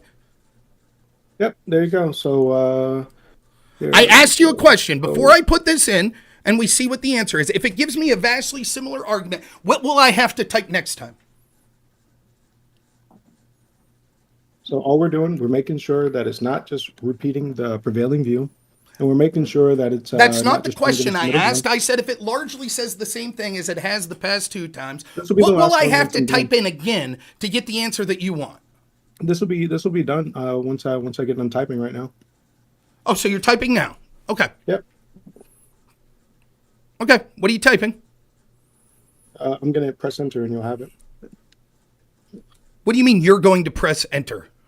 Because I'm sending it in Discord. Okay. Are you currently on the AI right now trying to game it to get to say what you want? Nope, I'm literally just typing to you. Okay. And even if we did that, even if we type in the exact same prompt, you can get different answers. Well, I understand that, but we're not even getting answers that were remotely close. We're getting completely opposite answers. So Now, I just want to point out the ridiculous. I just want to point out the ridiculous of this to people. He I'm being claims so that this nice is. to you, and you're trying to be an asshole. No, It's not cool. you could claim not that you're cool. being nice. You're being a bad faith sack of shit. If you don't like it, pound sand. Like, I don't care. But you're being bad faith, right? So I just want to be clear to everyone here. He hasn't researched this at all. This is the society he wants to point to. He types in a few AI prompts. He gets an answer he likes, settles down on it and says, there you go. Then he cites that verbatim and says, well, the recent studies say this, and that's just the truth. And that's enough for me. Then he tells me to put prompts in, and he says over and over, yep, this time you'll get the right answer. And then I don't. And he goes, oh, well, you got to type something else in. This time you'll get the right answer. And then I don't. And he goes, oh, you got to put the right answer in. Even if we eventually get the answer he wants, we could continue to type things in the prompt to backtrack from that if we want, as I'll show you. And it still wouldn't prove that this is somehow definitive that we're capable of saying, there's a consensus basically that the way things were in Celtic Irish society was overwhelmingly peaceful. That's bullshit. Nothing suggests that. He's just saying that after prompting something and getting the AI to say what he wants to hear, and then citing that as its actual truth. All right, did you type in what you needed? Now, do you want me to post that first part? Or the whole section there?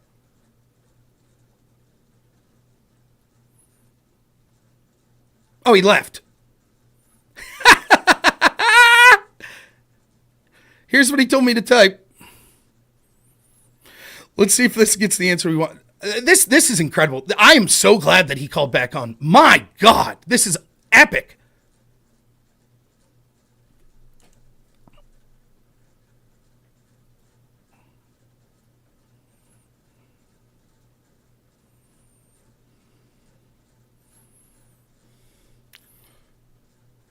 Okay, here's what he told me to put. Now notice what he says here. I want you to make sure you're not biased to the prevailing view. So he's trying to game it to be like, give me the other answer. Give me the other answer.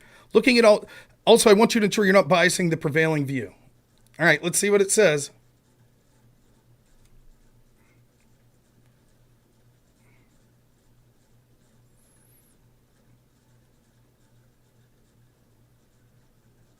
Yeah, I hear you. Go ahead, just kidding. You can say what. All right, here's what he says. You're absolutely right to push me to examine this from all angles objectively without biasing any prevailing view or telling you what you might want to hear. Let me revisit the evidence and arguments as partially as possible. From the primary sources, there are numerous accounts seem to depict a society heavily immersed in warfare and violence, such as this quote from the Annals of Ulster.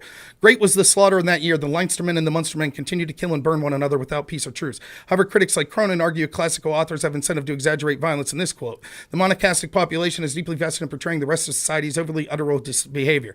On the archaeological fronts, evidence like this quote from archaeologist John Raven details findings suggesting widespread violence. Widespread burning debris, human remains showing evidence of violent injury, and high frequency of relocated defensively situate settlements all suggest endemic warfare. Yet Malarkey interprets some archaeological sites differently. The existence of these undefended settlements would seem incompatible with any suggestion society was riven with constant warfare. Detailed modern historical analysis like this quote from Kathleen Hughes makes a strong case for the embeddedness of warfare. The contemporary legal tradition makes it clear for the secular society, at least at a certain level, the ubiquitous possibility of violence arising from everyday contact and affairs was regarded as the norm. But Jaski argues, while petty kingdoms have engaged in cyclical cattle-raiding warfare, the larger overriding territories provided longer stretches of stable political warfare. In weighing all perspectives, I conclude that while periods of peace and stable kinship existed, the most pervasive evidence coherently points towards pervasive, reoccurring cycles of violence, conflict, the predominant social reality for this era, even if not literal constant warfare. Dissenting views are insightful, countervailing perspectives, but do not overturn the weight of evidence. Now what do I have to type, Marcus? Oh, you're gone. He said it'll be done this time. When you type this, it'll be done. That's what he said. You all heard him, right? You heard him say that. When you type this, it'll be done. You heard that, right?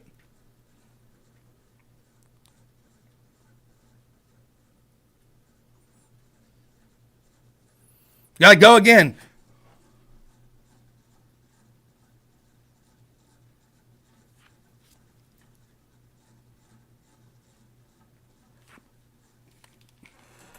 Now, why does all of this matter? Does Irish Celtic society... Do you see how bad faith people can be? Do you see this? And he left because he knew he was eating shit. He knew it. That's why he left. Oh, someone wants to come on. I really have to get to bed soon. But yeah, I know this is Kitten. Or just Kitten. What's up, man? You there? Hello, can you hear me? Yeah. What's happening? Yeah, sorry if I don't have the best microphone right now. I'm pretty much just using like a headset. So there are like a lot of wild things that we're just kind of having in that conversation. I do work in AI program stuff, training data sets, image recognition, using Minx database, like all basic stuff. I looked at read white papers. I'm not 100% on everything new and modern with GPT because obviously, general purpose transformers are being used by the higher level companies like OpenAI and even the creators of the Cloud Opus models. And those are usually kept under pretty tight wraps, though there are a lot of predictive measures going on to how they function. But at a high level, right, one, you're using a different model than he is, which is probably trained on a lesser data set. And even if you enter exactly word for word what he puts in, the feed forward answering and response system is going to give you randomized basically responses to a certain extent. It's weighted, and so you're more likely to get certain responses than others. And in the chain, it's almost going to be impossible to recreate the original conversation he was having. That all being said, right, the way he was using it was completely against what I would recommend as best practices, because by continuing to press an AI, it usually has a bias towards answering, and there's more likely to be something called a hallucination, which is just an instance of an AI model pretty much just saying whatever you want it to by basically saying, this is the correct fashion, this is how I want you to interpret it, et cetera, and it can make up data or source less flimsy data because you're forcing it into a section of data that has been less trained on. Because all of these GPT models are basically word associations with statistical inferences where it takes a token or a series of tokens or a phrase, compiles them together, and then basically does associations as to how it statistically determines which mapping it should go on to.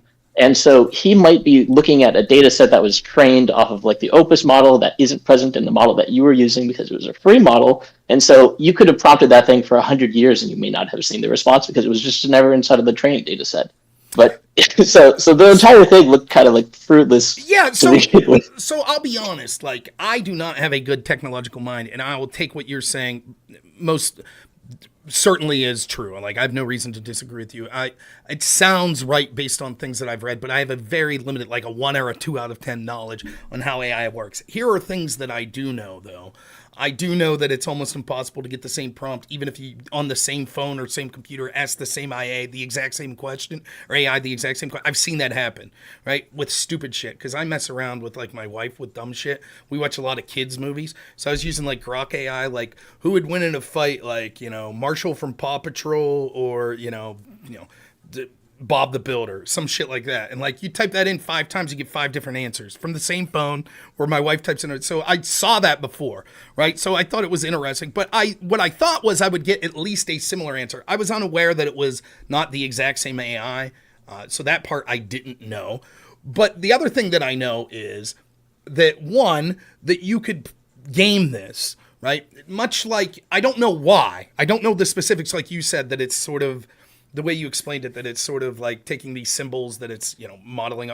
I don't know about all that, but I know, like, in real life, you could load a question to get answers you want. Pollsters do this all the time. And I know I've seen people talk about how you're able to game AI to basically get an answer you want. So I know that. And when he keeps saying, no, put things like dissenting view, to me, it's clear as a human that seems to be signaling to the AI, I don't like the answer I got.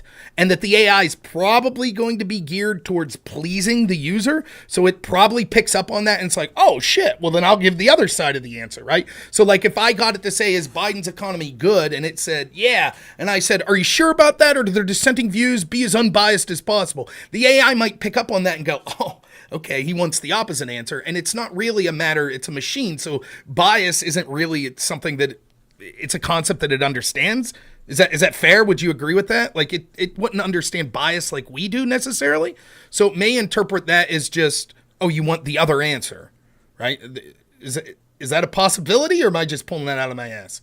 It's a possibility if it's trained on more biased answers, because remember, it's a statistical probability at the end of the day. And so like if you have like a normal distribution and it's trained on a bunch of different data, and then 99 or like 99.9% of the data is pointing in one direction and not the other, you could ask it a bunch of prompts and then it may only give you like that 0.1% of the data under duress, or it might even just say, hey, it's actually better or trained in a way such that hallucinating is going to give it a better like reward rather than doing the opposite. Yes.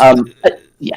Yeah. And so basically the point I'm making is, if I sit there, eventually the probability is, if I keep pressing it over and over again, there's a chance, probably a reasonable chance, that I'll get an answer that I could at least interpret towards more of my side. So maybe in one of those prompts, it wouldn't have fully said what that guy was saying, but it might have been more charitable and said, actually, these dissenting views seem pretty persuasive, blah, blah, blah, blah, blah. Might have said something like that, right? And then he would have, then a skilled orator could say, see, this is what it said. So I think if you keep gaming it and putting it in the prompt, you could eventually get a different answer. And then it seems ironic, because if that theoretically would have happened, let's say I stick around with that guy and I type 3 more prompts and it does give the answer he wants, who's to say if I don't type similar prompts in 4 more times, it doesn't go back to the original answer? So when's the right point to stop, right? It seems like the user bias is, I'll stop when I get the answer I want. So if it gives 2 different answers, and one answer it gives 99 out of 100 times, and the other answer it gives 1 out of 100 times, and you choose to stop when you get that one answer and say that was it, I eliminated all the bias with that prompt, that was it. Just kidding. You're 100% correct that it's trained mostly on left-wing bias, and that's why and I'm using Opus. I brought up that I'm using Opus. I wish that he was using the same one. What I was trying to get him to do is I always ask for a bunch of authors, because then, as you know, it goes. We did that time. We did. You said this will be the time. We asked for a bunch of authors. We did. It's on the screen. You said this will be the time. You said this will be the time. This is it. This is it. And it gave the authors, and it gave the quotes. It gave the quotes, and you said this will be the time, and I put it in, and it wasn't the time. It wasn't the time. You were wrong. Again, you're asking a silly question. Just kidding. What he's asking me, say, one more time, will that work? I mean, that's a silly question. So what I said was, I think that's dumb. I think that you're being bad faith. I didn't say that, but I thought it was.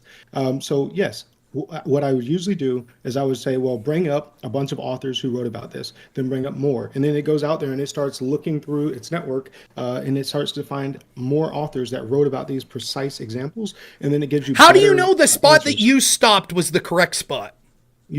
I ask it a lot. I mean, Rob, you don't have to take my word on it, bro. I'm asking you, how do you know the spot? You eventually stopped prompting it. How do you know that was the key time? Because to a layman, I'm saying this as a layman, and Kitten can jump in here if he likes, right? I'm saying this as a layman. As a layman, when you put in the prompt and it gives you an answer, then you say, I think you might be being biased. Can you give me a more clear answer? And then it gives the same answer. And then you say, but are you giving me the prevailing orthodox? I don't want you to have, to the prevailing bias to the prevailing. Can you give me dissenting opinions? And then it gives me largely the same answer. My question is, looking at all those prompts, I would say, oh, that seemed to be prompts that were making it more and more clear. You seem to suggest, no, you know something the rest of us don't. Okay, So even fair. in- But let me finish. Okay, fair. My question to you is, how do you know exactly when to stop asking it prompts? How do you know when When it you can defend finally itself. have the answer that is the definitive answer? How do you know? It has to be able to defend itself, and it has to be able to cite why it's doing it. Okay, so like, it defended can I- itself and it can I- cited. Would you want me to read why it did that? You want me to read how it defended itself? It showed quotes. It defended itself. It said why it was doing it. Okay. So even in the answer that it gave you, it was talking about like, okay, well, people think that it was really violent, but then there's other people that say, if it was very violent all the time, then there would be walls. Like that alone, like if you use the Opus model, it'll have a bunch of questions about that. It'll be like, well, why is it that they didn't have walls if this was such a violent, time period? Like, obviously you would want some kind of a defensive structure, if you're being raided Hey, constantly. Kittens, how would you know the right place to stop since we're not going to get a definitive answer for him? Well, this whole conversation is kind of like putting a cart before the horse, because this just isn't even like the methodology. Like, I think there's a disconnect here on how it's even being used, because in truth, like the argument that you were originally having was over the source of the data, which is the data that the AI is trained off of. And the data that is trained off of is a lossy function that doesn't actually keep into context all the things that are like in the parameters of the data that you're passing into it. But And so when saying Claude 3 Opus, you would agree is much better than like, let's say like a ChatGPT. Like it has almost negligible loss. not negligible, but regardless, it is negligible. You saw the latest research on Claude 3 is training. I haven't read Claude 3's paper. Hey, why don't you leave Kitten? Why don't you leave Kitten answer? We've already had your bad faith bullshit for the 4 hours tonight. Kitten, go ahead and please answer. Please, please. Kitten, why don't you answer? Kitten, why don't you answer? Why don't you answer? We've had enough of your bad faith. I asked someone else a question. Okay. Go ahead. All right, brother. Have a good day, man. That's what I thought. You're in some kind of a mood. It's no, it has nothing to do with the mood. Hey, Kitten, do you think he was using AI properly? No, I don't. Oh, what? Care to respond, Sky Guy? Oh, that's what I thought. That's what I thought. Right. Regardless, I want to kind of elaborate on the cart before the horse thing, because let me say something real quick. What I do know is the way he was using it's improper, and the idea that you could have some sort of historical context for a society that you're saying we need to emulate, that you're basically admitting is a society that's never been attempted, and then pointing to the society you think is most like analogous. And literally, your information, you've made a definitive stance on what that society was like based on 5 minutes of AI research is horseshit. And I think I would like to hear your opinion on, I don't think that's a level of research to make those sort of declarative statements. It's fine if you have questions, and it's fine if you're like, hey, I'm looking for opinions one way or the other on this. But to be like, well, I've done it, I did the research, and this is the answer, is bullshit. In no way, shape, or form, no matter how much prompting we would have done to any AI tonight, do you think it's possible that we could have got a, quote, definitive answer on sort of the violence of Irish Celtic society? No. Right. That's kind of why I was saying cart before the horse Right. there. Like, a methodology that is commonly used for these types of AIs is almost like a replacement to a search engine. The problem is the search engine can potentially lie to you or make up information. And so, as I was saying, like, what's happening here is this shouldn't be a source of truth, point blank, period. It should be a means of collecting information that you then look at via primary sources. And so this whole conversation is bizarre world to me, because we started from original sources and then went to AI's interpretation of sources, which is like, it's the opposite of what should be happening, right? Because you go on an information gathering thing, you ask the AI to see, hey, are there like niches or internet like documents or papers that have been written, and then I want like pointers to look at the papers that have been written so that I can therefore look at them and validate them and then make my own interpretations off of them. Because regardless of how powerful Claude Opus is or anything like that, their interpretations or philosophical musings about what the actual methodology are still not beating a human when it comes to individual argumentation or anything along those lines. And in that sense, it's very similar to using a search engine or something like Wikipedia, which I don't have a problem people using that. And there are things that sometimes it could be useful for. So I'm assuming if I typed in something that was more of a statement of fact into the AI, I'd be far more likely to get a useful answer. So for example, if I said, what year did the Winter Olympics occur in Salt Lake City?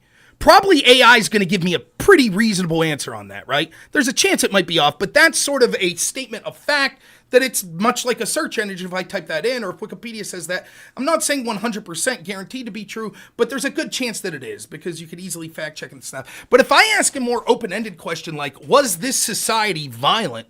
That is a difficult question for a human to answer, let alone a search engine, let alone an AI, right? Because there's all sorts of interpretations. What does violent mean? What are we comparing it to? So, for example, if the AI could be a person and have the same sort of comprehension that we have, and in the context of this debate say, oh, okay, they're talking about the context of sort of how did Irish Celtic societies homicide rates compare to modern Irish, right? The modern Irish society, what are those homicide rates? Then it might have an idea of what we mean by violent. And it would say, okay, I can kind of see what you're saying. And it might say, well, we don't have actual data. Here's some of the sources we see. So I'll make a judgment based on that. Like that I could see. What I find ludicrous is the idea that you're going to make a definitive stance on that. So like I could show that I don't do that sort of stuff as much, where I admitted, for example, when I was reading, which I admitted that I just, searched, I hate using the word Google, so I search engine statistics about violence and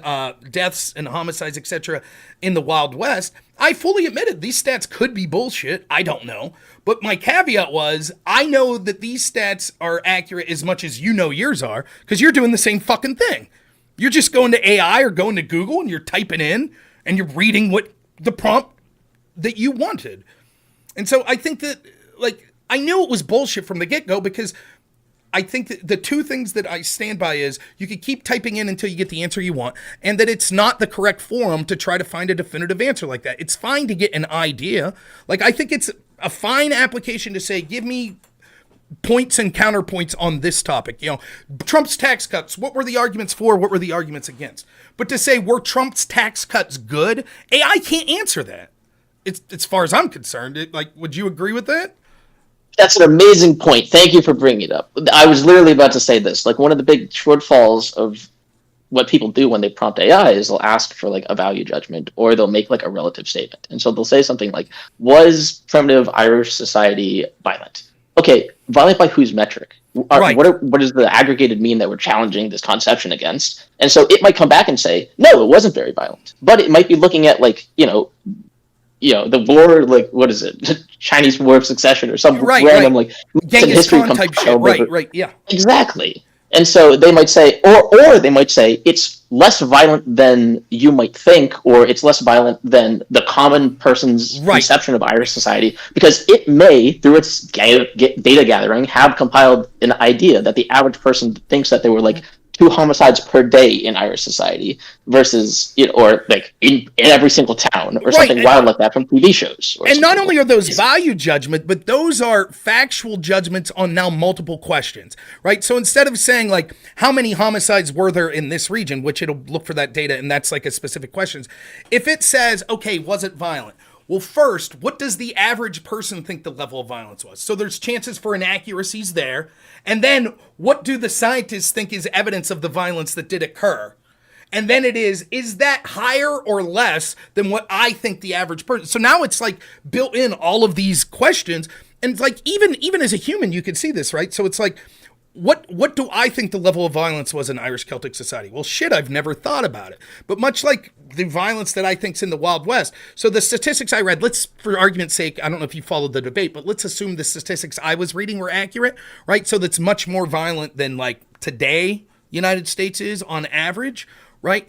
But that's still probably less violence than I think. Why? Because I love fucking Westerns. I watch Clint Eastwood movies and John Wayne movies where everyone's bar fighting and shooting the shit out of each other. And I've no doubt that it wasn't that bad. It wasn't like every day there was a showdown at high noon. I almost guarantee that. So then an AI prompt could say, let's say that the homicides were 3 times the level at the current United States. The AI would be truthful in saying, well, it's less than most people think. And so if you interpret that as, then it wasn't very violent. Well, what standard are you saying? When you say it's not very violent, that's a value judgment. What does that mean? What does very mean? Right? What does violent mean? And so that's what's frustrating. And it seems clear to me. And the reason I say he's bad faith is because it seems what happened was he gamed the prompt until he got the answer he wanted. And he should know, as someone who knows about more about AI, he should know that that's not the proper way to use it, and that that's not definitive in the way he was saying. Like, I would have had no problem if he said, look, I don't know. I read, it says Irish Celtic Society. It says, like, yeah, it was, you know, some people say it was violent, but it's actually far less violent than most people think, according to some scholars. And, you know, there's disagreement, but that could very well be the case that we have a misrepresentation. That's a fine statement.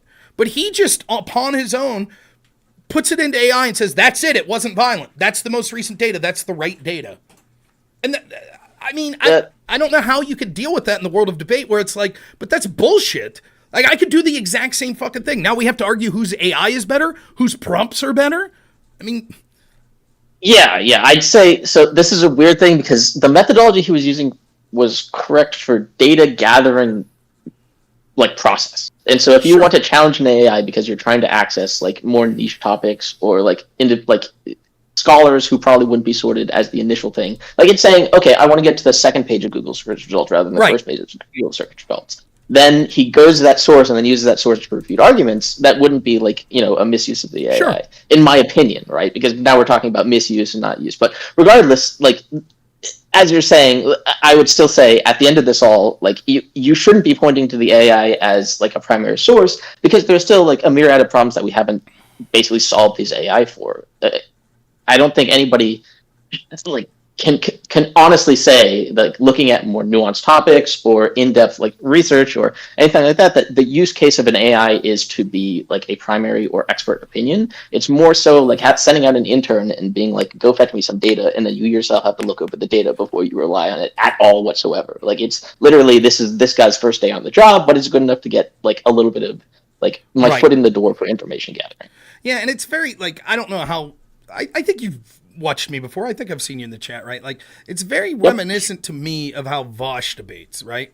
Where Vosh will, like, find, like, well, he'll make shit out of whole cloth. I don't think that this guy was doing that. But he'll find, like, one source that says one sentence of what he wants and say, there it is, that's it, right? That's it. That's the truth. And then when you still, like, where did you get that? What's that come from? And then you look into it. And I felt like, the reason I'm saying bad faith is I felt like this guy did that constantly.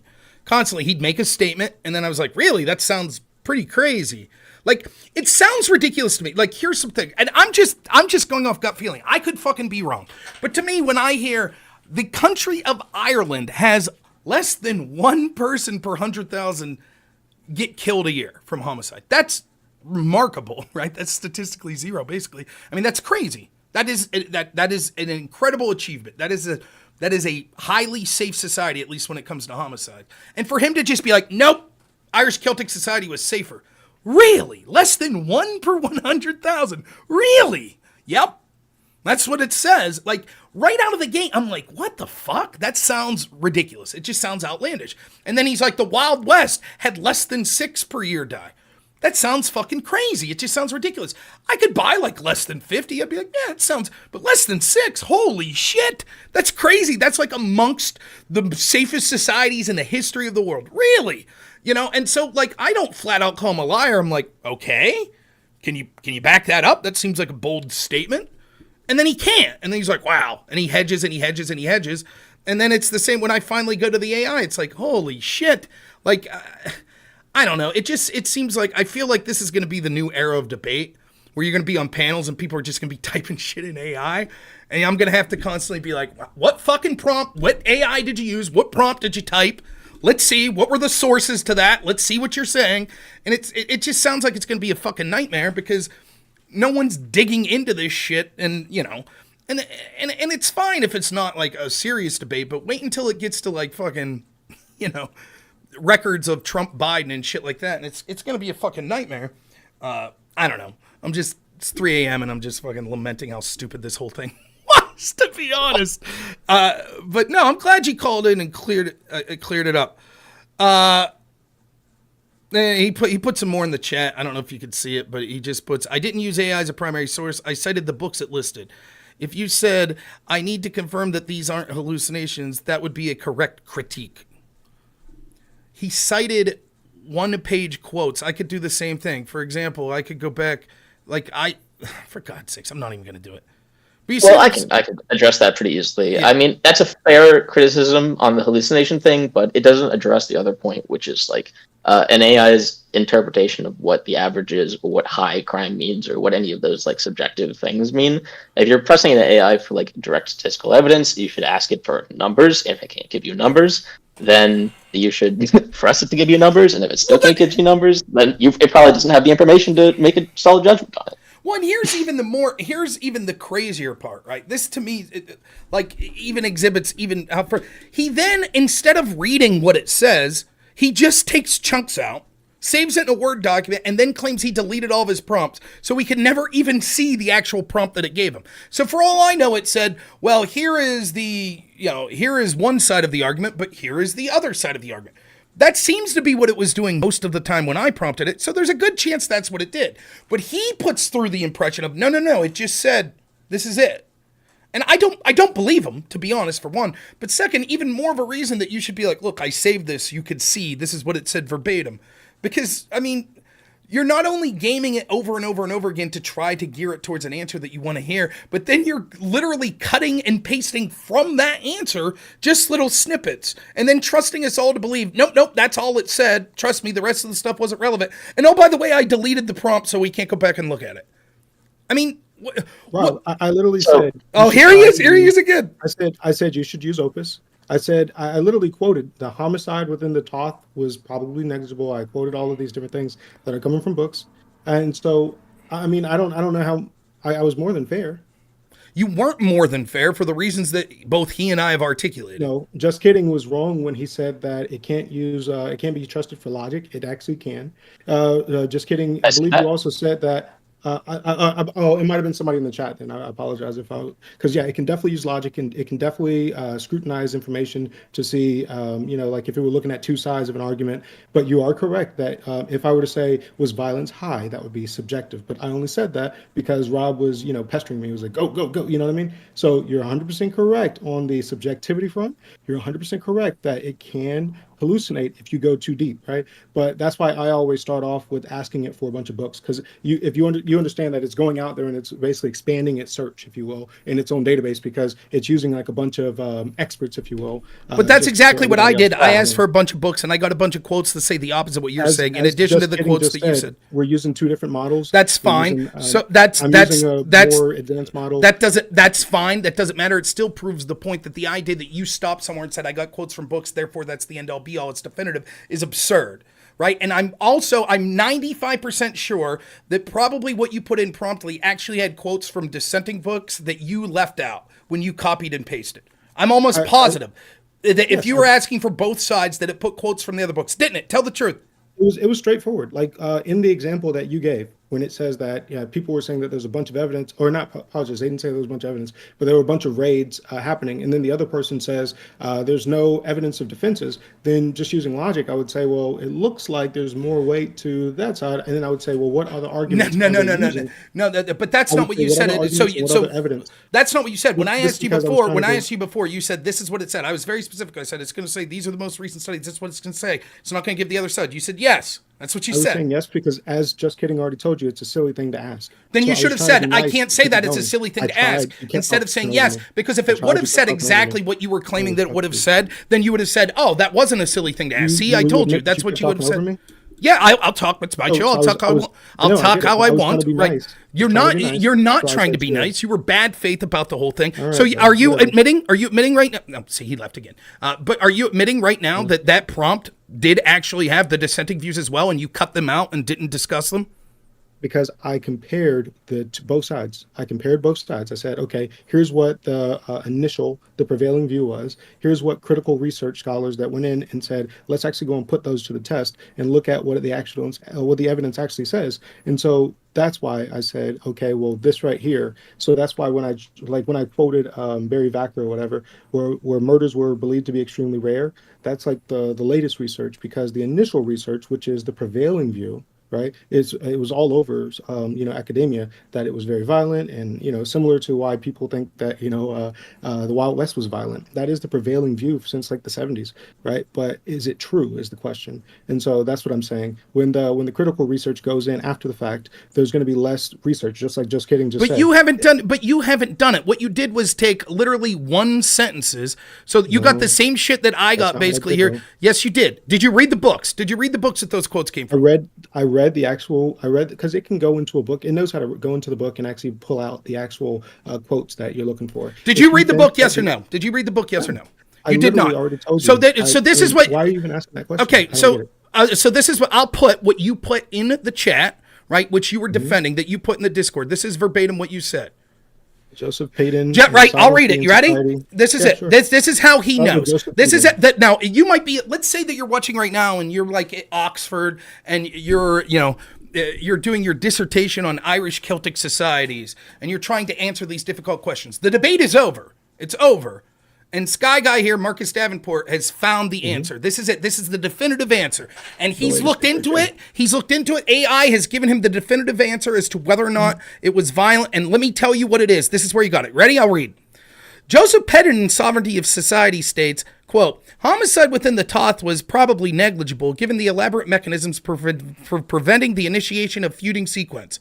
He cites medieval legal texts such as the Senchus Mar, which laid out extremely punitive fines and punishments for homicide, indicating it was a very serious infraction.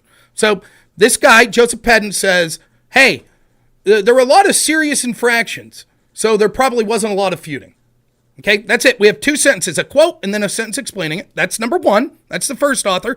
Next author, number two, Barry Vacker argues, quote, murders are believed to be extremely rare. Kin groups had powerful incentives to avoid initiating violence for fear of devastating retaliation, end quote. He points to the extensive rules around homicide compensation and conflict resolution in laws like the Ubrecht Beck. So this guy gives a quote and says, there were laws that were very serious around murder and compensation you had to pay. That's it. That's number two. Okay, got it? One sentence, one explanation of that sentence. Next, John Millington Wood's analysis of Celtic skeletal remains found, quote, an extremely low incidence of death by violence, which suggests very effective modes of interpersonal conflict resolution. That's it. Those three quotes, let me finish. Those three quotes and the one sentence explanation of each of these quotes is enough for Marcus Davenport to say definitively that it wasn't a violent society. That's enough. You do realize that you read a bunch of quotes from books that were saying the opposite or whatever. I do realize that. That's absolutely true. You're absolutely right. And so I could say, well, I looked at them and I compared and I think that it was violent. Cool. That's, then we disagree. But as I was saying, it wasn't just this that I'm pulling from, whatever. You go a lot deeper than that. You would say, okay, well, what have been the criticisms of this? And then you would say, okay, well, looking at the evidence objectively, yada yada yada, and you just keep going. So you kept doing that. You kept doing those prompts. Yeah. Okay. And what did it say? Whenever I went past it or whatever, I looked at the rebuttals.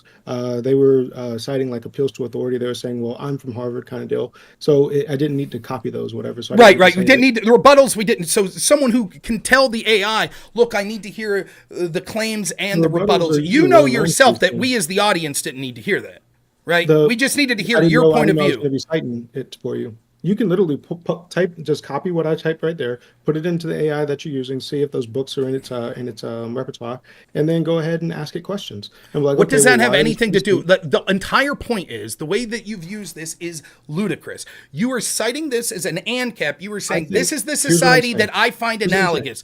This is you're the one who differentiated. You said now I'm going to finish my point. Like you say, I talk over you, but what you do is continue to interrupt me. That's what you do. You interrupt and then complain that I'm talking over because I don't stop when you try to interrupt. So I'll finish my point. So the way that this came about was that you made a differentiation. We were talking about historical societies when we have sort of more of a multipolar world, especially in areas where there's compact areas with many governments. And I was talking about how they've been feudal and there was violence in between them. And so the idea that a price, what was the word you used? The price incentive would mean that conflicting HOAs and insurance companies and private police forces wouldn't fight each other, I said was ludicrous. And you differentiated and said no, because societies that have a public police force have done that. But what about societies that have a private police force? I said there have been no large-scale industrial societies that had private police forces like you're suggesting. And you then cited an analogy. You said Irish Celtic society, right? So this would imply that you had some sort of knowledge of this society and what it was like. I have no clue.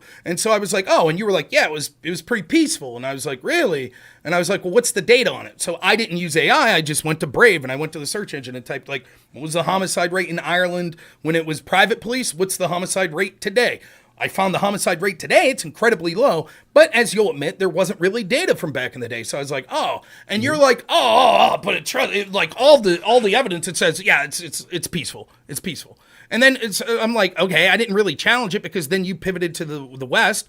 And then when we came back to it, you were like, okay, yeah, I prompted it into AI and this is what it said. Type this prompt in. I type it in. It says the opposite. Type this one in. I type it in. It says the opposite of what you said. Type this one in. I type it in. It says the opposite of what you said. Now type this one in. I type it in. It says the opposite of what you said. The point that we're getting, even if I buy you that it came up, which you deleted, so we can't see, right? But if I buy that it came up as you said, that it was pretty definitive, that it was peaceful, the fact that it's coming up with so many alternatives proves that it's absurd to make this as a declarative statement. At best, what you have is there are dissenting views. There are people that think it was violent and there are people that think it was largely nonviolent. That's not enough to be like, we need to radically change our society to an ANCAP society based on Irish Celtic society when you don't know dick all about it. And the worst part of it is you used that as an analogy and you didn't know anything about it. You were forced to AI search in real time and then act like you're some sort of scholar, like it was something you knew when you don't know shit. That's not what happened. That's exactly what happened. Literally not. No,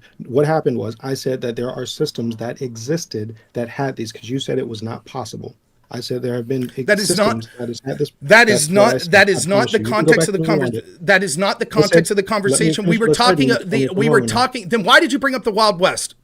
Because I said that what is prevailing, the prevailing view is often wrong whenever you look at these left-wing... No, that makes no sense. Why would you bring that up if no one was talking about violence? Why would you bring it up if no one was talking about violence? Three things. I said that because we were talking about violence. Right. You said, okay, well, number one, you said that it had never existed.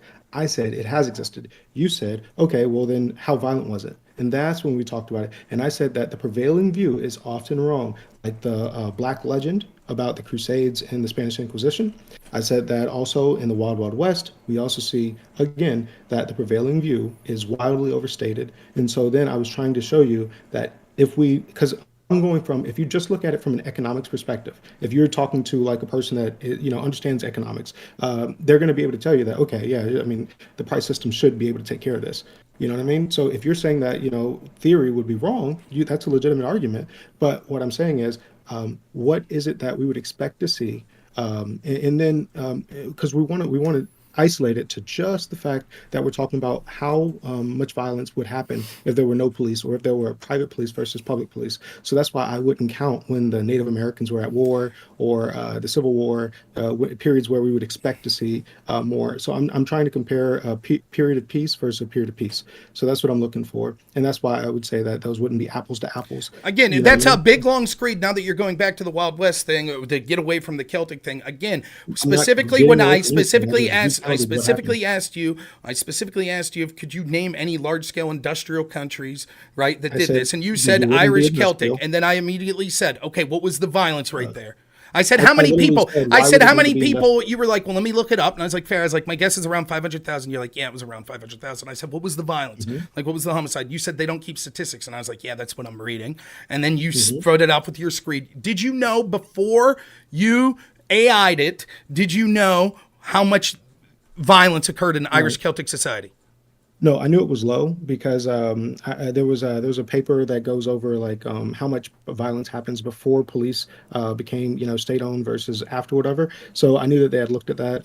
So that was why I assumed that would. Can you link me that paper that had statistics from Irish Celtic society? Because everything we searched today said that those statistics don't exist.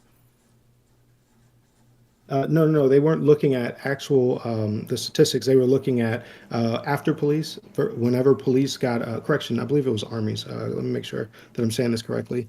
I believe it was it armies? And it's talking about Irish yeah, Celtic society. No. I believe it was armies. It's late here. It's But talking I believe about it was- Irish Celtic society. I am trying to tell you that I believe it was not talking about private police, but it was about militaries. I believe. Okay, I'd have to again, look that up. is answering a question. I ask you, this happened routinely tonight. I ask you a specific question. You choose not to answer, or you answer a completely irrelevant question. I'll ask you again. That paper was talking about Irish Celtic society. That's what you're saying? No, it was talking about Right. whenever the government owns the means of violence. Right. So what you're saying is you read a general paper, a general ANCAP argument, a paper that someone wrote that said state causes violence, right? And so you extrapolated from that. You also heard at some point that the Irish Celtic Society didn't have a public police force. We haven't proven that, to be honest. I just took your word for it, but we'll accept for the sake of this argument that it had a private police force instead of a public police force. Okay. So you had heard that somewhere. So you put two and two together and assumed that there wasn't much violence in Irish Celtic society, but you never looked into it. In economics, public choice theory and economics shows us that that's what we would expect. So, Okay, yeah, 100%. so but you never specifically looked into Irish Celtic society.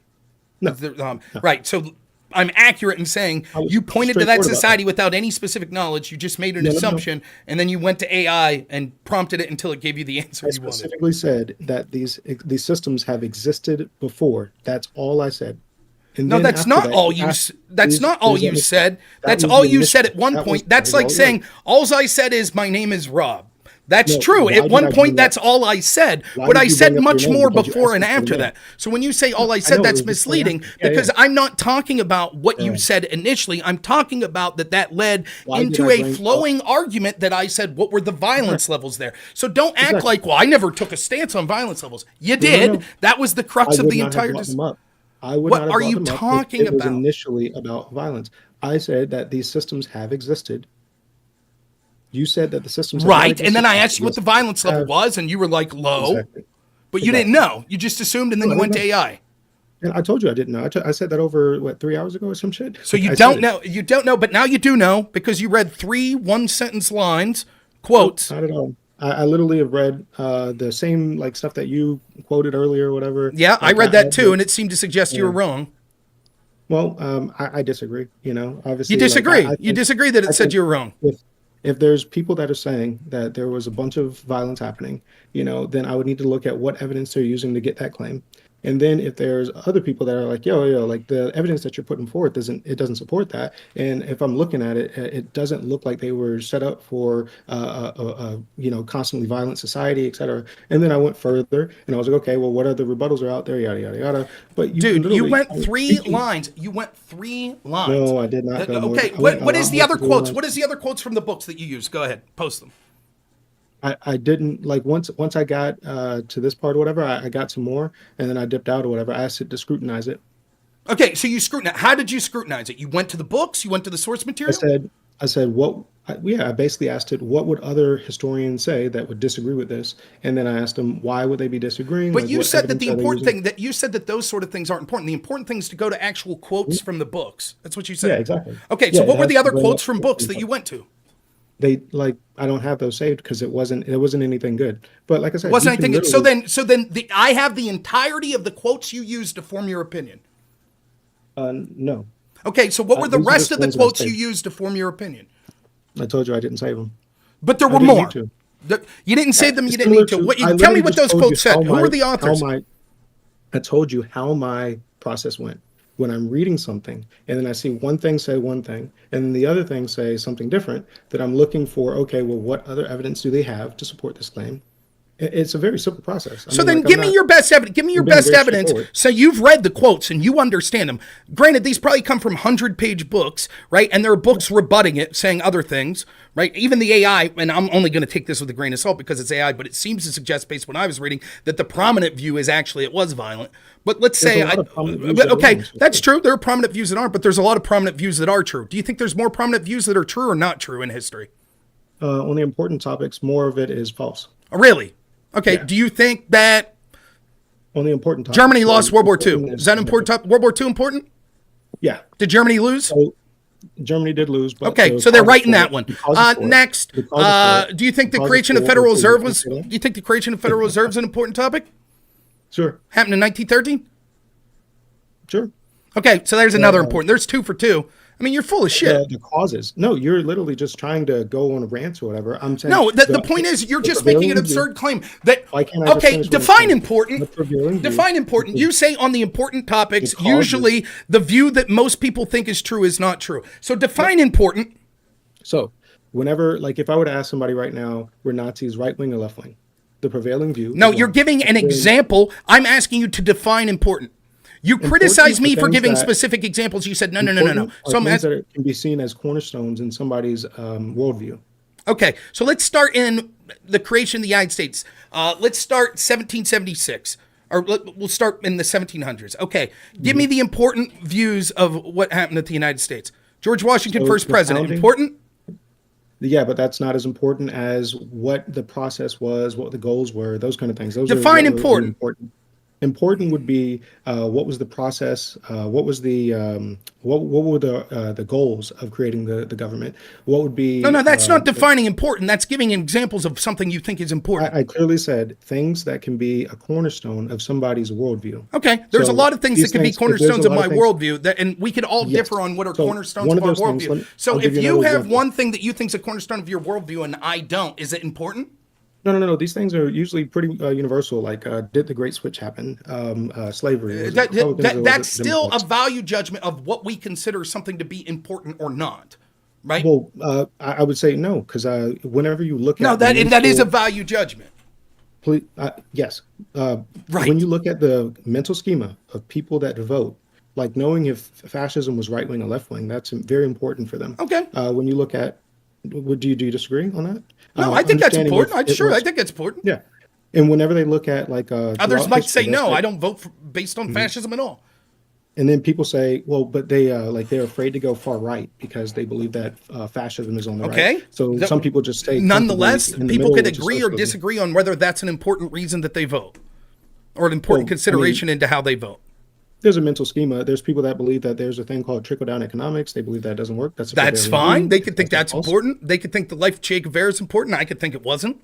They could think the life of Che Guevara not as important as if. According to you, if you're a communist, you might disagree. If I talk to most people on the left, if I talk to most people in America, like if I talk to most people. The problem is it's an absurd. What you're doing is you're saying you're basically saying this. No. I think what you're doing is this. You're saying the predominant view is wrong almost always. That's what you're saying. And so therefore, if we say the North won the Civil War, it must be that the South won the Civil War. Right? Nope, that's your default judgment. That is what you're saying. Because you're saying, so when that's how you come to the conclusion. That is exactly what you're saying. That's how you come to the conclusion. If the predominant view is there was violence in Irish Celtic society, it must be that there wasn't violence in Irish Celtic society. That's not what I'm saying. That is what you're saying. Then explain what you mean when you say, so then how did you come to the default position that you thought, because you said your explanation for this was, well, the predominant view is usually wrong. So the predominant view saying that this is what happened in Irish Celtic society is probably wrong. Yeah. So a big reason why people are biased against, let's say, Christianity, and they're like, oh, I hate Christian nationalism or whatever that, whole argument is. I think it's a dumb argument or whatnot. But like a lot of the people that believe in like even separation of church and state is because of misunderstandings of these things. So they make these long impassioned arguments based on misinformation because they don't. That's a great way to not remotely respond to anything I say. That is literally. It is not a response. What you're saying is there are people that don't understand what they're talking about, and they come to bad conclusions because of it. They use it as it's the prevailing view. The prevailing view of the separation of church and state, the prevailing view of the 3/5 clause, and all those things. Like these are things that people literally base their worldviews around. Right, gotcha. What does that have to do with Irish Celtic society? The predominant view must be wrong because the predominant view is usually wrong. That's not what I said. Then how did we get to this conversation? I literally straightforward said that the old research, the research that had been the prevailing view since like the 70s plus. You said, and I quote, the predominant view is usually wrong on important things.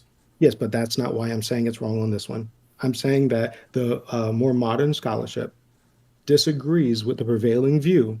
And I'm That's saying why they fine. You have disagree. no reason That's why that. completely You have different than the no straw man reason. that you You have created yet for to me. give a reason. What you did was you That's presented completely it. different than the straw That's man you created for me. that is not true. I accurately said what you You said literally about the created a straw man. the No, prominent no, you position, did not. and you've given no That's not reason what I said. whatsoever. You've given no reason whatsoever as to why these dissenting authors should be preferred. In fact, what you did instead was cite three quotes, and the quotes were tantamount to this. The best of your quotes said, when looking at skeletal remains, we don't see a lot of evidence of violent deaths. Okay, but that doesn't really say anything. What does that mean? How many deaths did we see? Were there people that were dying of things like the plague and things like that? We don't know. What does that mean? Didn't see many. Is it 1%, 5%, 0.5%? They don't really say, right? And we don't even know how many skeletal remains they found or anything of that nature. And it may be that people that died in violent deaths, you were less likely to find their skeletal remains because maybe they weren't buried in like traditional sites that were dug up of Celtic society, the historical sites that we found. Legitimate criticism. Who the fuck knows? I don't know. But that's one quote. Okay, that's what that guy. The other two people basically say, well, we have evidence that there were like code of laws and shit that treated murders significantly. Okay. So they're looking at the totality of the evidence. They're looking Okay, at the what does that totality have of to the do evidence. of those two? What does that doesn't prove anything. It's like, okay, like is murder a serious crime in the United States? Yeah. Is it serious in Chicago? Yeah. Okay, so if a historian 1,000 years from now finds like an internet archive and sees what the code of law was in Chicago and says, oh my God, murder was very serious. It was charged very seriously. There must not have been a lot of murder in Chicago. But they would have to, no, because then they would have to have context. They would say, well, what was the clearance rate? Like, how were the police like very corrupt? That's What was right. going on? You're and right. Then they would say, You're- okay, let's get the context and the why. That's this is right. So happening. tell me the context and the why. When you cited two Chicago scholars that talk, no, when you cited an Irish Celtic society, when you cited two authors that said one sentence apiece that there were laws that treated this seriously, tell me the clearance rates. Tell me the context. You see, we don't have that from the 5th century. Oh, but then We just you have made, but you said that you couldn't make based on historical evidence. Right. So just to be clear, if we're 1,000 years from now looking back at Chicago, you would say it's not enough just to see their laws. We'd have to have more data before we made the decision that there wasn't prominent homicides, right? But when it comes to Irish Celtic Society, all of a sudden, the very rationale you looked at using crime data from Chicago 1,000 years from now it's completely inversed. Now, nope, all we need to see is that they had laws that treated it seriously. That must prove that there weren't a lot of homicides. You see the absurdity of this statement? No, I mean, you're going off whatever. I gotta go to sleep. But I'm sure you do. I should go to sleep too. I mean, like, but yeah, you've just like it's literally, and I've seen this style like when I did debate in college. You read one sentence in quotations, you're like, well, there it is, that says it. And it's like, right, No, but I could do the same. not You another even admitted time. it. You even admitted it. I could cite, I could right now, I could go and cite books like, primary sources such as the Annals of Ulster say great was the slaughter in that year. The Leinstermen and Munstermen Right. continued to kill and burn one another without peace or truce. And I would say, see, this should be preferred because it's actually text from the time talking about a contemporary event that talks about how slaughter was prevalent and all this shit was happening. That should be preferred to scholars today because that's someone who was writing at the time. See, that's how I know that there was violence there. Not at all. You would then say, okay, well, what evidence do we have of this? Are there any other, people that are corroborating this? It's just Okay. I mean, So like, what historians evidence? Okay. So straightforward. you cited one sentence of them saying homicide was treated seriously. There were laws about homicide. Okay. What's the greater context? Who else saying it? What's the dissenting views? Did you do all that work? Yes. Okay. like I said, What conclusion did you come to? I came to the conclusion that the people that were overstating, I believe they were overstating the violence, that they were doing so with very scant evidence. And so therefore, whenever I saw that the updated numbers, it seems that the people that are currently working on it, there seems to be not a lot of pushback on what they're doing. And they're saying that, okay, this critical scholarship is pretty on point. So I just, that was, it wasn't too complicated. Like you can literally go. There's a and lot. play with Did everybody hear that? There's a website. lot of words once more to not even remotely answer what was asked. Now, he Literally said that the answer what important was thing is to get direct quotations from books. That's what he said previously. He gave me 3 direct quotations from books. He said there were other, but he can't give them because he deleted them. So I'm looking at the 3 that he said, and he said that that's the preferential evidence that we should look. 2 of those quotes said the reason they think there weren't homicides is because it was treated seriously in the code of laws. I said, okay, if you're saying once we see the quote, because I cited a quote, said it's contemporary, I gave a bunch of reasons to prefer it. He said, no, We need other authors that agree with it. We need to look at the dissenting opinions. We got to look at the context of it. I said, okay, now do that with your quotes. And what did he do? He gave a classic debate bro answer where he rambled on for a minute without saying anything. He said, well, I looked at the, when I looked at the scholarship of the people that said there was violence, I actually didn't see much evidence that that violence was actually occurring. And so I looked at the dissenting scholarship and saw that I thought it was more recent, and I thought that actually that they were making better arguments, that actually it didn't seem like there was evidence to prove this violence existed, so I came to that conclusion. Which is a fancy way of saying I didn't say a fucking thing. I didn't say word one about how the fact that laws said murder was illegal and that it was treated seriously and that you had to pay reparations to families and that type of shit. And, he didn't say anything. He did not say word one about how that somehow convinces him. Did you notice There's that? not a lot of evidence. There's not a lot of evidence that supports the theory that there was a lot of violence. There's just not a lot of evidence. I mean, it's from the 5th century. So, that is different. That is a different question. That you saying there's not a lot of violence is a negative preposition. You're saying I have not proven the case there was a lot of violence. A claim that I never made. You were a claim that I never made. Listen to what I'm saying. No. Let me finish. Let me finish. Notice what he's doing. He's making a negative claim. He's acting as if I came in and said, you know what society was really violent? Irish Celtic society. And he said, prove your case. And I was like, well, and he says, I'm not convinced, there's not a lot of evidence. When in actuality, it was the exact inverse. He makes the affirmative claim. He says it was very peaceful. In fact, he says it was so peaceful that the homicide rates would most likely be below the 0.88% that Ireland currently has, which is insane. That is such a low homicide rate. But he says it's more than likely that it was below that. Well, what's your evidence for such? And his evidence is there's not a lot of evidence it was warlike or violent. That's his evidence. That's not evidence for his position, right? In fact, what's most likely the case, the default position I would have is, my default position is if I think Celtic society is, I get fucked up with Braveheart, so I sort of think of like Scots, but it's the same type of idea, right? Where I think of crazy dudes like that with like fucking painted up faces, whacking each other with claymores and tomahawks, right? That's what I think, just because of perception I've seen. And I would assume that it wasn't like that. There's probably a little of that, but I would assume overarchingly it wasn't exactly like that. Just like the Wild West isn't all people's showdowns at high noon. I agree. But that doesn't mean that it wasn't violent. So the truth is probably somewhere in between. And my guess is if you go back to antiquity and you go back to older societies, probably more levels of violence than we have now, because that's the way things used to be in general in the past, right? As we become more civilized in most areas, we have less violence. Now, there's certainly exceptions, but that seems to be the case. So to hear that this medieval dark age society, according to you, you're making the claim that most likely it had a homicide rate below 1 per 100,000 is an extraordinary claim. That's amazing, really. What evidence do you have of that? That's what I say. I'm like, really? And so far the evidence you provided is 3 one-sentence quotes that basically say nothing and saying, well, I don't see a lot of evidence that it was violent. That's it. That's your evidence. Yeah. There's not a lot of evidence supporting the claims, yeah. Where's your evidence that it's likely that they had a homicide rate below 1 per 100,000? I said yes to that because you kept talking over me, so I was being annoying, and you kept asking me like the same exact thing over and over. I was like, sure, you know what I mean? And so when you say it wasn't very violent, what number are you talking about? Give me a ballpark. There's no specific number. Just a ballpark to get an idea, because we don't understand. These are value claims. Not very violent is something that means something different to almost everyone. So I'm asking you to put some sort of statistical marker on it so we can judge what you mean by that. Sure. I'd say it was probably around the same as the Wild West. That's fair. Okay. So what was the Wild West? Or correction, I would say the Wild West minus the conflicts. What was the Wild West numbers? We couldn't agree on those, so that hardly helps. It was one was we said that it was the Wild West was 6 per 100,000. 6 per 100,000. So I think that's right now it's 5 per 100,000. Okay, I think that's still ridiculous. That's still ridiculously low. Still ridiculously low.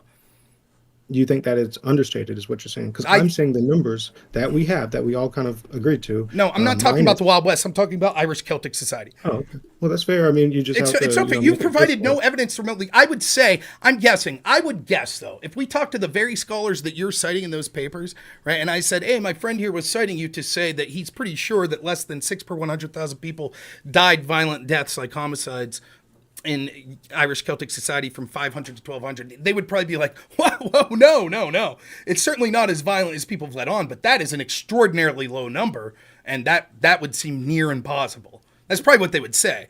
But we don't know that because you're just quoting one sentence of theirs, one sentence of entire scholarly works that they've done. You're quoting one sentence and saying, good enough for me. Well, if like right now, we have a lot more skeletal remains than we did, like, let's say back in the How many? 70s or 50s. Huh? How I can many? get it for you. I can get to the answer. But the thing is what I'm saying is, if we see that we have all of whatever skeletal remains that we have right now, and there just weren't a lot of like axe scars or things that we would expect in a very violent situation, like if we just don't have a lot of evidence for that, then we would have to say, hey, look, out of all of the evidence on the left and the right, there just isn't a lot of evidence to support this. The reason that people said that it was violent is because they were weapons. But those weapons could be because they were raiding other people. But at home, that's not where they were dying. So it seems like the violence wasn't happening like an interpersonal conflict as much as it was them going out to other people and giving them violence. How many skeletons? You said we found more. So when did we find them? When did we find these more? You have some knowledge. Don't Google it. Go ahead, tell me. You have some knowledge of this. So we have more skeletal remains now. When were they found? How many did we find? You're Googling right now. You're AIing. That's what you're doing. Right, because you're full of shit. You again made a claim that you're just completely bullshitting. How long do we have to wait for you to prompt the AI to say exactly what you want this time? How many skeletal remains do we have supporting the evidence for each such claims? Pretty easy. Supporting for what claims? For each side's claims. For what? I missed that word. Each side's claims. What does that mean? Like, you claim that we found more now. Okay, when? When did we find more? We have more in 2013. We have more. So you pulled it when you said that. You just made it. You pulled it out your ass. That's what you did. You pulled it out your ass. It was that we're going to have more. You pulled it out your ass, is what you're saying. No, you didn't have any source. You had no idea. You pulled it out your ass. What I saw was that whenever he did the updated research, whenever I was going back and forth looking at it, like, it looks like he was doing hardcore research on the actual evidence that we have, and he was doing the latest research on that we have, that people are citing, because people were citing his work from just a bunch of people. So what I'm saying is, it's obvious that he was doing the latest scholarship on it. So it's just common sense that we're going to have more evidence now than we did. How many skeletal remains do we have?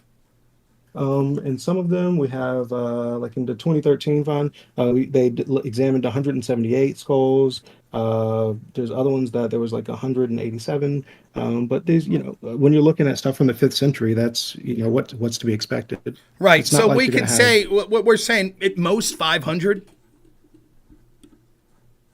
Sure, in the recent research, yeah. Okay, so 500 of a society over a 700 year period of time that had at max around 500,000 people in it. So you're saying that because we don't have evidence of the alternative, it could still be true. That's true. No, what I'm saying is it seems to be a very, very small sample size. If its population was 500,000 at one time, you'd figure over 700 years, you're talking millions upon millions of people. We have 500 skeletons, and this guy says he has scant. So when he says we have scant examples, what percentage of the examples of those 500 skeletons showed signs of sort of violence? Let's see. What did I say? The AI will tell you, right? I almost need to ask this question. If in like some sub-Saharan African tribe we find like a 10,000-year-old skeleton, it's the only existence of that tribe we know, and it was the cause of a murder, does that mean our default assumption is every single person in that tribe murders each other? Great question. No, that's why statistically sample size. Yeah. Yeah, I mean, like, it doesn't mean that, obviously. But what it does mean is, if we don't have evidence for the other side, then we would say, okay, well, this narrative that was found, just because there were weapons involved, it might be an overblown narrative. Does that make sense? Just how you do a power analysis. But again, what do you mean overblown narrative? That's a value judgment. Like, we could agree. No one's disagreeing with that position. Like, for example, let's say right now that you think that before this conversation, your preconceived notion of Irish Celtic society was no violence at all.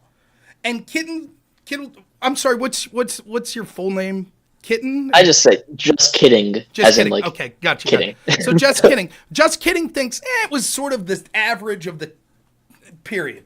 Right? It was more violent than today, but just sort of average for the time. And I have it in my head that it was the most bloodthirsty, violent fucking place ever, right? Then we all have the idea that it's like, well, the evidence suggests that it was less violent than people think. Well, which people? What do people think? What is the average belief on how violent Irish Celtic society is? Who the fuck knows? Right? Like, you're making a value judgment. You're saying, well, it was less violent than people think. You don't know what I think. You don't know what people think. Right? And so the idea is, it could theoretically be that those authors are operating under the assumption, as people that looked into Irish Celtic society and heard sort of a first take on it, that they thought that people think that it's massively violent. That, like, their perception, something like 500 per 100,000 people were killed in acts of violence, right? But then when they looked into it, it turns out that that's a gross overestimation. However, it's still 100 per 100,000 that are killed.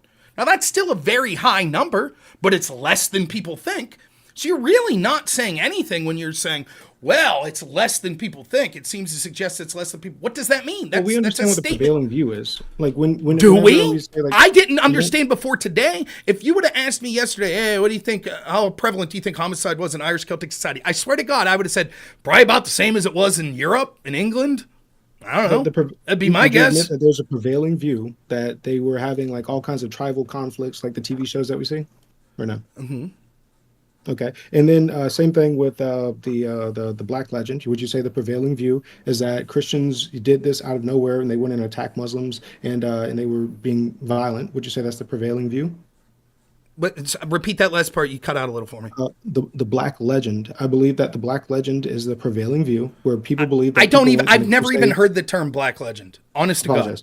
Then it's the Crusades and the Inquisition. There's a socialist, they made a bunch of lies about it, and they tried making people think that Christianity was very violent. And so they created this entire false narrative that, in historical circles, they call it the Black Legend. So if you were to go and look it up or whatever, you could just type in Black Legend, revisionist history, overload narrative, or whatever you want to type in, and you'll find a bunch of work on it. So all I'm saying is that I believe that these are prevailing views that are very common for most people. Most people would say that, oh, you got to be worried of Christianity because, Salem witch trials and Crusades and the Inquisition, whereas most people don't know what actually happened in the Salem witch trials. That doesn't really respond to my criticism. You're just saying there are other examples. No, I'm just saying, do you agree that that is a prevailing narrative? Sure. So I believe that the prevailing narrative on the Celtic societies are that they were extremely violent. So I believe that's the prevailing narrative. Prevailing. You saying that there are prevailing narratives that you said that you weren't sure if it was the prevailing narrative. I'm just saying that I'm not saying. I'm saying I don't know exactly what the prevailing narrative is, right? But my broader criticism is, because of that, like, you saying it's not as bad as the prevailing narrative isn't really saying anything. So, for example, granted, it's a different AI than you, but when I put in, right, like, okay, how many skeletal remains I have, how many show signs of violence, it gives me several examples of them excavating bodies that have signs of violence. 2016, analyst by John Raven describes finding race down and other sites of bodies that appear to have been killed violently, some with projectile trauma, broken bones, decapitated remains. No percentages given. Likewise, in 2005, Archaeology Ireland article, Violence and Warfare in Ancient Ireland, details examples of mass burial pits with groups of skeletons showing violent injuries at sites like Rathfeely, Carrowkeel. But again, no comprehensive statistics. The broader archaeological consensus appears to be violence did occur, supported by identification of traumatic injuries and skeletal remains. However, I could not find systemic study, which makes sense. I'm just saying, here are at least two other authors that are quoted saying, we found skeletal remains with signs of violence. So you have one quote from one guy that says skeletal remains didn't show signs of violence. There are at least two other people that say in these specific digs, we found evidence of examples of violence. So again, if we have roughly 500 skeletons, and at least at a couple of these sites, they're saying we found mass graves of signs of violence, etc. Like, what percentage are we talking? If we had 20 out of those 500 skeletons show signs of violence, 20 out of 500 people dying in violence is a really high percentage, correct? So here's a one of them. So 1991. Out of 446 skeletons, or whatever, 1.6% of those had signs of violence. In 2013, out of 178, 2.8% of those were violent. And then the one with 187 in 2000, 4.3% of those were violent. So those are huge numbers. 3%. I mean, like, of the things that we find, that you think that 1.6 is a huge number? Yes. If you said you anticipated that the homicide rate was less than 1, it was like less than 1 out of 100,000. You understand that would mean 1%, Like, I'm no mathematician here. But this wouldn't be considered out of 100,000. Like, this is where they know where to dig, because this would be like a mass traumatic, like either a gravesite, But not, or this would be like a place where a battle again, happens. that's not going to help. So now you're just saying. So I made this argument previously, which is an argument that you could make, which is perhaps the types of skeletons that they're finding aren't as likely to be ones that were victims of violence. And you're like, it could be true now.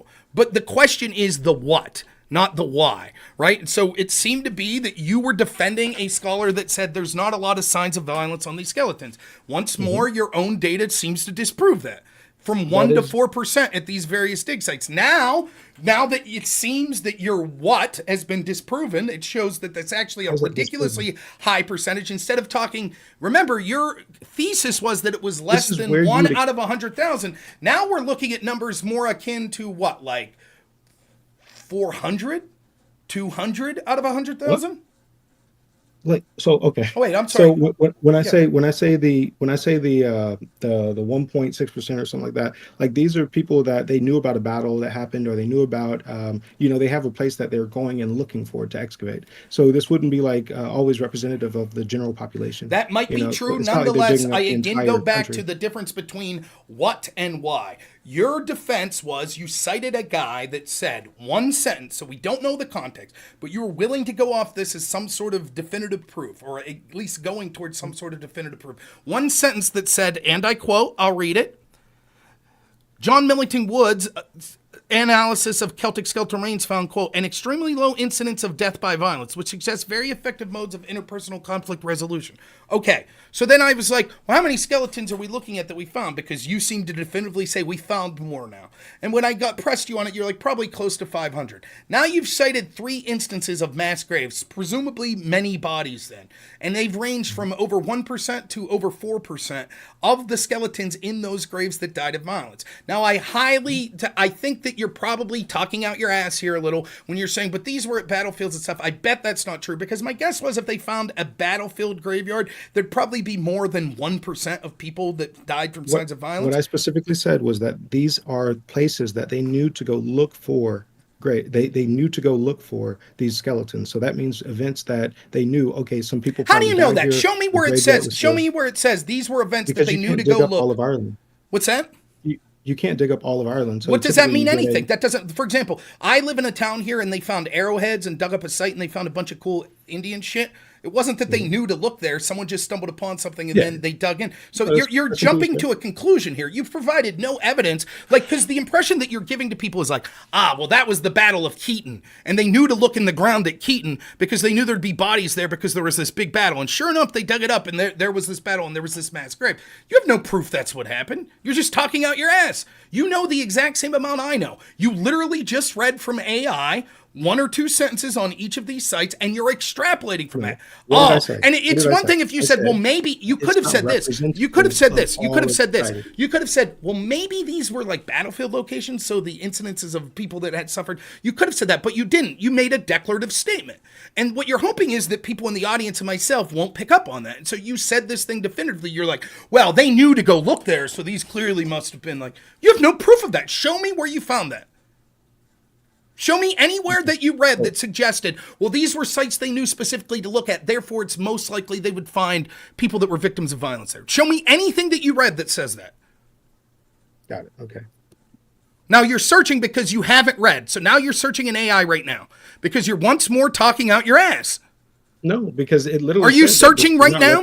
Read to me what it said again. Read to me what it said again. It literally says whenever it says like 4%, that these aren't possibly representative of the overall population. Right. That's a generic statement you could say about any statistic. What does that have? What does that? You said something very specific. You said these were sites that they knew to go look at. So it wasn't indicative of the average death. In other words, these were like battlefield sites. Show me where you read that. Okay. So here it is verbatim. The interpretation of these skeletal trauma rates is complicated by the question of how representative the studied samples are of broader Celtic population. It's true that that some of these skeletons studied came disproportionately from contexts associated with violence, like battlefield and graves of warriors. Let's see here. So it actually cites these right here. It says, Fiber, the 2013 one, studied skulls from the Municigan Rain Cemetery, which is considered a representative skeletal population. So that was the 2013 one. Okay, pause. So what that says is this one they actually consider representative, not a battlefield. Mm-hmm. Go ahead. And what was the percentage? All right. That was 2.8. Okay, so that's about what? So less than 1 per 100,000. So that would be 0.001%. So you're 100 times off on your estimation, according to that. Okay, go on. What do you mean? Well, you said your anticipation was less than 1 per 100,000 that were killed by homicide. Then you changed that. Then you changed that. That said. Then you changed it and said you assume it's closer to 6 per 100,000. That's what you adjusted it to. So 6. That was my actual. Okay, so 6. What percentage is that? What percentage is 6 to 100,000? No, I get it. It's still 6 to 100,000 is low, but so you're like 100 times off. Congrats, I guess, because it's not 0.001. So you're not even in the ballpark. Is what I'm saying. You're like 100 times off, right? Because instead of 6 per 100,000, it's like 200. What? So I guess you. What? You think it's 200 per 100,000? What's that? You think it's 200 per 100,000? Yes, 2%. If we extrapolate per capita 2%. 2,800. What's that? It's 2,800. Oh, 2,800. My mistake. Yeah. So you're talking about if we extrapolate it all. Right, a percent, 2%. If you take that out to instead of over 100, you take it to over 100,000. Then you add what? 3 zeros, 2,000. Yeah. Right. So you predicted it would be 6 out of 100,000, and your very numbers, the first one you read says, well, this is actually we consider it indicative of the average populace, and it suggests 2,000 per 100,000. That's about as far off as you could be without being laughed out of the building. I don't. Someone says 6 out of 100,000 is 0.00006, as opposed to 0.02. That's how far off you are. No, I definitely get that, but I'm questioning if these right here are going to be, if there's going to be rebuttals to that, because well, of course there'll be rebuttals. Of course there could be rebuttals to anything. But again, my question was, you made a declarative statement. You said you read this, and I was like, "Whoa, those numbers look really bad for you." Then you realized it, and you were like, "Oh, well, yeah, but they knew where to look for these." I said, "Can you show me where you read that?" So you start reading. Nowhere in what you read has it said that yet, and in fact, quite to the contrary, the very first place that you talk about the dig site says the exact opposite. Says this was considered a graveyard that was indicative of the population at the time. So far, what you said, you were just talking out your ass. Now, I'll leave you continue. You could keep going if you want. Where's it going to say that all of these sites were places they knew to go that were battlefields? So far, it hasn't said that. It said the opposite. Now, what you could say is, but I could always type in more and get counter arguments. That's true. You could. But my question is what you're saying right now, because it seems like what you're keyed to do over and over in this discussion is talk out your ass. You just say something and then you hope to search for results that share that belief. And oftentimes they don't. And then you're like, well, I just said that because of whatever. Think about how silly this is. You ask me to guess, and then you're like, "Oh, well, fuck. I mean, you're not right." It's like, yeah, man. But again, I didn't ask you to guess. I didn't ask you to guess. What I said was, no, I did not ask you to guess. I did not ask you to. I'll be very.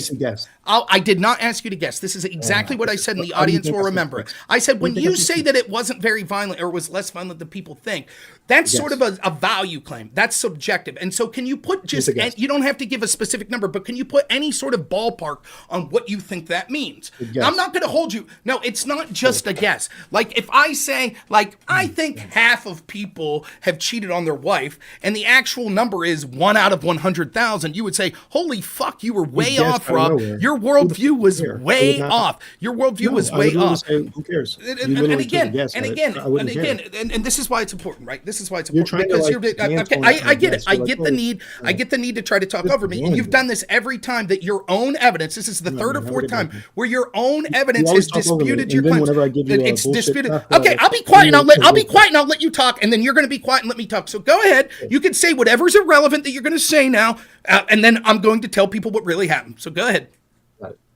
as I said, whenever you start talking over me, I say, sure, whatever. And then I'll go and say yes. And then later on, like 30 minutes later, you say, oh, well, look, you said this. And it's like, bro, like you were talking over me. You wouldn't let me talk. You wouldn't let me finish a fucking sentence. So I said yes. So just like whenever you said, well, give me a number, just guess. Like, you know, you said, I did say guess, but just give me like a ballpark. Well, fuck, what am I giving you a ballpark based on? You know, like, I don't know. It's a fucking guess. So I just said, sure, around 6. You know, like, and then like for you to like, oh, well, look, you know, fucking, he said 6. It's like, you know, it's like we don't get anywhere with that. It's just you trying to, I guess, win a point or some shit. It's like, it doesn't, you know, like it doesn't do anything for me at all.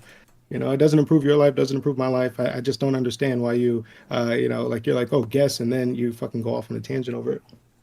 Okay, this is why this is important. So you can see the entire conversation is about the worldview of his estimation that Irish Celtic society was far more peaceful than we're led to believe. And what does that mean? Well, we don't know what people are led to believe. We don't know what's in the individual's each heart. This was from a greater context of trying to say because they had a privatized police force, by the way, I remind you that still hasn't been proven, but allegedly, right? Because they had a privatized police force, things weren't that violent. And so at first he says that he thought, because the clear context is, I'll try my best to compare apples to apples, Ireland then compared to Ireland today. Ireland today's homicide rate's incredibly low, less than 1 per 100,000. So I thought that I would use that as a launching off point. It's like, surely it's higher than that. He said that he thought it would be lower.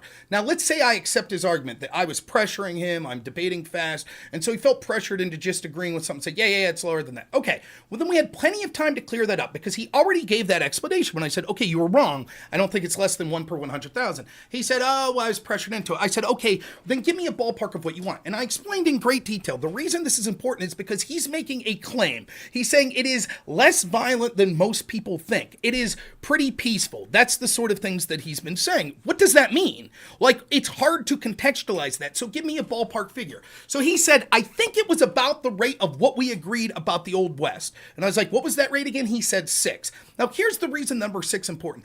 It's not important because if it ended up being 12 or 15 or 50 or 70 or 80, those would all be, even though 80's being off by quite a bit, those are at least within the reasonable realm. But the number from the first piece of evidence he gives is more like 2,000. 2,000. That depicts the exact opposite picture. A society today that had 2,000 per 100,000 people die of violence and homicide, we would say is grotesquely violent. That's what we would say. So the number 6 isn't what matters here. What matters is his claim that it was peaceful or not as violent as people think, when if the data suggests by any objective measure that 2,000 people dying of violence per 100,000 is a huge percentage of the population. The number 6 just illustrates the ballpark figure he gave of what he meant by mostly peaceful was a number that low. That's what he meant, and he is fucking grotesquely off. This isn't a got you, you said 6 and the actual number is 8. This is your entire fucking argument and worldview on this could not be more wrong. That's what it is. It's not just a matter of semantics of, oh, you were off by a number of 2. He said 6 out of 100,000. So we'll give him anywhere. We'll give him within 100 either way. So anywhere from 0 to 106. And the real number is 2,000. I don't know how you could be more wrong. And instead of just saying, wow, shit, you're right. According to this number, I was way fucking off. It does seem like that was a pretty violent society. He could then go on to say, but I don't know that we should just trust this one number set. Fair argument. Absolutely true. But again, this is data, the first bit of data that he's providing. He's the one who's made these declarative claims as if he's read them. He said, oh, these sites were sites they knew where to look, like they were battle sites. I said, I didn't remember you saying that. Can you show me where you read that? Or did you just pull it out your ass? So far, it seems like, well, the first example says the exact opposite. It wasn't a battle site. Seems to be what he suggested for me. So he keeps saying this shit that he's just pulling out his ass. And instead of admitting like, okay, yeah, looks like I was wrong, he just keeps rolling into the next bullshit. Well, let me explain why I was wrong. What about the what? And blah, blah, blah, blah, blah. That's why this number matters. What do you have to say to defend yourself? Do you think 2,000, if it's true that that's the number, 2,000 per 100,000 die, would you still say that's a mostly peaceful society? No, if it was that high, which it doesn't look like anybody really believes that it was that high. So yeah, but this is why I'm asking. I'm saying, like, number one, we got to see if it's actually representative or if the AI was wrong. We've got to see. It's just basic scrutiny. Like 2,000 per 100,000 would be pretty high, is what you're saying, right? So I just don't understand how, we would definitely find more evidence of that in the not only the skeletal record, but we would have to look at, okay, well, how often were these battles happening? What evidence do we have of that? Because that's just it's a large number. But again, I just want to stress, when you read a one-sentence quote from an author that said the skeletal remains don't show evidence of violence that much, you were ready to say, yes, yep, that looks good. Yeah, that's good evidence, right? And then when you actually get into data that you yourself are providing, that's like, here is because that's a generalized claim. So then you're reading data that's like, here's a specific dig site at a specific location in a specific date. And in that specific dig site, we found 2.something% of the bodies were victims of violence, right? That's far more specific than the evidence you were willing to accept as proof that there wasn't violence. Now, I don't disagree with your assertion. I would never say that this one dig site is absolutely proof positive that that's the exact percentage. But I would say that's evidence that goes to suggesting, okay, seems like that skeletal remains evidence does suggest that in that proportion of that population of people buried, that there was a insanely high percentage of people that died of violence, right? Let's see if there were other dig sites, etc. You haven't shown me any dig sites that are approaching the levels that you were talking about, like fractions of a percentage. So you cited You cited 3 dig sites, and both of them, all 3 of them, one was 1%, one was 2%, one was 4%. Yeah. So I mean, like out of 446. 7 of those showed some kind of evidence of violence, whatever. That could have been from raiding parties, whatever. But or it could have been they got murdered. But what I'm saying is, I mean, I think it's generally accepted. I think that you would even agree with this, that it probably wasn't 2,000 per 100,000. And so whenever we're looking at it, I'm saying that we should keep that in mind. Well, I don't know. Like, what's a society that you would consider of antiquity that you would consider violent? That it's not just the prominent, like maybe Vikings, but maybe we're bullshitted about that. I don't know. If someone told you, if a prominent Norris scholar told you, at the time of, Eric the Red, the average life expectancy was like 23 and like basically 1 out of every 10 men were killed. That could be true, right? Yeah. And so, and 1 out of every 10's, I mean, that's fucking 10,000 per 100,000. Yeah, so that's a higher number. We both understand, I think we would agree that, if you're in a part of the world that raids people, then, by the time you die, you're probably going to have some nicks and bruises.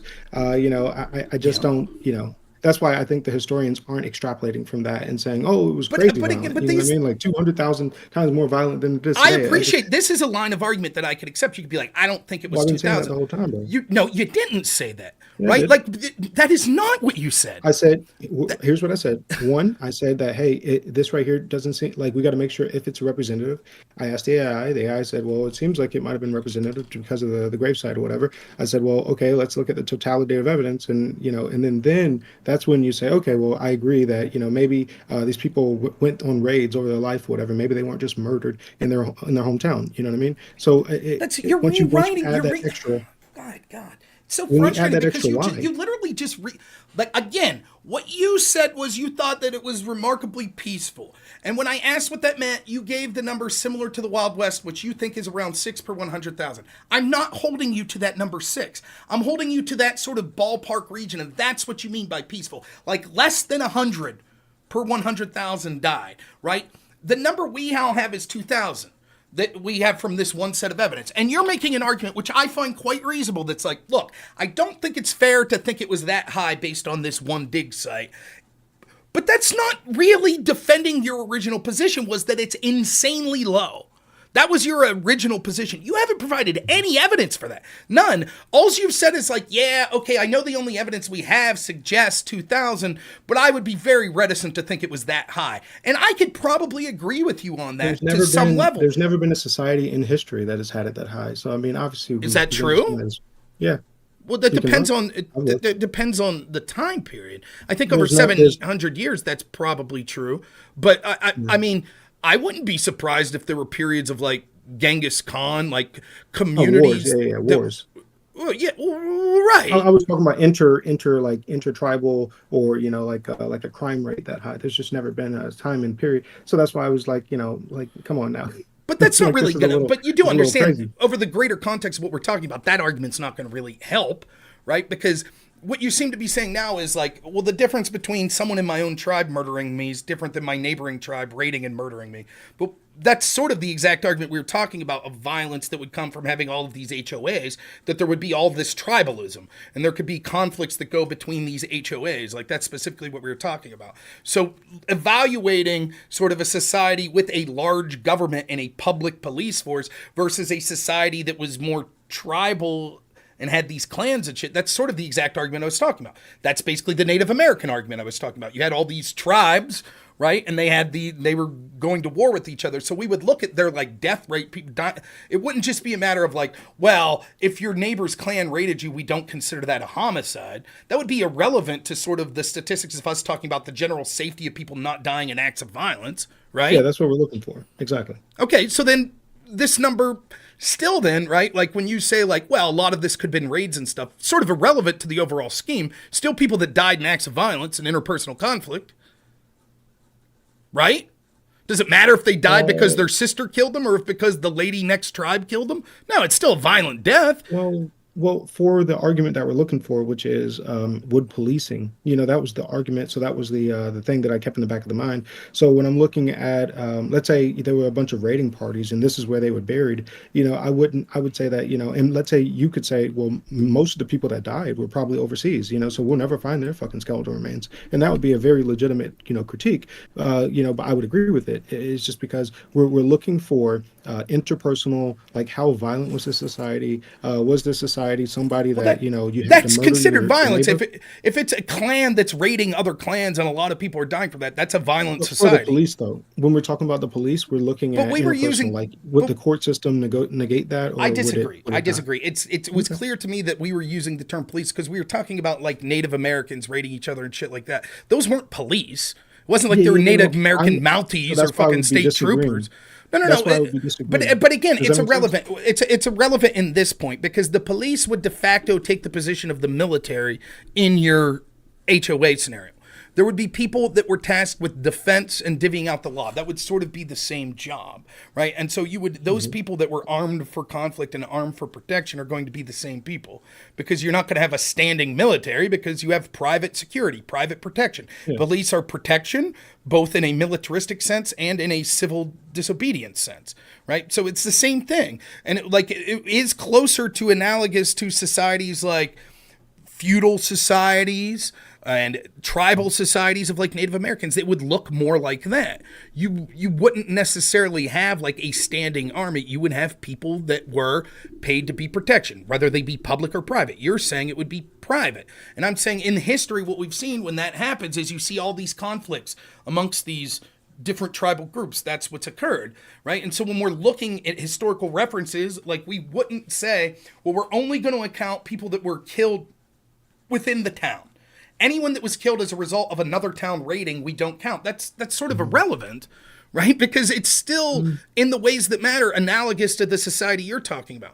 So when I think of like I see where you're going, what you're saying. I would disagree because when I'm looking at the Iroquois versus the Pompanogs or whatever, like when I'm looking at two different tribal groups like that, it's different languages, different barriers. I'm looking at people when I'm looking at how police would be handled and interpersonal relationships like that. I'm looking at people that trade together or that live Irish Celtic society. Speak the same language. So you've just given the reason why Irish Celtic society is a better analogy than the Indians. Okay. And what was the death rate? Yeah, it doesn't get you out of the argument to say, well, most of those deaths were clans raiding other clans. Right. That had the same history, that had the same language, that traded with each other. Right. Exactly. Totally agree.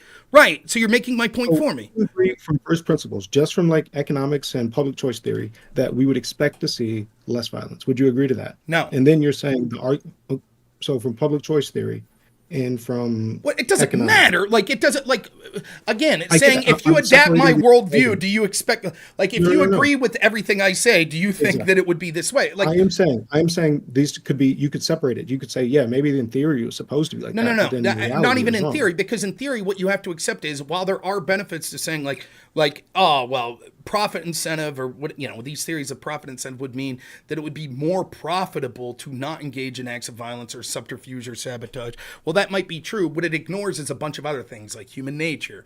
It ignores tribalism. It ignores like what we used to call in debate miscalc. People that misinterpret what other people are doing, and so they act out of self-preservation. Because obviously, I'm not a debater, right? So, would you debate, like, let's say, Fabian Liberty on this? Yes, I've debated him. I've debated him several times, not on specifically profit theory or whatever, but I've debated him several times. I would debate him again, absolutely. Yeah, I think that'd be a fun debate. But because for me, I'm trying not to talk loud or whatever. I like you, Rob, and so I try to be nice as possible. I get heated when I'm debating, but I think anyone that's watching can see how frustrating it is. Even now, it's like more polite in tone, but you're conciliatory, but you're still not you're still trying to deflect from what you were actually saying. The frustrating part is I think what you're doing, and I think it's indicative. I think it's indicative of basically proving what you do, and it's really funny because I remember you reaching out to me in the past. I think saying you wanted to talk about AI. It is clear to me that you're the kind of person that says something and then goes to AI trying to find evidence that's true. And it's not that you're saying something based on evidence you've read before. You're just pulling stuff out your ass. On topics that I know about. I usually don't But talk you've about been wrong over and over. Please let me finish. On the top, I usually don't. Whenever I'm talking about the stateless societies existing, I will bring up the Icelandic chain system and all these other things, but I would not talk about them if you would have prefaced it with talking about the violence, because I don't know enough about the violence. So I would only talk about. I did preface it by asking specifically. You could have said as follows. When I said, okay, what were the level of violence in that society? You could have said, I have no clue. Yeah, to which my response would have been like, well, it's hard to evaluate whether this would be preferable or not if we have no idea what that society was like.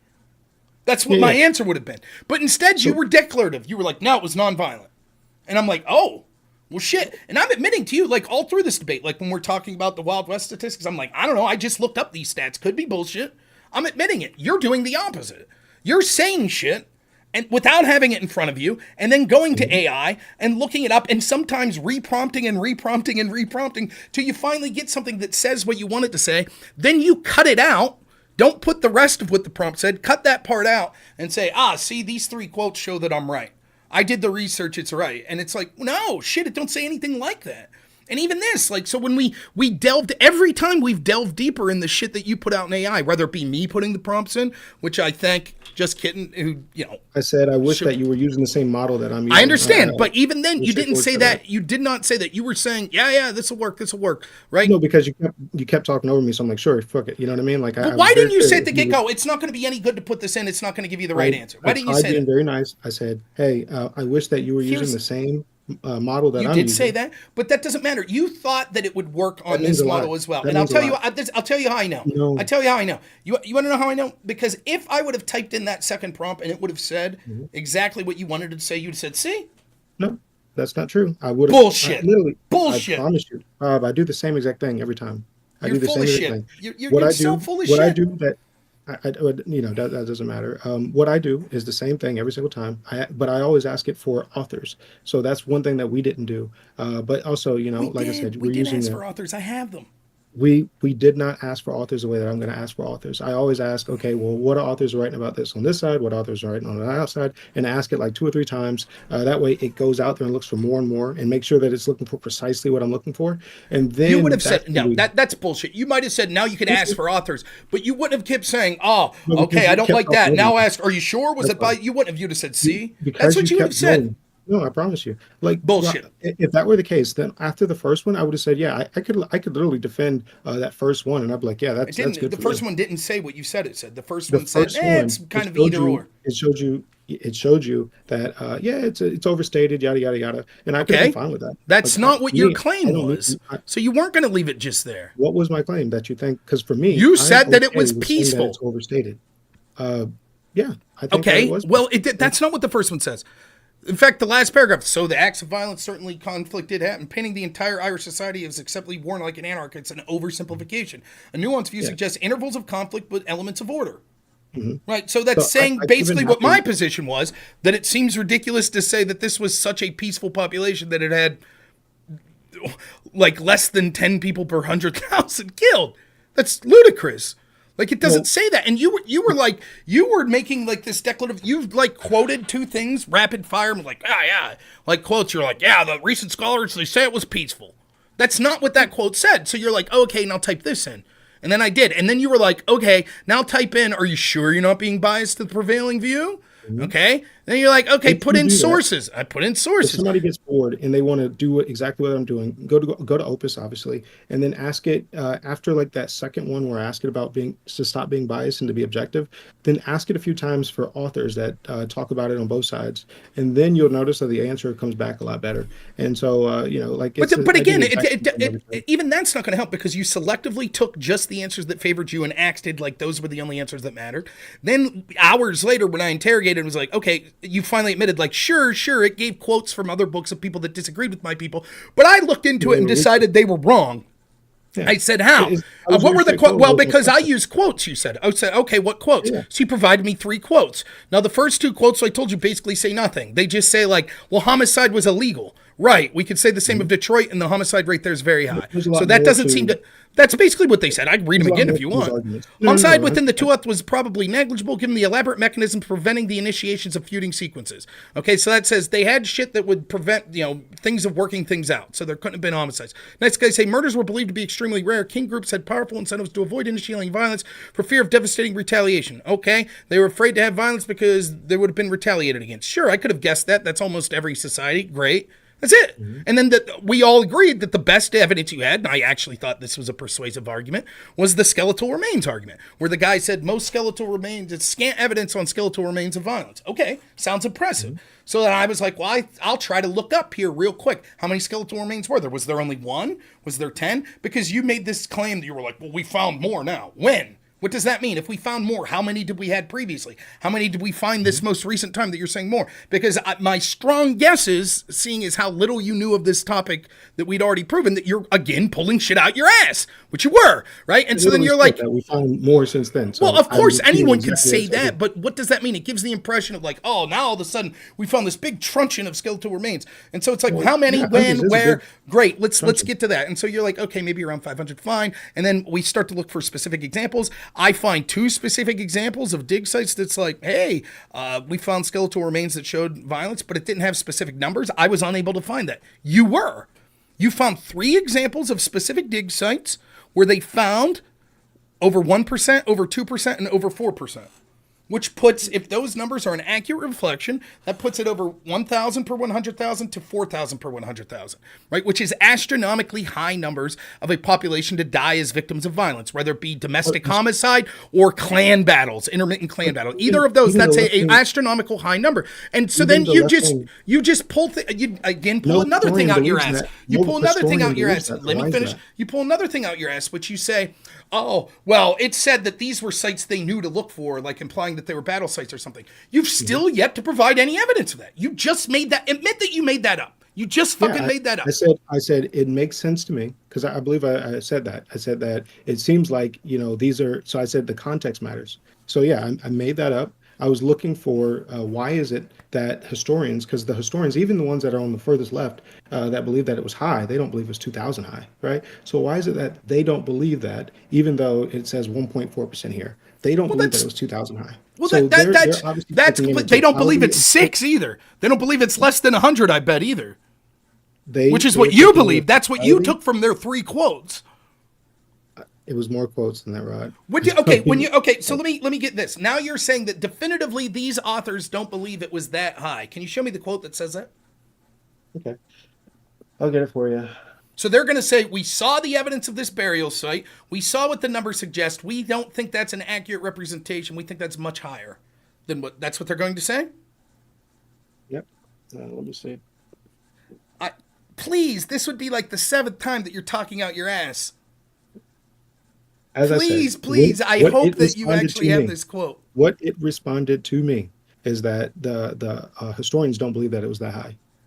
So it's straightforward. Like, that's what it is. It's looking at what historians are saying. Nobody believes it was 2,000. What's the number they believe? Really nobody. What's the quote? I didn't get the actual number. It just says that nobody believes that it was. But you didn't type it. Okay, so you just typed in a prompt. Did they think it was 2,000 per 100,000 that died? It said no one believes it's that high? No, it was earlier on when I was asking it. Okay, well, like, do they think that this is representative of? I don't know how that's confusing. Oh Yeah, my no, that's why I God. was going to go to sleep. All Yeah, right, bro. I mean, Well, I have a don't know good what night, to man. say. I think it's evident to anyone watching. Like, I don't know. I think you should rewatch this. Maybe I'm a little too harsh in my criticism of just being flustered and like how mundane and redundant this is. But I don't know what to say. I think it's evident to anyone listening that like. I think you're using AI wrong, man. And for someone who works in AI, I think that's a shame. And I think that you're just I don't know if it's that you're bad faith or if you're debate brained or what, but you continually talk out your ass and you're not even directionally right on many of the things you're saying. Like, you're just way off. Like, again, and it's so frustrating. Like, you know, even this last exchange here, where like for fucking half hour, 45 minutes, I'm like, can you show me the quote where it says that they knew to look at these sites? And you're like, yeah, let me find it. You didn't say, nah, I pulled that out my ass. Because that's what I was saying. I was like, I think you made that up. You didn't say, yeah, I made it up. You didn't say that. You proceeded to pretend that you read that somewhere while you probably typed in prompts and searched and tried over. That's probably what you were doing. And it's just ridiculous. Like, it's ridiculous that what is the magnitude of that? What is the importance of that particular thing you said, that you had to fucking lie, that you had to mislead? What was the value that you gained out of that? Wasting a half hour of my time? You could have just said, when I said, wait a minute, what? And you're like, well, I assumed that's what they meant. Blah, blah, blah. That would have been perfectly fine. But I'm like, you read that? You saw that quote? Yes. Can you read me that quote? Yes. Why didn't you just say right then, no, I didn't read that. I just assumed. Why didn't you say that? All right. So for me, it was just common sense. You know, whenever you're looking at 2,000 per 100,000, there's never been a society that's ever had that. It's just, you know, and you got some of the most recent historians or whatever are saying that it's extremely low. It's just for me to think that it was 2,000, as in literally 2,000 per 100,000, is like not even remotely, that's not even remotely again, true. You've done this. You're answering a question that no one asked. No one said anything about this. What you've just given is a response to my claim showing the data seems to suggest over 200 per 100,000 died. That is a completely different conversation. Two, So you saying here's my that the question. reason the numbers were high were because these were burial sites, because they knew these were like war sites, because they knew to look there. And then I directly asked you, you read that. That was a quote. You said yes. You didn't say, well, no, I'm just assuming it because that number's so high that this had to be a war site and it had to be an artificially high number. That's not what you said. You could spin this any way you want. I directly asked you several times, is this a quote? You said yes. Then you proceeded to start reading like you were going to get to the quote. And it never came. In fact, the opposite came. All you had to say was, well, I assume, right? Because that's the problem. Because, like, again, I feel like, let's go back to the 5 deadliest cities in the Wild West, right? I'm like, where did you read that? Are you just saying that? And you were just bullshitting. You were just making it up. It turns out it was 2 of the top 10 or 2 of the top 5. Said I was guessing because I said that I was going off my memory. But you didn't say that is not what you said. What you said initially on the guessing that it was 6, I think was your number. The guessing that it was less than 6 that died. You said I'm going off memory. You didn't say that I'm going off memory that these were the 5 deadliest cities. You didn't say that. You repeated that claim several times. I said I misremembered, and then I said the reason I misremembered. You said, where does that number 6 come from? I remember this verbatim. You said, where does the number 6 come from? I said, I think that I was thinking about the 5 deadliest cities over, or 3, or whatever I said, over like 10-year period. You did. You said that. And so when you said, where does the 6 come from? I told you specifically where my memory, I was No. What you did was you talked about your memory misremembering the number 6, not the 5 deadliest cities. And then you repeated after that. After that moment, you repeated the claim over and over again, 5 deadliest cities. And I repeatedly asked you, where is evidence? I asked you over and over again, where is the evidence from that? And you didn't say, well, I don't have evidence. I just thought that's what it was. But now that you never said that. You never said that. I was repeating it to clarify because you kept saying, oh, you're lying. You're saying, nope. oh, you just... Nope. I repeatedly asked you for where the evidence was of that, and you weren't giving it, and you kept repeating that claim. And it's very similar. The proof's in the pudding, because now we have another situation, the exact same thing, where I'm like, did you read that? Yes, it was a quote. Can you read the quote? You're like, yes. You're being bad faith. You're I'm being not bad faith. I literally- Everyone can see it. I You literally, it literally- doesn't get more simple So than let this. me- You Steel man, what I said. What did I- you claimed that you read a quote that said that these were battle sites that they knew to look here, and that was a lie. You then, once you were forced to eat crow and go back and read that it said the exact opposite of what you were claiming, you were forced to then later admit, 40 minutes later, okay, I made that up. That's what you did. You just said it. Literally, wait, two things. Number one, on the burial sites being biased, I can quote to you from Ian Armis, Rebecca Redfern, Christopher Knitzel. There's a bunch of people that when it told me that, that's why it said it, because this is kind of, I mean, it's like, it's kind of commonly known. It's not like, that's why nobody thinks it was 2,000 per 100,000, right? So these are just commonly known things in archaeology. I'm pretty sure It's like not that, commonly I don't known. even If it's think that- commonly known, how did you guess it was 6 out of 100,000? because you asked me to guess, and I told you I don't know, and you said just guess, give me a number. So I said, give me a ballpark. It looks like you were off by a magnitude of hundreds. because it was a complete guess to keep the conversation. No, it going. wasn't a That way complete we guess. stop. When you said, I gave You know you me every better than ground in the me. world, I gave you every ground in the world to explain to I told me you, I don't exactly know. what I don't more know. peaceful than people think means. That was you said. Do you understand how the statement more peaceful than people think could mean 1,000 things to 1,000 different people? People think that it was like warring tribes. Again, going I after noticed each that you're answering a question that wasn't asked. You I will just- ask you the just- question again. The question I Precisely. asked was, can you see how more peaceful than people think could mean 1,000 things to 1,000 different people? other. Of course. And Okay. as I said, people believe that it's much higher than even what, like let's say the Wild West one, whatever. People believe that is much higher than that number. So all I'm saying is that it's. What does that people mean? What believe does that much it's higher mean? People, when you talk to them about the Wild West, they think that like there was like No. You thousands said of people murders. think it's much higher than the All right, Wild West was. I'll pull up polling. Okay. But I'll pull up we're polling. talking about People- Irish Celtic society. You're saying pull that up people, your claim is people think it was much higher than the death rate in the Wild West. So what does that mean? Why do you have to Google? You don't know what you mean when you Because say it's common that? sense. I keep trying to say something and you keep talking over me. No, I don't. People believe that in the Wild West there were like thousands of people dying every year. People believe in the Celtic society that there were like crazy amounts of like intertribal conflict and like there was death all the time and yada yada yada. It is not. It's overstated. So that is What my, does that is my mean, though? case. What does that mean, overstated?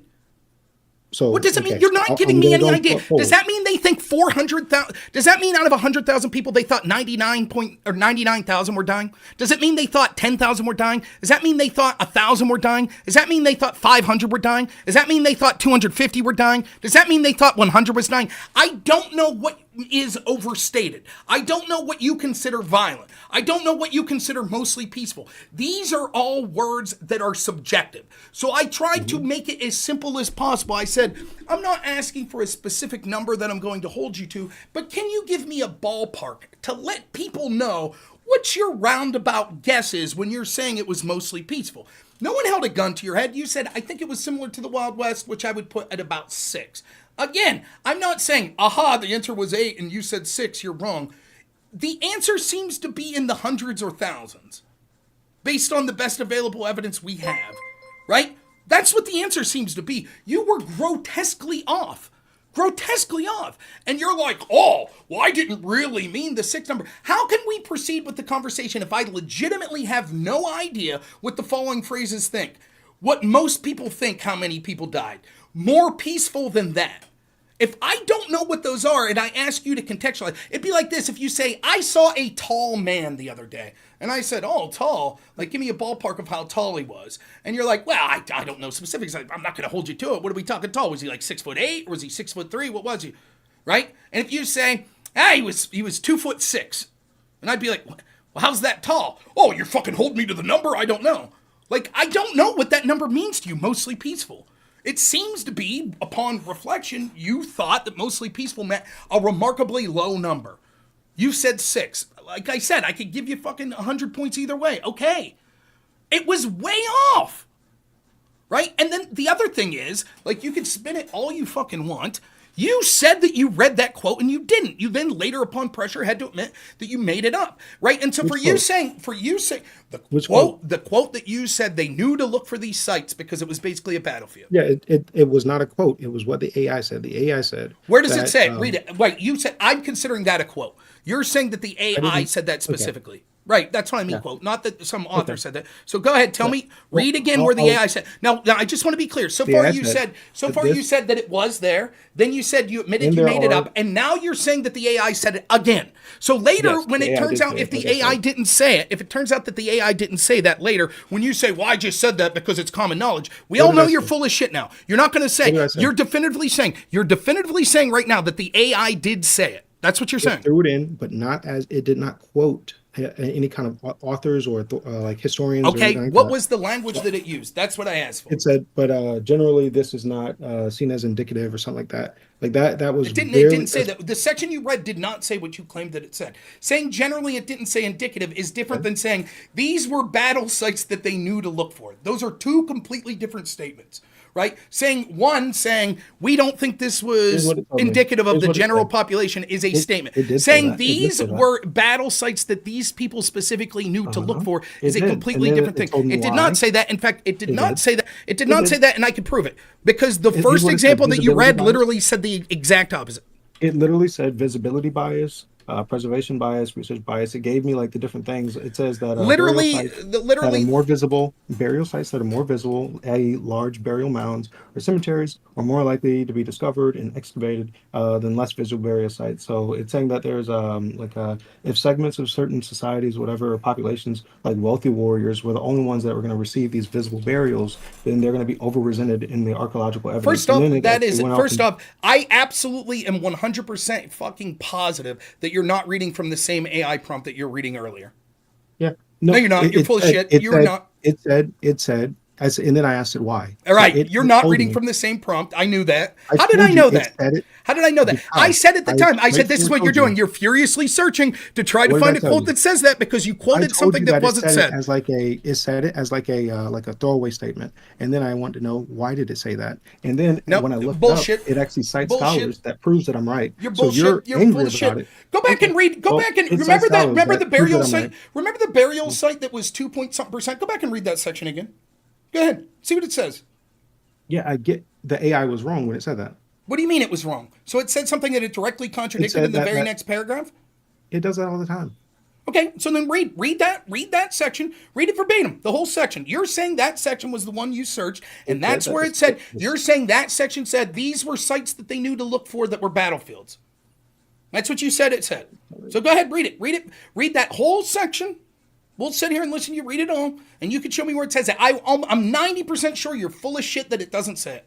And then what you did was you went to the prompt and you searched more stuff to try to find some sort of quote that you could parse together. It was not in after this prompt. and it's proven What by the the fuck fact are that you you said talking about, it's man? proven by the fact you said AI said it. Then you said, nah, I made it up. And then you later said, no, AI said it. Why did you say you made it up if AI said it? Here's what I said. It was an inference off of a throwaway line that it said. I literally said that. I straightforward said that. You said so again. It was You've an made inference I two. made You've off changed of your a position throwaway line. twice.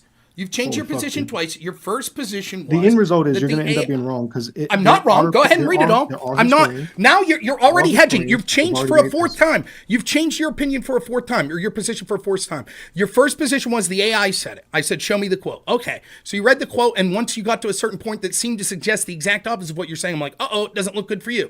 Then, upon pressure, a half hour later, you said, okay, I made it up. That's what you said. Then you said the third thing. Then you said, okay, actually the AI did say it. And I pressed you on it like to read the last. Now you're saying, okay, I made it. Now you're saying I made an inference based on what the AI said, which is different than the AI quoted that and said that. When it says that this right here, like obviously 2,000 per 100,000, when it says that, like it doesn't seem like anybody believes that it was that high. When it just says like a throwaway line, like, but this isn't to be, whatever, because it said both things so far. One is where I read it to you, where it says that they think that this burial, this cemetery was representative. That wasn't in the first quote. That was in the one that I quoted to you. It said okay, that, what's it say? It literally said, that these burials, whatever, seem to be like general. Let's see. Yeah, it seemed to be indicative of the general population. Yeah, that's right? it. That's burial site or whatever, that cemetery. And then whenever I asked it again, I said, okay, well. So the first quote didn't say it.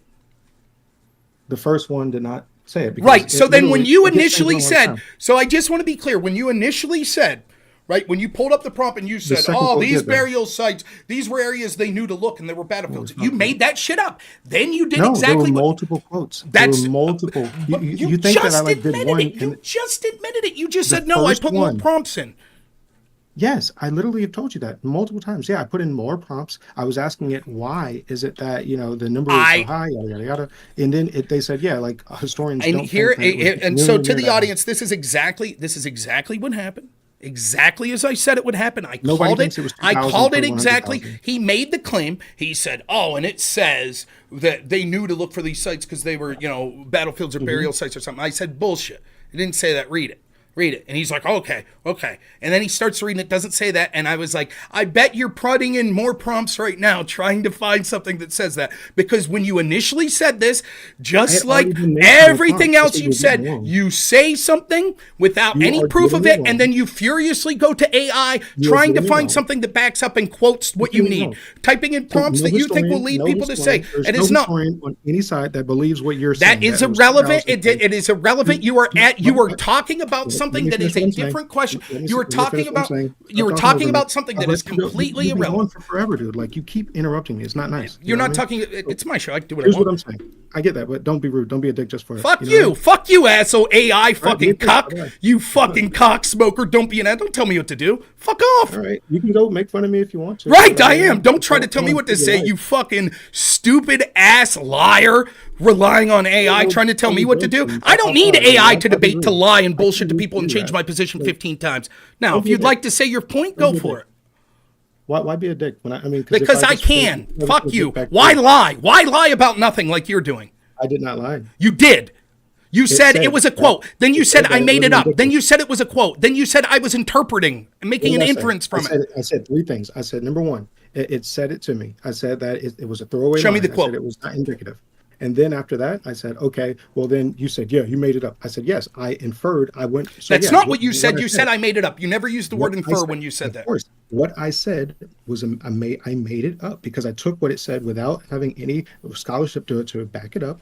And then I just made that up. I said that without anything to back up my claim, except for a throwaway line, which could be wrong. That's why I agreed. That's not what you said. You said I made it up. You didn't say there was one line that I drew an inference from. That's not what you said. Because I agreed that I had no backing for my claim. I had no backing other than that throwaway, which could be wrong because it's wrong all the time. So therefore, so now we're back to you made it up again. After claiming that it was a quote, then it was made up, then it was a quote, then it was an inference. Now you're claiming again that it was made up. The only thing that matters is my initial claim was when you first said this, you were full of shit. You had no evidence for it. Now you're finally admitting that's true. Why is it, so historians all agree with what I'm saying. No, they don't. No, they don't. They do not. They do not. Your ultimate conclusion about okay, tell me what historians say. Show me one historian that says 6 people are around thereabouts per 100,000 died. Go ahead. That's not what I said. That is what you said. That's your position. Well, it is that they are saying that the 1.4 isn't going to be extrapolated to the rest of society. That's what that is irrelevant to the conversation that we're having about you making a claim. For example, are there a litany of reasons that 1.4 are there? You see, there are. Could there be a litany? I'm asking you a question. Could there be a litany of reasons that this specific grave site had a number that wasn't indicative of society and the deaths of society? Yep. Can you come up with like 5 reasons? Yeah, it was common sense that it wasn't going to be that high. So that's not a reason. That's not a reason. Give me reasons why that grave site's numbers may have been higher. It's common sense that it wouldn't be that high isn't a reason. I could get. You want me to do real quick? I could do. Perhaps it was grave sites of mostly men, right? And men are more likely to die of violence than women, and because women are 50% of the population, that would have the amount. Even though those numbers were correct, it could be that these were wealthy people, and wealthy people were more likely to die of violence, or it could be that it was poor people's graves, and poor people were more likely to die of violence, or it could be that this took battle on historic site. I could come up with 20 reasons, right? Yeah. Okay, so then your argument of, when I said this was a battle site, that they knew where to look because this was a battle site, your defense of that saying, but no scholar believes that the number of 2,000 to 100,000 deaths, that doesn't defend your statement that you said that it quoted as saying that they knew where to look because this was a battle site. You then saying, but see, the scholars agree it wouldn't be 2,000. That is a completely separate conversation. That is a conversation that may explain why these numbers are inaccurate. That's a fine conversation to have. That does not provide a defense for your claim that this AI said this was a battle site that they knew to look for, therefore the numbers will be skewed. The fact that there are a litany of arguments that could be why these numbers would be skewed would show that you saying, but scholars think these numbers are skewed, isn't defense of your statement that this was clearly them saying this was a battle site and they knew where to look. Proves what I said was correct. What you just said was that whenever it says this isn't indicative, I'm like, okay, well, there's a million reasons why. And you just brought up a bunch of them, right? Right. So it was so common sense that obviously it wasn't going to be 2,000. It wasn't common sense. So I jumped to the logical leap, which was not supported at the time. That of course you made shit up when it's exactly as I said. You made it up and then said that it said that. Finish it myself if I'm saying it, okay? I took an inference off of what it said as a throwaway line, and then I made shit up by saying, yeah, there's these reasons, exact reasons that you just gave, right? And then I just said, yeah, that's common sense to me. You know what I mean? So I made it up because I didn't have anything to back it. Then when I looked it up, it ended up being exactly what I said it was going to be. No, it didn't. No, it didn't. You don't think read that quote again. So far we've talked about one burial site. What did it say about that specific one? Yeah, and then I've gone on since then. So you're telling me that specific burial site, you've seen AI since then that said that specific one was actually a battlefield site, even though the specific address on the okay. So then let me be clear. Then the general statements that you found afterwards, saying in general these burials were grave sites, still doesn't answer this specific grave site that specifically said in the quote that you read that this was indicative of the general population. Seemed to suggest that this wasn't a battlefield site. So no, and what you did was you were asked over and over. You were asked over and over. You were asked over and over. Was this a quote? Can you read where that happened? You didn't say, well, no, I inferred. You said, yeah, let me read it. That's what you said. You let me and everyone listening believe that in the screed of stuff that you read that there was a quote in there that said, well, this was actually somewhere they knew to look because it was a battlefield. That's what you led us to believe. And then you started reading it and it never said that. And my prediction was right, that you made that shit up. You made it up. And now your argument is, your argument is, I'll leave you talk when you let me finish. Your argument now seems to be misrepresenting what I said. No, I'm not misrepresenting that. Now you're saying, you know how I know I'm not misrepresenting? Because you said after that, which implies, oh wait, you did say what I said you said, and now you're going to say, but I changed afterwards, which is exactly. Go ahead, you tell me what I misrepresented, and I'll explain how you're a bold-faced liar again. Okay. Go for it. So once you said that you don't have anything to support that, I basically went and said, okay, you know what I mean, and then I'm like, well, let me. No, you didn't. You didn't say that. That's a lie. It as you. I didn't say anything because once you said that, then I went and started prompting it. So whenever you said it, I did not have anything to. But you did not say that, did you? Did you say you're right, Rob? I don't have anything that says that. Own fucking argument, please. You're not saying anything. All right, man. Well, I keep trying to talk, and you keep talking over me. But you're not answering the question. You continue to filibuster and say nothing. I'm literally saying what I'm intending to say, but you keep talking over me. So, as I said, when I initially said it, I was going off that throwaway line, and it just made logical sense to me that this is what was happening. Then, whenever you said, "Oh, bullshit," blah blah blah, then I went and I was already looking at that point. You never said that. You're lying. You're lying. I did not. You're lying. You're lying. Of course, I did not tell you. I didn't say it. You're lying. You're lying. Because you did not initially say. You did not initially say when I said, "Really, where was that quote?" You didn't say there is no quote. I made that up. I'm just drawing an inference. You never said that. That's a lie. I didn't need to because by then I already had more answers. Bullshit. Bullshit. Bullshit. So how long do you think it takes to bullshit. Give me an answer? Bullshit. You're full of shit. You're full of shit. You're full of shit. I specifically said when you made that claim, I specifically said when you made that claim, I specifically said when you made that claim, you didn't have evidence. Fuck off, you lying sack of shit. I don't care if I'm rude to someone who's a worthless sack of shit liar. You deserve to be rude. I'm giving you the privilege of leaving you come on here and waste my fucking time until 5 a.m, spreading your bullshit, blatant fucking lies. And you're like, what do you mean to me? What do you mean? What do you mean? Why won't you just let me lie? Why won't you? Blah, blah, blah, blah. So, I got the mute button. Fuck you, dickhead. Go AI that, right? So what you said initially, I asked you specifically, I said, did you read that? That was a quote. Can you quote to me where that happened?